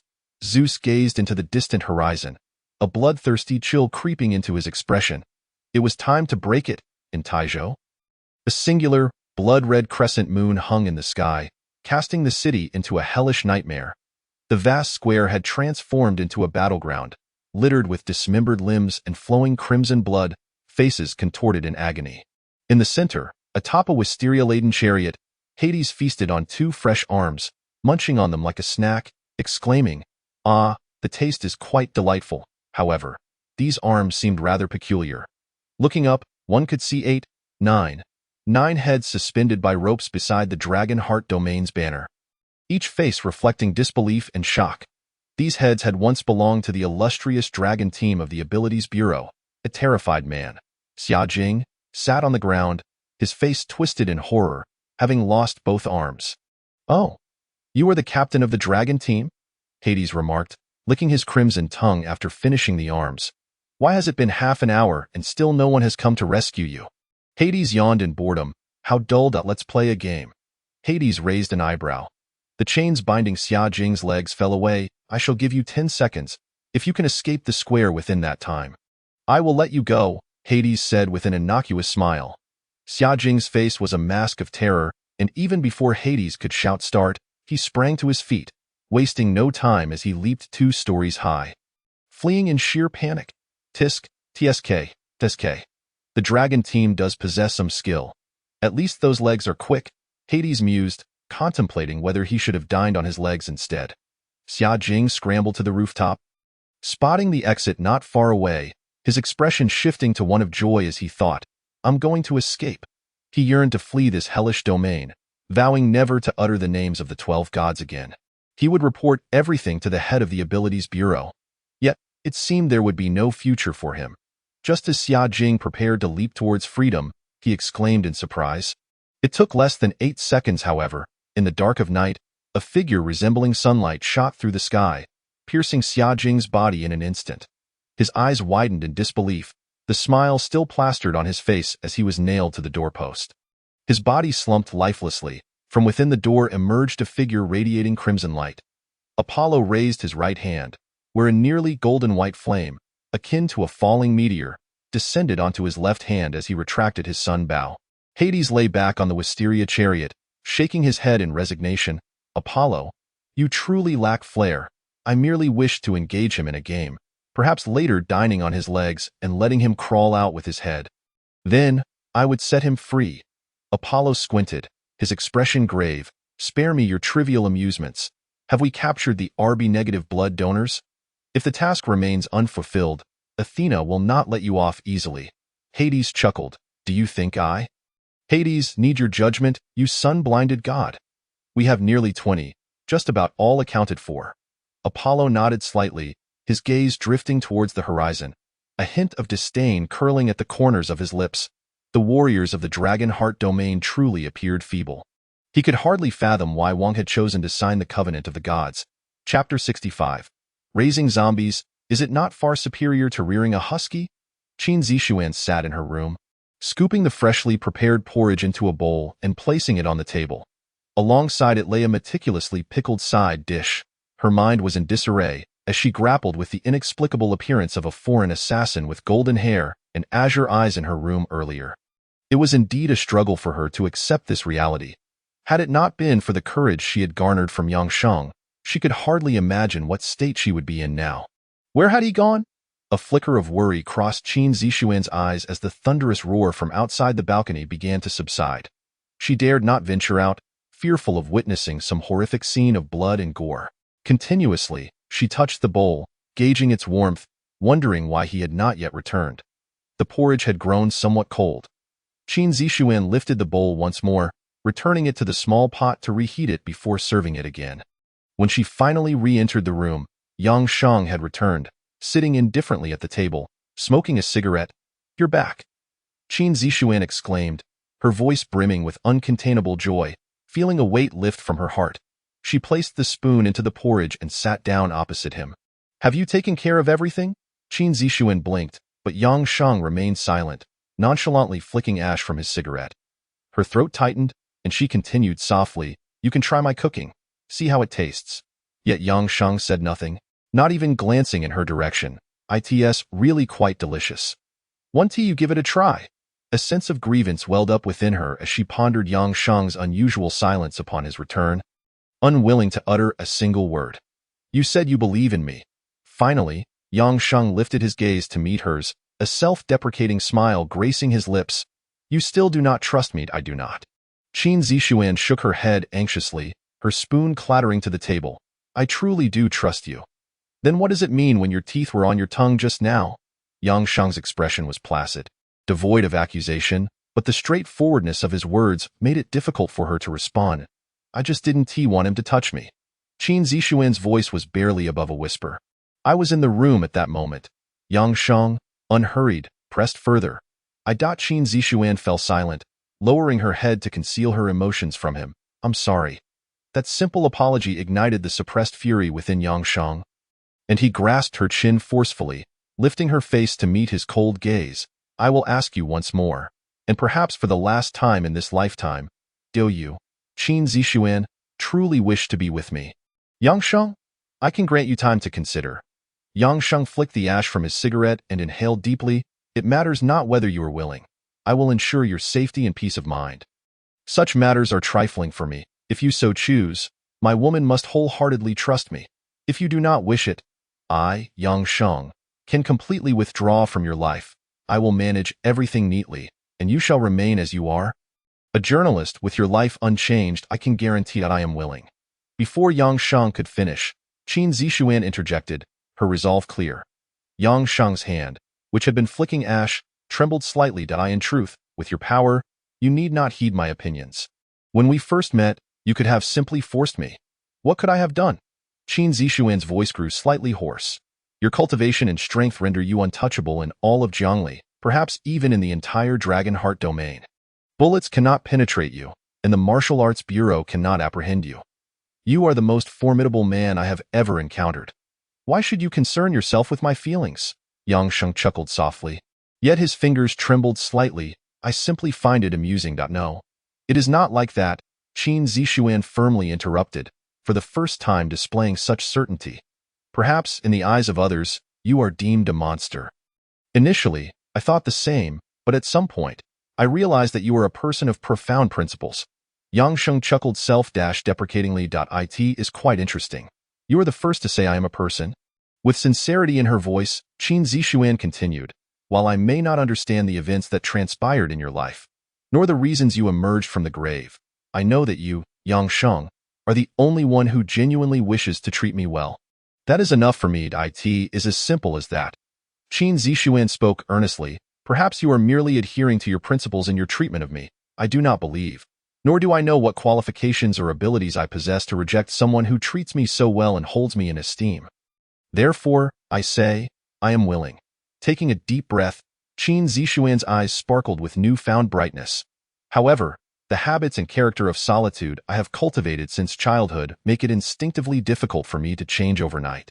But I will make an effort to change. Can you give me a little time? I will strive to adapt and earn my place beside you." Yang Sheng closed his eyes as Qin Zixuan's delicate hand suddenly slipped into his larger one. A person standing in darkness, succumbing to it, is merely instinct. But a person standing in darkness, with a heart illuminated, is Before Qin Zixuan could finish her thought, Yang Sheng swept her into his embrace. Fiercely kissing her lips, her eyes widened in surprise as a masculine scent, laced with the aroma of tobacco, enveloped her very being. After what felt like an eternity, as her cheeks flushed crimson and she struggled to catch her breath, Yang Sheng finally released her. "Phew," Qin Zixuan gasped, too shy to meet Yang Sheng's gaze. "Does your little mouth taste of honey? It is so sweet." Yang Sheng smirked devilishly. In a moment of impulse, Qin Zixuan bit Yang Sheng's arm and dashed back to her original seat.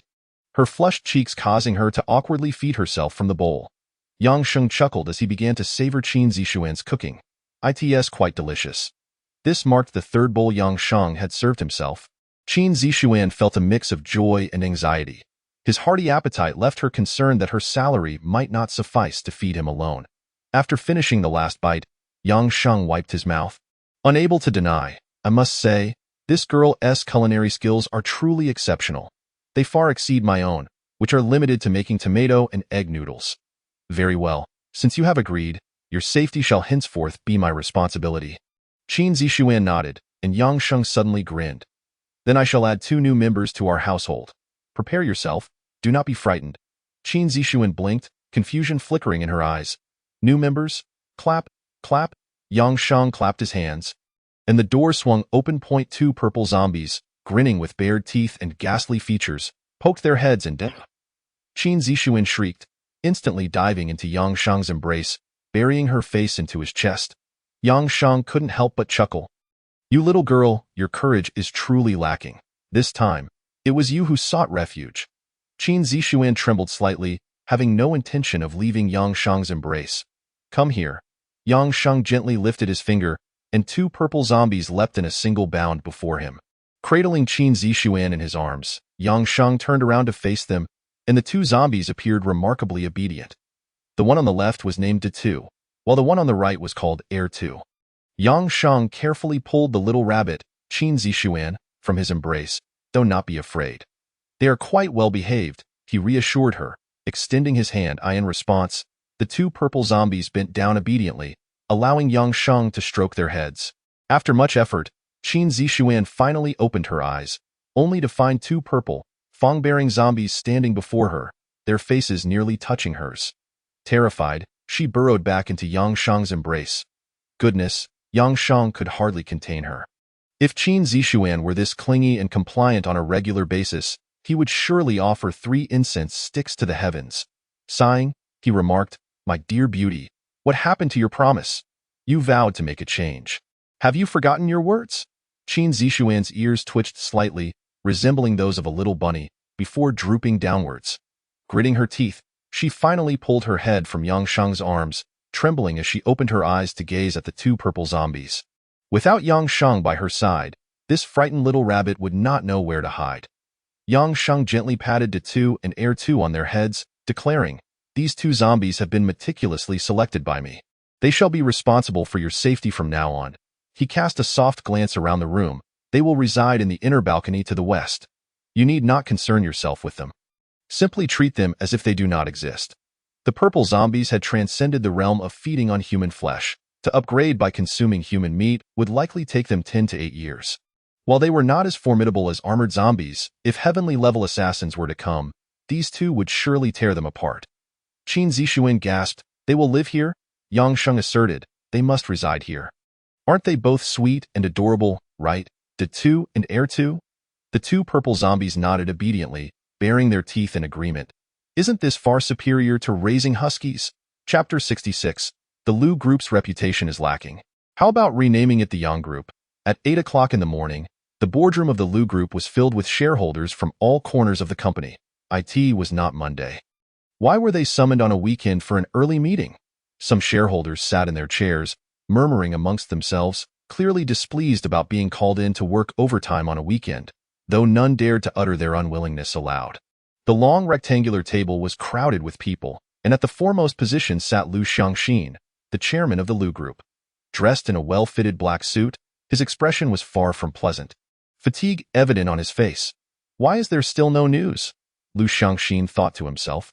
Last night, he had lain in bed, exhilarated, imagining he would soon see the photo of Yang Sheng's head rolling. He had been so excited that he hardly slept. Every half hour, he would eagerly check his phone, but the entire night passed without a single message. Where was the promised news of the kill? Lu Xiangxin glanced at his phone once more, only to find it still silent. With a long sigh, he resolved to focus on the meeting. Despite his sleepless night, he had hoped to catch up on rest this morning, but the company's financial secretary had urgently called, informing him that the group's stocks had been plummeting. Particularly that morning, they had fallen to an all-time low. Reluctantly, Lu Xiangxin set aside his fatigue and called all the shareholders back for a meeting, knowing that failure to address this issue would spell disaster for the entire group. Everyone, please be quiet. Lu Xiangxin coughed twice. The previously bustling conference room fell silent in an instant, all shareholders looking solemnly at him. They understood that the stock crash was detrimental to them all. Lu Xiangxin nodded in satisfaction and then noticed an empty seat to his far left. Where is Director Jiang? Does anyone know his whereabouts? Frowning, he mused. Jiang Chong was the second largest shareholder of the Lu Group and was usually never late. The board members exchanged glances. Quick, contact him. At the entrance of the Lu Group, a white Audi A6 pulled up. A casually dressed man wearing sunglasses and smoking a cigarette stepped out. Skillfully lighting his cigarette, he took a deep drag before striding towards the entrance. Hey, who are you? Please show your. Two security guards stationed at the door. Their expressions turning stern, moved to block him, pointing at Yang Shang. However, just as they raised their arms, they found themselves unable to move. Yang Shang removed his sunglasses and glanced at his reflection in the glass door. Satisfied with his appearance, after adjusting his stylish hair, he hummed a merry tune and entered, feeling the day was ripe for good fortune. The two security guards stood there like statues, bewildered. Who am I? Where am I? A woman in a short skirt and stockings approached the entrance only to find the two guards standing frozen. Their hands pointed at her skirt, and shockingly, they remained motionless. Pervert, weirdo, slap, slap. The guards' faces instantly bore two bright red handprints, their eyelids twitching in disbelief. What the hell, you crazy woman? Was that really necessary? You made me tear up. Where is Lu Xiangxin's office? In a sealed elevator, Yang Shang asked casually while smoking. A group of female office workers in professional attire huddled at a distance. Keeping their distance from him, a portly man holding a briefcase scoffed. You can't smoke here. Get out. Which department are you from? I'm reporting you to HR. Yang Shang flicked the ash from his cigarette towards the chubby man and exhaled smoke. Department? What department? I have no department. Jiang Chong was choked and irate. Who the hell are you? Do you want me to call security and have you arrested? Yang Shang tapped his head, appearing to have an epiphany. Oh, I remember now. I'm from the morgue. Jiang Chong's eyes widened in shock as a massive hand suddenly struck him, plunging his head into the corner of the elevator with a slap. His glasses shattered on the floor, leaving him motionless on the ground. Ah! The female office workers screamed in terror. Yang Shang casually took a drag from his cigarette and seized a relatively attractive woman in black stockings by the chin, demanding, which floor is Lu Xiangxin on? Press that floor for me. If you press the wrong button, I'll strip you bare and hang you in this glass elevator all morning. Top floor. Yang Shang, still smoking, stepped out with an air of indifference. He asked two receptionists, where is the presidential conference room? It's up ahead, they replied, somewhat dazed. As they watched him leave, they whispered to each other, do you know who that was? I don't know. Who is he? Is he our new shareholder? In the presidential conference room, Lu Xiangxin was growing increasingly impatient. Should we begin? He started. But before he could finish his sentence, the door swung open. Apologies for the delay. I got stuck in traffic. Where's my seat? Surrounding shareholders looked at Yang Shang with confusion. Who is he? Why is he being let in? They exchanged puzzled glances. Yang Shang quickly spotted Lu Xiangxin at the head of the table and flashed a smile. I am truly sorry for being late. I'm Yang Shang. A few days ago, I was quite occupied, which inadvertently allowed you a few extra days of existence. I sincerely apologize, Director Lu. Upon spotting Yang Shang, Lu Xiangxin's eyes widened in astonishment, and his hands began to tremble violently. In a moment of instability, he unexpectedly collapsed to the ground. You. Lu Xiangxin's visage was awash with terror and shock. How could this be happening? What is the matter? I'm not dead. Is this a surprise? Yang Shang seated himself in Jiang Chang's position, casually propping his leg up. He flicked the ash off his cigarette and gently patted Lu Xiangxin, who was now seated on the floor in fright. Come now, Director Lu. Look at how excited you are to see me. I have come today not for any other reason. Yang Shang inhaled deeply from his cigarette, but mainly to discuss the matter of renaming the Lu Group. In my opinion, the name Lu Group lacks a certain charm. How about we change it to the Yang Group? I find that quite appealing. Yang Shang displayed an innocuous smile and asked, Director Lu, what do you think? Chapter 67. From you onward, introduce how much wealth you possess, how prosperous you have become. Are you not eating anything? Qin Zixuan had been wrestling with her own thoughts for quite some time before finally directing her query towards the inner balcony. This weekend, she had initially intended to manage some press releases from home. Qin Zixuan typically preferred to handle her affairs in the living room. With her feet lightly resting on the coffee table and her laptop perched on her lap, she found this office posture comfortable, something she could seldom enjoy while wearing high heels at the office. However, just moments after powering on her laptop, she realized she had lost count of how many times she had glanced toward the balcony. Her gaze was restless, imbued with an unsettling anxiety as she peered in that direction. This was due to the presence of two zombies squatting on the balcony. It was not that Qin Zixuan was particularly timid. Even as a scion of a prominent family, encountering two zombies in one's residence would likely provoke a far more intense reaction than hers, if they hadn't been driven to madness. It could only mean they were exceptionally brave. Finally, summoning her resolve, Qin Zixuan set her laptop down onto her knees, slipped on her slippers, and with a hand pressed to her heart, cautiously approached the balcony. With a click, she swung the door open. There, on the balcony, sat two purple zombies, obediently perched on small stools, their hands resting dutifully on their knees, gazing at one another with wide eyes. If one were to overlook their grotesque forms, they could easily be mistaken for two well-behaved schoolchildren attentively listening to a lesson. Upon hearing Qin Zixuan's voice, the two zombies turned their heads, their expressions slightly dazed, as if they did not comprehend why their mistress was inquiring about their lack of appetite. Qin Zixuan gazed at their faces, her complexion paled slightly, and she forced a smile, apologizing for the intrusion. Quickly retreating from the doorway, she left the two zombies expressionless, once again staring blankly at each other. With a rapid clatter, Qin Zixuan began typing frantically on her laptop, searching. What do zombies eat? The screen promptly transitioned to the search results, and as she skimmed through the myriad of answers, she found them bewildering. What do zombies eat? Of course, they eat humans. The sources of such information were either utterly bored or rather foolish. Zombies? Are there still zombies in this day and age? Simply clean yourself up and stand before them. They will take care of the rest. As Qin Zixuan scrolled further down, her palms grew increasingly clammy, her heart racing with unease. What are these answers? To her relief, she stumbled upon a response from a so-called Maoshan Taoist, which stated that zombies consume living beings, including poultry and livestock, but it is crucial that the offerings be alive. Typically, zombies of a higher rank do not consume decayed or dead flesh. With a slight easing of her tension, Qin Zixuan was reassured. She was uncertain of the rank of the two zombies, but they had been sent by Yang Sheng to protect her, so they must not be of low standing. Human flesh was definitely out of the question. Blinking rapidly, Qin Zixuan shut her laptop and, donning her high heels and clutching her keys, hurriedly exited. Before long, the door to her home swung open once more, and Qin Zixuan returned, laboriously carrying a heavy bag, from which the sound of flapping wings could be heard. Struggling, she hoisted the bag onto the balcony, panting heavily. Upon her arrival, the two zombies turned their heads slowly, still wearing their vacant expressions as they regarded Qin Zixuan.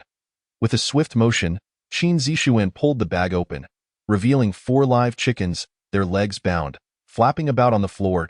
Do you eat this?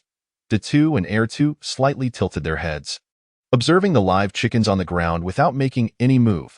A sense of disappointment washed over Qin Zixuan.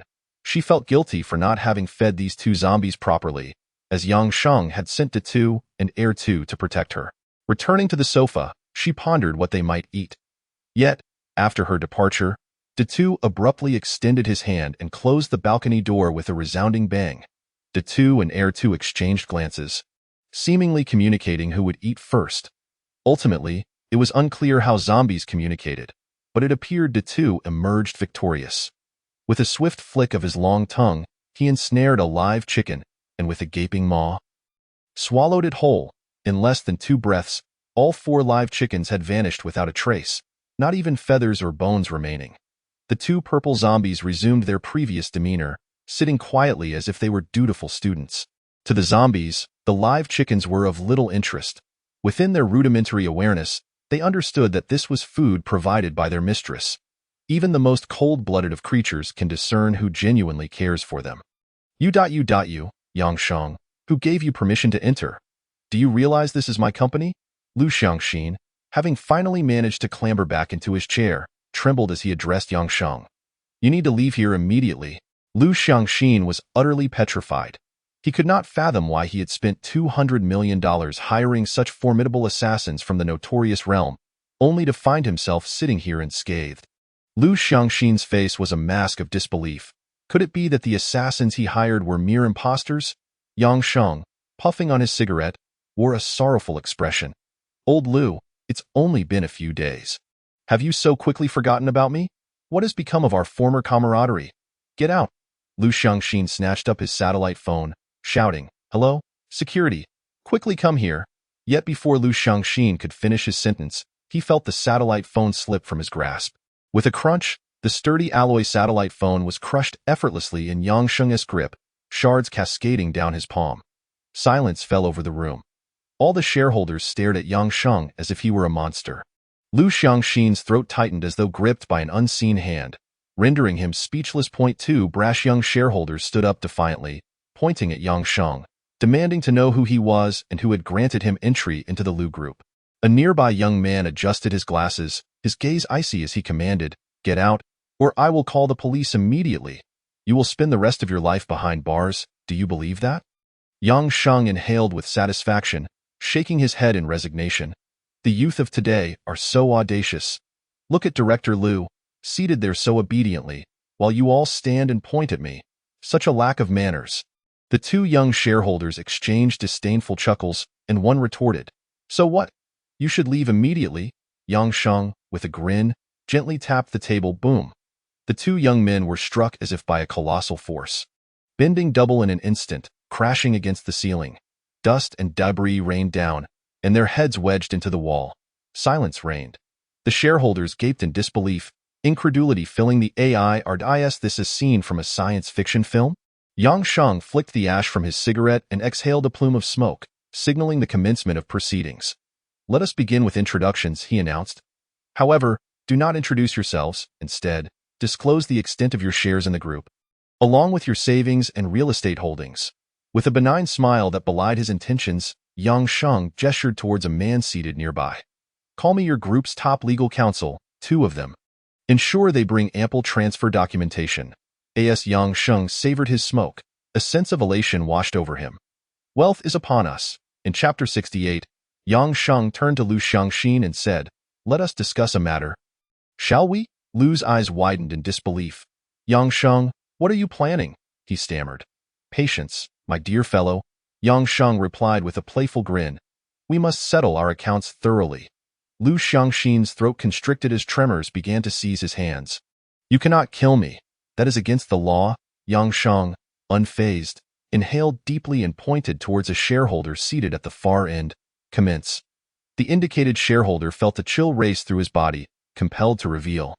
I am a dividend shareholder of the Lu Group, possessing 0.5 of the shares, valued at $50 million, with personal assets totaling $30 million. 1 by 1. Others followed suit. As if enchanted, I am a dividend shareholder of the Lu Group, holding one of the shares, valued at $100 million, with real estate worth $60 million. I am the controlling shareholder of the Lu Group, owning 4 of the shares, valued at $400 million, with assets amounting to $300 million. The numbers, astronomical in the eyes of the common folk, flowed forth as if recited by school children.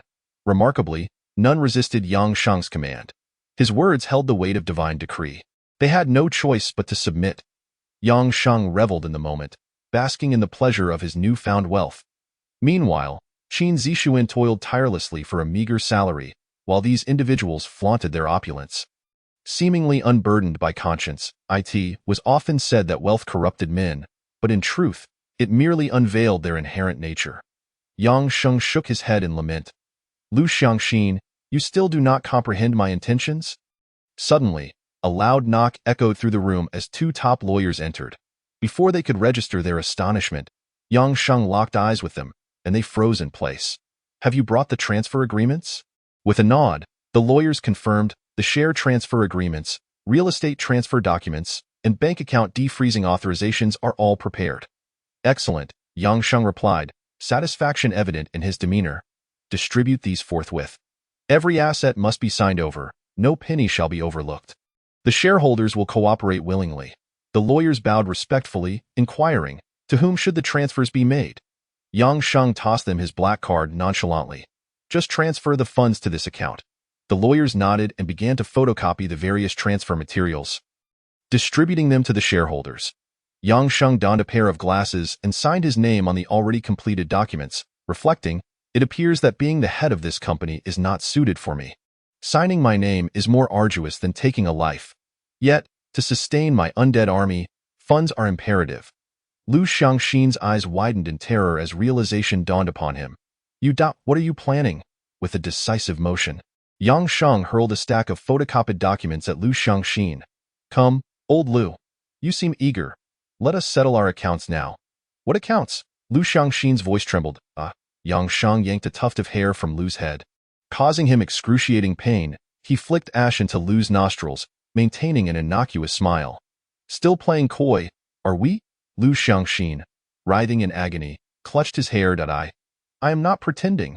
Yang Sheng exhaled smoke, pressing Lu's head onto the table. "If you do not understand, then sign here, 2 seconds per document.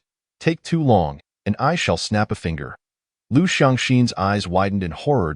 With a swift motion, Yang Sheng crushed Lu's right thumb, shattering the bone while preserving the nerves for prolonged agony. Lu was on the brink of hysteria. He cried again as Yang Sheng broke his index finger. Next. 2 seconds of hesitation, and you remain unrepentant? Yang Sheng chided as he prepared to crush Lu's middle finger. Lu, driven mad by pain, hastily flung the documents toward himself, trembling as he signed his name as fast as he could. Yang Sheng placed the severed fingers on the table, forming an ashtray, and a wisp of deathly energy seeped into Lu's mind, sustaining his ability to sign and imprint his seal.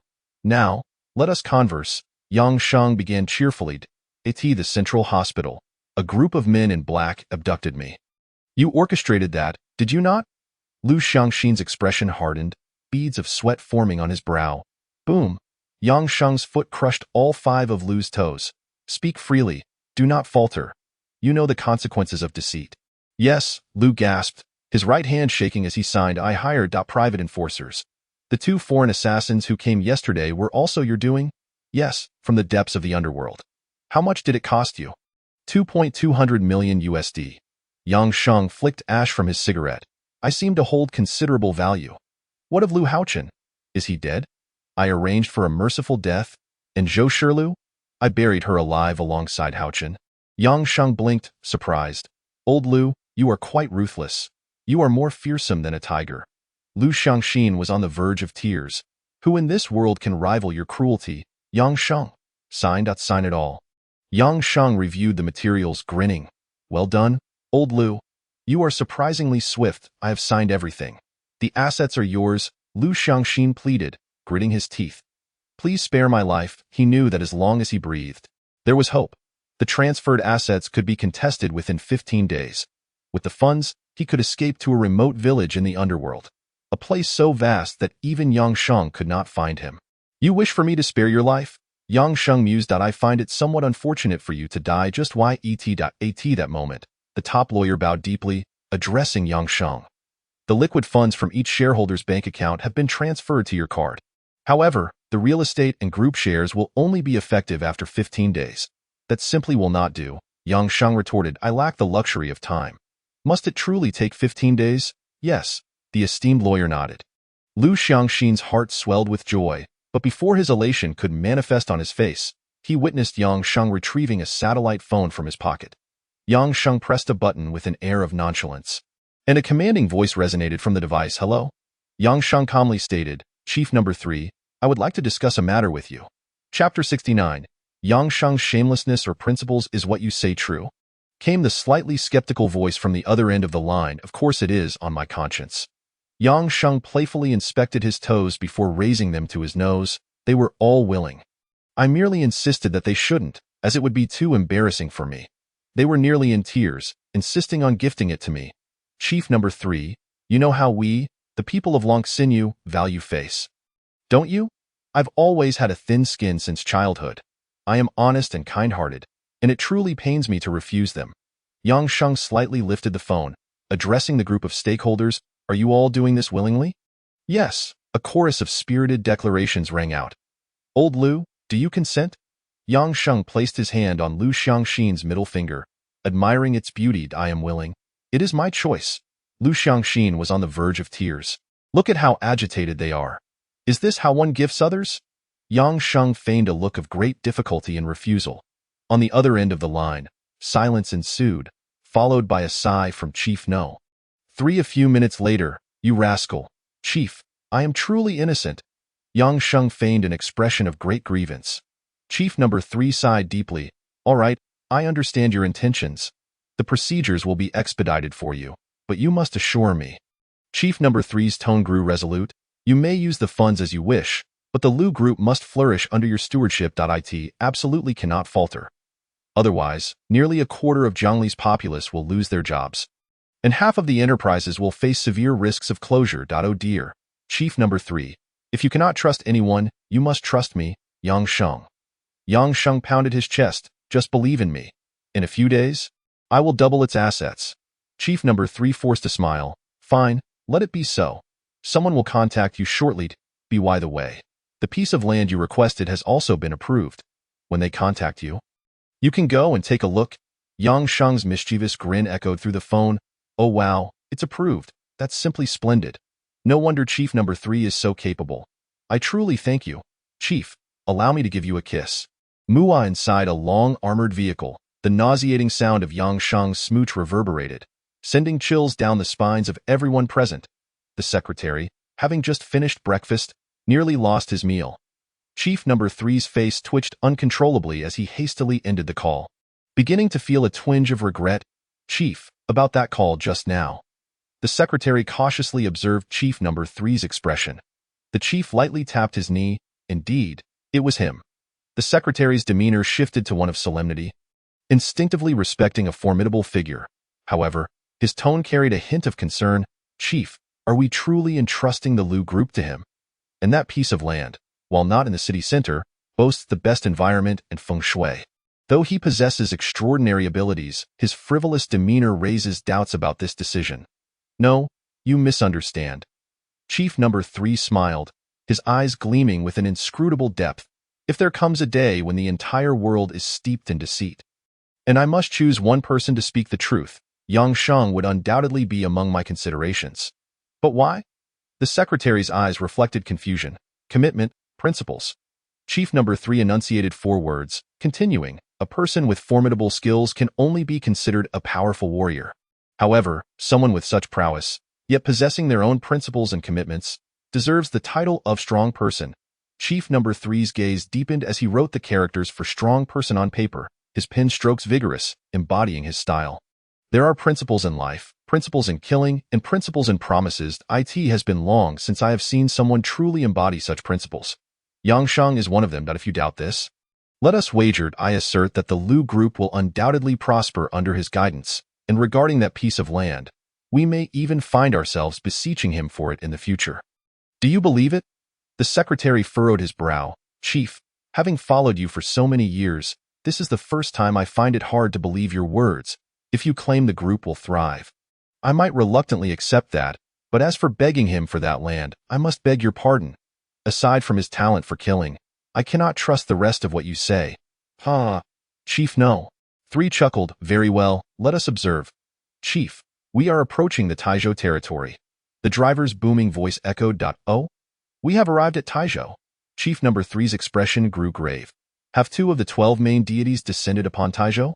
Yes. The secretary lifted a document, his expression somber. The sun god Apollo and the underworld lord Hades, accompanied by his skeletal army. The mechanized infantry units at the Taizhou border have been completely annihilated. The Anomaly Bureau dispatched the Dragon team, but none of the 10-man squad returned. Silence. Chief No. 3 lightly tapped his fingers, openly defying the pact of the gods. Quite remarkable. Their objective this time is not mere slaughter. The primary target appears to be various hospitals, and curiously, they have been abducting individuals with RB-negative blood. The Anomaly Bureau has yet to ascertain the purpose behind this RB-negative blood. Chief No. 3 frowned, pondering for a moment, his expression calm yet commanding. Very well, regarding the 12 main deities, inform the 4 golden-clad figures in Kyoto to prepare for action, before they return to the malevolent domain. ensure we salvage everything possible. It would be best to invite those two deities as well. Chief number 3 sipped his tea. I intend to have a thorough discussion with these two deities. Do they truly believe there is no one left in Longxinyu? Chapter 70. Billionaire Yang Sheng. From now on, please call me Director Yang. Beep beep. The satellite phone disconnected. Yang Sheng had intended to plant a few more kisses, only to be met with silence. Hello? Hello. Tisk tsk tsk. Is Chief number 3 feeling shy? At his age, still bashful. Yang Sheng tucked the ring back into his pocket, as though he were the one being pursued for a kiss. Isn't it delightful to kiss my little treasure? Zishuan? The entire assembly stood motionless, quietly observing Yang Sheng. Lu Xiangxin, for reasons unknown, felt a sense of hope slowly dissipating, as if an ominous premonition had taken root within him. Ding ding ding, Yang Sheng's phone, which he had just tucked into his back pocket, erupted with notifications, at least 100 messages flooding into his inbox. Flicking the ash from his cigarette, he opened his phone to find, user ending in 0685 has transferred you 1,000,000.00. User ending in 0742 has transferred you 2,000,000.00. User ending in 8951 has transferred you 860,004,000.00. Ding ding ding.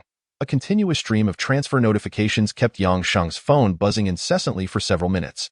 If one were to ponder the most enchanting sounds in this world, could there be a sweeter melody than the chime of a bank transfer alert? It is said that not even the accumulated wealth from countless past lives could rival the multitude of zeros illuminating his balance. As he took a drag from his cigarette, Yang Sheng pressed the inquiry button, revealing a staggering account balance of 21.01 billion. Gulp. This black card, which he had presumed held a mere modest sum of 1 or 2 million, now boasted over 200 billion in liquid assets. Could it be that one day I, Yang Sheng, could ascend to the ranks of the billionaires? It is not that Yang Sheng lacked experience. Rather, it is rare for anyone outside the banking profession to have witnessed such an abundance of zeros in their account. Impossible! Lu Xiangxin's eyes widened in disbelief.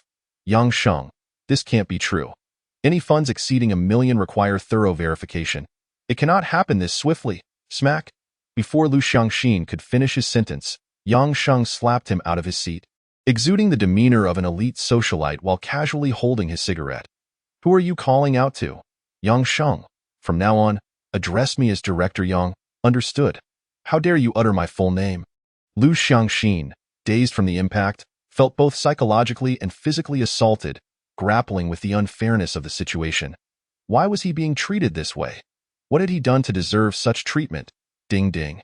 At that moment, the phone of the esteemed lawyer also buzzed incessantly with notifications. Upon checking, even with his mind under Yang Sheng's control, a look of shock washed over him. Master, the online approvals for the real estate transactions have all gone through. The two top lawyers were left utterly dumbfounded. In their lifetime of practicing law, they had never witnessed a real estate transfer completed in mere 15 days. Even the scions of legendary families would have to wait a few days. Wouldn't they? One moment a phone call, the next it was approved. All of it. Yang Sheng, seemingly from nowhere, procured an orange, peeling it as he inquired, so, the shares of the Lu Group, along with those old geezers' properties and vehicles, have all been transferred to me? Indeed, the esteemed lawyer replied, struggling to comprehend the situation. Aside from a few scattered shares, the entirety of the group's assets has been transferred to your name. Your total net worth has now exceeded 100 billion. Even with Yang Sheng's remarkable composure, his fingers trembled slightly at the mention of such a colossal figure. 100 billion. Good gracious. He took a deep drag from his cigarette, realizing just how wealthy these old geezers truly were. Just a moment ago, he was a penniless wretch, and now, in an instant, he had become a centibillionaire. Wait, I must ask, is there anyone in this world who can earn 100 billion in a single morning? Exhaling a massive smoke ring, Yang Sheng mused, isn't this method of making money far superior to robbing a bank? Robbing a bank invites scorn from the masses, police pursuits, and public vilification. It's hardly dignified. The third in command likely wouldn't even know what to think of him. His prestige might even diminish, rendering it a poor decision. Well, fine, 100 billion still feels a tad insufficient. Maintaining zombies costs a fortune. Lawyers, swiftly dissolve the Lu Group for me. From now on, It shall be renamed the Yang Group, understood. No problem. The two lawyers began typing away furiously on their computers. As soon as they submitted the dissolution and rebranding request, it was immediately approved. Master, the change has been successfully made, one of the lawyers joyfully announced. Drama, irony, shock. The century-old Lu Group was reborn as the Yang Group in a single morning. Yang Sheng inhaled deeply, savoring the feeling of wealth. Propping his feet on the table, he contemplated whether he should follow in the footsteps of the affluent and summon a couple of top-tier celebrities for a night of indulgence. Yet, an image of Qin Zixuan's tear-streaked face popped into his mind. Perhaps it would suffice to enjoy the company of the beautiful girl at home, who could cry, throw tantrums, and cosplay far better than any celebrity. With that thought, he nodded in approval of his own integrity and innocence.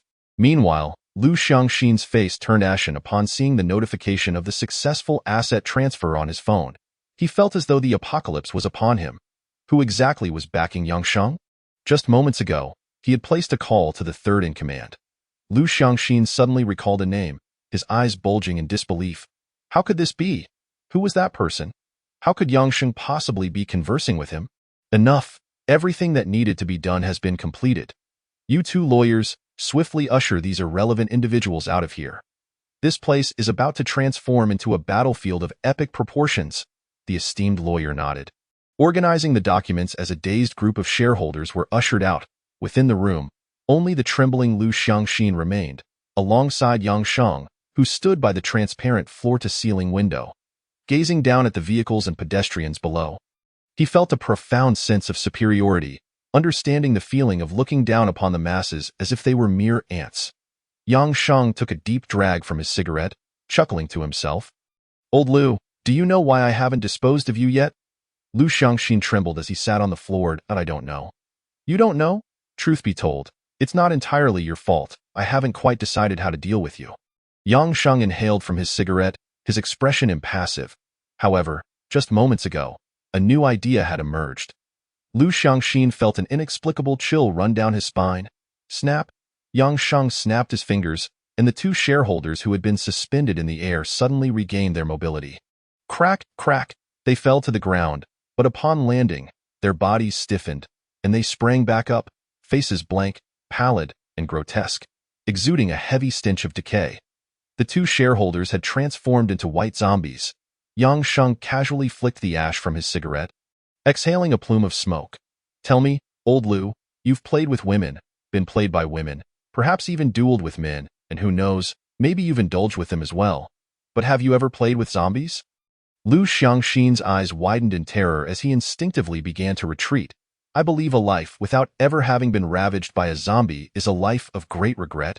Yang Sheng wore an innocent smile, his finger pointing gently as the two zombies leaped in front of Lu Xiangxin, lifting the terrified man into the air. Come now, let the storm rage on.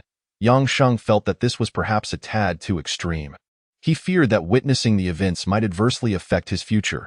He swiftly vacated the scene. Crash! The room reverberated with the sound of fierce screams. A battle of humans and zombies? A clash of humans and beasts? No, no, no. This was a battle of humans and zombies. So simple it is. If possible, he would rather not kill or trample anyone. Instead, he seeks a place to gradually elevate himself, accompanied by those he cherishes, ultimately tearing apart the boundaries of this realm to ascend and depart. Such a fate seems quite satisfactory.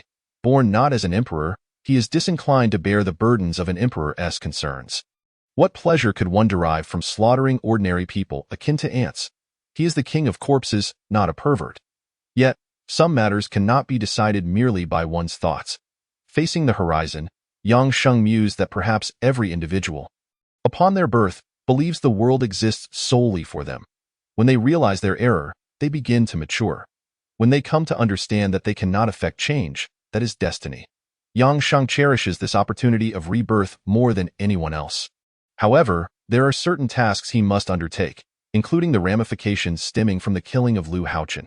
Initially, he merely wished to be a stable, progressing zombie, yet Lu Haochen unexpectedly crossed over as well, and various factions continually sought him out. The tree wishes to stand still, yet the wind refuses to cease. Taking a few puffs from his cigarette, Yang Sheng declared, "You made the first move.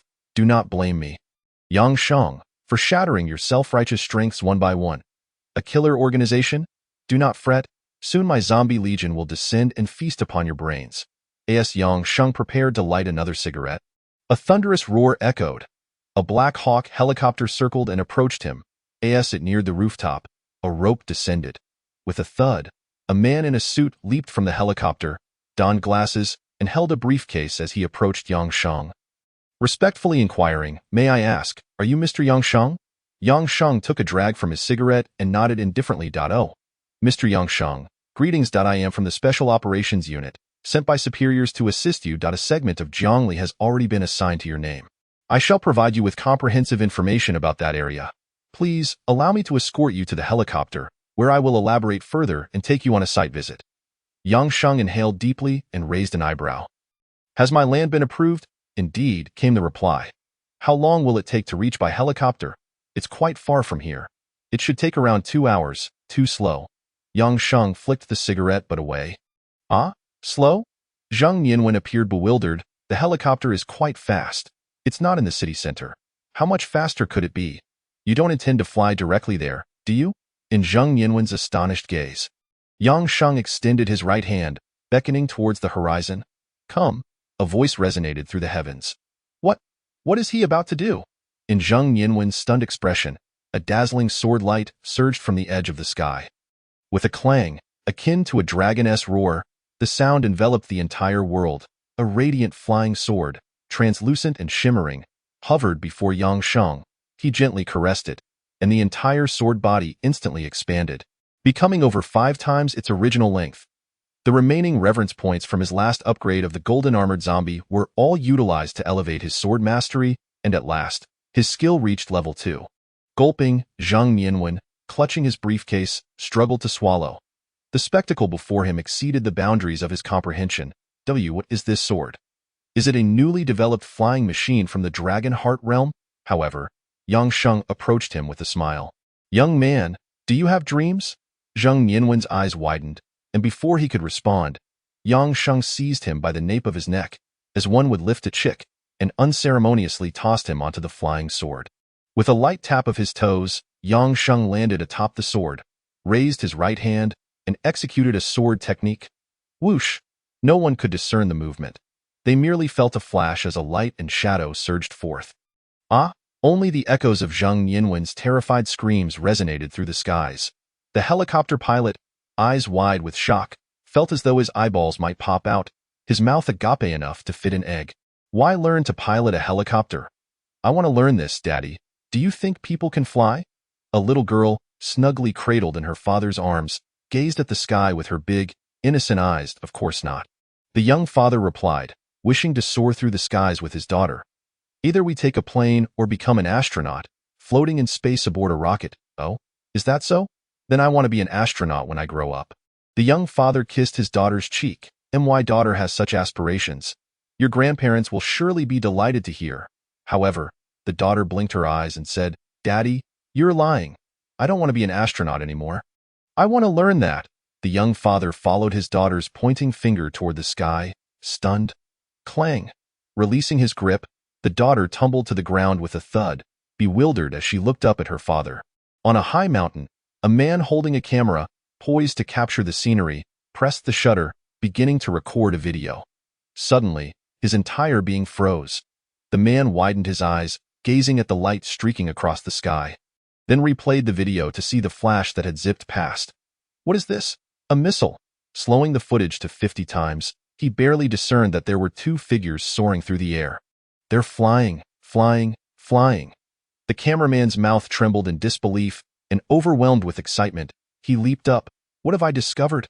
Immortals. My goodness, do immortals really exist in this world? I must return to the press office immediately and upload this video. The photographer glanced back at the now-vanished streak in the sky. I've made it. I've made it, he shouted, running down the mountain in exhilaration. Yet, tripping over his own feet, he stumbled, tumbling down the stairs with his camera in tow. Clang clang, boom. Chapter 72. The Hidden Family, the Luo clan, as the flying sword descends upon the earth. The Luo clan, a hidden family in Jiangli. If one were to ask who the greatest boss in Jiangli is, A street thug might declare it to be Ranzheng, while a corporate white-collar worker might mention names from the upper echelons.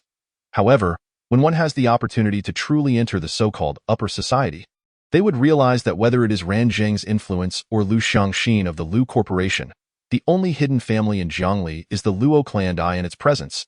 All else is but an existence akin to ants. The term hidden family carries a dual meaning. Firstly, the great concealment within the city. Every financial conglomerate and underworld force in Jiangli bears the shadow of the Luo clan. Some heavy industries, even the righteous forces, operate under the auspices of the Luo clan. Even within the Lu Corporation shares, there exists a holder named Luo Lingyun, possessing 20 of the shares. Secondly, the hidden family resides in a place beyond Jiangli's reach, Hanhai Secret Realm. The location of the Luo clan is an entirely concealed small realm, imperceptible to the eyes of satellites and untraceable by GPS. This small realm was established by ancient celestial beings during the primordial era.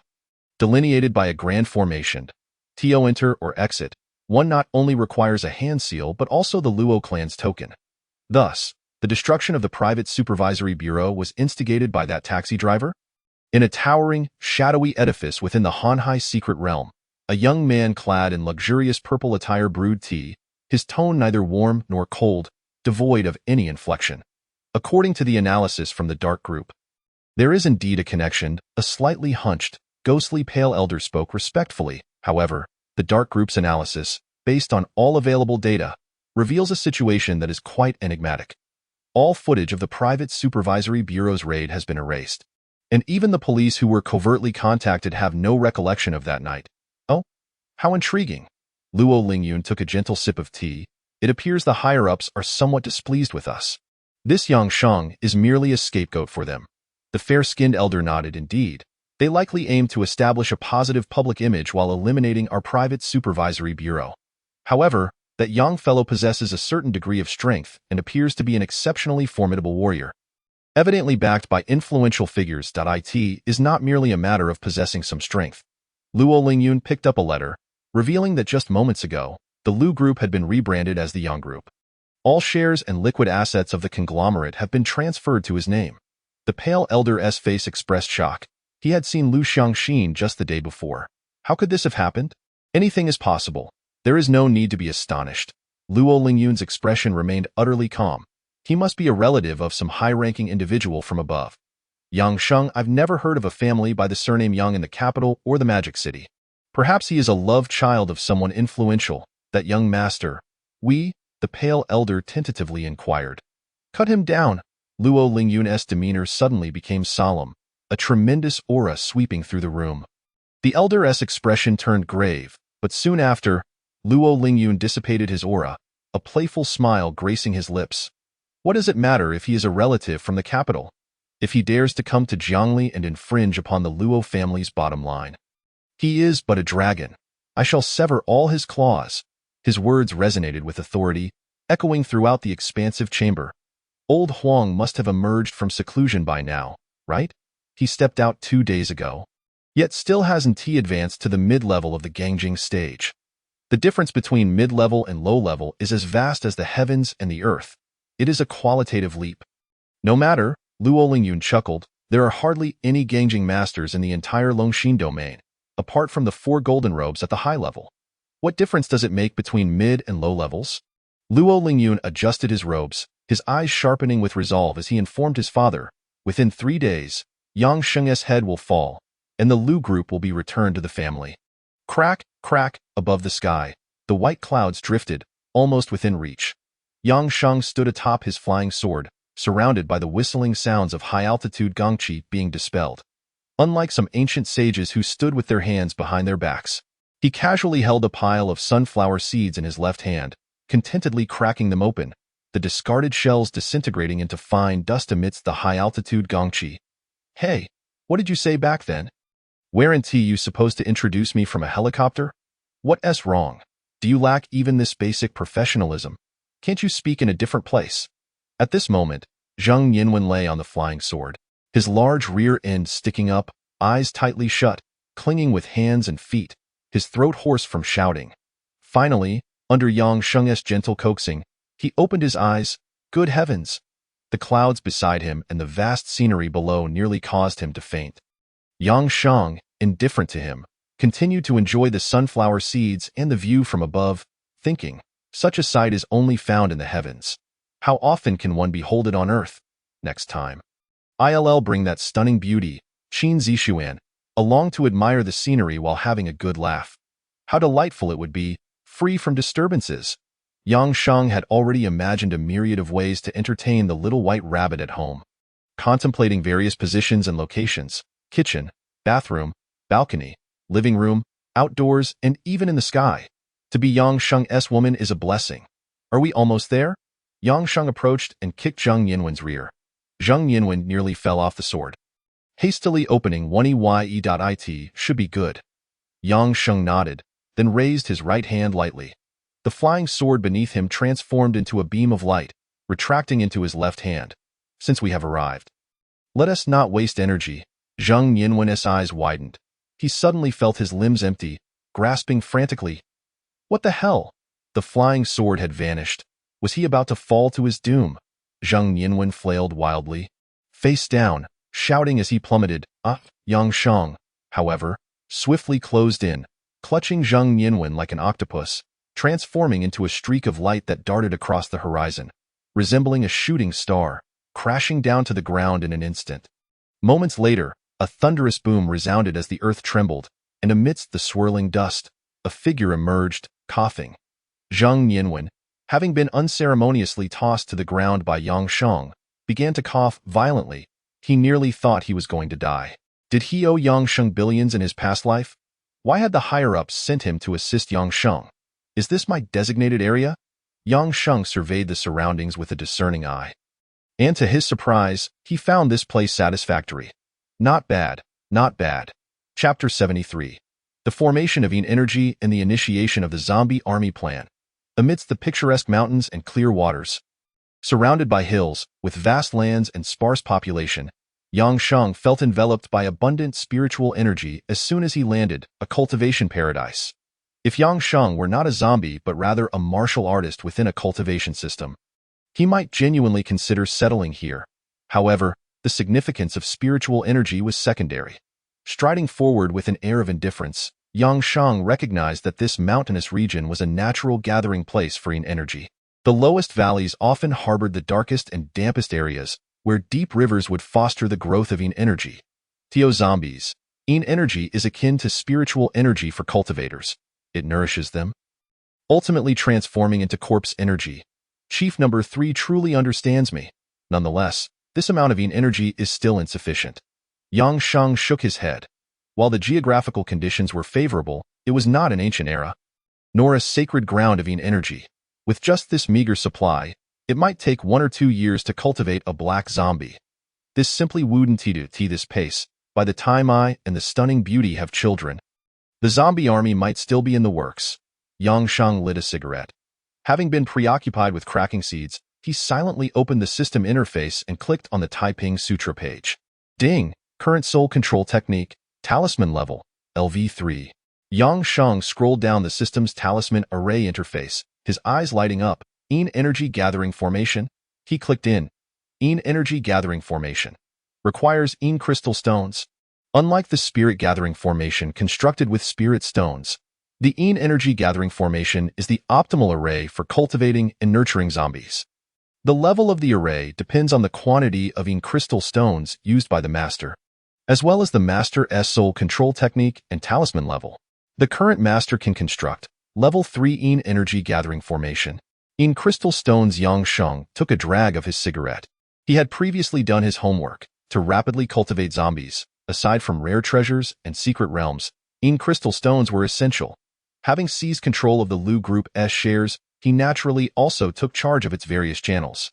He discovered that this interface likely had Yin crystal stones, as the former Lu Group had controlled several major jewelry merchants, with the largest channel being that foreign couple. What were they called? The Hansons? He recalled they had left him a personal card. Yang Sheng finally fished out a crumpled card from his universal pocket. Who he pulled Zheng Yinwen, who had just gotten up from the ground. Over. No, Mr. Yang, what are you doing? Zheng Yinwen was genuinely frightened by Yang Sheng. I have a task for you. Yang Sheng shoved the card directly into Zheng Yinwen's hand. Call the person on this card. You must get in touch with him, posing as the assistant of the Yang group, and inquire if he has any crystal stones. Zheng Yinwen looked bewildered. What stone? Smack! Yang Sheng slapped Zheng Yinwen on the head. How can you be so clueless? Yang Sheng described the appearance of crystal stones again, not caring whether Zheng Yinwen understood, and kicked him aside. Yang Sheng had no time for such trivialities. If Zheng Yinwen failed to deliver, he would immediately send him back home on the flying sword. Beep beep. Zheng Yinwen wore a sorrowful expression as he picked up his phone to make a call, while Yang Sheng meandered nearby. What pleased Yang Sheng was not just the environment, but more significantly, a vast circular building that loomed 20 stories high. It was nothing short of an ideal sanctuary for rearing zombies. In the center lay an enormous hollow circular flower bed, surrounded by nearly 20,000 rooms of various sizes within the circular edifice. Could it be that the third chief was my sweet little cotton-padded jacket in a past life? Yang Sheng strolled through the premises, and with so many rooms available, his dream of collective zombie breeding was on the verge of becoming a reality. Who decreed that zombies must dwell in coffins? Hidden away in the valleys? His zombie legion would be a proper military unit, residing in apartments. Especially with the current vacancy situation, there would be one zombie per room. Was this not more comfortable than the dormitories occupied by middle school, high school, or university students? I find this circular flower bed rather appealing. In the future, I shall set up a fighting arena here. If anyone misbehaves, they can be tossed in for a few days. Let a few zombies play with them. And if that is not enough, let them share a dormitory with the zombies. Perhaps even dig a grave or set up a coffin, allowing them to spend a day or two with the zombies inside.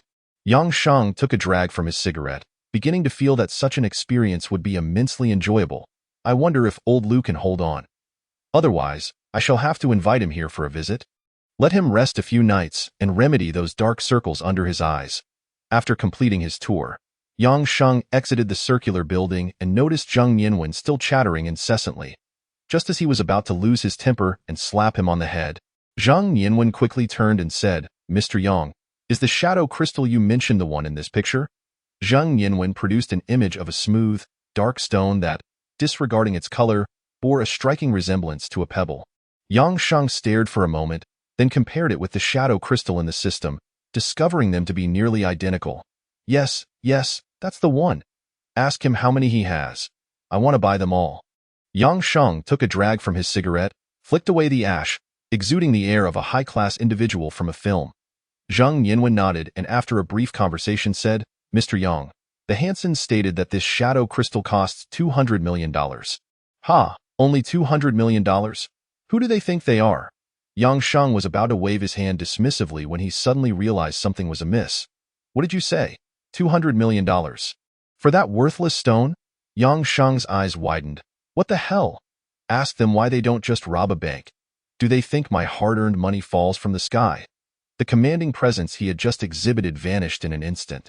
He took several deep drags on his cigarette, his face reddening with anger. Zheng Yinwen struggled to suppress a laugh at Yang Sheng's furious expression but maintained a serious demeanor as he continued. The Hansons mentioned that this shadow crystal is extraordinarily difficult to obtain. Its extraction is over 100 times more challenging than that of diamonds. Even they, as a gem conglomerate, only have 5 pieces left. If Mr. Yang is truly interested, we could contact other conglomerates, but conservatively speaking, we might be able to procure no more than 15 pieces. How much? Yang Sheng's mouth dropped open. Only 15 pieces. What good is that? To set up a first-tier shadow energy gathering formation, he needed 20 pieces. For a third-tier formation, he needed 100. With just 15, he couldn't even construct a first-tier formation. If he wanted to buy 100 pieces, wouldn't he go bankrupt? Yang Sheng took a fierce drag from his cigarette, his voice emerging through clenched teeth. Buy? Ask them where this shadow crystal is mined from. Yang Sheng felt he might need to consider a different approach. Relying on money alone seemed unrealistic in the short term. After a while, Zheng Yinwen's expression turned solemn as he replied, the shadow crystal can only be found in the domain of malevolence. Specifically in the territory governed by Artemis, the Huntress, one of the 12 Archons. Artemis? The 12 Archons? Yang Sheng furrowed his brow, realizing it bore similarities to the 12 Olympian gods of ancient Greek mythology. What kind of nonsense was this? Archons? Does anyone truly consider themselves a god in this world?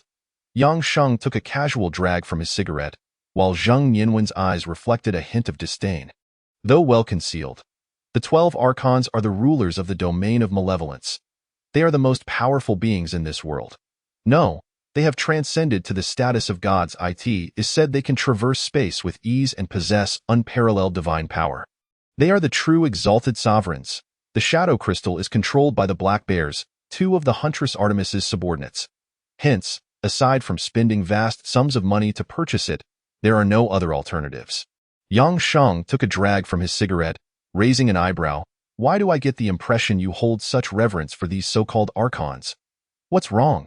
As a citizen of the Dragonheart domain, are you so enamored with foreign powers? Had it not been for Zheng Yinwen being somewhat helpful, Yang Sheng would have crushed him without hesitation. He had little patience for those who dined with the enemy. No, it is not that, Zheng Yinwen responded earnestly. I do not seek to idolize foreign powers. If that were the case, I would not have been sent by the chief. However, the strength of the 12 Archons is indeed evident. One can have confidence when facing an adversary, but one must never be arrogant. It is crucial to appreciate and analyze one's opponents fundamentally. Evidently, in Zheng Yinwen's eyes, Yang Sheng's flying sword left him utterly astounded. Yet it still paled in comparison to the Archon's ability to traverse space and tear through dimensions. Yang Sheng circled Zheng Yinwen, who suddenly felt a chill run down his spine. Yang Sheng nodded. What was her name again? Ah, Artemis, right? Very well. I shall pay her a visit shortly. Amid Zheng Yinwen's astonished gaze, Yang Sheng took a powerful leap and landed atop the circular building. What was he about to do? Just as Zheng Yinwen stood there in bewilderment, a roar erupted from Yang Sheng, reminiscent of a dark awakening. A bloodthirsty howl that reverberated through the heavens and earth, shaking the very ground beneath them. Zheng Yinwen covered his ears, feeling an overwhelming sense of reverence and submission welling up within him. Thud. He knelt down, recognizing Yang Sheng as the emperor of this realm. Yang Sheng stood aloft, taking a leisurely drag from his cigarette. Excellent, you heard my call. Now, awaken and descend. Suddenly, the once clear sky darkened, shrouded in ominous clouds. Two crimson bolts of lightning streaked across the horizon. Yang Sheng stood beneath the thunderous storm, quietly smoking his cigarette. Zheng Yinwen finally regained his composure, attempting to rise, but gradually, an overwhelming chill and dampness enveloped him. He stared wide-eyed towards the entrance, and just as he had risen to kneel, he found himself kneeling once more. On the subway, a young man scrolled through short videos and news on his phone, while elderly passengers sat reading their newspapers. An elderly man with gray hair, wearing reading glasses, flipped through his paper, only to suddenly widen his eyes in shock at the headline. Lu Group rebranded as Yang Group? Those around him who caught sight of the news were equally astounded. The Lu Group had stood for over a century. What do you mean, they changed their name? Wasn't it just the other day they celebrated their centennial anniversary? This has barely been a few days. In the entire Jiangli city, there has been no news of a powerful figure named Yang. How could the Lu Group have been acquired? The subway patrons buzzed with speculation. Meanwhile, some young people, engrossed in their short videos, suddenly stumbled upon a clip that left them wide-eyed. Immortal? Flying sword? Surely, this must be a joke. What sort of absurd special effect has been conjured by some fool? This cannot be the work of just one individual. Observe the entire video collection from Jiang Li's team, which has already exceeded 100 clips, captured from an array of angles, including some in stunning high definition. Even the fact that there were two individuals flying is discernible. More importantly, numerous witnesses, including journalists from CCTV, have attested to having seen it with their own eyes. Those who have viewed these videos increasingly find the situation preposterous, feeling as though their worldview has been completely upended. Ding! The train arrives at Jinko Station. Please disembark before boarding and mind your step. The subway comes to a halt at a desolate platform, yet before the doors can close, a zombie, clad entirely in green and with arms raised, leaps out of the subway station with astonishing speed.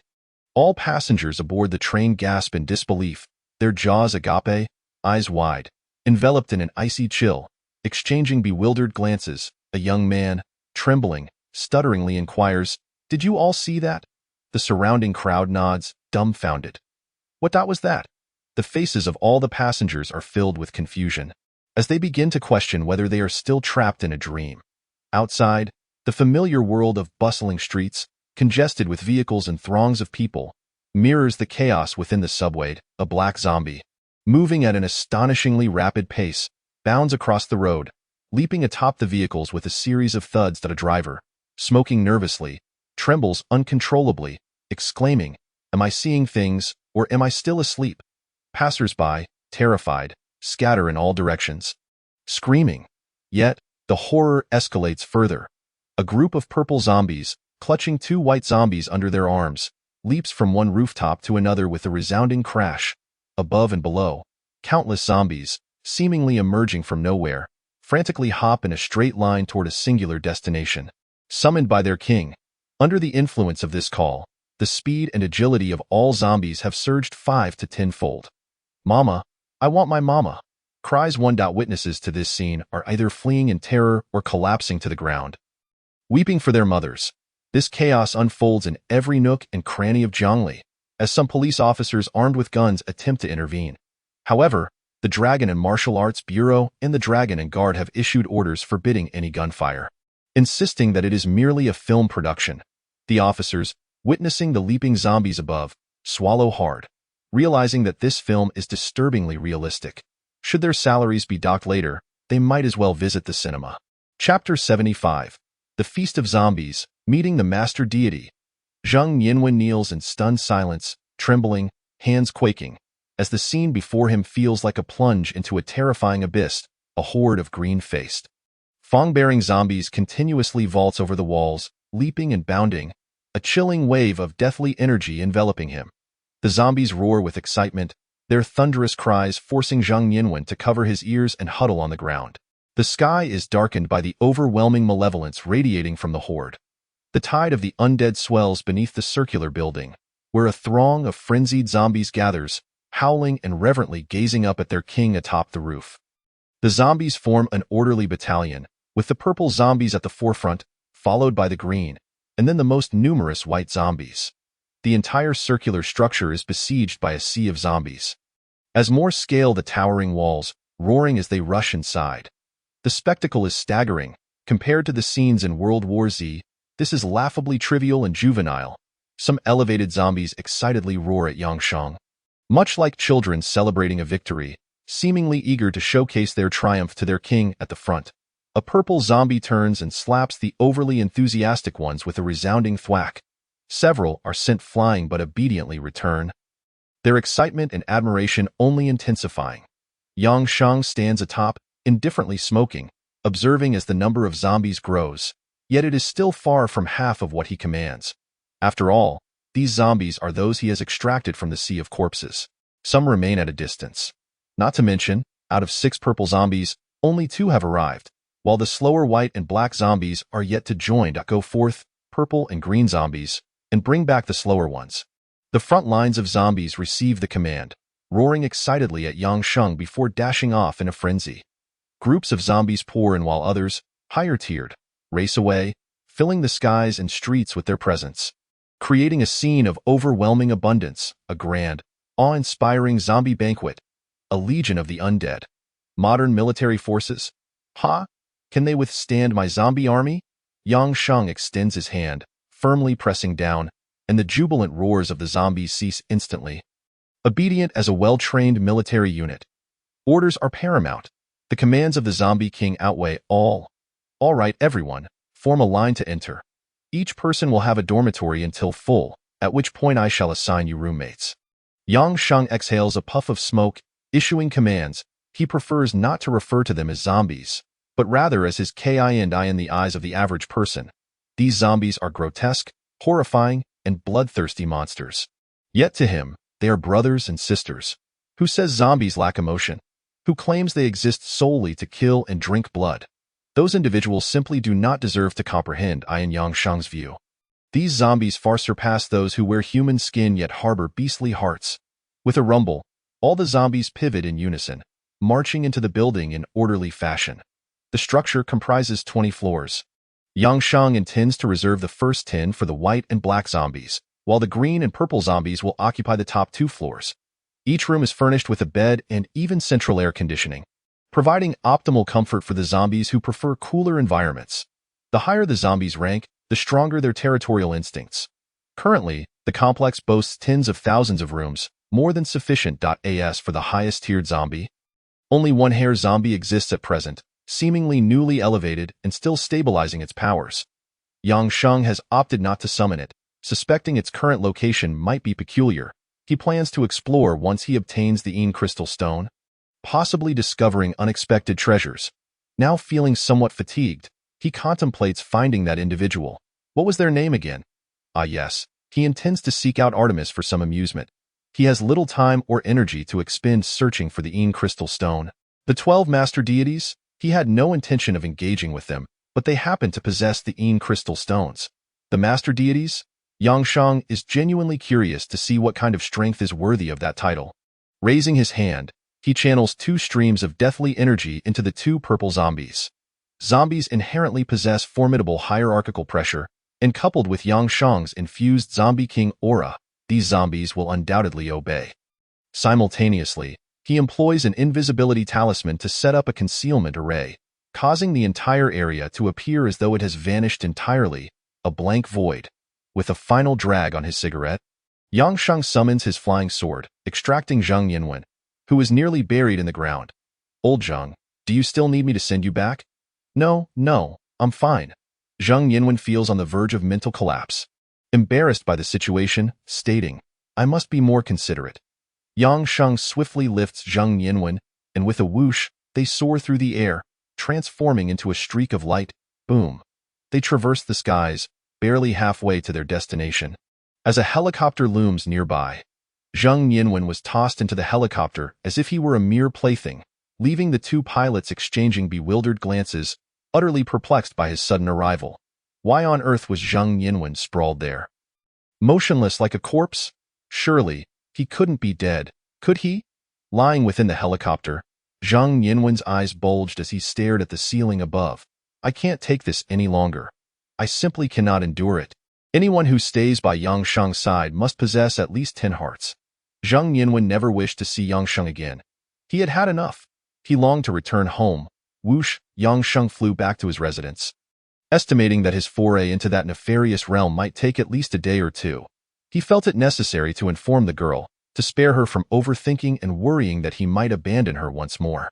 Descending directly from the balcony, he realized that he hardly ever entered through the front door, perpetually feeling as though he were sneaking in. This simply wouldn't do. He needed to ask the girl for a key. On the balcony lay a pair of men's slippers, evidently newly purchased. Qin Zixuan was well aware that Yang Sheng never adhered to the conventional path, so she had thoughtfully placed the slippers outside. With a smile, Yang Sheng changed his footwear and stepped inside, glancing around to find the living room devoid of her delicate figure. However, the dining table was set with steaming dishes. Clinking sounds emanated from the kitchen as Qin Zixuan emerged with the final platter of food. Her eyes lighting up with uncontainable joy upon seeing Yang Sheng, her cheeks tinged with a rosy hue. You're back? Yang Sheng surveyed the meticulously prepared feast before him, 2 bowls of rice accompanied by chopsticks, and inquired, Did you know I would return for dinner? Of course. Who could cook better than me? Qin Zixuan replied with a playful smile, her mood instantly brightening at the sight of him. Tilting her head back, she exuded confidence. In a flash, Yang Sheng moved to the table, pulling Qin Zixuan into his embrace, catching her off guard. Though she wasn't adorned in alluring stockings at home, her thin loungewear allowed her soft skin to press against him.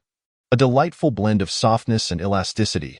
Yang Sheng whispered in her ear, Of course, nothing is as delectable as my beautiful girl. His warm words rendered Qin Zixuan's face crimson, and she lightly stomped on his foot, breathlessly escaping his hold.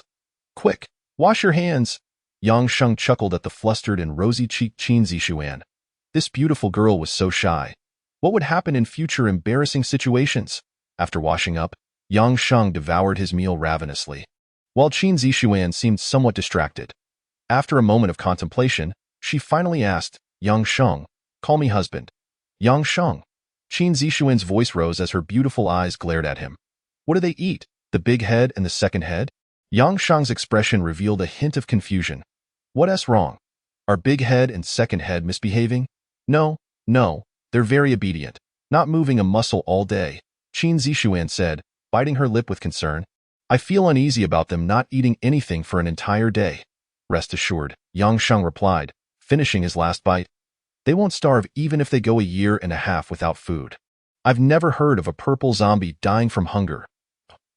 Qin Zixuan furrowed her brow, thinking Yang Sheng was hiding the truth from her out of fear that she couldn't afford to feed them. I might be out for a day or two. Just as Qin Zixuan contemplated what to feed Big Head and Second Head, Yang Sheng's words tightened her heart. Little girl, don't think too heavily. He gently smoothed her furrowed brow. I need to go gather some important items.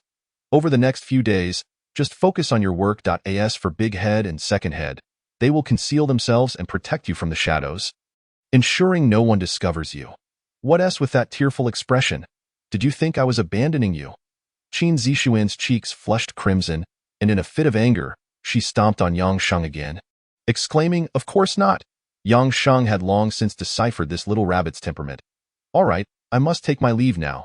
Qin Zixuan, I have a question for you, Dumim. Qin Zixuan gazed at him with a hint of confusion in her eyes. Yang Sheng's expression grew serious. If you were to become the president of a corporation, do you believe you could manage it well? Qin Zixuan paused, then shook her head. Chapter 76, Artemis, the Moon Goddess's Palace. In the Moon Goddess's Palace, the supreme temple of the moonlight and hunting goddess Artemis, among the 12 principal domains of the nefarious realm, stood a lofty and regal edifice, constructed high in the air. The reason for its grandeur was simple. It was the main temple of one of the 12 principal deities, the moonlight and hunting goddess, Artemis, in the expansive bedroom on the top floor. Adorned in warm pink hues, anime and two-dimensional posters decorated the walls. A pair of exquisite, half-knee-length legs, smooth and snow-white, were perfectly proportioned, slightly raised in an enchanting manner, a captivating figure with 2 long braids. Resembling a charming anime girl, lay bored on the bed, her fingers swiftly tapping away at the keyboard, as if the computer's processing speed could not keep pace with her nimble hands. With a soft press of the Enter key, a series of complex automated codes began to appear on the screen. The little girl let out a delightful sound, stretching lazily. Finally done. These fools can't even breach the security of the Rising Sun Empire. What a waste of resources, frustrated. She kicked her feet in annoyance. Who could imagine that this adorable little girl, akin to a character from an anime, was in fact Artemis, the moonlight and hunting goddess among the 12 principal deities? Just as she prepared to indulge in a refreshing bath, a knock sounded at the door. Excuse me, is the moonlight goddess in? Artemis frowned, her voice turning icy, akin to that of a lofty queen, as if the previous playful tone was not her own. What is it? Your Excellency, the moon goddess, a message from the Assassins Hall. 2 heavenly level assassins sent to the Dragonheart domain have gone completely missing. Given the value of this matter, totaling $200 million, and the mysterious disappearance of these 2 heavenly level assassins, the Assassins Hall requests your assistance in breaching the Dragonheart domain's security vault to investigate the whereabouts of these assassins. Before the old servant could finish speaking, an icy scoff interrupted him. Even through the sturdy door, the servant felt a shiver run down his spine, enveloped by an overwhelming chill. Humph. The mere Assassin's Hall dares to command me? And no, that's not it. The servant was drenched in sweat, feeling as if he might crumble under the immense pressure of her presence. The Assassin's Hall stated that all funds will belong to your Excellency. However, the deaths of heavenly-level assassins affect the honor of the Assassin's Hall. They only ask that you locate the assassins and the information regarding the deceased without involving you in any other matters. Silence enveloped the room. Artemis, pouting with irritation, found the situation vexing. She returned to her bed, forcefully reopening her computer, waiting for it to boot up while grabbing a banana from the table, peeling it, and biting into it with ferocity. With a few keystrokes, merely a fleeting moment later, a familiar face with a playful grin appeared on the screen. Yang Sheng? In the realm of Long Sinu's National Security Bureau, there exists no record of this individual. Either he does not exist at all, or his identity has been completely erased. Wasn't he merely a taxi driver? Such treatment for a taxi driver in Long Sinu? How extraordinary. No wonder they had to spend $200 million. The demise of these 2 celestial assassins was indeed no loss. Who on earth is this person? If he is absent from the National Security Bureau, what about the Supernatural Bureau? With a few rapid taps on the keyboard, she breached the system of the Supernatural Bureau with astonishing swiftness. The internal interface materialized before her eyes. Yang Sheng, SSS level. What? If just moments ago, Artemis felt a mix of intrigue and confusion. Now her expression was one of sheer shock. Her ample bosom seemed to compress the bed beneath her. What? An SSS level, and with a plus sign. If memory serves me right, I, Artemis, one of the 12 main deities, would only be rated at SSS level in this supernatural bureau. Yet this Yang Sheng has been evaluated at SSS, and with a plus IS the system malfunctioning. 1,000 questions swirled in Artemis's mind. But her gaze turned icy. She sensed something was amiss in her surroundings. Boom! A thunderous explosion reverberated through the bedroom door. Dust and debris filled the air as the sturdy door to the moon goddess's chamber shattered into fragments under a single mighty blow. From the swirling dust emerged a figure, a man with a cigarette, having crushed the throat of the old servant at the entrance and tossed him aside. I hear someone is looking for me? Yang Sheng emerged from the haze, nonchalantly taking a drag from his cigarette, intending to mimic the dramatic entrance of those mob bosses in films. However, Yang Sheng's eyes widened in disbelief, almost dropping the cigarette from his mouth. Goodness, are foreign women really this uninhibited? Is she truly bare beneath her clothing at home? This situation was beyond Yang Sheng's capacity to maintain his composure. He had encountered a genuine force to be reckoned with. Seeking death, an icy voice, cold to the extreme, rang out. Draped in a layer of white gauze, Artemis seemed to summon a chilling light from the heavens. The temperature in the moon goddess's palace plummeted to freezing point. The air around Yang Sheng dropping below zero. Crack, crack, the ground began to freeze. Yang Sheng felt as though his feet were encased in ice. It was summer, yet ice blocks on the ground had already ensnared his calves and continued to creep upward. Come to die from 1,000 miles away. Artemis's eyes turned a deep blue, as if imbued with eternal frost. She raised her delicate hand, and the hunting bow she wielded summoned forth a long arrow. Exuding an extreme chilled, a terrifying, frozen intent to kill locked onto Yang Sheng's position, sealing, enclosing, and obliterating him. The consequence of provoking a deity is nothing less than death. Chapter 77. Spatial Teleportation, the Moonlight Goddess Unleashed. Crack, crack, the interior transformed into a winter wonderland, filled with icicles and swirling snow. Yang Sheng's body was continuously encased in frost. Artemis's arrow seemed to originate from the Ice Age, transcending the icy expanse of time. Swish, in Yang Sheng's eyes, the might of the arrow was overwhelming. A mere glance could send one plummeting into a frozen abyss, transforming them into an ice sculpture. Where the ice soul arrow passed, the ground shattered and froze within a breath. In an instant, the arrow approached Yang Sheng's pupils. With a sound akin to shattering glass, it penetrated his body, freezing him, freezing. Yang Sheng's upright form instantaneously morphed into a colossal ice sculpture. Entirely encased in frost, from head to toe, silence reigned. Apart from the snow and ice, there was no other sound. Artemis withdrew her hunting bow, gazing at the frozen Yang Sheng, her eyes flashing with disdain. Humph, what presumption! Did he truly believe that slaying 2 celestial assassins rendered him invincible? Indeed, the king's words ring true. Weakness and ignorance are the greatest adversaries of survival. Just as Artemis prepared to approach and shatter the lifeless ice sculpture. Crack, crack, the ice surrounding the man began to splinter and peel away. A heartbreaking sound echoed. What? Artemis's beautiful eyes widened.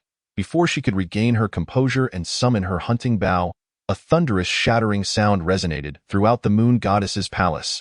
The figure that had stood like an ice sculpture now emanated a golden light laced with dark energy. Swish! The sound of wind slicing through the AI ard. No one could perceive how Yang Sheng moved. It was as if he descended from thin air. A hand, icy to the extreme, seized Artemis by the throat. Ugh! In an instant, Artemis was lifted off the ground, feeling as though she was being consumed by boundless darkness. A pair of emotionless eyes bore down on her, and Yang Sheng spoke indifferently. You are mistaken. Weakness and ignorance are not the greatest adversaries of survival. Arrogance is crack, crack. Just as Yang Sheng prepared to close his hand, a peculiar blue light erupted from Artemis's eyes. Yang Sheng's gaze involuntarily blinked. However, the figure he grasped vanished without a trace. That moment, all he held was a swirling void. Spatial teleportation. the application of the spatial laws of the 12 main deities. Oh, Yang Sheng, somewhat melancholic, withdrew his outstretched hand. How intriguing! A smirk graced his lips, filled with intrigue. If before, Yang Sheng considered the 12 main deities merely a group of self-indulgent individuals, he now felt that their understanding and mastery of space truly warranted the title of deity. This comprehension of space was refreshingly enlightening. Previously, whether it was the iron-armored zombie or the golden-armored zombie, they were all purely physical manifestations of power. Yet Artemis's spatial teleportation seemed to impart a new understanding, as if he had grasped something, though it remained elusive. Quite well, this journey was not in vain. Come out, a voice, cold and detached to the extreme, reverberated across the heavens like thunder, instantly echoing throughout the moon goddess's palace. Yang Sheng chuckled, indifferently producing a cigarette, lighting it with a gentle flick, and savoring a delightful puff. His expression then turned profound and detached as he exited the bedroom, his right foot stomping heavily. Boom! His form leaped to the high ceiling of the moon goddess's palace. Crack! Yang Sheng's body suddenly descended upon the rooftop, where the moon goddess, draped in frost, stood barefoot, suspended in midair. Surrounding her was a cascade of icy winds. Illuminated by moonlight, rendering her breathtakingly beautiful, Artemis hovered in the air, her face, cold and exquisitely beautiful, curled into a disdainful smile. It has been many years. I cannot recall how long it has been. You are the first to compel me, Artemis, to unleash my true form. Yang Sheng fixed his gaze upon her, and as his words fell, Artemis raised her delicate hand towards the horizon. Moon goddess armor, unseal. A wave of overwhelming pressure surged forth, conjuring a frigid storm spanning hundreds of miles in the sky. Suddenly, a layer of hard, radiant armor formed around Artemis, transforming her into the moonlight war goddess. The moonlight cascaded down upon her. Crack, crack. The surrounding area morphed into a frozen landscape. Yang Sheng felt as if he had been transported to an entirely different scene, enveloped in swirling snow, rendering the stunning figure in midair nearly invisible. Humph! She scoffed coldly, her blue crystal-like eyes igniting with two brilliant azure beams, as if a soul were about to burst forth from her gaze. If just moments ago, you had a sliver of a chance to escape, now, with the true arrival of a deity, dust shall be your ultimate fate. No sooner had her words left her lips than a series of thunderous rumbles echoed through the sky, as blue and purple lightning danced through the void. Artemis drew back her bowstring, this time without any frost arrows coalescing in her grasp. She merely pulled lightly in an instant. The entire frigid expanse was filled with a deluge of ice arrows, nearly 1,000 shards of icy essence cascading down like rain. Crashing directly toward Yang Sheng, whoosh, bang, Yang Sheng, with his indomitable arms, shattered several ice arrows, yet he could not withstand the torrent of ethereal projectiles raining upon him. Although they posed no fatal threat, the chilling sensation of impending freeze was undeniably irksome. It seemed that only through forced evasion could he escape the relentless barrage of ice arrows, which was indeed rather vexatious. Yang Sheng was thoroughly annoyed by this sensation. His eyes suddenly darkened as he stomped heavily on the ground with his right foot. With a thunderous roar, the shockwave obliterated all the surrounding ice arrows. In that moment, Yang Sheng's figure surged forth, despite the overwhelming chill that hindered his speed. Nevertheless, he was still swifter than the fiercest gale. Boom! Yang Sheng unleashed a punch, but before it could reach Artemis, a distorted blur formed ahead of him. His eyes widened in disbelief as his strike, which should have landed squarely on her, seemed to collide with another realm entirely, a phenomenon he had never encountered before. Ignorant and foolish humanity, Artemis sneered, revealing a profoundly mocking smile. She lifted her exquisitely delicate wrist, and moonlight swiftly coalesced upon her right hand. She retaliated with a punch of her own. Boom! Yang Sheng was sent hurtling backward. Chapter 78. Why? By what right do you treat me this way? In the realm of time where darkness reigned, the malevolent domain was shrouded in night, whilst the Dragon Heart realm had already witnessed the passage of an entire morning. Following a bustling weekend, Monday often proved to be the most hectic day, and the Qingcheng group was no exception. Qin Zixuan had spent the entire morning bustling about the office, not only tapping away at her keyboard and sorting through documents at her desk, but also continually reporting and gathering the latest information. After a morning of tireless effort, her long, slender legs felt as though they might give way. Finally able to take a brief respite, she sipped from a cup of water, the previously boiled liquid now having turned lukewarm. Gulp. After a few sips, Qin Zixuan exhaled deeply, organized the materials on her desk, and, donning her high heels, prepared to leave the office. A group of employees nearby gazed at her with envious eyes, whispering about her fortune. Indeed, it was a mystery how she had landed an interview with the Central Hospital. How infuriating it was. Why should she receive such newsworthy opportunities while others toiled just as hard? Enough, enough. You still don't know? One chimed in. Her father is the vice chairman. Her sister is the president of our Qingqing group. So that was it. The employees around her murmured among themselves, seemingly having categorized Qin Zixuan as one who had taken advantage of connections, a class of people they looked down upon. Yet, out of respect for her father and sister, they refrained from confronting her directly, preferring to gossip behind her back. This was the specialty of those consumed by jealousy. Particularly, Qin Zixuan's stunning beauty only fueled the envy of her female colleagues further. Qin Zixuan pursed her lips, choosing to ignore their hushed conversations. She had never maintained a friendly rapport with her coworkers, always adopting a strictly professional demeanor. She had never required their approval. As she gathered her materials, slinging her bag over her shoulder, she was approached by a female supervisor clad in business attire. Qin Zixuan, here is your transfer notice. Qin Zixuan blinked, offering a polite smile. Thank you. She accepted it with utmost courtesy. Those around her looked on with envy and jealousy, believing she was about to be promoted, perhaps even leapfrogging several positions. Even Qin Zixuan felt that a promotion was due. However, her expression remained devoid of pride. She was diligent and responsible. She had never shied away from any assigned task. In any other company, she would have been promoted long ago, but due to this company's prejudices regarding her qualifications, it was only after she had single-handedly orchestrated a significant newsworthy event that this notice of advancement finally arrived. Exhaling softly, Qin Zixuan felt a flicker of relief and happiness, for at least there was a resolution. However, upon receiving the notice, she discerned that the supervisor's face bore no congratulatory smile, but rather an expression of pity and remorse. The surrounding employees began to sense that something was amiss. Qin Zixuan's gaze turned bewildered as she opened the document, and the headline struck her like a whirlwind, causing her to stagger backward. Clang! Her high heels faltered as she grasped the edge of the desk for support, the papers slipping from her hands. The supervisor sighed, saying, Zixuan, pack your belongings. You are to report to the logistics department effective immediately. The employees exchanged glances, wide-eyed with shock, some reveling in schadenfreude, others puzzled. What is happening? Shouldn't she be getting a promotion? Why is she being demoted to logistics? Did fate truly have a hand in this, preventing them from having to endure the presence of this detested woman, who had claimed her father was the vice chairman? If that were the case, could he truly allow this to happen to her? Enough, enough! Must you gloat so?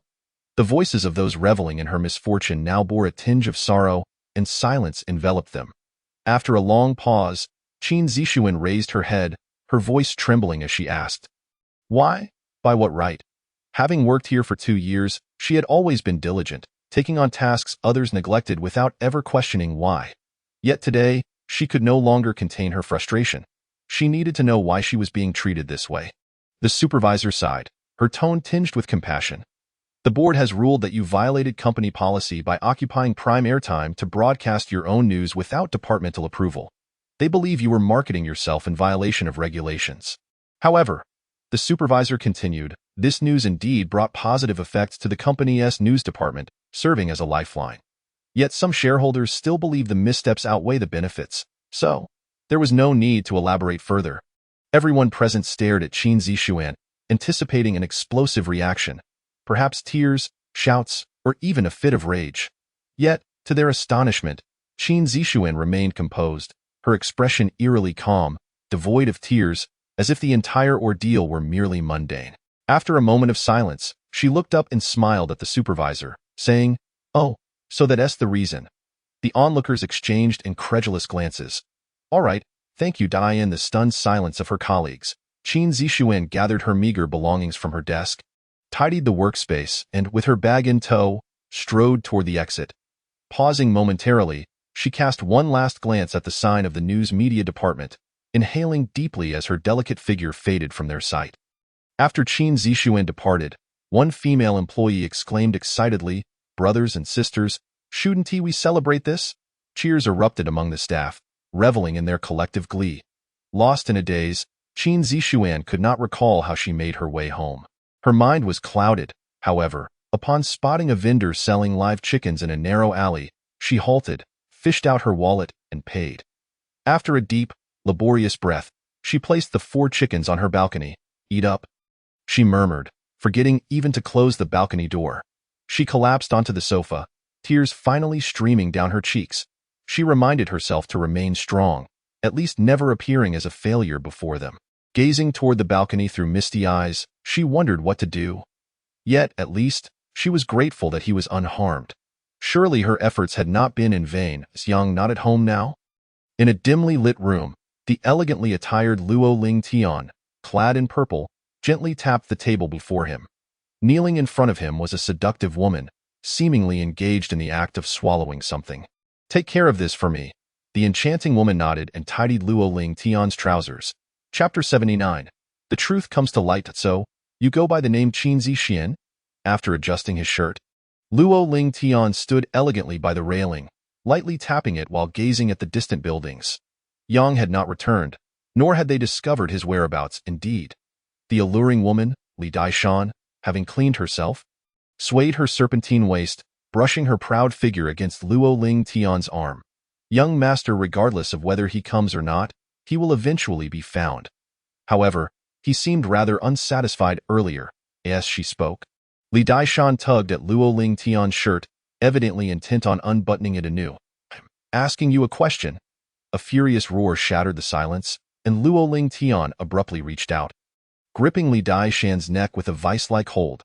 She was lifted off the ground, her face twisting in agony, her eyes turning bloodshot. Cough. "Young master, please, let go of me." With a violent motion, Luo Ling Tian flung Li Daishan to the floor. She gasped for breath, clutching her chest, as if escaping from the jaws of death.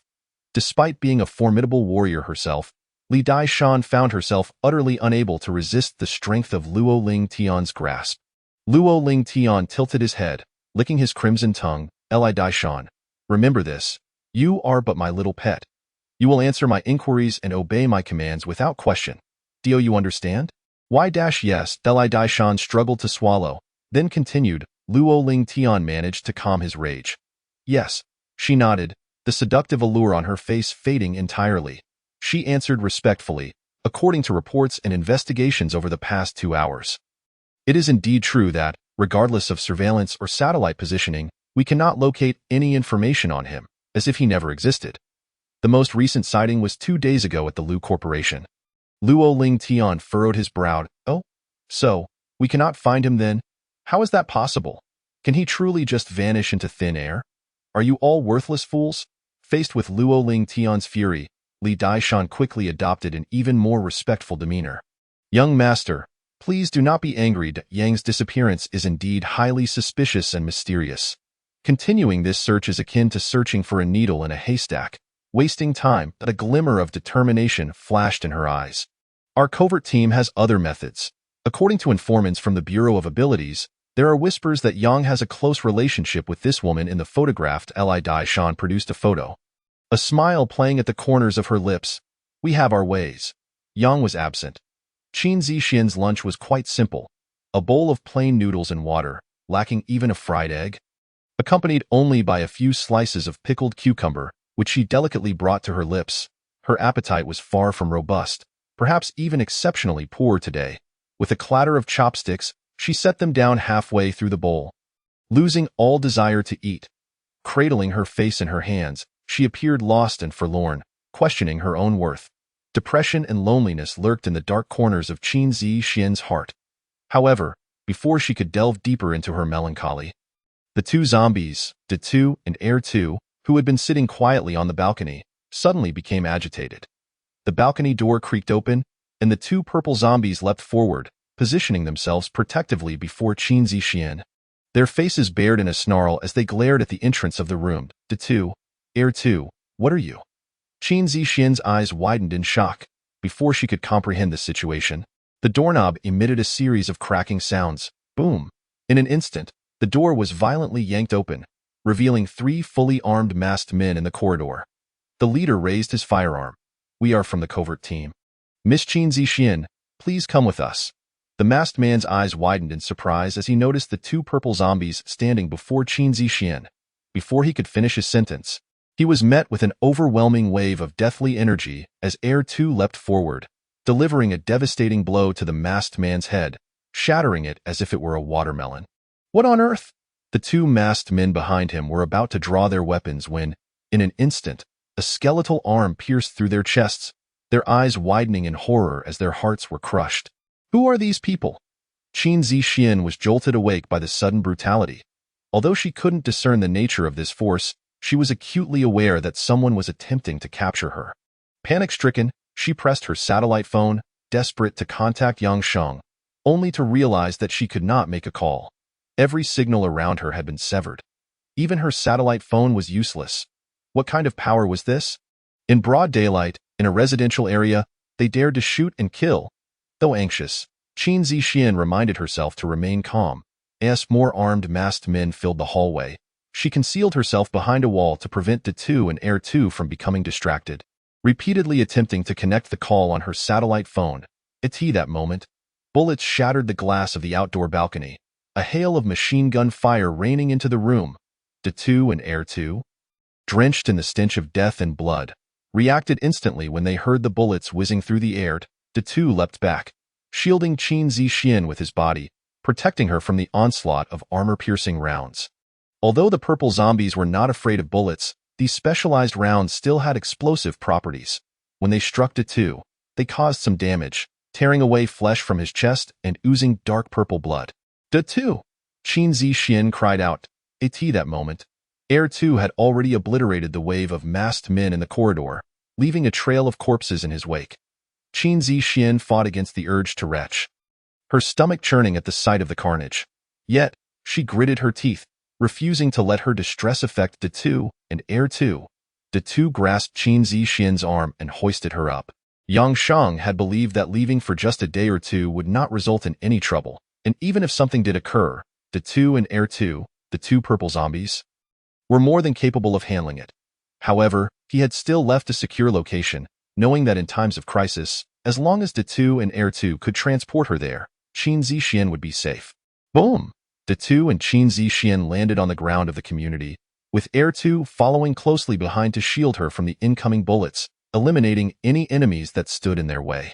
As they neared the exit, D2 prepared to carry Qin Zixian to safety. Suddenly, a seductive woman appeared at the entrance, Li Daishan clapping her hands, a smile gracing her lips. How splendid! Who would have thought that Yang Sheng could command 2 zombies? What a pity! What use is that? Li Daishan tightened her grip on her arm, and in an instant, layers upon layers of black-clad individuals surrounded D2. Air 2 and Qin Zixian. These were no ordinary police officers. They were all adept martial artists. Li Daishan stepped forward, a cold smile on her face. You must be Qin Zixian. Chapter 80. Qin Zixian captured. The emergence of a master. Qin Zixian stood within the encircled group, D2 and Air 2 guarding her protectively. The myriad of cold, shadowy figures cloaked in black stood in stark contrast to the masked individuals who had ascended the stairs earlier, one group soaring in the heavens, the other buried in the depths. Qin Zixian, an individual entirely unversed in the arts of cultivation, could distinctly perceive the overwhelming aura emanating from the encircling black-clad figures, a force far superior to that of the previous masked assailants. These were practitioners of the dark energy, warriors who had transcended the realm of visible energy, and unless one had connections akin to Li Daishan to gain entry into the dark faction, one was required to attain at least the level of dark energy cultivation. I advise you to surrender now and comply with our demands, Li Daishan proclaimed, extending her blood-red fingernails, her fingers dancing menacingly as a mocking smile twisted her lips. Should you dare to resist further, the consequences will be most unbearable. Qin Zixian gripped her right hand tightly, calling out, Yang Sheng, hurry! A roar erupted from the 2-headed creature, reverberating through the air as it charged into the midst of the dark energy warriors, its iron-like hands wreaking havoc. However, this time, The slaughter was not as effortless as when it dispatched the masked foes. A group of well-trained dark energy warriors wielding specialized trident daggers formed a lethal configuration from all directions, constantly directing their vicious blades towards the two-headed beast. The bloodletting trident daggers wielded by these dark energy warriors possessed a power exceeding that of bullets, capable of piercing even the resilient flesh of the two-headed creature. Layer upon layer of wounds appeared, festering flesh giving way to streams of dark purple blood. In a one-on-one confrontation with a dark energy warrior, it would not take long for the latter's skull to be shattered, however. Two fists cannot contend with four hands. Moreover, the current scenario involved not 4 hands, but rather 40, and perhaps even 400 trained hands. As the two-headed creature frantically fought, it managed to crush the heads of dark energy warriors one by one. Yet its speed gradually waned, with each kill resulting in a myriad of wounds in return. The two-headed creature had been completely enveloped, rendering it nearly invisible. Meanwhile, the larger creature, while protecting Qin Zixuan, fought with fervor. His intentions clear. He aimed to escort her to safety. Daitu, Ertu. Qin Zixuan's voice trembled with anguish as she witnessed the besieged two-headed creature fighting for her sake. Yet, where was Yang Sheng? With a thunderous roar, the two-headed beast unleashed a cry that seemed to pierce the heavens, its eyes turning a vivid crimson, as an overwhelming aura of death surged forth from its body. It broke free from the encirclement, forcibly carving a path for Qin Zixuan. The larger creature also smashed several dark energy warrior skulls, propelling forward with Qin Zixuan in tow, under the path he had forged with his very life, launching them both into the air. What?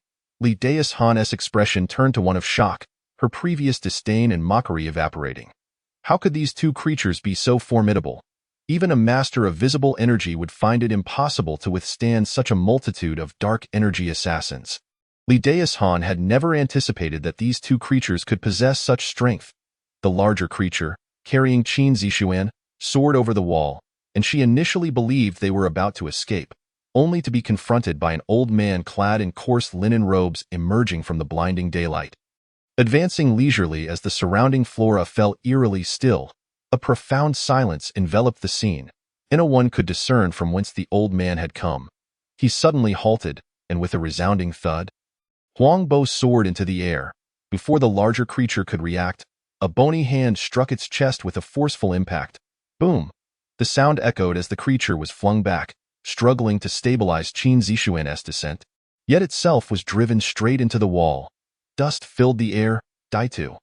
Qin Zixuan cried out, sitting on the ground, enduring her pain as she desperately called out, for although the larger and two-headed creatures were merely zombies, she had never truly viewed them as monsters. They had caused her no harm. They fought to protect her, pursued and slaughtered for her sake. Time seemed to halt abruptly. Humph. Huang Bo scoffed, his energy circulating throughout his body, and a protective barrier of energy manifested around him, absorbing the blood spewed forth from the larger creature. All of it was suspended in midair, as the old man remained unperturbed. The force of his punch resonated with an intimidation that enveloped everyone present. The members of the dark faction gazed upon him with respect and fervor. A master of energy. The energy realm was the 4th stage of a warrior's progression, marking a significant divide. Often referred to as the Grandmaster level in the martial world, a stark contrast to other practitioners of visible energy. Below the realm of energy, all are but mere ants. Even a fully realized practitioner of visible energy would find it nearly impossible to withstand a single strike from a master of energy, for such beings have begun to grasp the very forces of the universe. The reputation of a Grandmaster is not easily extinguished, not to mention mid- and high-tier masters. Even a low-tier Grandmaster of energy could effortlessly crush any practitioner of visible energy. Huang Bo had arrived. The surrounding dark-clad figures erupted into jubilant cheers. Huang Bo stepped forward, his hands clasped behind his back, moving toward the dense throng of figures like an ordinary, gentle old man, seemingly devoid of any lethal intent. With a roar, the two-headed creature unleashed a thunderous cry upon seeing the old man approach, its bony, resilient claws striking towards him. Swish! Huang Bo exhibited no change in emotion. Nor did he move to evade, as the powerful claw, saturated with death energy, was poised to strike the old man. The two-headed creature soon found its hand suspended, as if submerged in a quagmire. Unable to advance even a fraction closer, in an instant, the two-headed creature felt a shadow colliding against its chest. Crack! Its chest caved inwards, and the creature's body was sent hurtling backward like a bird with broken wings. Crashing to the ground, with a resounding thud, it expelled dark purple blood, striving to rise. Yet Huang Bo smirked coldly, appearing beside the two-headed creature, placing a hand upon its arm. With a swift motion, the creature's arm was violently torn away. Roar! Dare you yell boom! The two-headed beast was forcefully driven into the ground by the old man, Daitu. Qin Zishuan cried out in heart-wrenching despair. Her hands trembled, pleading, "Do not harm Ertu. Heh, such a resilient little zombie." Huang Bo remarked with a smirk.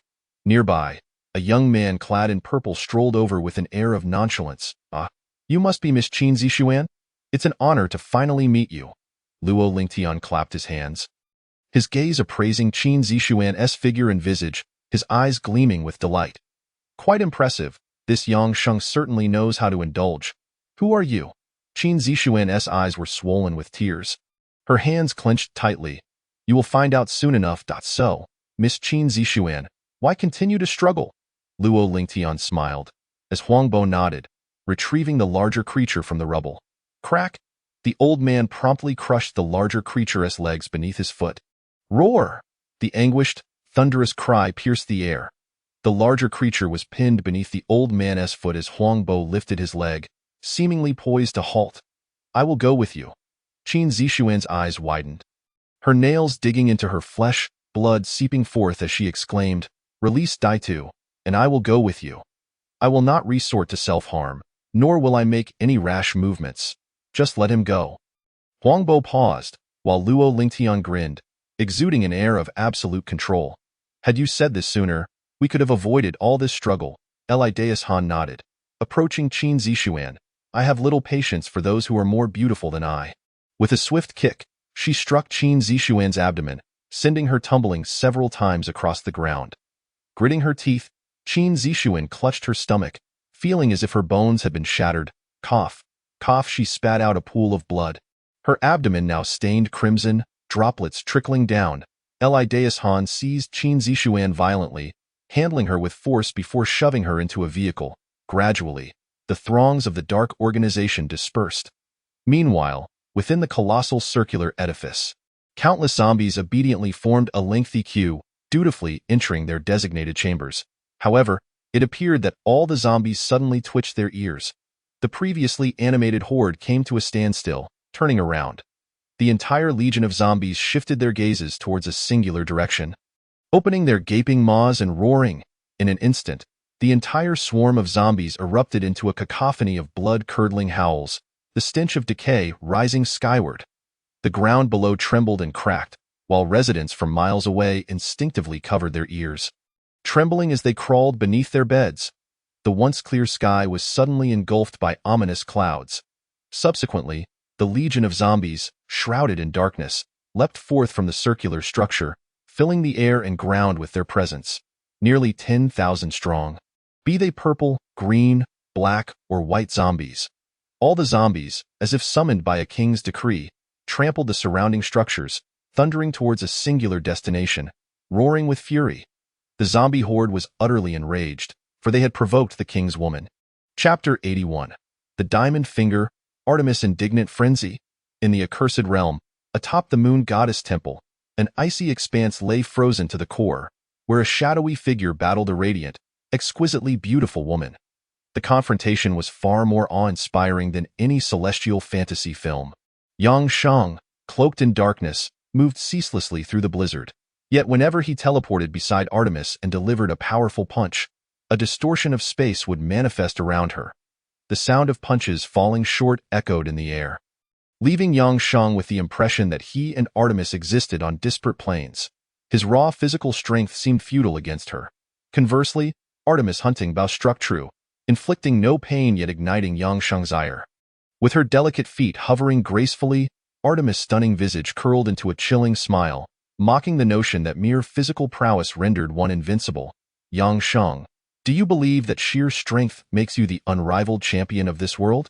There are countless mysteries you have yet to comprehend. Raising her hunting bow once more, the chilling arrow was poised at Yang Sheng's head. I admire your strength. If you are wise, surrender gracefully and serve as my subordinate. I may consider bestowing upon you unimaginable benefits. Should you refuse? Artemis tilted her exquisitely beautiful head, her expression freezing to a 1,000-year chill. I shall utterly freeze and obliterate you. After a brief pause, the faintest of voices suddenly resonated. Surrender? Yang Sheng stood unmoving, nonchalantly retrieving a cigarette from his pocket. No one knew how he managed to light it in such a frigid realm, only to witness him standing there, apathetically smoking, ash cascading in layers. You are smoking. Artemis' face flashed with anger. I shall grant you 3 seconds to contemplate your decision. Point 3. Toot. No need to ponder. Yang Sheng inhaled the remaining smoke, casually twisting his neck, and smiled. Originally, I intended to toy with you a while longer. However, it seems unnecessary now. Artemis blinked, a rare seriousness crossing her features. What do you mean? Are you jesting in the face of death? Yang Sheng ignored her, quietly closing his eyes before suddenly opening them wide, unleashing an overwhelming, cataclysmic force. Have you heard of the Diamond Finger? Artemis narrowed her eyes, about to speak, but in the next moment, Yang Sheng's figure inexplicably shattered, vanishing into thin air. What? Where did he go? Artemis' eyes widened in disbelief, her hunting bow ready, showering the area with a rain of icy arrows, yet the figure of Yang Sheng, previously within her grasp, had simply dissipated? Impossible! How could there be no trace of him within my spatial domain? Suddenly, an ancient, thunderous chant echoed, as if resounding from primordial times. In the midst of Artemis' bewildered gaze, a radiant fingerprint suffused with golden light tore through the space, heading straight for Artemis' shoulder, enveloping the entire sky in its divine radiance. The diamond's wrath, the bodhisattva's humility. Did she truly believe that mastering a mere fraction of spatial laws would allow her to disregard the sheer might of physical strength? Artemis' eyes widened in shock as the golden finger pierced through her spatial barrier, landing directly upon her shoulder. She felt an instant suppression, the myriad of chants resonating in her mind, culminating in a deafening crash. With a resounding explosion, Artemis was hurled like a comet, crashing into the moon goddess temple, causing the roof to shatter and collapse. In the depths of darkness, Yang Sheng emerged from an unknown place, standing quietly atop the roof, lighting another cigarette, relishing the moment. What was I saying earlier? Ah, I remember now. I offer you a chance. Yang Sheng flicked the ash, the embers cascading into the abyssal chasm. If you are willing to become my servant, I might reluctantly provide you with benefits you have never experienced before. Yang Sheng's thoughts drifted to Artemis' delicate, silken legs and her enchanting figure, revealing a lewd grin. Your satisfaction index will soar. After a prolonged silence, Yang Sheng blinked. Hey, what was your name again? You're not dead, are you? A rumble echoed as Yang Sheng peered into the chasm when suddenly, a sound of space fracturing reverberated above him. Artemis reappeared overhead, her chest heaving, her once adorable braids now cascading wildly. The moon armor on her right shoulder bore spiderweb-like cracks, her previously disdainful gaze now frozen with madness. Yang Sheng, address me as your master. Yang Sheng inhaled contentedly from his cigarette. I will kill you. Her icy demeanor shattered. She summoned a sword of frost, the air around her crackling with cold fury. Yang Sheng, you shall perish. Yet, as Yang Sheng observed the incoming strike, he merely extended a hand, effortlessly grasping the icy blade. The surrounding cold and distorted space was a testament to the moon goddess's legendary weapon. He simply seized it. Artemis' eyes bulged in disbelief. Impossible. How could this be? Desperate to withdraw the ice sword, she soon found Yang Sheng's hand inexplicably resting on her ample bosom, squeezing gently. Yang Sheng's eyes widened in astonishment. Good gracious, is there anything more springy than this? Chapter 82. Little bunny, where do you think you're running off to? Artemis' eyes widened in shock as she felt Yang Sheng's hand squeezing. Artemis has completely lost her mind. Her chaste body, which has never been seen or touched by any man, has been exposed. Yet today, within the moon goddess's temple, it is uncertain whether Yang Sheng caught a glimpse, and most crucially, he has dared to lay a hand upon her. Yang Sheng, I shall kill you. Kill you. Artemis has utterly lost her sanity. She must eliminate Yang Sheng today.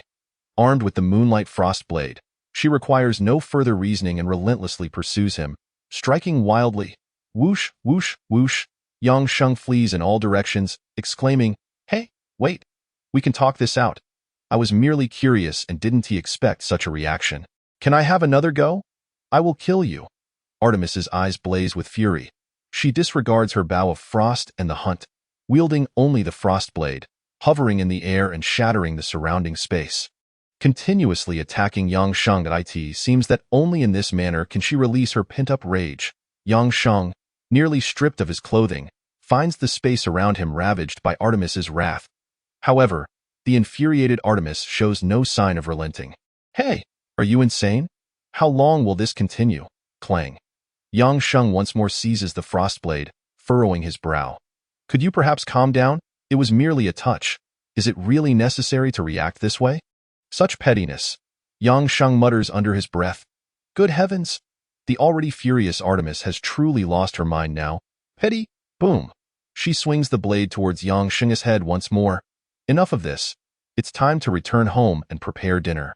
Yang Sheng reaches out and, astonishingly, snatches the frost blade from Artemis's grasp. In retaliation, Artemis, filled with rage, aims a kick at Yang Sheng's head with her delicate jade-like foot. "I will crush you." Yet, to her surprise, Yang Sheng captures her foot in his large hand. Playfully scratching the sole and even blowing a gentle breath, inhaling deeply, truly, the goddess's foot possesses a delightful fragrance. "You bastard." Artemis's face flushes with a mix of anger and embarrassment, but before she can react, Yang Sheng pulls her waist closer, casually lighting a cigarette. "Here is your final chance. Comply and return home with me to clean and cook." Howl! Yet, before Yang Sheng can finish his sentence, he cries out in pain as Artemis bites down on his arm. "What are your teeth made of? Dog's teeth." Smack! Yang Sheng swiftly slaps Artemis on the backside, marveling at its astonishing elasticity. For a moment, he finds himself lost in this unexpected sensation, unable to extricate himself. What on earth is this girl made of? Artemis has gone mad. She tears through space, escaping from Yang Sheng's grasp. After a brief teleportation, a massive rift in the void emerges, exuding an ancient aura of darkness, a grand spatial transfer technique. In this moment, Artemis unleashes her maximum spatial displacement. She forsakes the frost blade and the entire moon temple, her mind consumed solely with the desire to flee. This man is utterly deranged in her lifetime. Artemis has encountered many peculiar individuals, but this man stands as the most bizarre. She feels that if she does not escape soon, there will be no chance left. With a swift motion, Artemis vanishes into the rift. Moments later, the spatial tier seals behind her. Yang Sheng stands there, casually smoking, seemingly unperturbed, pondering how a man of such excellence like himself could fail to captivate her, succumbing to his charm and prowess. Shaking his head, he flicks away the cigarette, but the temper of today's girls is increasingly enigmatic, and their minds seem muddled. Thus, he resolves to make amends. Otherwise, he would feel remiss. Yang Sheng disposes of the cigarette, but raises his hand, causing a similar-sized rift to appear before him. If Artemis were here, she would surely be astounded. The laws of space. When did Yang Sheng master such abilities? He grins mischievously. "Hey, little girl, bad uncle is coming to catch you." With a wicked smile, Yang Sheng steps into the void. Moments later, the rift closes seamlessly, as if nothing had ever transpired. Simultaneously, dozens of miles away over the sea, a commotion erupts in the space, and suddenly a vast gash tears open. Crackling, whoosh from this rift, a breathtakingly beautiful woman tumbles out, gasping for breath, her armor tattered, as if she has narrowly escaped death. Artemis exhales deeply, surveying the tranquil sea around her, floating just above the surface. After ensuring there are no anomalies, she finally feels the weight of exhaustion lift. She has escaped. He is a pervert. Even now, Artemis cannot comprehend who Yang Sheng is and how he possesses such formidable strength. Capable of disregarding her spatial laws. No wonder the Anomaly Bureau of the Dragon Heart domain rated him at a 3S level. I must swiftly return to Odin's Hall and report this situation to Zeus. Artemis is acutely aware of the gravity of the matter. In all her years, the 12 main gods have never encountered such a powerful and mysterious man, and most critically, there is no record of him. As if he materialized from thin air, raising her delicate hand, she attempts to tear through space once more. However, just as her graceful figure barely penetrates the rift, a cold iron arm seizes her wrist. Artemis's eyes widen in shock as she feels a chilling sensation bloom in her heart. With a sudden jerk, she is yanked from her attempted escape, falling into a man's embrace. He casually exhales a puff of smoke, forming a ring. Little bunny, where do you think you are running off to? Chapter 83. The Laws of Space. Is this what you meant? Clang. Artemis feels her heart as if gripped by an icy hand. The relief and joy of her escape evaporate into thin air. Her face reflects shock and disbelief. How is this possible? How could he track her down? Even she, Artemis, cannot claim with certainty where she has teleported to. For someone who understands nothing of spatial laws, it is even more impossible. Wait. As Artemis is pulled into Yang Sheng's embrace, her eyes widen in realization. The laws of space? Yang Sheng, you utilize the laws of space? How can this be? Like a thunderbolt, this revelation shatters Artemis's understanding. It is even more terrifying than Yang Sheng's ability to physically touch her. Yang Sheng takes a calm drag of his cigarette, blowing a smoke ring towards Artemis's snow-white neck. The laws of space? Is this what you meant? He coolly extends a hand, gently swiping at the air. Crackle. Suddenly, a massive rift opens before them, and Artemis's eyes widen in astonishment as she gazes at the endless void. Dark matter seeping through, affirming the reality of what is occurring. Impossible. You cannot wield the laws of space. Artemis's worldview has been utterly shattered. In the eyes of the 12 main gods, the manipulation of the laws of space is an exclusive domain belonging solely to them. Others are utterly unqualified and incapable of mastering it. The individual before her, Yang Sheng, was undoubtedly ignorant of the laws of space when she first encountered him. He did not even know what they were. Yet, within such a fleeting moment, Yang Sheng unexpectedly grasped the laws of space, and his comprehension surpassed hers. This was the most intolerable aspect for Artemis. She had cultivated her understanding of the laws of space since childhood, possessing an innate talent for it, and yet she found herself outdone by a man who had only recently been introduced to it. She could not accept this reality. Was it truly so difficult? Yang Sheng inhaled deeply, raising his palm gently as the rift in space he had torn apart instantaneously mended itself. What you refer to as the laws of space are merely the mastery of the dark particles within this realm, forcefully shattering the surrounding void, establishing a communication bridge between two dark particle interfaces. Subsequently, you continuously attempt to control the dark particles, concealing yourselves between the void and the realms. This, indeed, constitutes what you call the laws of space. Yang Sheng took a soft breath, his expression tinged with melancholy, as if he comprehended that the laws of space did not bring him any joy. For he always felt that such laws were flawed, or perhaps a counterfeit, or simply a sham, and of course, they could be deemed the laws of space. However, Yang Sheng sensed that this interpretation was merely a fragment of the true essence of those laws. Lacking the profound understanding, with a deep sigh, he exhibited a hint of regret, and in a fit of irritation, he playfully smacked Artemis on her rear. The elasticity prompted him to continue with a series of playful slaps. Thoroughly enjoying himself. How dare you disobey and run amok? I could strip you bare in an instant. Do you believe me? Artemis's cheeks flushed crimson from the playful spankings. She broke free from Yang Sheng's grasp, attempting to escape once more, only to find that the surrounding space had seemingly solidified, rendering her incapable of tearing through it. The laws of space appeared to have suddenly malfunctioned, and she could not perceive their existence. Space was locked. Artemis widened her beautiful eyes, her delicate body trembling as she realized that Yang Sheng's command over the laws of space had indeed surpassed hers. But how could this be possible? Still wishing to flee? Yang Sheng's demeanor turned abruptly frigid, his voice grinding like gears, devoid of any human emotion. Do you think my temper is exceptionally good? Time and again. You have provoked me. It seems there's no need for further discussion. Artemis's eyes widened in terror as a wave of darkness and horror swept through her heart. Her words remained unvoiced as a crack echoed, followed by a thunderous noise. Yang Sheng forcefully tore apart Artemis's moon god armor piece by piece.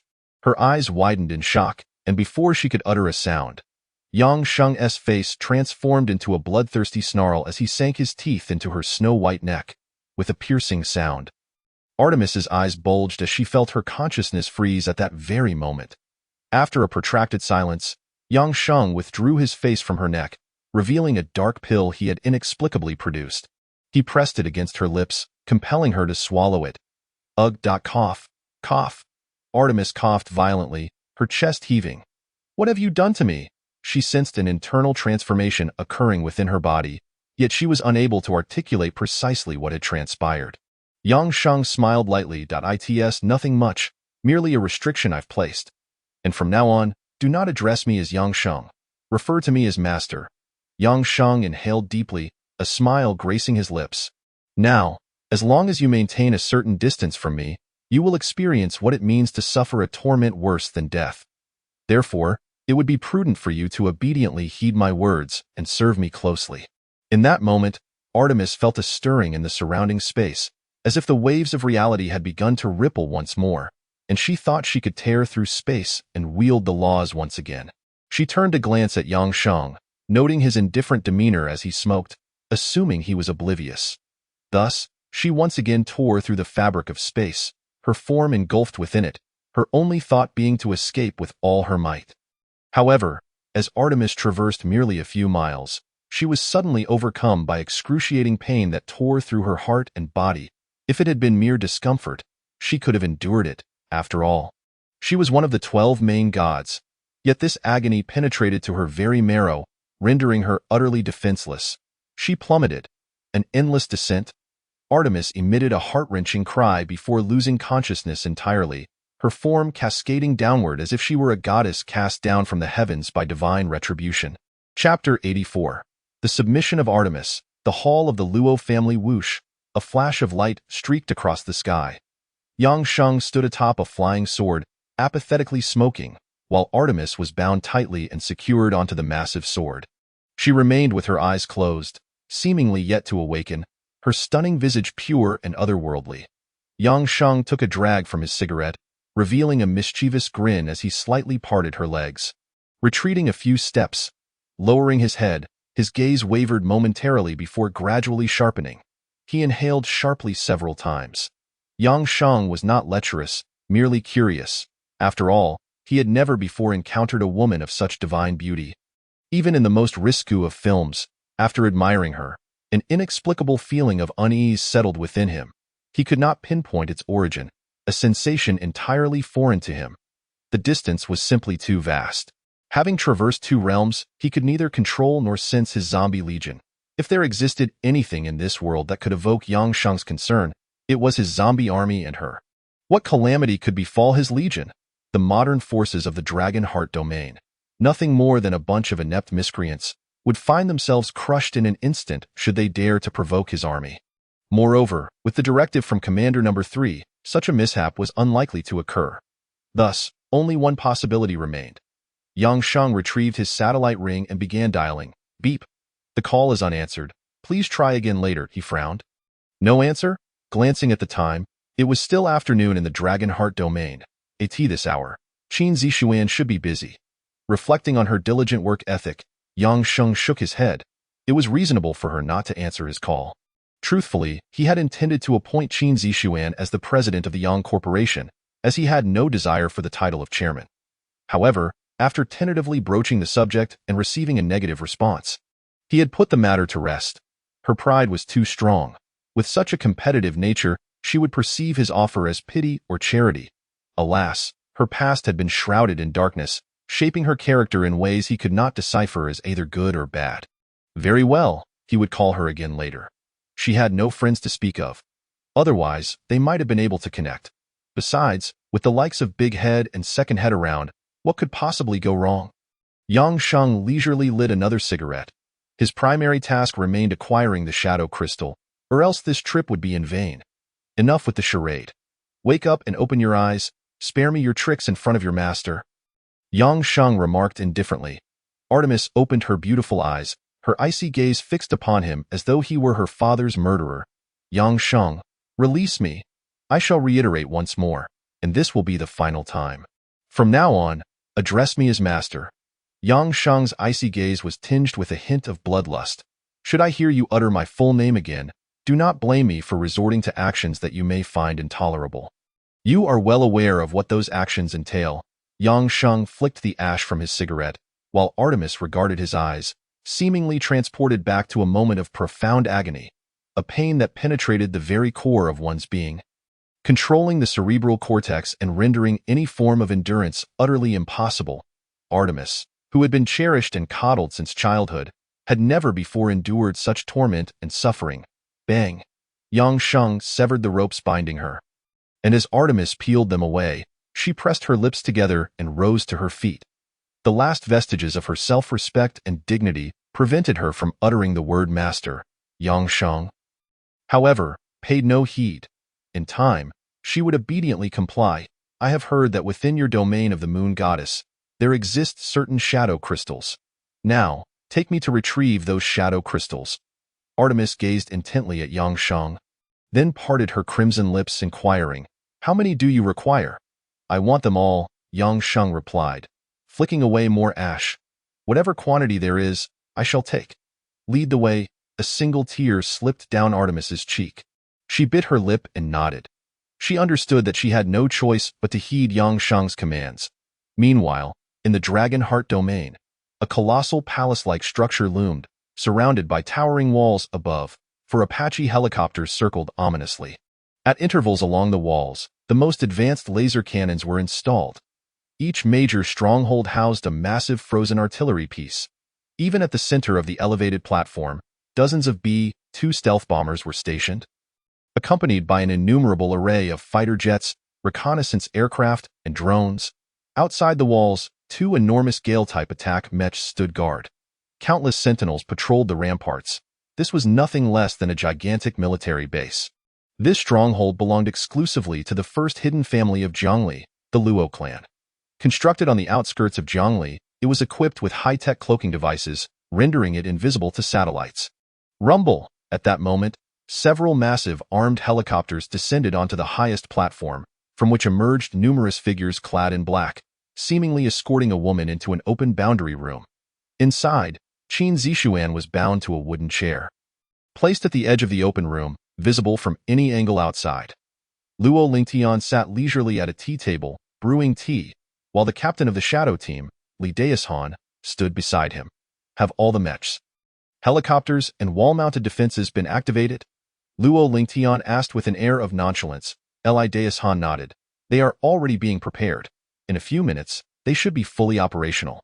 However, Li Daishan hesitated, prompting Luo Lingtian to urge. Speak. Young master, do we really need to go to such lengths to deal with a mere Yang Sheng? Li Daishan furrowed her brow. I believe it unnecessary. We could simply have Huangbo find him and eliminate him. Couldn't we? Luo Lingtian took a sip of his tea, chuckling softly. Just for Yang Sheng. Does he truly merit such treatment? Chapter 85. The Siege of Zombies, the prelude to a century-long battle begins. Luo Lingtian suddenly rose, hands clasped behind his back. I have come bearing the family's orders.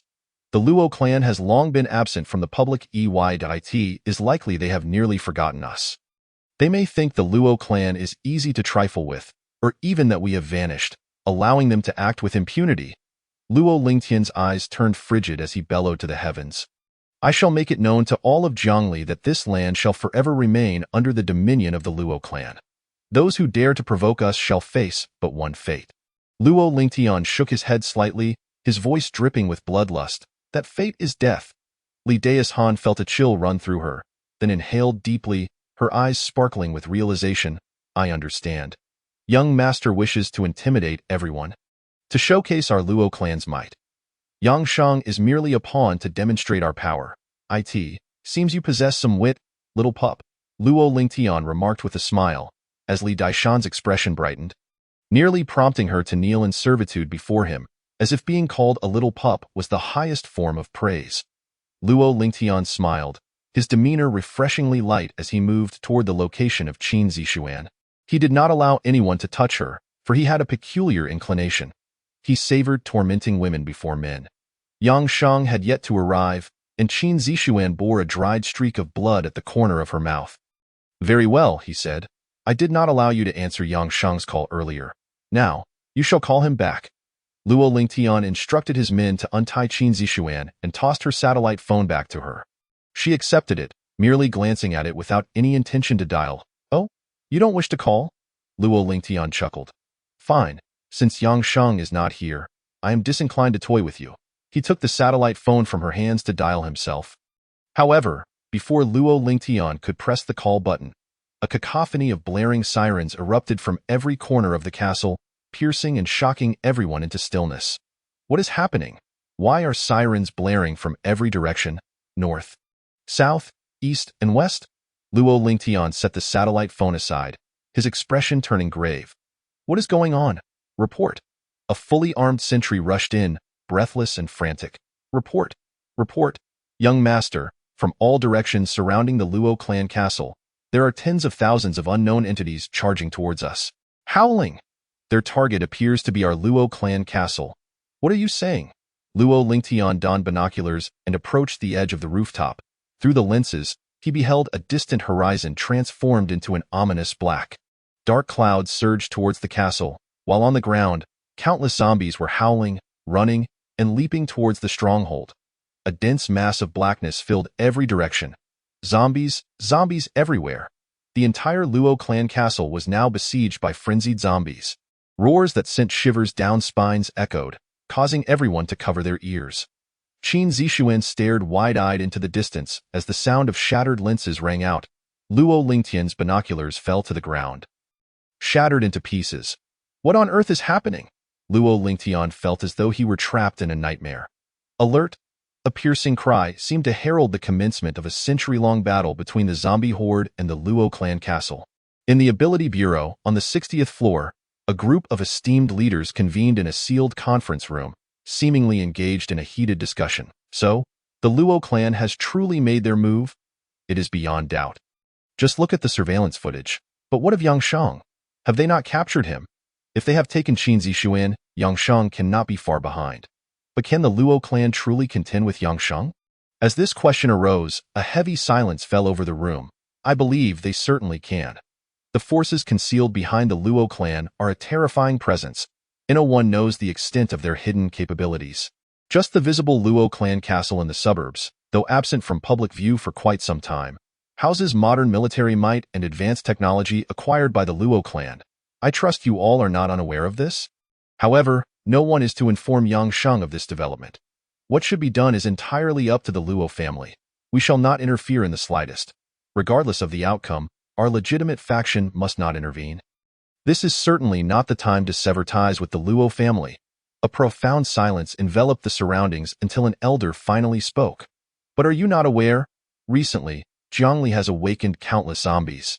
Their revival and destination are indeed cause for concern. Ding ding, wait a moment. It seems a latest piece of news has arrived.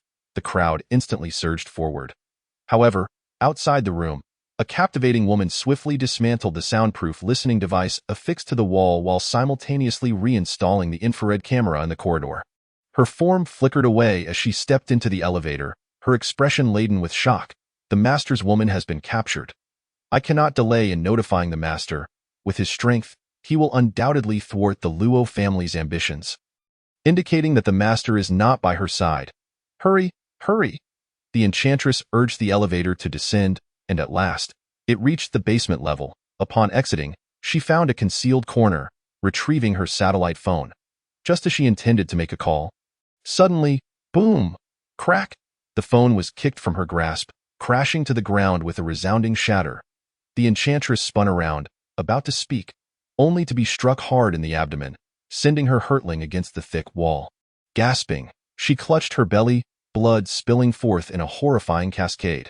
She raised her head to find a man clad in black approaching her. Yi Feng, I have been watching you for quite some time, he remarked while shaking his head. At that moment, a woman with flowing red waves appeared beside him. The enchantress widened her beautiful eyes. Captain, I never anticipated a traitorous spy within my Black Rose subordinates. The captain of the Black Rose, licking her crimson palm, declared, You may await your demise. Chapter 86. The Defense of the Luo Family Fortress. The Zombie Legion breaches the city. Alarm! Alarm! whale-armed Apache helicopters ascend into the sky. Within the castle, fighter jets, drones, and reconnaissance aircraft take to the air. On the city walls, guards swarm to the firing positions, snipers, machine gunners, and riflemen all taking their places. Rat-a-tat-tat. The echoes of gunfire resound as bullets rain down. Outside the walls, the zombie legion surges forth like a relentless tide. Roar.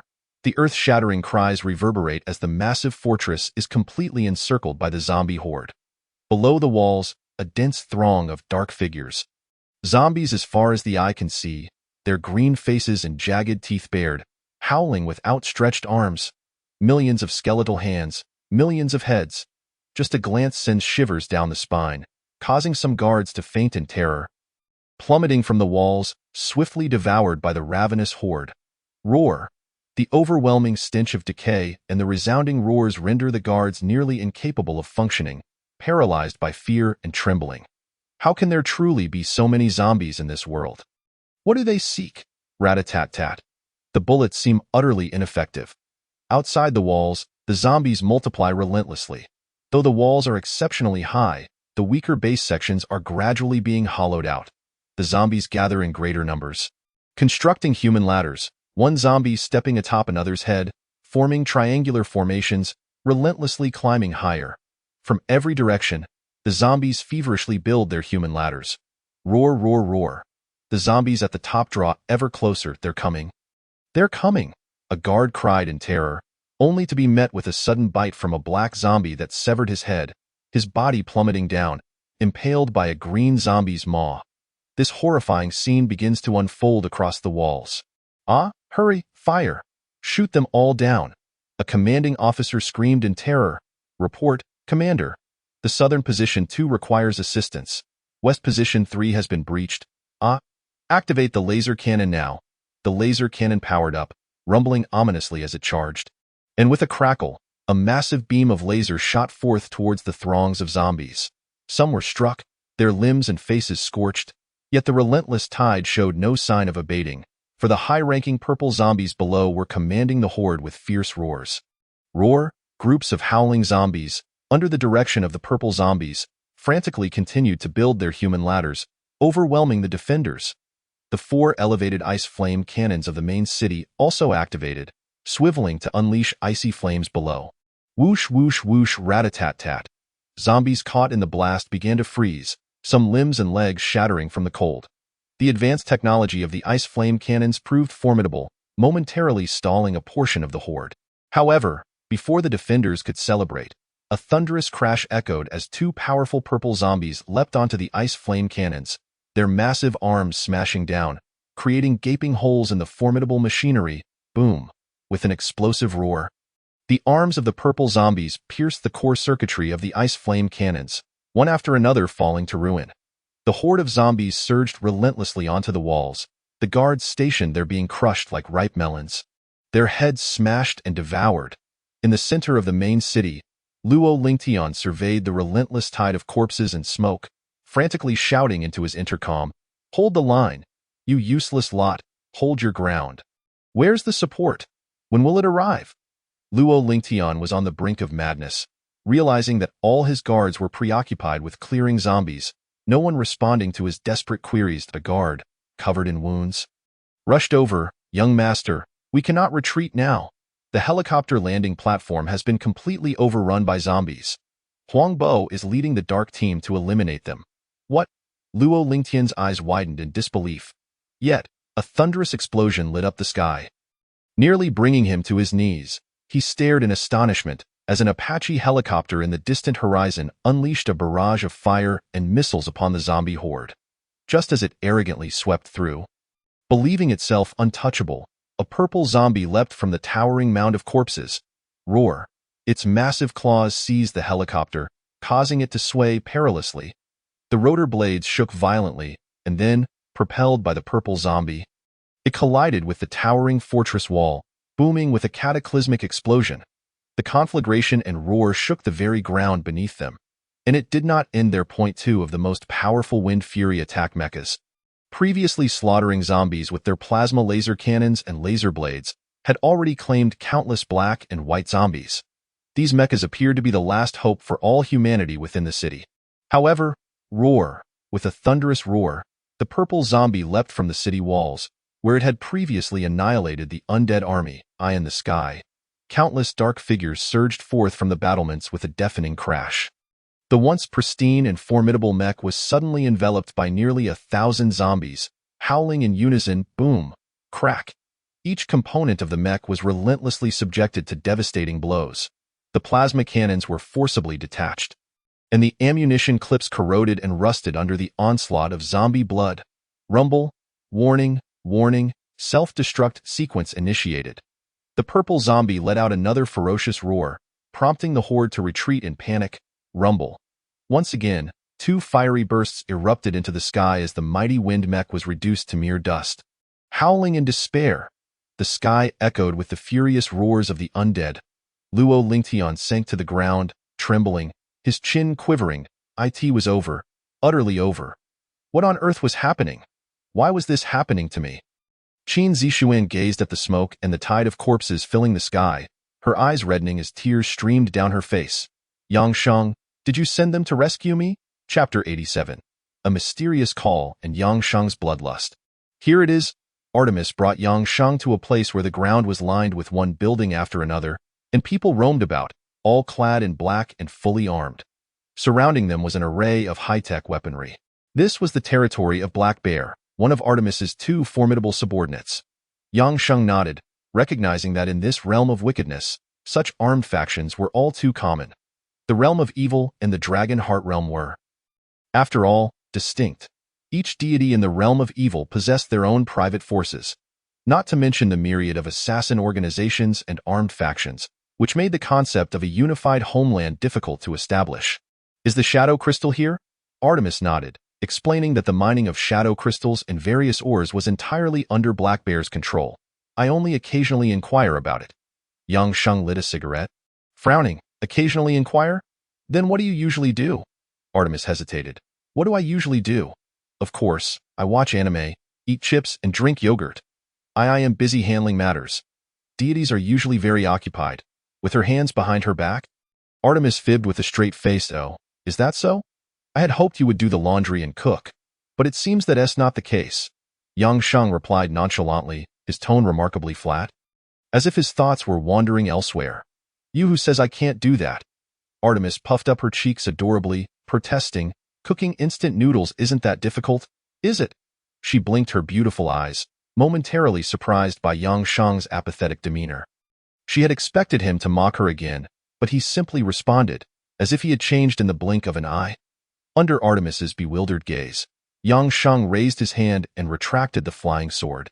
His body began to plummet downward, but before he could reach the ground, the Black Bear base launched 2 anti-air missiles with a whoosh, rumble. They hurtled toward Yang Sheng, who paid them no mind. Continuing his descent. At that moment, the temperature in the sky plummeted, as if an icy phenomenon had emerged. .2 ice spirit arrows swiftly shot forth, instantly freezing the missiles, crackling as their metal surfaces fractured. The missiles that had been launched were suddenly transformed into 2 massive blocks of ice, losing all propulsion and descending helplessly. Artemis hovered in the air, retracting her hunting bow. She blinked, sensing something amiss with Yang Sheng. As though he were somewhat distracted, however, she chose not to pursue the matter further.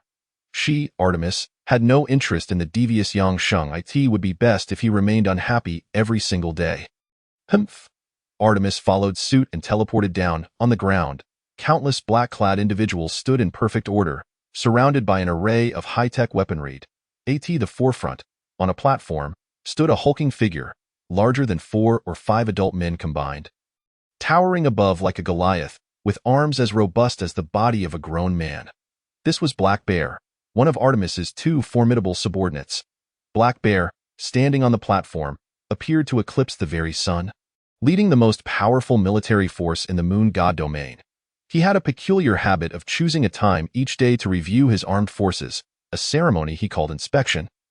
Though in truth, it merely satisfied his vanity. Just as Black Bear was about to issue the command to commence the inspection, the base erupted with blaring alarms. Warning, warning, unknown flying objects detected. 3, 2, 1. Anti-air missiles launched. Everyone present looked up in shock, including Black Bear, who was filled with confusion. What on earth was happening? Just seconds after the missiles were launched, a thunderous crash reverberated from a nearby empty space behind Black Bear's platform, shaking the very ground beneath them. Some of the guards lost their footing and fell to the ground amidst the tremors, while Black Bear stared in astonishment as a figure emerged, as if tearing through the black veil of night. The figure, coolly smoking a cigarette, exuded an air of nonchalance. Before Black Bear could comprehend the situation, Yang Sheng stood beside him, taking a drag from his cigarette. After flicking off the ash, he calmly inquired, "Where is the shadow crystal? Who are you?" Black Bear's eyes widened, an aura of bloodlust enveloping him. "What shadow crystal? Do you know this is the territory of Black Bear? Are you seeking death? Get out!" Yang Sheng exhaled a puff of smoke, his tone devoid of human emotion. "Do you think I have time to waste with you?" "What?" Black Bear's eyes widened in disbelief as he heard a thunderous boom. In an instant, Yang Sheng's foot stomped onto Black Bear's chest, sending him hurtling away like a massive cannonball. Rumble, rumble. He smashed into an armored vehicle miles away, his colossal form disappearing into the dust. Silence. The onlookers were left in stunned silence as Yang Sheng continued to smoke. He then raised an arm, and Black Bear's bloodied form was suddenly flung back into Yang Sheng's grasp. The giant, several times Yang Sheng's size, found no room to resist. Was there anything more shocking than this? The crowd was left dumbfounded, wondering if they were dreaming. Who was this terrifying man casually smoking a cigarette? "Let me go, Moon God." "No, I will not spare you." Black Bear struggled, but before he could finish, a cold voice pierced through the air. "Black Bear, give him the shadow crystal, all of it." The breathtaking figure of Artemis descended onto the platform, leaving Black Bear wide-eyed in disbelief. Below, the personal guards fell to their knees, bowing their heads in submission at the arrival of their deity. Boom. Black Bear was hurled away by Yang Sheng, crashing to the ground and spitting blood. His eyes wide with disbelief. "Moon God. What? Have I lost my voice?" Artemis's eyes suddenly blazed with a chilling blue light, leaving everyone astonished, for the deity they revered, the Moon Goddess, was now in the embrace of this man. Shock. Everyone felt as if their hearts had shattered. How could their revered Moon Goddess be so intimate with a mere mortal? Black Bear, too, was utterly stunned. Yet he quickly responded respectfully, "Yes, I will bring him to retrieve it right away." At that moment, Yang Sheng's phone suddenly rang, and a look of joy appeared on his face, as he mistakenly believed that Qin Zixuan, this little girl, had finally remembered him and was calling. Overwhelmed with excitement, Yang Sheng answered the call. "Hello." Beside him, Artemis observed Yang Sheng's exuberance with a complex glimmer in her eyes. For the first time, she witnessed such a radiant joy in his gaze. Who could it be that elicited such delight from him? A hint of jealousy, one she was unaware of, began to stir within Artemis. However, when Yang Sheng heard the contents of the call, his smile instantly froze, his mind nearly ceased functioning, and he felt as if he had been struck by lightning. Paralyzed in shock, even forgetting to breathe, he stood there like a decayed statue, shrouded in darkness. Suddenly, a bloodthirsty aura surged forth, reminiscent of a demon from the abyss, engulfing the sky in an oppressive darkness. Accompanied by rumbling purple-red lightning, Artemis felt a pang of dread. The crowd around them collapsed to the ground, trembling, as if anticipating the emergence of a devil from the depths. Yang Sheng's eyes transformed into a dark, bloodthirsty hue. Boom! A deafening roar shattered the space before him, obliterating it with a single punch, and Yang Sheng's figure was swallowed whole. "Hello." Artemis stood frozen. "You don't want me anymore." Seizing the chance before the rift could close, she dove in after him. In the Dragon Heart domain, in a pitch-black room, a mysterious figure ended the call, his gaze directed toward the horizon, seemingly reflecting countless emotions.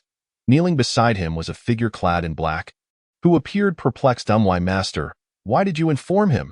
His fate holds no significance for us." The mysterious figure raised his right hand, silencing the black-clad man. He stared into the distant sky and murmured, "Some matters, if acted upon, may yield a glimmer of hope. Should they remain unaddressed," he closed his eyes, inhaling deeply, "perhaps the entire world shall descend into darkness." The black-clad man was taken aback, and the mysterious figure abruptly opened his eyes, which shimmered with myriad lights. "Very well, let us proceed with this decision." Your best course of action is to visit the mind mediation device and erase all the memories of what you just heard. Otherwise, the consequences need not be explained. Yes, my master. The black-clad man replied respectfully before exiting the room, leaving the mysterious figure alone, standing solitary on the rooftop, gazing at the sky of the Dragon Heart domain. Lost in thought. Chapter 88. The arrival of the Luo family reinforcements. The Athena battle chariot, roar. At the highest platform of the Luo family city hall, the area had been completely overrun by zombies. The guards stationed there were slaughtered one after another by the frenzied tide of the undead. Blood and flesh rained down, painting the once white marble floor crimson, as if the apocalypse had descended upon them. The remaining members of the Dark faction and guards found their survival space severely constricted, with even the Dark powerhouses reduced to the status of ants before the relentless onslaught of zombies. Any member daring to stray from the protective ranks of the Dark faction was immediately overwhelmed, clawed at by the zombies, who attacked any exposed flesh with unrelenting ferocity. One member, having just dispatched 2 zombies with a black blade, was suddenly bitten in half the face by a green zombie before being toppled to the ground by the surging horde. Often, the final outcome left nothing but mere bones behind. Rat-a-tat-tat. Armor-piercing bullets flew wildly.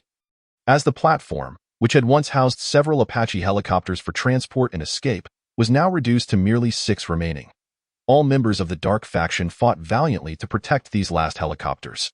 We must hold on. These are our final 6 helicopters. If we wish to survive, this is our last hope. Where are the rescue teams? Why haven't they arrived yet? Some Dark faction members, faces smeared with blood and tears, shouted at their commander, whose own visage was marred by blood and twisted with despair. How would I know? Why haven't the reinforcements arrived? Just then, a rumbling sound echoed from the distant horizon. 2 massive warships were steadily approaching the highest platform of the Luo family city hall, casting shadows that seemed to eclipse the very light of the sky. Some Dark faction members widened their eyes in disbelief, their faces lighting up in joy as they shouted towards the heavens, "Look, our rescue team has arrived. We are saved." The members of the Dark faction erupted in ecstatic shouts, their spirits soaring as they felt victory was within reach, having persevered until now, on the brink of escape. Indeed, the 2 enormous warships had reached the uppermost platform, one designated for rescue and transport, the other for weapon deployment. From the rescue vessel, 2 figures clad in black leaped down. Both were formidable powerhouses. Boom! The 2 powerhouses landed with a thunderous impact, creating deep craters upon the platform. After landing, they charged into the horde of zombies, swiftly dispatching several with brutal efficiency. In an instant, the tide of zombies was sent flying, and the situation began to shift dramatically. The deployment warship continued to rain down attack-type mechs from above. Within a mere 5 minutes, 4 attack mechs had been released into Luo Family City, crushing any zombies that failed to evade on the walls. Boom, boom. The descending mechs activated their plasma cannons indiscriminately, obliterating the zombies on the city walls. Moreover, 2 Athena battle chariots, imported from the land of evil, were deployed to the center. These chariots could project an energy shield for a limited time, enveloping all attack-type vessels within it. The zombies raining down from the walls were momentarily halted by this energy barrier. And even if a breach occurred, the attack mech swiftly dealt with the intruders. Furthermore, the Athena battle chariot was equipped with infrared annihilation targeting lasers, which would lock onto a zombie and converge 2 beams of infrared light, culminating in a devastating laser strike that could obliterate even the green zombies. Boom, boom. The massive deployment warship continued to unleash mechs and high-tech equipment. The tide of battle, once favoring the zombies, became increasingly uncertain. 4 purple zombies had already surged onto the platform, engaging in fierce combat with the newly deployed 4 powerhouses and surrounding Dark warriors. Luo Lingtian stood on the central viewing platform, watching the mechs descend on the large screen, his initial trepidation gradually dissipating. Ha ha ha ha ha. How can these mindless zombies dare to oppose the modern army of the Luo family? Luo Lingtian's expression twisted into a sinister grin. Witness how I, Luo Lingtian, will annihilate the zombie horde today. He laughed uproariously, while Qin Zixuan, bound and gagged beside him, wore an anxious expression, desperately suppressing her emotions. Luo Lingtian tilted his head, exuding a swaggering confidence, and said, "Huang Bo, you may proceed directly. Eliminate the zombies on the platform, and we shall conclude this battle. Huang Bo furrowed his brows. However, his primary duty was to safeguard Luo Ling Tian's safety. Even if all the members of the Dark Group and every formidable practitioner perished, he, Huang Bo, a dignified master of the Qi realm, possessed unwavering confidence that he could lead Luo Ling Tian through the encirclement of the zombies and ensure his safety. Yet, at this moment, Luo Ling Tian extended a hand and said, "It's all right, you go ahead." There were still numerous strong members of the Dark Group here, surrounded by the most secure and robust defenses. The zombies could not possibly breach them. You go up and give those zombies a taste of sweetness. Huang Bo hesitated for quite some time, before finally letting out a sigh. All right, I will go up now. The remaining members of the Dark Group must ensure the safety of the young master. Yes. The surrounding members of the Dark Group responded with resounding vigor. The old man nodded, leaping from the windowsill with a thunderous crash. On the rooftop, the assault warships had already deployed over 10 attack-type mechas and 4 Athena battle vehicles.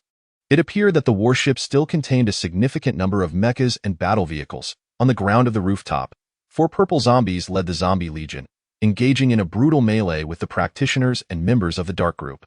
Despite the inclusion of formidable practitioners, the sheer number of zombies was overwhelming, and the practitioners were completely under the control of the purple zombies. One practitioner had even had an arm torn off. The situation for the Luo family on the rooftop seemed to be deteriorating.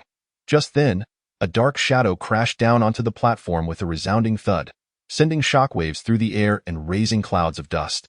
A placid old man strode toward the Zombie Legion. Chapter 89. The Defeat of the Zombie Legion. A confounding situation. Huang Bo charged into the horde of zombies as if taking a leisurely stroll. With a roar, he intended to rush forward and tear off the remaining arm of the practitioner who had lost an arm in an instant. Huang Bo's figure shattered in place with a thunderous boom. The purple zombie that had been rushing to tear him apart was flung away as if its wings had been broken.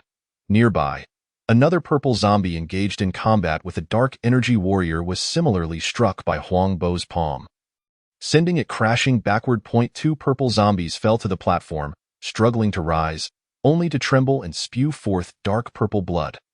All of this transpired in the blink of an eye. Huang Bo entered the Zombie Legion like a wolf amongst sheep, moving as if in his own home, his bony hands gracefully waving. Boom, boom, boom. His hands moved with remarkable speed and power, striking the zombies with the force of a collapsing mountain.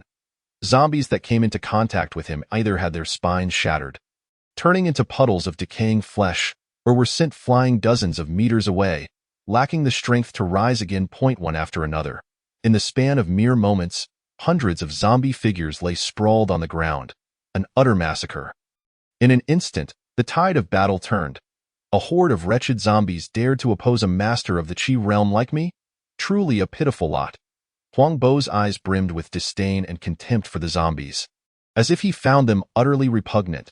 This contempt stemmed from the depths of his being. In his eyes, the lives of zombies were worth less than those of ants. Behind him, the members of the Dark Group erupted into fervent cheers. Huang Bo! Huang Bo! We will shred this garbage zombie horde. Do these pathetic creatures even deserve to fight and converse with us? On the ground below, the Zombie Legion's assault exhibited signs of fatigue. The pilots inside the attack-type mechas displayed frenzied expressions of victory. Come on, you worthless monsters, go die!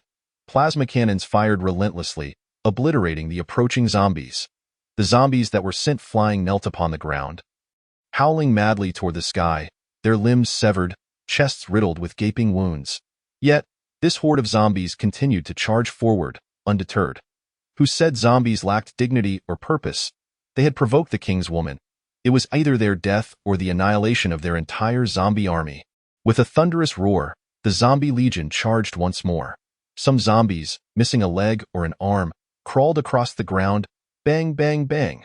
The sound of tearing flesh echoed as one by one the zombies fell, their bloodthirsty gleam extinguishing as they collapsed lifelessly upon the ground. Under Huang Bo's leadership, the remaining practitioners and dark energy warriors launched a new wave of counterattacks and fierce battles. In an instant, countless zombies perished on the rooftop, their necks snapped and bodies swept away. Tossed from the high rooftop with a resounding crash, now, the Zombie Legion was entirely in a state of slaughter, the situation gradually shifting in favor of the defenders. In the distance, within a high observation platform, sat various elderly figures dressed in differing attire, members from the Long and Martial Arts Bureau, Long and Guard, Ability Bureau, and even leaders from the Long clan. Despite their diverse backgrounds, they were all esteemed leaders or heads within their respective fields. Before them was a 3D display screen showcasing the epic battle between the Zombie Legion and Luo family's modernized forces. A gray-clad elder furrowed his brow, exclaiming, "The number of zombies is truly overwhelming." At the start, I feared the main city of the Luo family would be breached in no time. But who would have thought that an elder from the Ability Bureau shook his head? Zombies are ultimately zombies. Inferior to the might of modern technology, the support from the Luo family, with their attack-type mechas and Athena battle vehicles, is genuinely terrifying. Look at the main city. The crowd's attention immediately shifted to the center of the screen. Observe the area surrounding the city walls. The previously dense horde of zombies has diminished significantly. If this trend continues, it seems the Luo family may not even need to deploy all their mechas and vehicles. Given a little more time, the Zombie Legion is likely to face total annihilation. The elders around nodded in delight, their innate selfishness rejecting the notion of an unstable factor. In their eyes, zombies were the most repulsive of monsters. The elder from the Long group chuckled heartily. Look at the platform. Huang Bo has indeed become a master of the Qi realm. These zombies cannot withstand even a single blow from him. The crowd around him breathed a sigh of relief, as the once feared Zombie Legion seemed to wane in significance. However, an elder from the Long and Martial Arts Bureau wore a furrowed brow. Silently observing the screen, the elder sitting beside him inquired with confusion, "Lao Lu, why do you frown and remain silent? Do you think we've spoken incorrectly?" The surrounding elders turned their gaze toward Lu Shouzheng, who remained pensive. "I fear we may be celebrating too soon." "Something seems amiss," he murmured, his eyes glinting with rare fear as he contemplated Yang Sheng. Only those who had truly encountered Yang Sheng understood the extent of his terror. "Lao Lu, you're overthinking it, aren't you?" A Long group elder scoffed dismissively. "What could possibly go wrong? Before long, this Zombie Legion will be obliterated." Just as his words fell, an earth-shattering roar erupted, shaking the very foundations of their surroundings. Roar!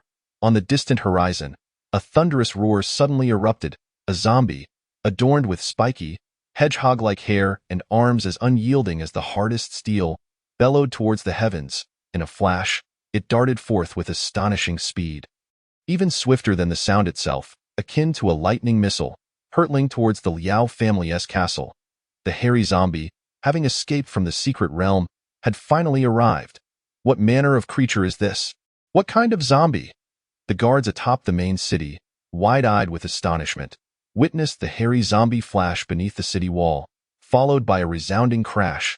With a powerful stomp, it propelled itself off the ground, its entire body soaring into the air, and soon its limbs made contact with the city wall, accompanied by another cacophony of shattering sounds. From afar, onlookers could only see a zombie cloaked in fur, ascending like a missile. This was beyond comprehension. A group of shadowy figures stood frozen in disbelief. What kind of zombie is this?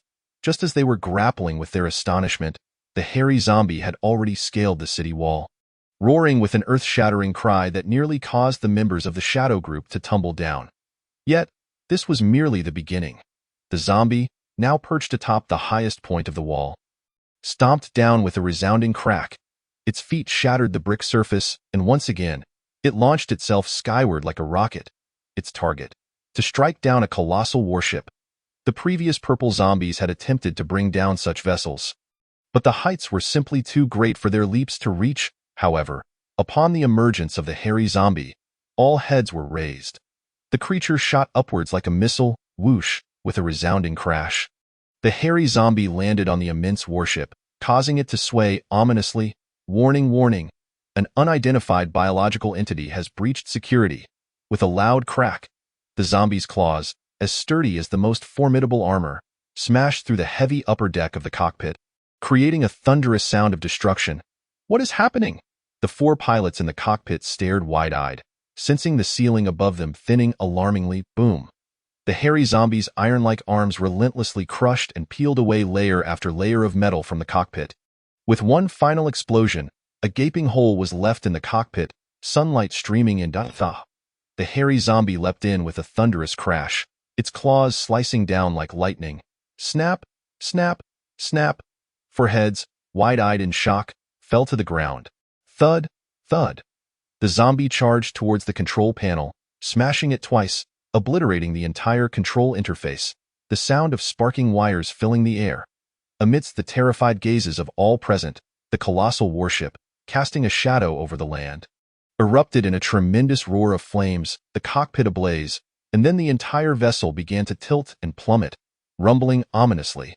The massive warship, laden with mechs and the Athena chariots, began its descent in the eyes of the onlookers. A deafening crash resounded as the warship collided with the city wall, shaking the entire structure. The ship was destroyed. Eyewitnesses widened their eyes as a terrifying figure erupted from the engulfing flames. Crashing into the ranks of the Shadow Group, the sound of splintering bones echoed as the hairy zombie landed, instantly crushing 4 or 5 members of the Shadow Group underfoot. Roar! The earth-shattering roar sent shivers down the spines of those nearby. The zombie's hands, akin to chainsaws, sliced through the crowd of Shadow members, producing a chorus of cracking sounds. In mere moments, dozens of elite martial artists met their demise, as effortlessly as chopping vegetables. Boom! A martial artist advanced to confront the zombie, only to have his head swatted away with a single blow. The hairy zombie. Huang Bo's eyes widened, a rare expression of gravity crossing his face. Does this world still harbor such creatures? No, no. This is a half-step armored zombie. Huang Bo, shaken, stepped forward, launching a punch at the hairy zombie. The force of this blow seemed to ripple through the very air around them. Roar! The hairy zombie charged forward, engaging Huang Bo in a furious battle. Though the zombie was formidable, it had yet to fully ascend to the level of an armored zombie. Its arms, while powerful, paled in comparison to those of a true armored zombie. The ability to shatter armor proved ineffective against Huang Bo's protective aura. Boom! The hairy zombie was slammed to the ground by Huang Bo, who unleashed a series of punches upon its head. Roar! The zombie howled fiercely, yet remained unable to escape Huang Bo's grip. Even as the hairy zombie struggled, Huang Bo vowed to crush its skull. Though Huang Bo bore wounds of his own, his visage remained fierce as he continued to pummel the zombie's body with his powerful fists on the rooftop. Although the warship had been destroyed, several elite martial artists recruited by the Liao family joined the fray. With another resounding crash, they entered the battle, having already incapacitated many of the purple zombies. Consequently, the entire zombie horde found itself once again on the brink of annihilation. In the heart of the main city, the zombie army had been decimated significantly. Yet, several mechs remained, and the Athena chariots, protected by their shields, had suffered no losses. The zombie horde gradually began to falter. After all, these zombies had yet to receive further training from Yangsheng. Boom! Huang Bo's fists fell like rain upon the hairy zombie's head. The zombie was smeared with blood and grime, its eyes and half its body now shattered. Roar! It continued to struggle, issuing feeble cries. Huang Bo took a deep breath, and as his fists surged with power, a glimmer of determination shone in his eyes. Hairy zombie, with this punch, I shall shatter your skull. Suddenly, a gust of wind, seemingly from nowhere, swept through. Huang Bo furrowed his brow, halting his assault. He sensed an unusual wave of energy permeating the air, changing the very essence of the world around him. An unprecedented sense of oppression surged within him. Boom! The sky darkened ominously, swirling clouds began to churn, and a fierce whirlwind ravaged above the main city. Darkness, darkness. The entire horizon was shrouded in shadow, with flashes of lightning coalescing in the sky. What is happening? Huang Bo's eyes widened as the screen on the observation platform flickered, the footage suddenly distorting into a kaleidoscope of colors. Crackling with static, all the elders in the room stared in disbelief. What is going on? With a deafening crack, a purplish-red bolt of lightning streaked across the sky, and time and space seemed to freeze in that instant. All beings, whether zombie or human, stood rigidly in place. Boom! The air was filled with the sound of fragmentation as a dark rift split open in the sky. A figure emerged from the black void. Stepping through the chasm, his pace was unhurried, yet he floated above the ground, walking as if treading the very fabric of reality. The space remained locked, and Huang Bo's eyes widened in shock as the figure approached him.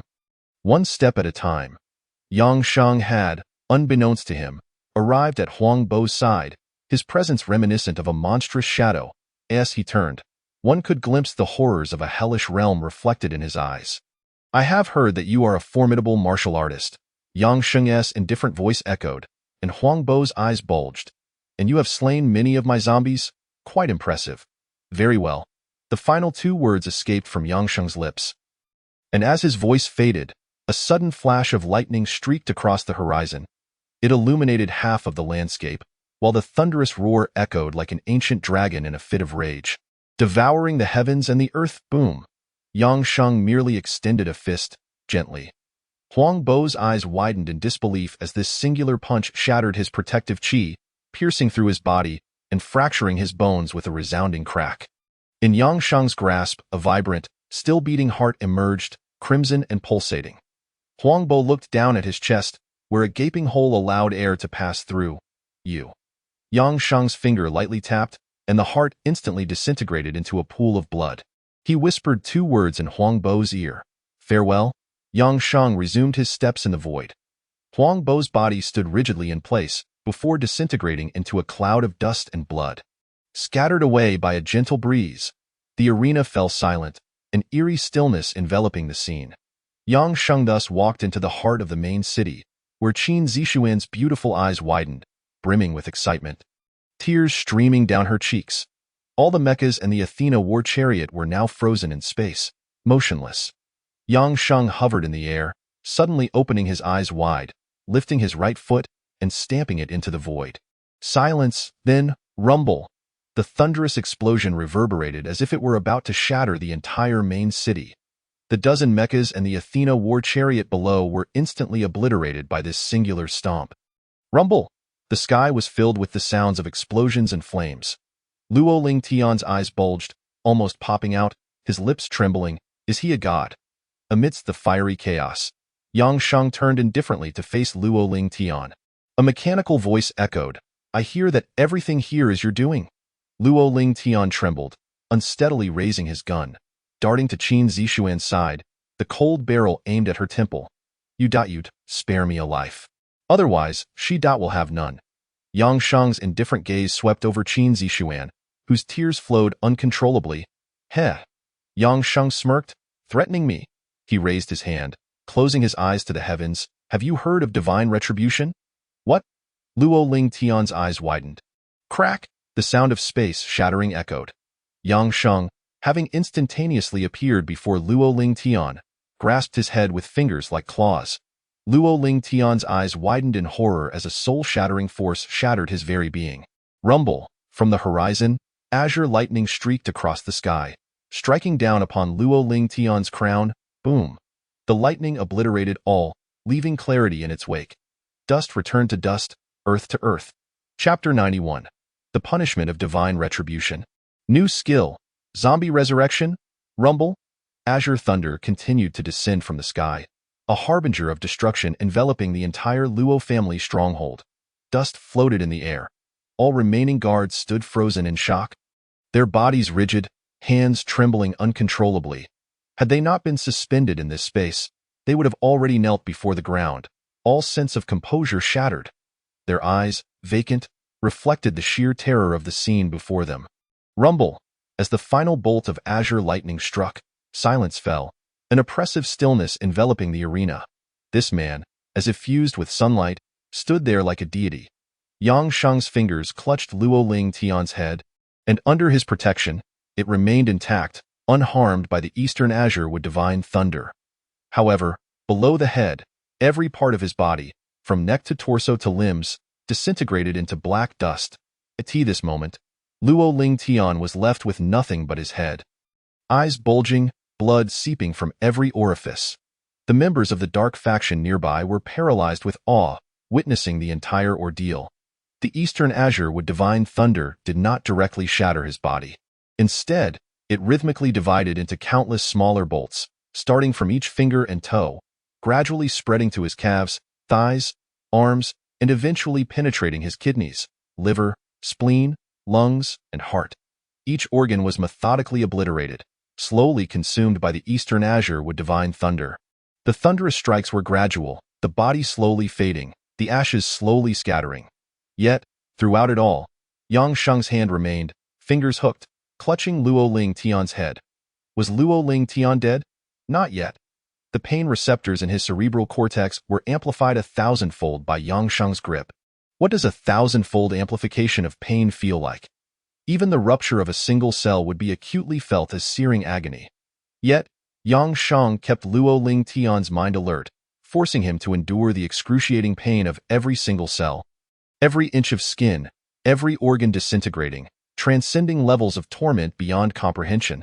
To live was to suffer, to die was to suffer again. Yang Sheng ensured that, even if given 1,000 chances to reincarnate, Luo Ling Tian would never dare return to this realm. This is divine retribution. Just how painful is it? Yang Sheng shook his head. He was uncertain. Regardless, Luo Ling Tian's features had contorted beyond recognition, his eyes bleeding profusely as Yang Sheng reassembled his dislocated eyes. Finally, it struck his neck, bringing an end to the torment.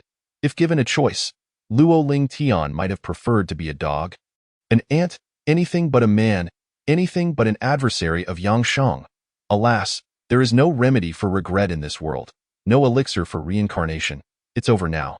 Yang Sheng smiled, pondering for a moment, realizing he had spoken too soon. It was not yet finished. Luo Ling Tian's soul remained confined within Yang Sheng's mind, his brain still capable of thought, still sensing pain, still able to see. You cannot die just yet, young Master Luo. Before you perish, allow me to show you the final act. The features of Luo Ling Tian were grotesquely distorted, a pain beyond description plunging him into utter darkness. Snap! Yang Sheng tossed an object to the nearby Mao Jiang. Here, take this back, store it in a refrigerator. In a few days, place it on the Luo family dining table. Roar! Mao Jiang let out an excited roar, receiving the object with adoration and reverence for the king. In the distance, Artemis, who had traversed space alongside Yang Sheng, concealed herself from sight, her eyes filled with shock and a sense of awe towards the formidable power displayed. What exactly is his strength during their earlier battle? He hadn't even revealed half of his true power. Surely, even Zeus himself could not rival his might. Artemis felt a wave of fear, especially upon witnessing how Luo Ling Tian met his demise. She clenched her delicate toes, realizing that had she not chosen to submit to him, she too might have suffered a similar fate. Artemis bit her lip, knowing she would likely never escape Yang Sheng's grasp. Wait, what does he intend to do? Artemis's eyes widened. Ding, congratulations, Master. Your fear level has reached the first threshold. Does the Master wish to learn the brand new exclusive skill of the 10,000-year Corpse King? Zombie Resurrection? Yes. Yang Sheng replied indifferently. Ding, congratulations, Master, for successfully learning the Zombie Resurrection skill. Current level, LV1, Zombie Resurrection. Under the command of the Corpse King, all zombies bearing the Corpse King's mark. Within 12 hours of their demise, the Master can utilize this skill to resurrect the deceased zombies, granting them new life. Even if only remnants of dust remain, as long as it is within 12 hours. The Master can fully resurrect any zombie, revival, any zombies. Yang Sheng inhaled deeply. He understood that the use of this skill was undeniably conditional. Skill usage conditions. Current Master level, usable only twice. Each use requires the sacrifice of a certain amount of living flesh and blood. Simultaneously, the utilization of this skill would deplete a portion of the Master's lifespan and mental strength. The more zombies revived, the higher their levels, the greater the consumption of the aforementioned. Indeed, there were costs to be paid. A smile curled upon Yang Sheng's lips as he took another deep breath, his head mechanically turning. This time, his gaze fell upon the members of the dark group, whose eyes widened in shock, filled with boundless terror. The figure before them was not a deity. He was a demon, a devil risen from the depths of hell. Clap. Yang Sheng lightly clapped his hands. And cracked, on the rooftop, all members of the dark group and the martial artists of the transformation realm found themselves levitating in midair. What has happened to us? They all stared with incredulous eyes. As if they were being drawn into the central floating area, Yang Sheng's eyes flickered with a dark light. He uttered 2 words. Revive. Chapter 92. The Rebirth of the Zombie Legion. A kiss across centuries. Revive. As Yang Sheng spoke those 2 words, layers upon layers of blood-red clouds began to coalesce in the sky above the Luo family's city palace. Ah! The suspended members of the dark group emitted heart-wrenching howls. They felt as if their bodies were gradually dissolving, shattering, and then all the members of the dark group and the transformation martial artists transformed into streams of blood-red light, swishing through the air. The sky was filled with these crimson streams, which swiftly flowed into the bodies of the zombies scattered across the city walls and ground, mingling with the remnants of flesh at that moment. The largest beam of red light seemed to shoot skyward, erupting from Yang Shang's chest. This immense crimson light instantaneously radiated countless tiny red beams, revealing amidst the dust fragments of zombie flesh, arms, and heads, all converging together at that very moment, slowly, as if reconstructing a body. Crack, crack, crack. Bones were reforging, flesh coagulating anew, feet, torso, limbs, head. The red light continued to gather, swaying and growing, providing it with a soul, granting it life. Across the city walls, countless similar scenes unfolded at that moment. What? Artemis's eyes widened. If just moments ago, Yang Sheng's fist annihilating a strong master of the Qi realm and his foot-shattering advanced mecha had astonished Artemis, the scene before her now utterly shattered her worldview. Once dead, one cannot be revived. Zombies that died can be resurrected. Artemis found it hard to believe, yet it was indeed unfolding before her eyes, like saplings growing rapidly into towering trees. At this moment, on the city walls and the ground, countless deceased zombies astonishingly revived. Crack, crack, crack. As the four purple zombies finally reformed their bodies, the zombie legion once again stood whole before the world. Roar! A thunderous chorus of undead roars erupted, shaking the very barriers of the world, raising clouds of yellow dust and crimson earth. This was the zombie legion, calling, worshipping, and thanking their king, granting them rebirth. Qin Zixuan stood there, her eyes bloodshot, gazing at Yang Sheng, her hands trembling uncontrollably. She had just wanted to quiver her lips, to speak, but in the next moment, Qin Zixuan's beautiful eyes widened, as if witnessing something that shattered her heart. No? A piercing scream erupted from Qin Zixuan's throat. Suddenly, Yang Sheng's hair turned from black to an astonishing snow white. His skin, once resilient, now cracked, even seeping with dark purple blood, as a stream of purple-black blood flowed from his lips, dripping incessantly. Die in an instant. Yang Sheng appeared to have aged decades. Ding, warning. As the master awakened his divine attributes prematurely, it resulted in a tremendous backlash. Moreover, the master chose to resurrect all the deceased zombies, decreasing his lifespan by 30 years. Yang Sheng took a gentle breath, a smile plastered across his face. It was indeed a smile. This zombie legion had crawled out of the grave of 10,000 corpses alongside him. When he was far away in the domain of evil, all these zombies, all of them, came to crush the Luo family's power, to save his woman. Perhaps some would say he, Yang Sheng, had no heart. But the significance of this group of zombies was different in his eyes. Even if it meant losing 30 years of life, even if his cultivation faced backlash, he would revive them, because Yang Sheng was their king. After some time, listening to the howls of the myriad zombies, Yang Sheng turned to look at Qin Zixuan, who was covering her mouth, tears welling in her eyes, her face pale and lined with wrinkles. He smiled gently and softly said, Qin Zixuan, I have come to save you. Woo! Qin Zixuan could no longer contain herself, rushing into Yang Sheng's embrace, tears streaming down her face as if they were free-flowing. Her slender, pale arms tightly wrapped around Yang Sheng's waist. It's all right. It's all right, I'm here now. Yang Sheng gently patted Qin Zixuan's back, his voice somewhat hoarse and fearful, but that it was close, though being too late. No. Woo woo woo. Qin Zixuan sobbed in Yang Sheng's embrace for a long while, before finally lifting her face from his chest. Her eyes, swollen and red from crying, gazed at Yang Sheng, who was drenched and disheveled. His clothes soaked and tattered, appearing both gruesome and terrifying. He initially thought Qin Zixuan would be disgusted by him, but as he gently raised his hand to caress her face, he frowned upon noticing the crimson stains embedded in his fingertips.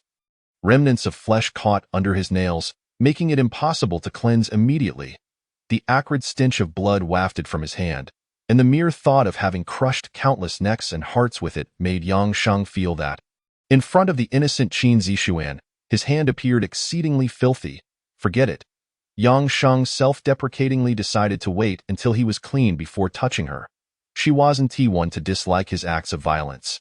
However, Qin Zixuan suddenly grasped Yang Shang's right hand, pulling it to her soft face without hesitation, pressing against it. You? Yang Shang was taken aback. The softness from his hand surged like a torrent, reaching the deepest part of his heart. The softest corner, dirty. Yang Shang looked at Qin Zixuan, uttering a single word. Yet, Qin Zixuan's beautiful eyes sparkled with laughter, and she shook her head, her red lips parting. Not dirty. Not at all dirty. Yang Shang, gazing into Qin Zixuan's eyes, suddenly pulled her close, kissing her fiercely. The taste of blood surged into Qin Zixuan's mouth like an overwhelming flood. Qin Zixuan closed her eyes, her eyelashes trembling slightly, tears spilling down. This kiss seemed to freeze time itself. Yang Shang savored deeply, plunging into the abyss with the pure and innocent angel that was Qin Zixuan. On the horizon, Artemis, having been force-fed a mouthful of dog food, was so furious that she nearly shot an arrow down. I am so infuriated. She stomped her feet in anger.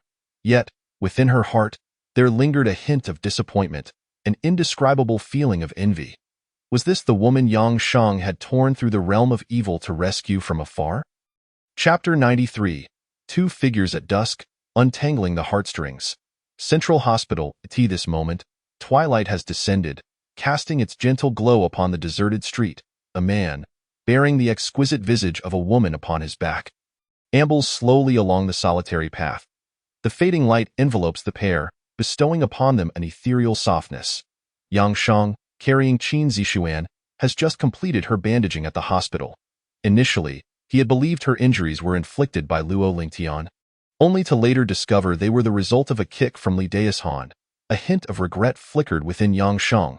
Perhaps he had been too lenient with Li Daishan. However, as the past had turned to ashes, he chose not to dwell on it further.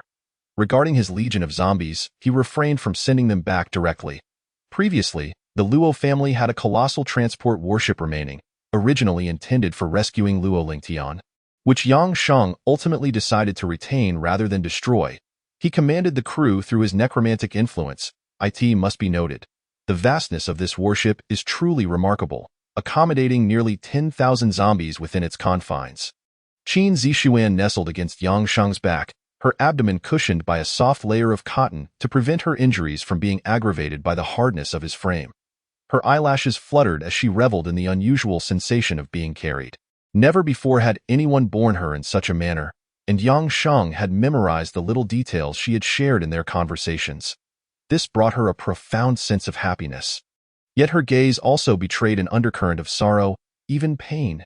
Yang Shang, what is it? He inquired, a hint of puzzlement in his eyes, having detected a tremor of distress in her voice. Big Head and Little Head are dead. Wu, they perished to protect me, Wu. Tears streamed down Qin Zixuan's cheeks, reminiscent of a young girl mourning the loss of her cherished doll. They are gone, Wu. No, they are not dead. Yang Shang gently patted her back. Are you certain? Do not deceive me. With reddened eyes, Qin Zixuan pressed her face closely against his, as if to assert that if he were to lie, she would bite his ear. I am not deceiving you. In a few days, Big Head and Little Head will reunite with you, he affirmed. Really? Do you not believe your husband's words? Not at all. Qin Zixuan's cheeks flushed, her face nestled against his neck. Yang Shang chuckled, bemused by this little fool, unsure how to respond. Nevertheless, he had indeed not seen the corpses of Big Head and Little Head within the Luo family's palace. They must have been separated from Qin Zixuan during her capture and taken back to the Luo family. It is fine. Let the Luo family tremble in fear for a few days. Once I settle my affairs, I will immediately crush the Luo family. Qin Zixuan nuzzled against Yang Shang, knowing her man would fulfill his promises. After all, Yang Shang was immensely powerful. However, the thought of his strength also instilled a profound sense of humility within her. Indeed, he was capable of obliterating anything, even the formidable Luo family, yet she felt so small, insignificant to the point that her identity as a reporter had been rendered useless. Reduced to performing menial tasks, all she did was burden Yang Shang. With a constricted throat, she fought to hold back her tears. Yang Shang, am I utterly useless? Yang Shang furrowed his brow, taken aback by her self-deprecating words. Who says you are useless? How could that be? It is how I feel. I cannot even retain my own job. Tears welled in Qin Zixuan's eyes as she discreetly wiped them away. Determined not to reveal her sorrow to Yang Sheng, "I only bring you trouble, I feel as though."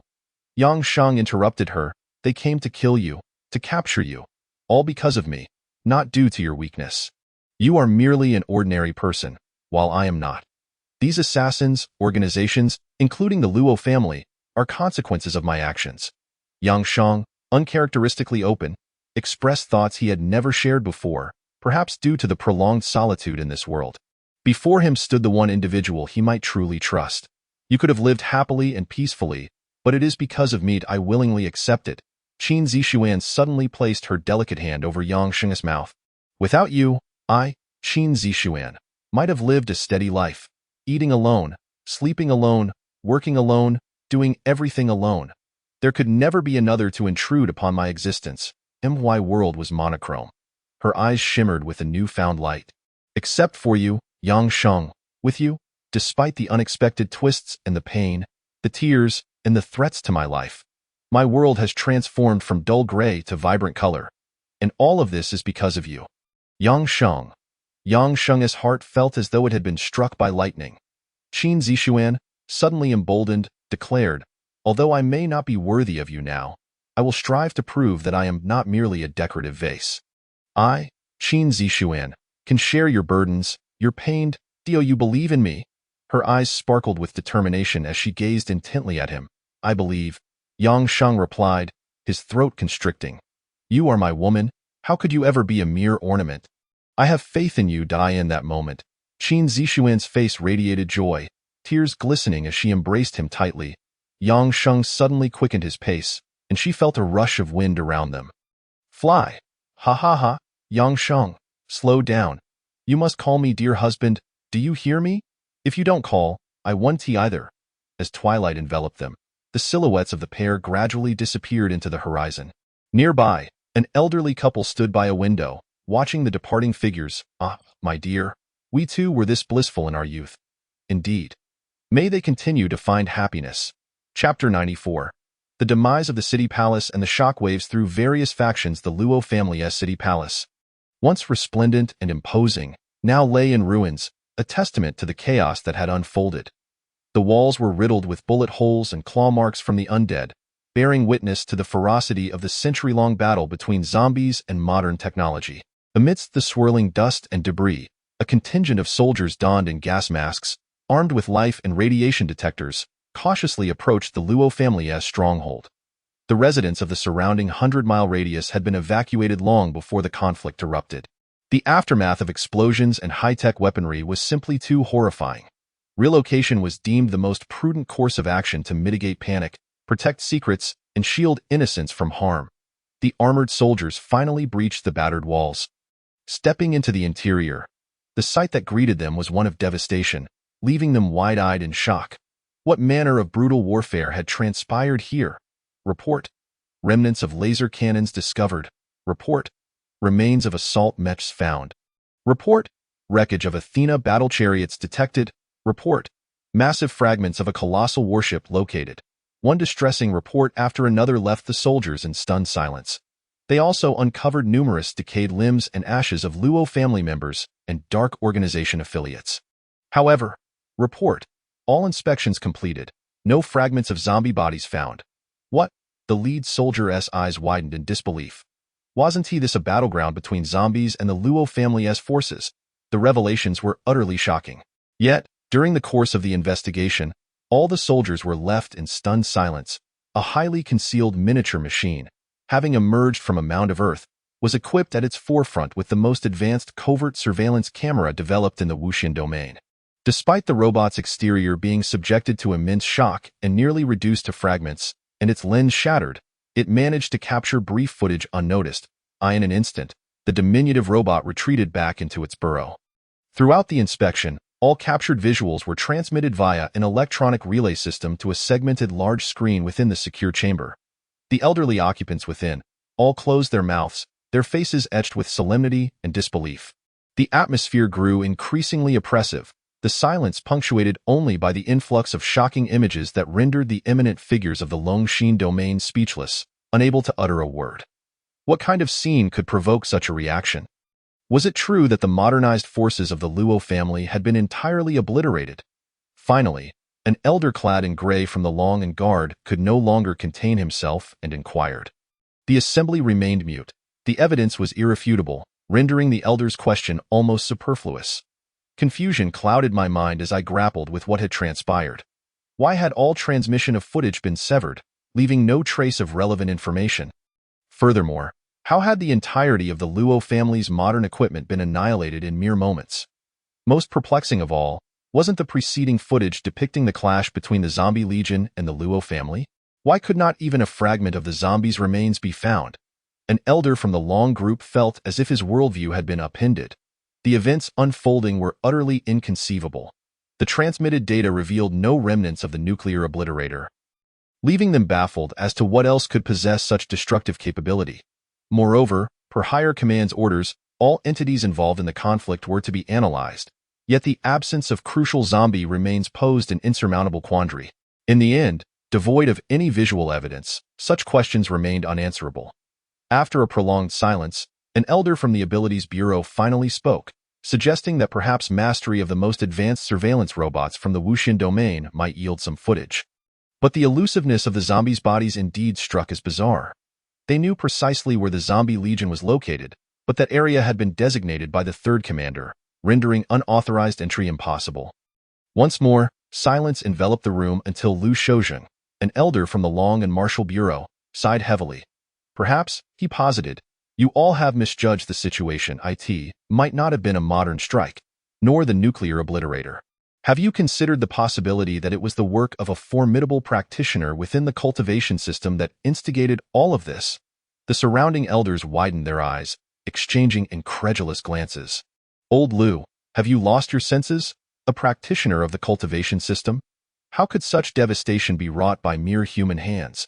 Even our two leaders within the Longxin domain could hardly possess such destructive power. The elders from the Long group dismissed his notion, their brows furrowing in skepticism.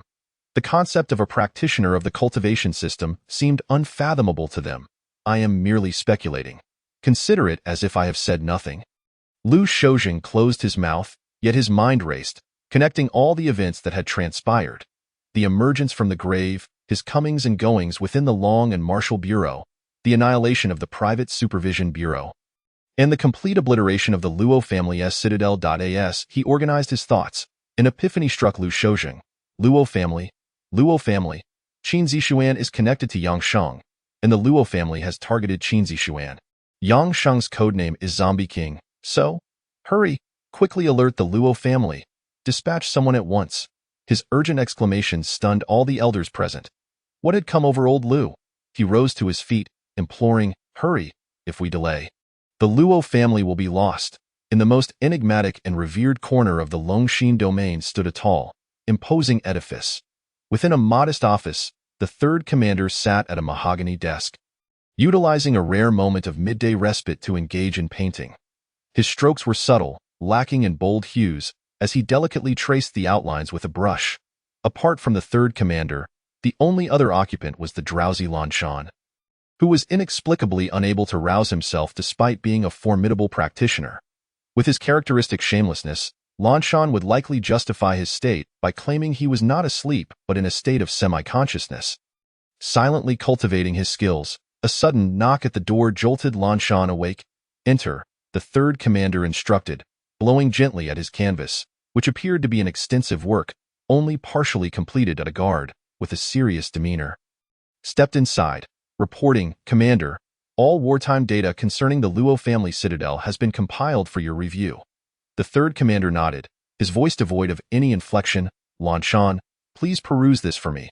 Chapter 95. The Hand Behind the Scenes. Lan Shan nodded, taking the documents from the guard, still groggy from his recent slumber. However, upon reading the first word, his expression shifted to one of grave seriousness, as if awakening from a stupor. His demeanor evolved from confusion to intensity, culminating in wide-eyed disbelief at the contents before him. This cannot be right. The Luo family's citadel has simply vanished. Lan Shan's features conveyed sheer shock. Prior reports from the front indicated that the Luo family had dispatched even the Athena battle tank and their only two colossal warships. How could this be? Lan Shan struggled to comprehend how all could have been obliterated in such a brief span of time. Moreover, the absence of video evidence raised further questions. How had the Luo family citadel fallen? Were the Dragon Group and Long & Guard truly so inept as to fail in obtaining any footage? The third commander remained calm, continuing to paint as if unperturbed. There is nothing extraordinary about this defeat. You have seen it for yourself, have you not? His words left Lan Shan momentarily bewildered, but soon he seemed to grasp the implications. A flash of realization surged through him, causing his hands to tremble. Commander, are you suggesting it was him? The third commander's expression remained impassive. Who else possesses the power to reduce the Luo family's modern mechanized forces to ashes in an instant? It is unfortunate. However, that we could not secure any video material. Lan Shan's eyes remained wide. Yet the commander continued, there is no but to consider. He set down his brush and rose, gazing out the window, hands clasped behind his back. Concealing the emotions reflected in his eyes, the material cannot be interpreted in isolation. Understanding the preceding causes is essential to uncovering the truth. The preceding materials? Lan Shan furrowed his brow, flipping through the documents once more. After a moment of scrutiny, he remained perplexed. Some things cannot be salvaged. The third commander shook his head, his patience wearing thin. If it were not for that individual from Wudong Mountain requesting my assistance in guiding you, I would have considered kicking you back. The new deputy leader of Wudong Mountain is said to be assisting you. Lan Shan nodded, a satisfied smile gracing his face. Indeed, I am the most astute among all the elders. Who else could it be? The third commander gazed out the window, tapping the windowsill. That's the end of it. What? Lan Shan exclaimed in confusion. Are you saying my becoming deputy leader signifies the end? Do you look down on me, Lan Shan? Lan Shan shrugged. You may scoff at me, but do not underestimate my intellect. Tell me, after reviewing the materials, do you understand why the Luo family orchestrated such a grand display? The third commander inquired nonchalantly. Of course, Lan Shan replied confidently, it is simply because the Luo family believes Yang Sheng has encroached upon the Lu family conglomerate. Feeling profoundly uncomfortable, there arose within me an overwhelming desire to eliminate Yang Sheng. However, through a series of unforeseen circumstances, I inadvertently ended up kidnapping that woman. Lan Shan furrowed his brow, recalling this incident. He was taken aback that a mere practitioner of the Void Realm like Yang Sheng would actually care about the life and death of a woman. The crux of the matter did not lie here. Encountering Yang Sheng was simply a stroke of bad luck for them. Or perhaps it was merely a convenient opportunity seized. The third chief shook his head. Over the years, the Luo family had quietly conserved their strength, seemingly doing nothing, yet in reality, they had clandestinely acquired control over all the remaining financial conglomerates of Jiangli, holding a substantial amount of shares and manipulating them from the shadows. Combined, these holdings nearly granted them complete controlling power. In just a decade, the Luo family had managed to dominate all of Jiangli's heavy industries, chemical, food, transportation, and water conservancy enterprises, as well as all high-tech production companies. Lan Shan's expression was one of sheer astonishment as the third chief gently sipped his tea. However, the tentacles and interests of the Luo family had equally corroded the upper echelons. If in the first decade Jiangli had been at the mercy of the Luo family, now the Luo family had become another entity within Jiangli. The legitimate powers, entangled in their relations, could no longer contend with them. Lan Shan's demeanor grew grave. The third chief continued with a smile, stating that the Luo family had accumulated enough strength to believe that there was no force in the world capable of undermining them. Unfortunately, they had encountered Yang Sheng. The third chief turned, sunlight cascading upon him. Do you know why Yang Sheng called to request all the shares of the Lu family group, and why I acquiesced? Lan Shan's eyes widened, as if he was beginning to grasp something profound. Do you also understand why I permitted Yang Sheng to cultivate his zombie legion? Why I clearly dispatched people to monitor and protect Qin Zixuan, yet ultimately did not allow them to act?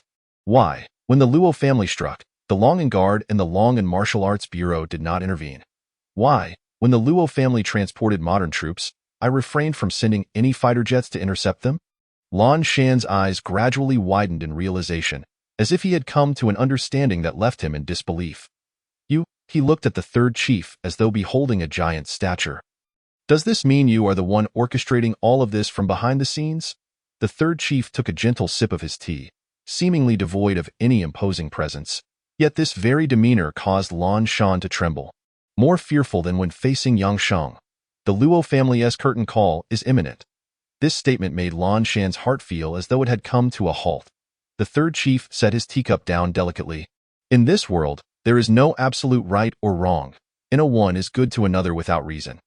Yang Sheng utilized me, and I, in turn, utilized Yang Sheng. It is merely a matter of mutual exploitation. Coughing violently, the third chief suddenly brought forth a handkerchief to cover his lips. Upon removing it, shocking bloodstains were revealed. Gazing towards the horizon, he remarked that there were certain matters they were unwilling to undertake, leaving them to a dying man such as himself to resolve.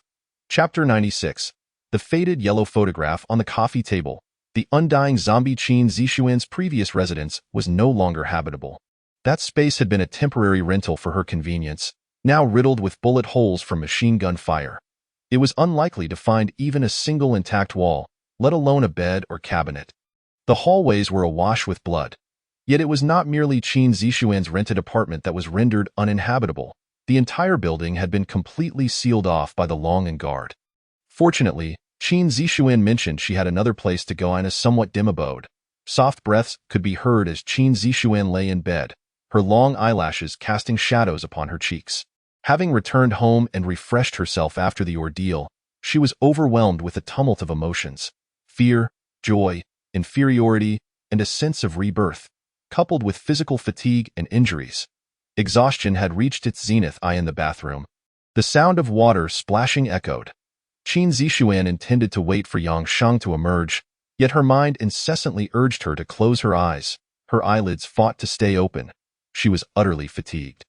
Eventually, she succumbed to slumber. A while later, Yang Sheng emerged from the bathroom, draped in a towel, moving soundlessly, ensuring no noise escaped from beneath his feet. He did not rush to Qin Zixuan's side, aware that she was asleep. Utterly worn out, he wandered around the small apartment, which consisted of a tiny bedroom and a narrow living room. The bathroom and balcony were separated by a thin wall, and the lighting was poor, with the walls appearing worn and the illumination dim. This dwelling was even smaller and more dilapidated than the one she had previously rented. Was this the place left to her by her mother? Yang Sheng settled onto the sofa, lighting a cigarette and inhaling calmly. It was evident that this home had not been lived in for quite some time, yet everything was tidily arranged, the floors and walls having been cleaned. Clearly, Qin Zixuan had made it a point to return frequently to maintain the place. Yes, he flicked ash from his cigarette. Yang Sheng's gaze caught sight of two faded photographs resting on the coffee table's lower shelf. He gently lifted the top photograph, which was half-cut, revealing an alluring young woman with a pronounced belly. Despite the photo's obscurity, it bore a striking resemblance to Qin Zixuan. The right half had been cut away, leading Yang Sheng to conjecture it was a shared photo, though he could not ascertain whether it was Qin Zixuan or her mother who had made the cut. He then delicately extracted the second photograph, which featured more individuals. The man with the square face at the forefront must have been Qin Zixuan's father. The woman to his left, while also beautiful, was evidently not Qin Zixuan's mother, but likely her stepmother. Two little girls were present. One, a lovely child in a pure white dress cradled in the arms of the radiant woman, and the other, dressed in a gray dress, stood beside the square-faced man, clutching a teddy bear, maintaining a considerable distance from the trio. Despite appearing clean and beautiful, the girl in the gray dress seemed out of place. Yang Sheng instantly recognized her as Qin Zixuan. Having been a beauty since childhood, he scrutinized that incongruous little girl in the gray dress for a long while before returning the photograph to its place. He took another drag from his cigarette. Choosing not to speak further, it seemed that this girl had never anticipated the presence of anyone other than herself, especially a man, entering this home. Thus, the photographs were carelessly left here. After finishing his cigarette, Yang Sheng approached Qin Zixuan, gently adjusting her head and tucking the blanket around her. He noticed her brow furrowed tightly, indicating she must have had a nightmare despite finally managing to sleep. Yang Sheng's large hand reached out once more, smoothing her furrowed brow. Perhaps it was due to the magical touch of his hand, but Qin Zixuan's expression indeed softened. Yang Sheng then moved to the window, lighting another cigarette. Just as he was about to open the window, his reflection revealed an aged countenance, with snow-white hair clearly visible even in the dim light. He chuckled softly, stroking his wrinkled chin. feeling somewhat apologetic towards Qin Zixuan for his old, unattractive appearance. Yang Sheng reopened the system interface, activating the zombie resurrection skill. Upon reflection, I realized that the system's reference to a 30-year reduction in lifespan is calculated based on the average human longevity of 100 years. In fact, it signifies a diminishment of 30% of one's life. When translated to the 800 years attributed to a golden-armored zombie, it equates to a reduction of 240 years of existence. The cost of resurrection is indeed substantial. No wonder I am aging so rapidly. Yang Sheng opened the window and took a deep drag of his cigarette. Zombies, by all accounts, can be regarded as a unique form of existence after death. They differ from the vibrant life of humans and also from ghosts and spirits. The reformation and revival of each zombie are inextricably linked to the presence of a soul. However, the soul of a zombie is not referred to as a soul. It is termed a Ein Hun. It is only with the existence of this Ein Hun that a zombie can possess true consciousness and instincts. Comparatively, a zombie with merely a Ein Hun experiences far fewer external disturbances than a human endowed with the 3 souls and 7 spirits. This also elucidates why zombies appear so rigid and why many perceive them as lacking awareness. Nevertheless, the existence of this simplistic Ein Hun is naturally more enduring than that of human life. Do zombies endure eternally? Theoretically, if one can ensure the preservation of the Ein Hun and shield it from external influences, even a white zombie could attain a state of immortality. Similarly, this principle applies to humanity. If the 3 souls and 7 spirits can remain indestructible, even as the physical body decays, human consciousness could persist, reflecting the Taoist pursuit of longevity and the Buddhist aspiration for enlightenment. Ultimately, both seek the eternal preservation of consciousness. Alas, achieving such a state is exceedingly difficult. The lower the rank of the zombie, the more fragile its Ein Hun. This world, after all, is still exceedingly barren in terms of Ein energy. Thus, zombies existing in the open are continuously subjected to erosion, ultimately dissolving into nothingness. Consequently, the concept of a zombie's lifespan arises. Should a zombie rest within a coffin in a location rich in Ein energy, akin to a vegetative state, its life could potentially be extended 5-fold or even 10-fold. The higher the rank of the zombie, the longer the duration and the greater the multiplicative factor of this extension. Given Yang Sheng's cultivation as a golden-armored zombie, it is conceivable that he could exist for as long as 80,000 years in a place abundant with Ein energy. However, such calculations are ultimately illusory. The notion of being undying and imperishable now appears to be nothing more than a jest. Chapter 97. I shall visit the Luo family to set off some fireworks and return shortly. It is no wonder that I must sacrifice 30% of my lifespan. No wonder I can only use it thrice. Yang Sheng inhaled deeply. This limitation is not imposed by the system. Rather, if I were to utilize it for a 4th time, before I could even finish, my soul would disintegrate, and my body would crumble to dust. However, could I not find an opportunity to replenish my Ein Hun? If I could, perhaps I would return to my former self. Yang Sheng was uncertain of how many souls and spirits he possessed, but he conjectured that reviving a zombie involved the usage of his own Ein Hun. If he could devise a method to restore it, perhaps his lifespan and visage would fully revert, for appearing this aged does not align with my image. If I were to venture out with this stunning beauty in the future, who would not think that Qin Zixuan was my kept woman? Yang Sheng took another drag of his cigarette and began scouring the system panel for any useful information. After a thorough search, he found nothing of value. It seemed his talisman rank was just shy of an upgrade. Very well, after I crush the Luo family this time, I should be able to level up. Before closing the system panel, Yang Sheng glanced at the upper right corner where the information of the traverser resided, only to discover it was dim and grayed out, inaccessible. It seemed that only that pair of despicable individuals had crossed over with him. Yang Sheng did not dwell on it further, for the act of traversing is not as simple as it appears. He lightly tapped the ash from his cigarette, gazing out at the night sky, which was resplendent in its beauty. Seizing this exquisite night, he planned to orchestrate a splendid display of fireworks for the Luo family, hoping they would not survive to see the dawn, as Yang Sheng prepared to leave. He turned around only to find Qin Zixuan awake, sitting up in bed, her bright, glistening eyes sparkling as they fixed upon him. Yang Sheng, are you leaving? Qin Zixuan asked, her lovely eyes tinged with a hint of crimson. Is it uncomfortable here? It's fine. I can sleep in the living room, and you can take the bed. Our home is too small to accommodate a second bed. Yang Sheng approached and gently ruffled Qin Zixuan's hair, her loose strands becoming slightly disheveled, yet she displayed no sign of annoyance.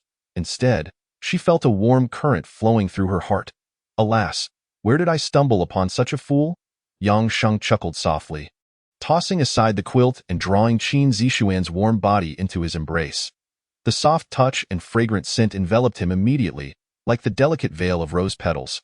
Her snow-white, crystal-like feet playfully swayed, silently inviting him with their alluring charm. Unable to resist, he grasped them and delighted in their playful allure. Qin Zixuan's face flushed with embarrassment, her delicate feet being toyed with by a man. Ah, she bit her lip, the crimson hue creeping down to her neckline, her enchanting eyes filled with allure. Unbeknownst to Qin Zixuan, this bashful yet coy demeanor served as the most enticing pose, constantly teasing and tugging at a man's instincts. Yang Sheng nearly succumbed to the temptation and claimed her right then, and their point, one could not deny that Qin Zixuan was the most innocent and pure-hearted girl he had ever encountered. Akin to a pristine sheet of white paper, or perhaps like an angel descended from the heavens, Yang Sheng, this devil, had fortuitously ensnared such a naive, angelic girl. Awake? Were you missing your husband? Qin Zixuan's face colored with embarrassment as she shook her head, seemingly denying such sentiments. Did you have a nightmare? Yang Sheng's gaze deepened suddenly. Qin Zixuan nodded, then shook her head again. He chose not to probe further into her meaning, kissing her delicate neck. I have to step out for a moment. But I shall return shortly. I promise you'll see me when you awaken. Qin Zixuan blinked her eyes. Just as Yang Sheng intended to set her back down, unexpectedly, Qin Zixuan fiercely embraced his neck and planted a kiss on his cheek. Whispering something in his ear, Yang Sheng regarded her with a bemused expression, chuckling softly, You said it yourself. I wouldn't dare compel you. Qin Zixuan, already thoroughly embarrassed, retreated beneath the covers, cocooning herself tightly. The door clicked shut softly. Qin Zixuan finally peeked out, gazing at the closed door, a single tear escaping the corner of her eye. Mom, I am finally not alone anymore. On the rooftop, a woman as radiant as moonlight was tapping away furiously at a keyboard. Yet, Artemis grew increasingly enraged. Reflecting on the earlier scene of Yang Sheng carrying Qin Zixuan, while she toiled away above, he was down below, indulging in intimate moments with that girl. It infuriated her. That despicable pervert has girls who like him. He must have terrible taste. Artemis gritted her teeth, determined to find an opportunity to clarify to that girl that Yang Sheng was nothing but a wicked villain. Do not be deceived by his wolfish facade. In her mind, she envisioned herself delivering a swift kick to Yang Sheng, followed by a fierce bite to vent her frustration. Wait, he is even handsome. His temper is foul, his heart is twisted, and he is perverse. As she continued typing, Artemis fumed. Are you all ready? A cold voice resonated, and Yang Sheng's figure appeared beside her, seemingly out of nowhere. Smack! He casually lit a cigarette, startling Artemis so much that she nearly dropped her laptop. Are you a ghost? Artemis glared at Yang Sheng, though her gaze wavered. He didn't hear what I just said, did he? Should I repeat myself? Yang Sheng cast a faint glance at Artemis, who was visibly irked, as she shared the computer screen in her hand with him. The location of the Luo family had been pinpointed, and the route for the safe arrival of the Zombie Legion had also been meticulously planned. Within the entire Han Hai small secret realm, every modern technological asset had been clearly marked. Yang Sheng nodded in satisfaction. He hadn't anticipated that Artemis was a top-tier hacker. Indeed, aside from mundane tasks like laundry and cooking, this unexpected surprise had alleviated much of Yang Sheng's burdens. However, he pondered whether other functionalities could potentially be developed. He glanced at Artemis, admiring her long, slender legs clad in white silk, contemplating the possibility of perhaps enhancing the warmth of the bed. With a decisive motion, he crushed the ashes beneath his foot. Very well, I shall go to the Luo family and set off some fireworks. You stay here and ensure her safety. In an unusual display of compliance. Artemis nodded and even waved her hand, saying, Go ahead, goodbye. No sooner had she spoken than Yang Sheng vanished from sight. Artemis furrowed her brow, a nagging feeling that Yang Sheng's mastery of spatial laws had reached a new pinnacle. Otherwise, how could he have disappeared without her sensing the slightest spatial disturbance? Chapter 98. Han Hai small secret realm, spatial portal in the tranquil expanse of the North Han Sea. the surface spread endlessly. Vast beyond measure, with waves crashing rhythmically, solitude, desolation, and grandeur enveloped the scene. An elderly man, clad in a burlap sack, was collecting the refuse that had drifted ashore. He gathered floating bottles and plastics, placing them into his sack. He engaged in the noble task of ocean cleaning, while also collecting items to sell at a recycling station, earning a modest extra income. The tumultuous waves of this area had deterred any attempts at developing beach tourism, significantly reducing the amount of debris, including bottles and cans. After half of the sea had been cleared, the old man took a moment to rest on the shore when, suddenly, a green beer bottle floated by. The bottle was sealed with a waterproof rubber stopper. Was it a message in a bottle? The old man snagged the green bottle with his hook, and indeed, a white paper note was nestled inside. For someone living by the sea, drift bottles were not an uncommon sight. Some contained dreams and aspirations. Others, expressions of frustration and discontent. And some were merely whimsical, while others were entirely blank. The old man relished finding such bottles. For a solitary soul like him, the moment of retrieving the note brought a fleeting joy, often leading him to smile knowingly before sealing it back and casting it into the ocean once more. With a pop, the cork was removed. The old man excitedly grasped the note, yet his expression froze, revealing a hint of confusion. The note read, "Stranger, I am delighted that you found this note. When you read these words, marvelous events will soon unfold. Good luck." The old man frowned, thinking, marvelous events? Another tiresome drift bottle. He shook his head, feeling a tinge of disappointment. Just as he was about to replace the note in the bottle, a sudden tumult erupted. The inky waters of the night sparkled under the faint moonlight, forming cascading waves in midair. A white figure flickered at a man, clad in a flowing white robe with pale hair, emerged through a rip in the black night. To the old man's astonishment, he appeared to walk in midair. Despite the frigid temperature of the sea, the pale-haired man showed no signs of cold, gracefully floating above the water, each step illuminated by moonlight. Advancing deeper into the ocean, treading upon the sky, the path he traversed parted the sea, leaving behind a long trail of white foam. The old man's eyes widened, his hands trembling violently. With a crash, the drift bottle slipped from his grasp, shattering on the ground. What did I just witness? Have I seen a ghost? The old man glanced at the shattered bottle by his feet, then turned his gaze skyward to where the white figure had vanished.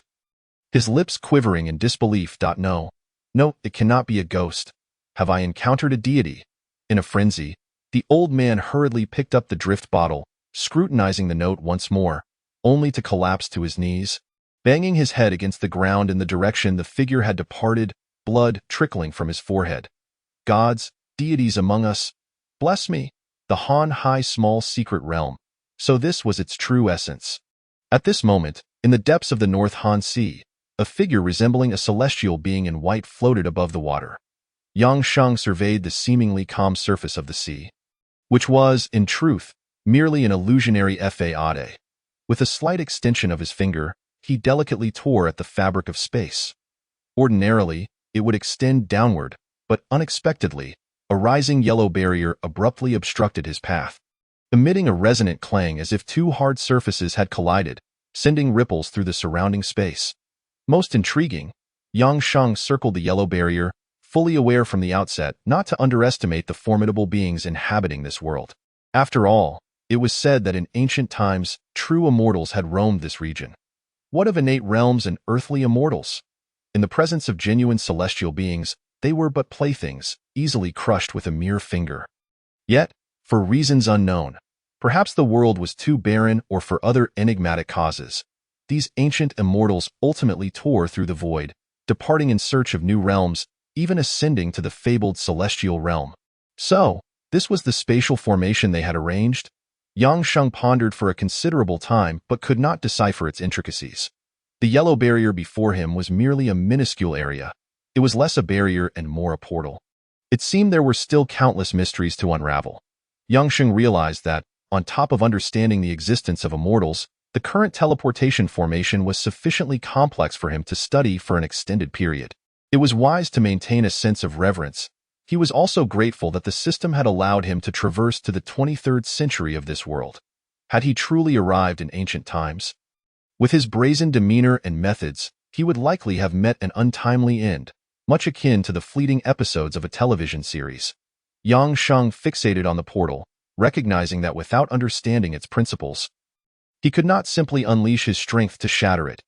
Even if brute force could break through, he feared irreparably damaging the portal, an outcome that would yield more losses than gains. Suddenly, a wooden token appeared in Yang Sheng's hand, emblazoned with the character Luo in bold.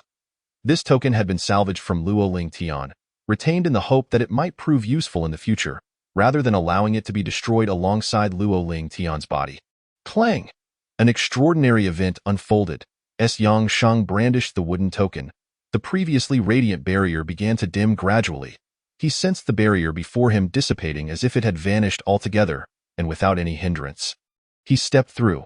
Even more astonishingly, upon entering, his entire being simply disappeared from the vast expanse of the sea.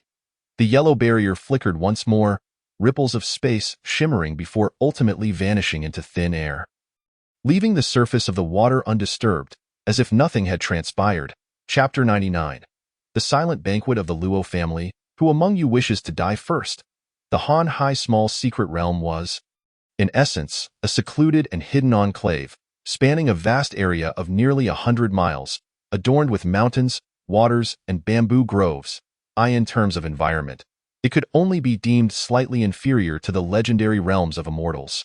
The concentration of spiritual energy within the Han Hai Small Secret Realm was exponentially greater than that of the outside world. A martial artist training here could potentially achieve in 2 or 3 days what would take 1 or 2 months in the external realm.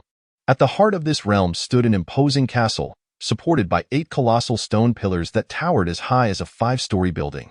Luo Family Castle, the foremost hidden aristocracy of Jiangli, is the true stronghold of the Luo clan, where their very existence is anchored. In a vast chamber on the top floor, a long rectangular banquet table is currently filled to the brim with guests. Every individual present in this room is undeniably a pivotal figure within the Luo family.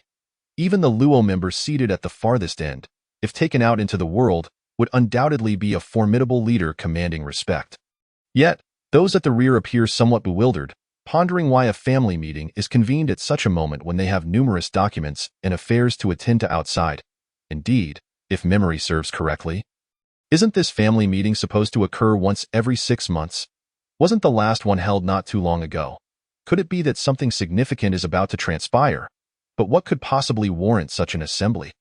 What matters could be of such consequence in the presence of the towering Luo family tree that would necessitate such a grand mobilization? The members of the Luo family seated at the back, including some controlling figures, are evidently oblivious to the gravity of the situation. However, in the center of the banquet, the atmosphere shifts dramatically. Here sit the direct relatives of the Luo clan, positioned higher than their collateral relatives. Despite not being the highest authorities, their faces radiate joy, for it is rumored that young Master Ling Tian of the main branch has directly activated the Luo family's Grand Hall. Indeed, I have been preoccupied with affairs in the secret realm these past few days, only just becoming aware of this development. I have long heard whispers that the Luo family is poised to firmly establish its dominance, standing shoulder to shoulder with the illustrious families of the capital and the magical metropolis. After nearly a decade of silence, the towering Luo family tree is about to re-emerge before the world. Their expressions are filled with exuberance. However, at the forefront of the banquet, fewer than 20 individuals occupy the seats. These are the true power holders of the Luo clan. The family head, representatives from the first, second, and third branches, along with the highest authority from the collateral lines. Yet, the atmosphere in this region is eerily tense and oppressive. The expressions of the main branch members appear rigid. Even Luo Ping Shui, the current head of the Luo family and seated in the second position, bears a grim countenance, his lips quivering in a state of disarray. He repeatedly glances down at his phone, then raises his head again. Disbelief etched across his features. Is my phone malfunctioning? This must be a hoax. Luo Ping Shui, usually composed in the face of grave matters, today exhibits an unusual demeanor, his eyes betraying fear as he mumbles incoherently. The other members of the main branch wear similar expressions of shock and trepidation, constantly refreshing their devices. Meanwhile, the second and third branches, along with the collateral line, are left flabbergasted. What is happening, brother? What on earth is going on? Are you possessed? Luo Ping Shui does not respond, maintaining a frantic pace of checking his phone. The most composed at the table appear to be the uniquely positioned Luo Xianqi and Xia Dai. A couple from the collateral line. By their status alone, they would have no reason to occupy such a table with the direct authority figures of the Luo family. Yet, their presence here is both peculiar and significant.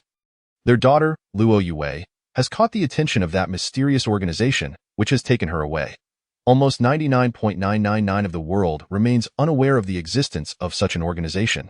Yet, it undeniably exists. No one knows. Even for a family as prominent as the Luos, having a member chosen by that organization holds profound implications for the entire clan's standing. While casually peeling fruit, Xia Dai casually remarks, "Family head, what troubles you?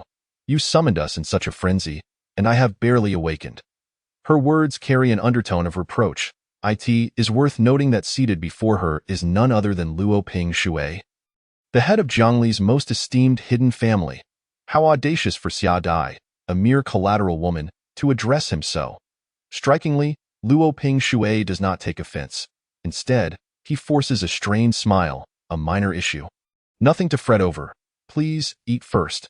Luo Xianqi, observing Luo Ping Shui's expression, senses that this is more than just a trivial matter. "Family head, has there been some trouble on Ling Tian's end?" Luo Ping Shui, forcing down a sip of water, is about to speak when an elderly man with white hair, supported by two maidservants, emerges. Instantly, the Luo family banquet falls into silence. The sound of chairs scraping against the table fills the air as everyone, including the family head, rises in unison, their expressions grave as they bow deeply in reverence to the elder. "Long live the elder!" Their voices resonate solemnly. For a full 3 seconds, under normal circumstances, Elder Luo Qi Tian would have gestured for everyone to rise and take their seats. However, this time, the elder's demeanor seems off. His trembling hands, supported by the maidservants, appear to be in a state of agitation. Ignoring the respectful greetings, he seems lost, his eyes glazed and unfocused, and suddenly, he collapses into the foremost seat. The elder's lips tremble, as if he wishes to speak but cannot find the words. The guests exchange bewildered glances, clearly perplexed by the turn of events. Only Luo Ping Shui, witnessing his father in such a state, feels the last flicker of hope extinguish within him. The elder's voice has become thin and weak, devoid of its former vigor. Murmurs ripple through the assembly, as everyone begins to sense that something is amiss. "You all look up," Luo Qi Tian finally manages to utter, his voice trembling. Everyone lifts their heads. A massive projection screen displays the horrific aftermath of a destroyed city hall, an utterly devastating sight. Silence envelopes the room. Every member of the Luo family stares wide-eyed, disbelief etched on their faces. "Do you know where this is?" Luo Qi Tian steadies himself, his lips quivering as he utters 4 words. 4 words capable of crushing the spirit of all present. Luo Family City Hall. Boom! It feels as though a thunderclap has struck the hearts of every Luo family member. Even Xia Dai, who had been nonchalantly eating grapes, gasps in shock, her eyes wide, as she drops the fruit from her hand. "What? The Luo Family City Hall?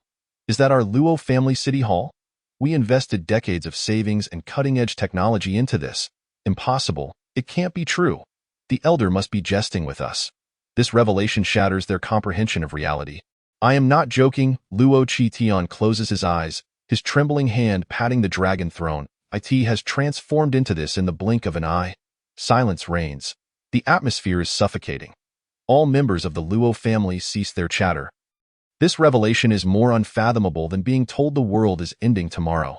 Xia Dai exclaims incredulously, "How can this be? Who did this?" "I did." A voice devoid of emotion suddenly emanates from the entrance of the Luo family banquet. A figure clad in white, with snow-white hair, coolly lights a cigarette, striding forward with an air of indifference. Instantly, all eyes are drawn to this enigmatic presence. Every step taken by the man seemed to tread upon their very souls. Each crack and rumble echoing through the air. Yang Sheng, unperturbed and indifferent, made his way to the highest point of the Luo family estate, where the dragon throne awaited him, moving at a pace neither hurried nor slow. Luo Qitian stared wide-eyed, trembling in fear as he beheld Yang Sheng. With an air of nonchalance, Yang Sheng took a drag from his cigarette and, with a hint of intrigue, inquired, Are you the esteemed patriarch of the Luo family? Before anyone could comprehend the gravity of the situation, a thunderous boom resonated throughout the grand hall. The walls of the main chamber echoed with the sound of shattering. Luo Qitian, who had been seated upon the dragon throne, found himself forcibly slammed against the wall by Yang Sheng's hand, leaving a colossal imprint of his figure engraved upon the surface. The crowd gasped in astonishment, their eyes wide with shock, with a casual demeanor. Yang Sheng settled into the dragon throne, crossing his legs and lightly flicking ash from his cigarette. Gazing down at the sea of anxious faces below, he smirked and declared, "Who among you wishes to be the first to perish?"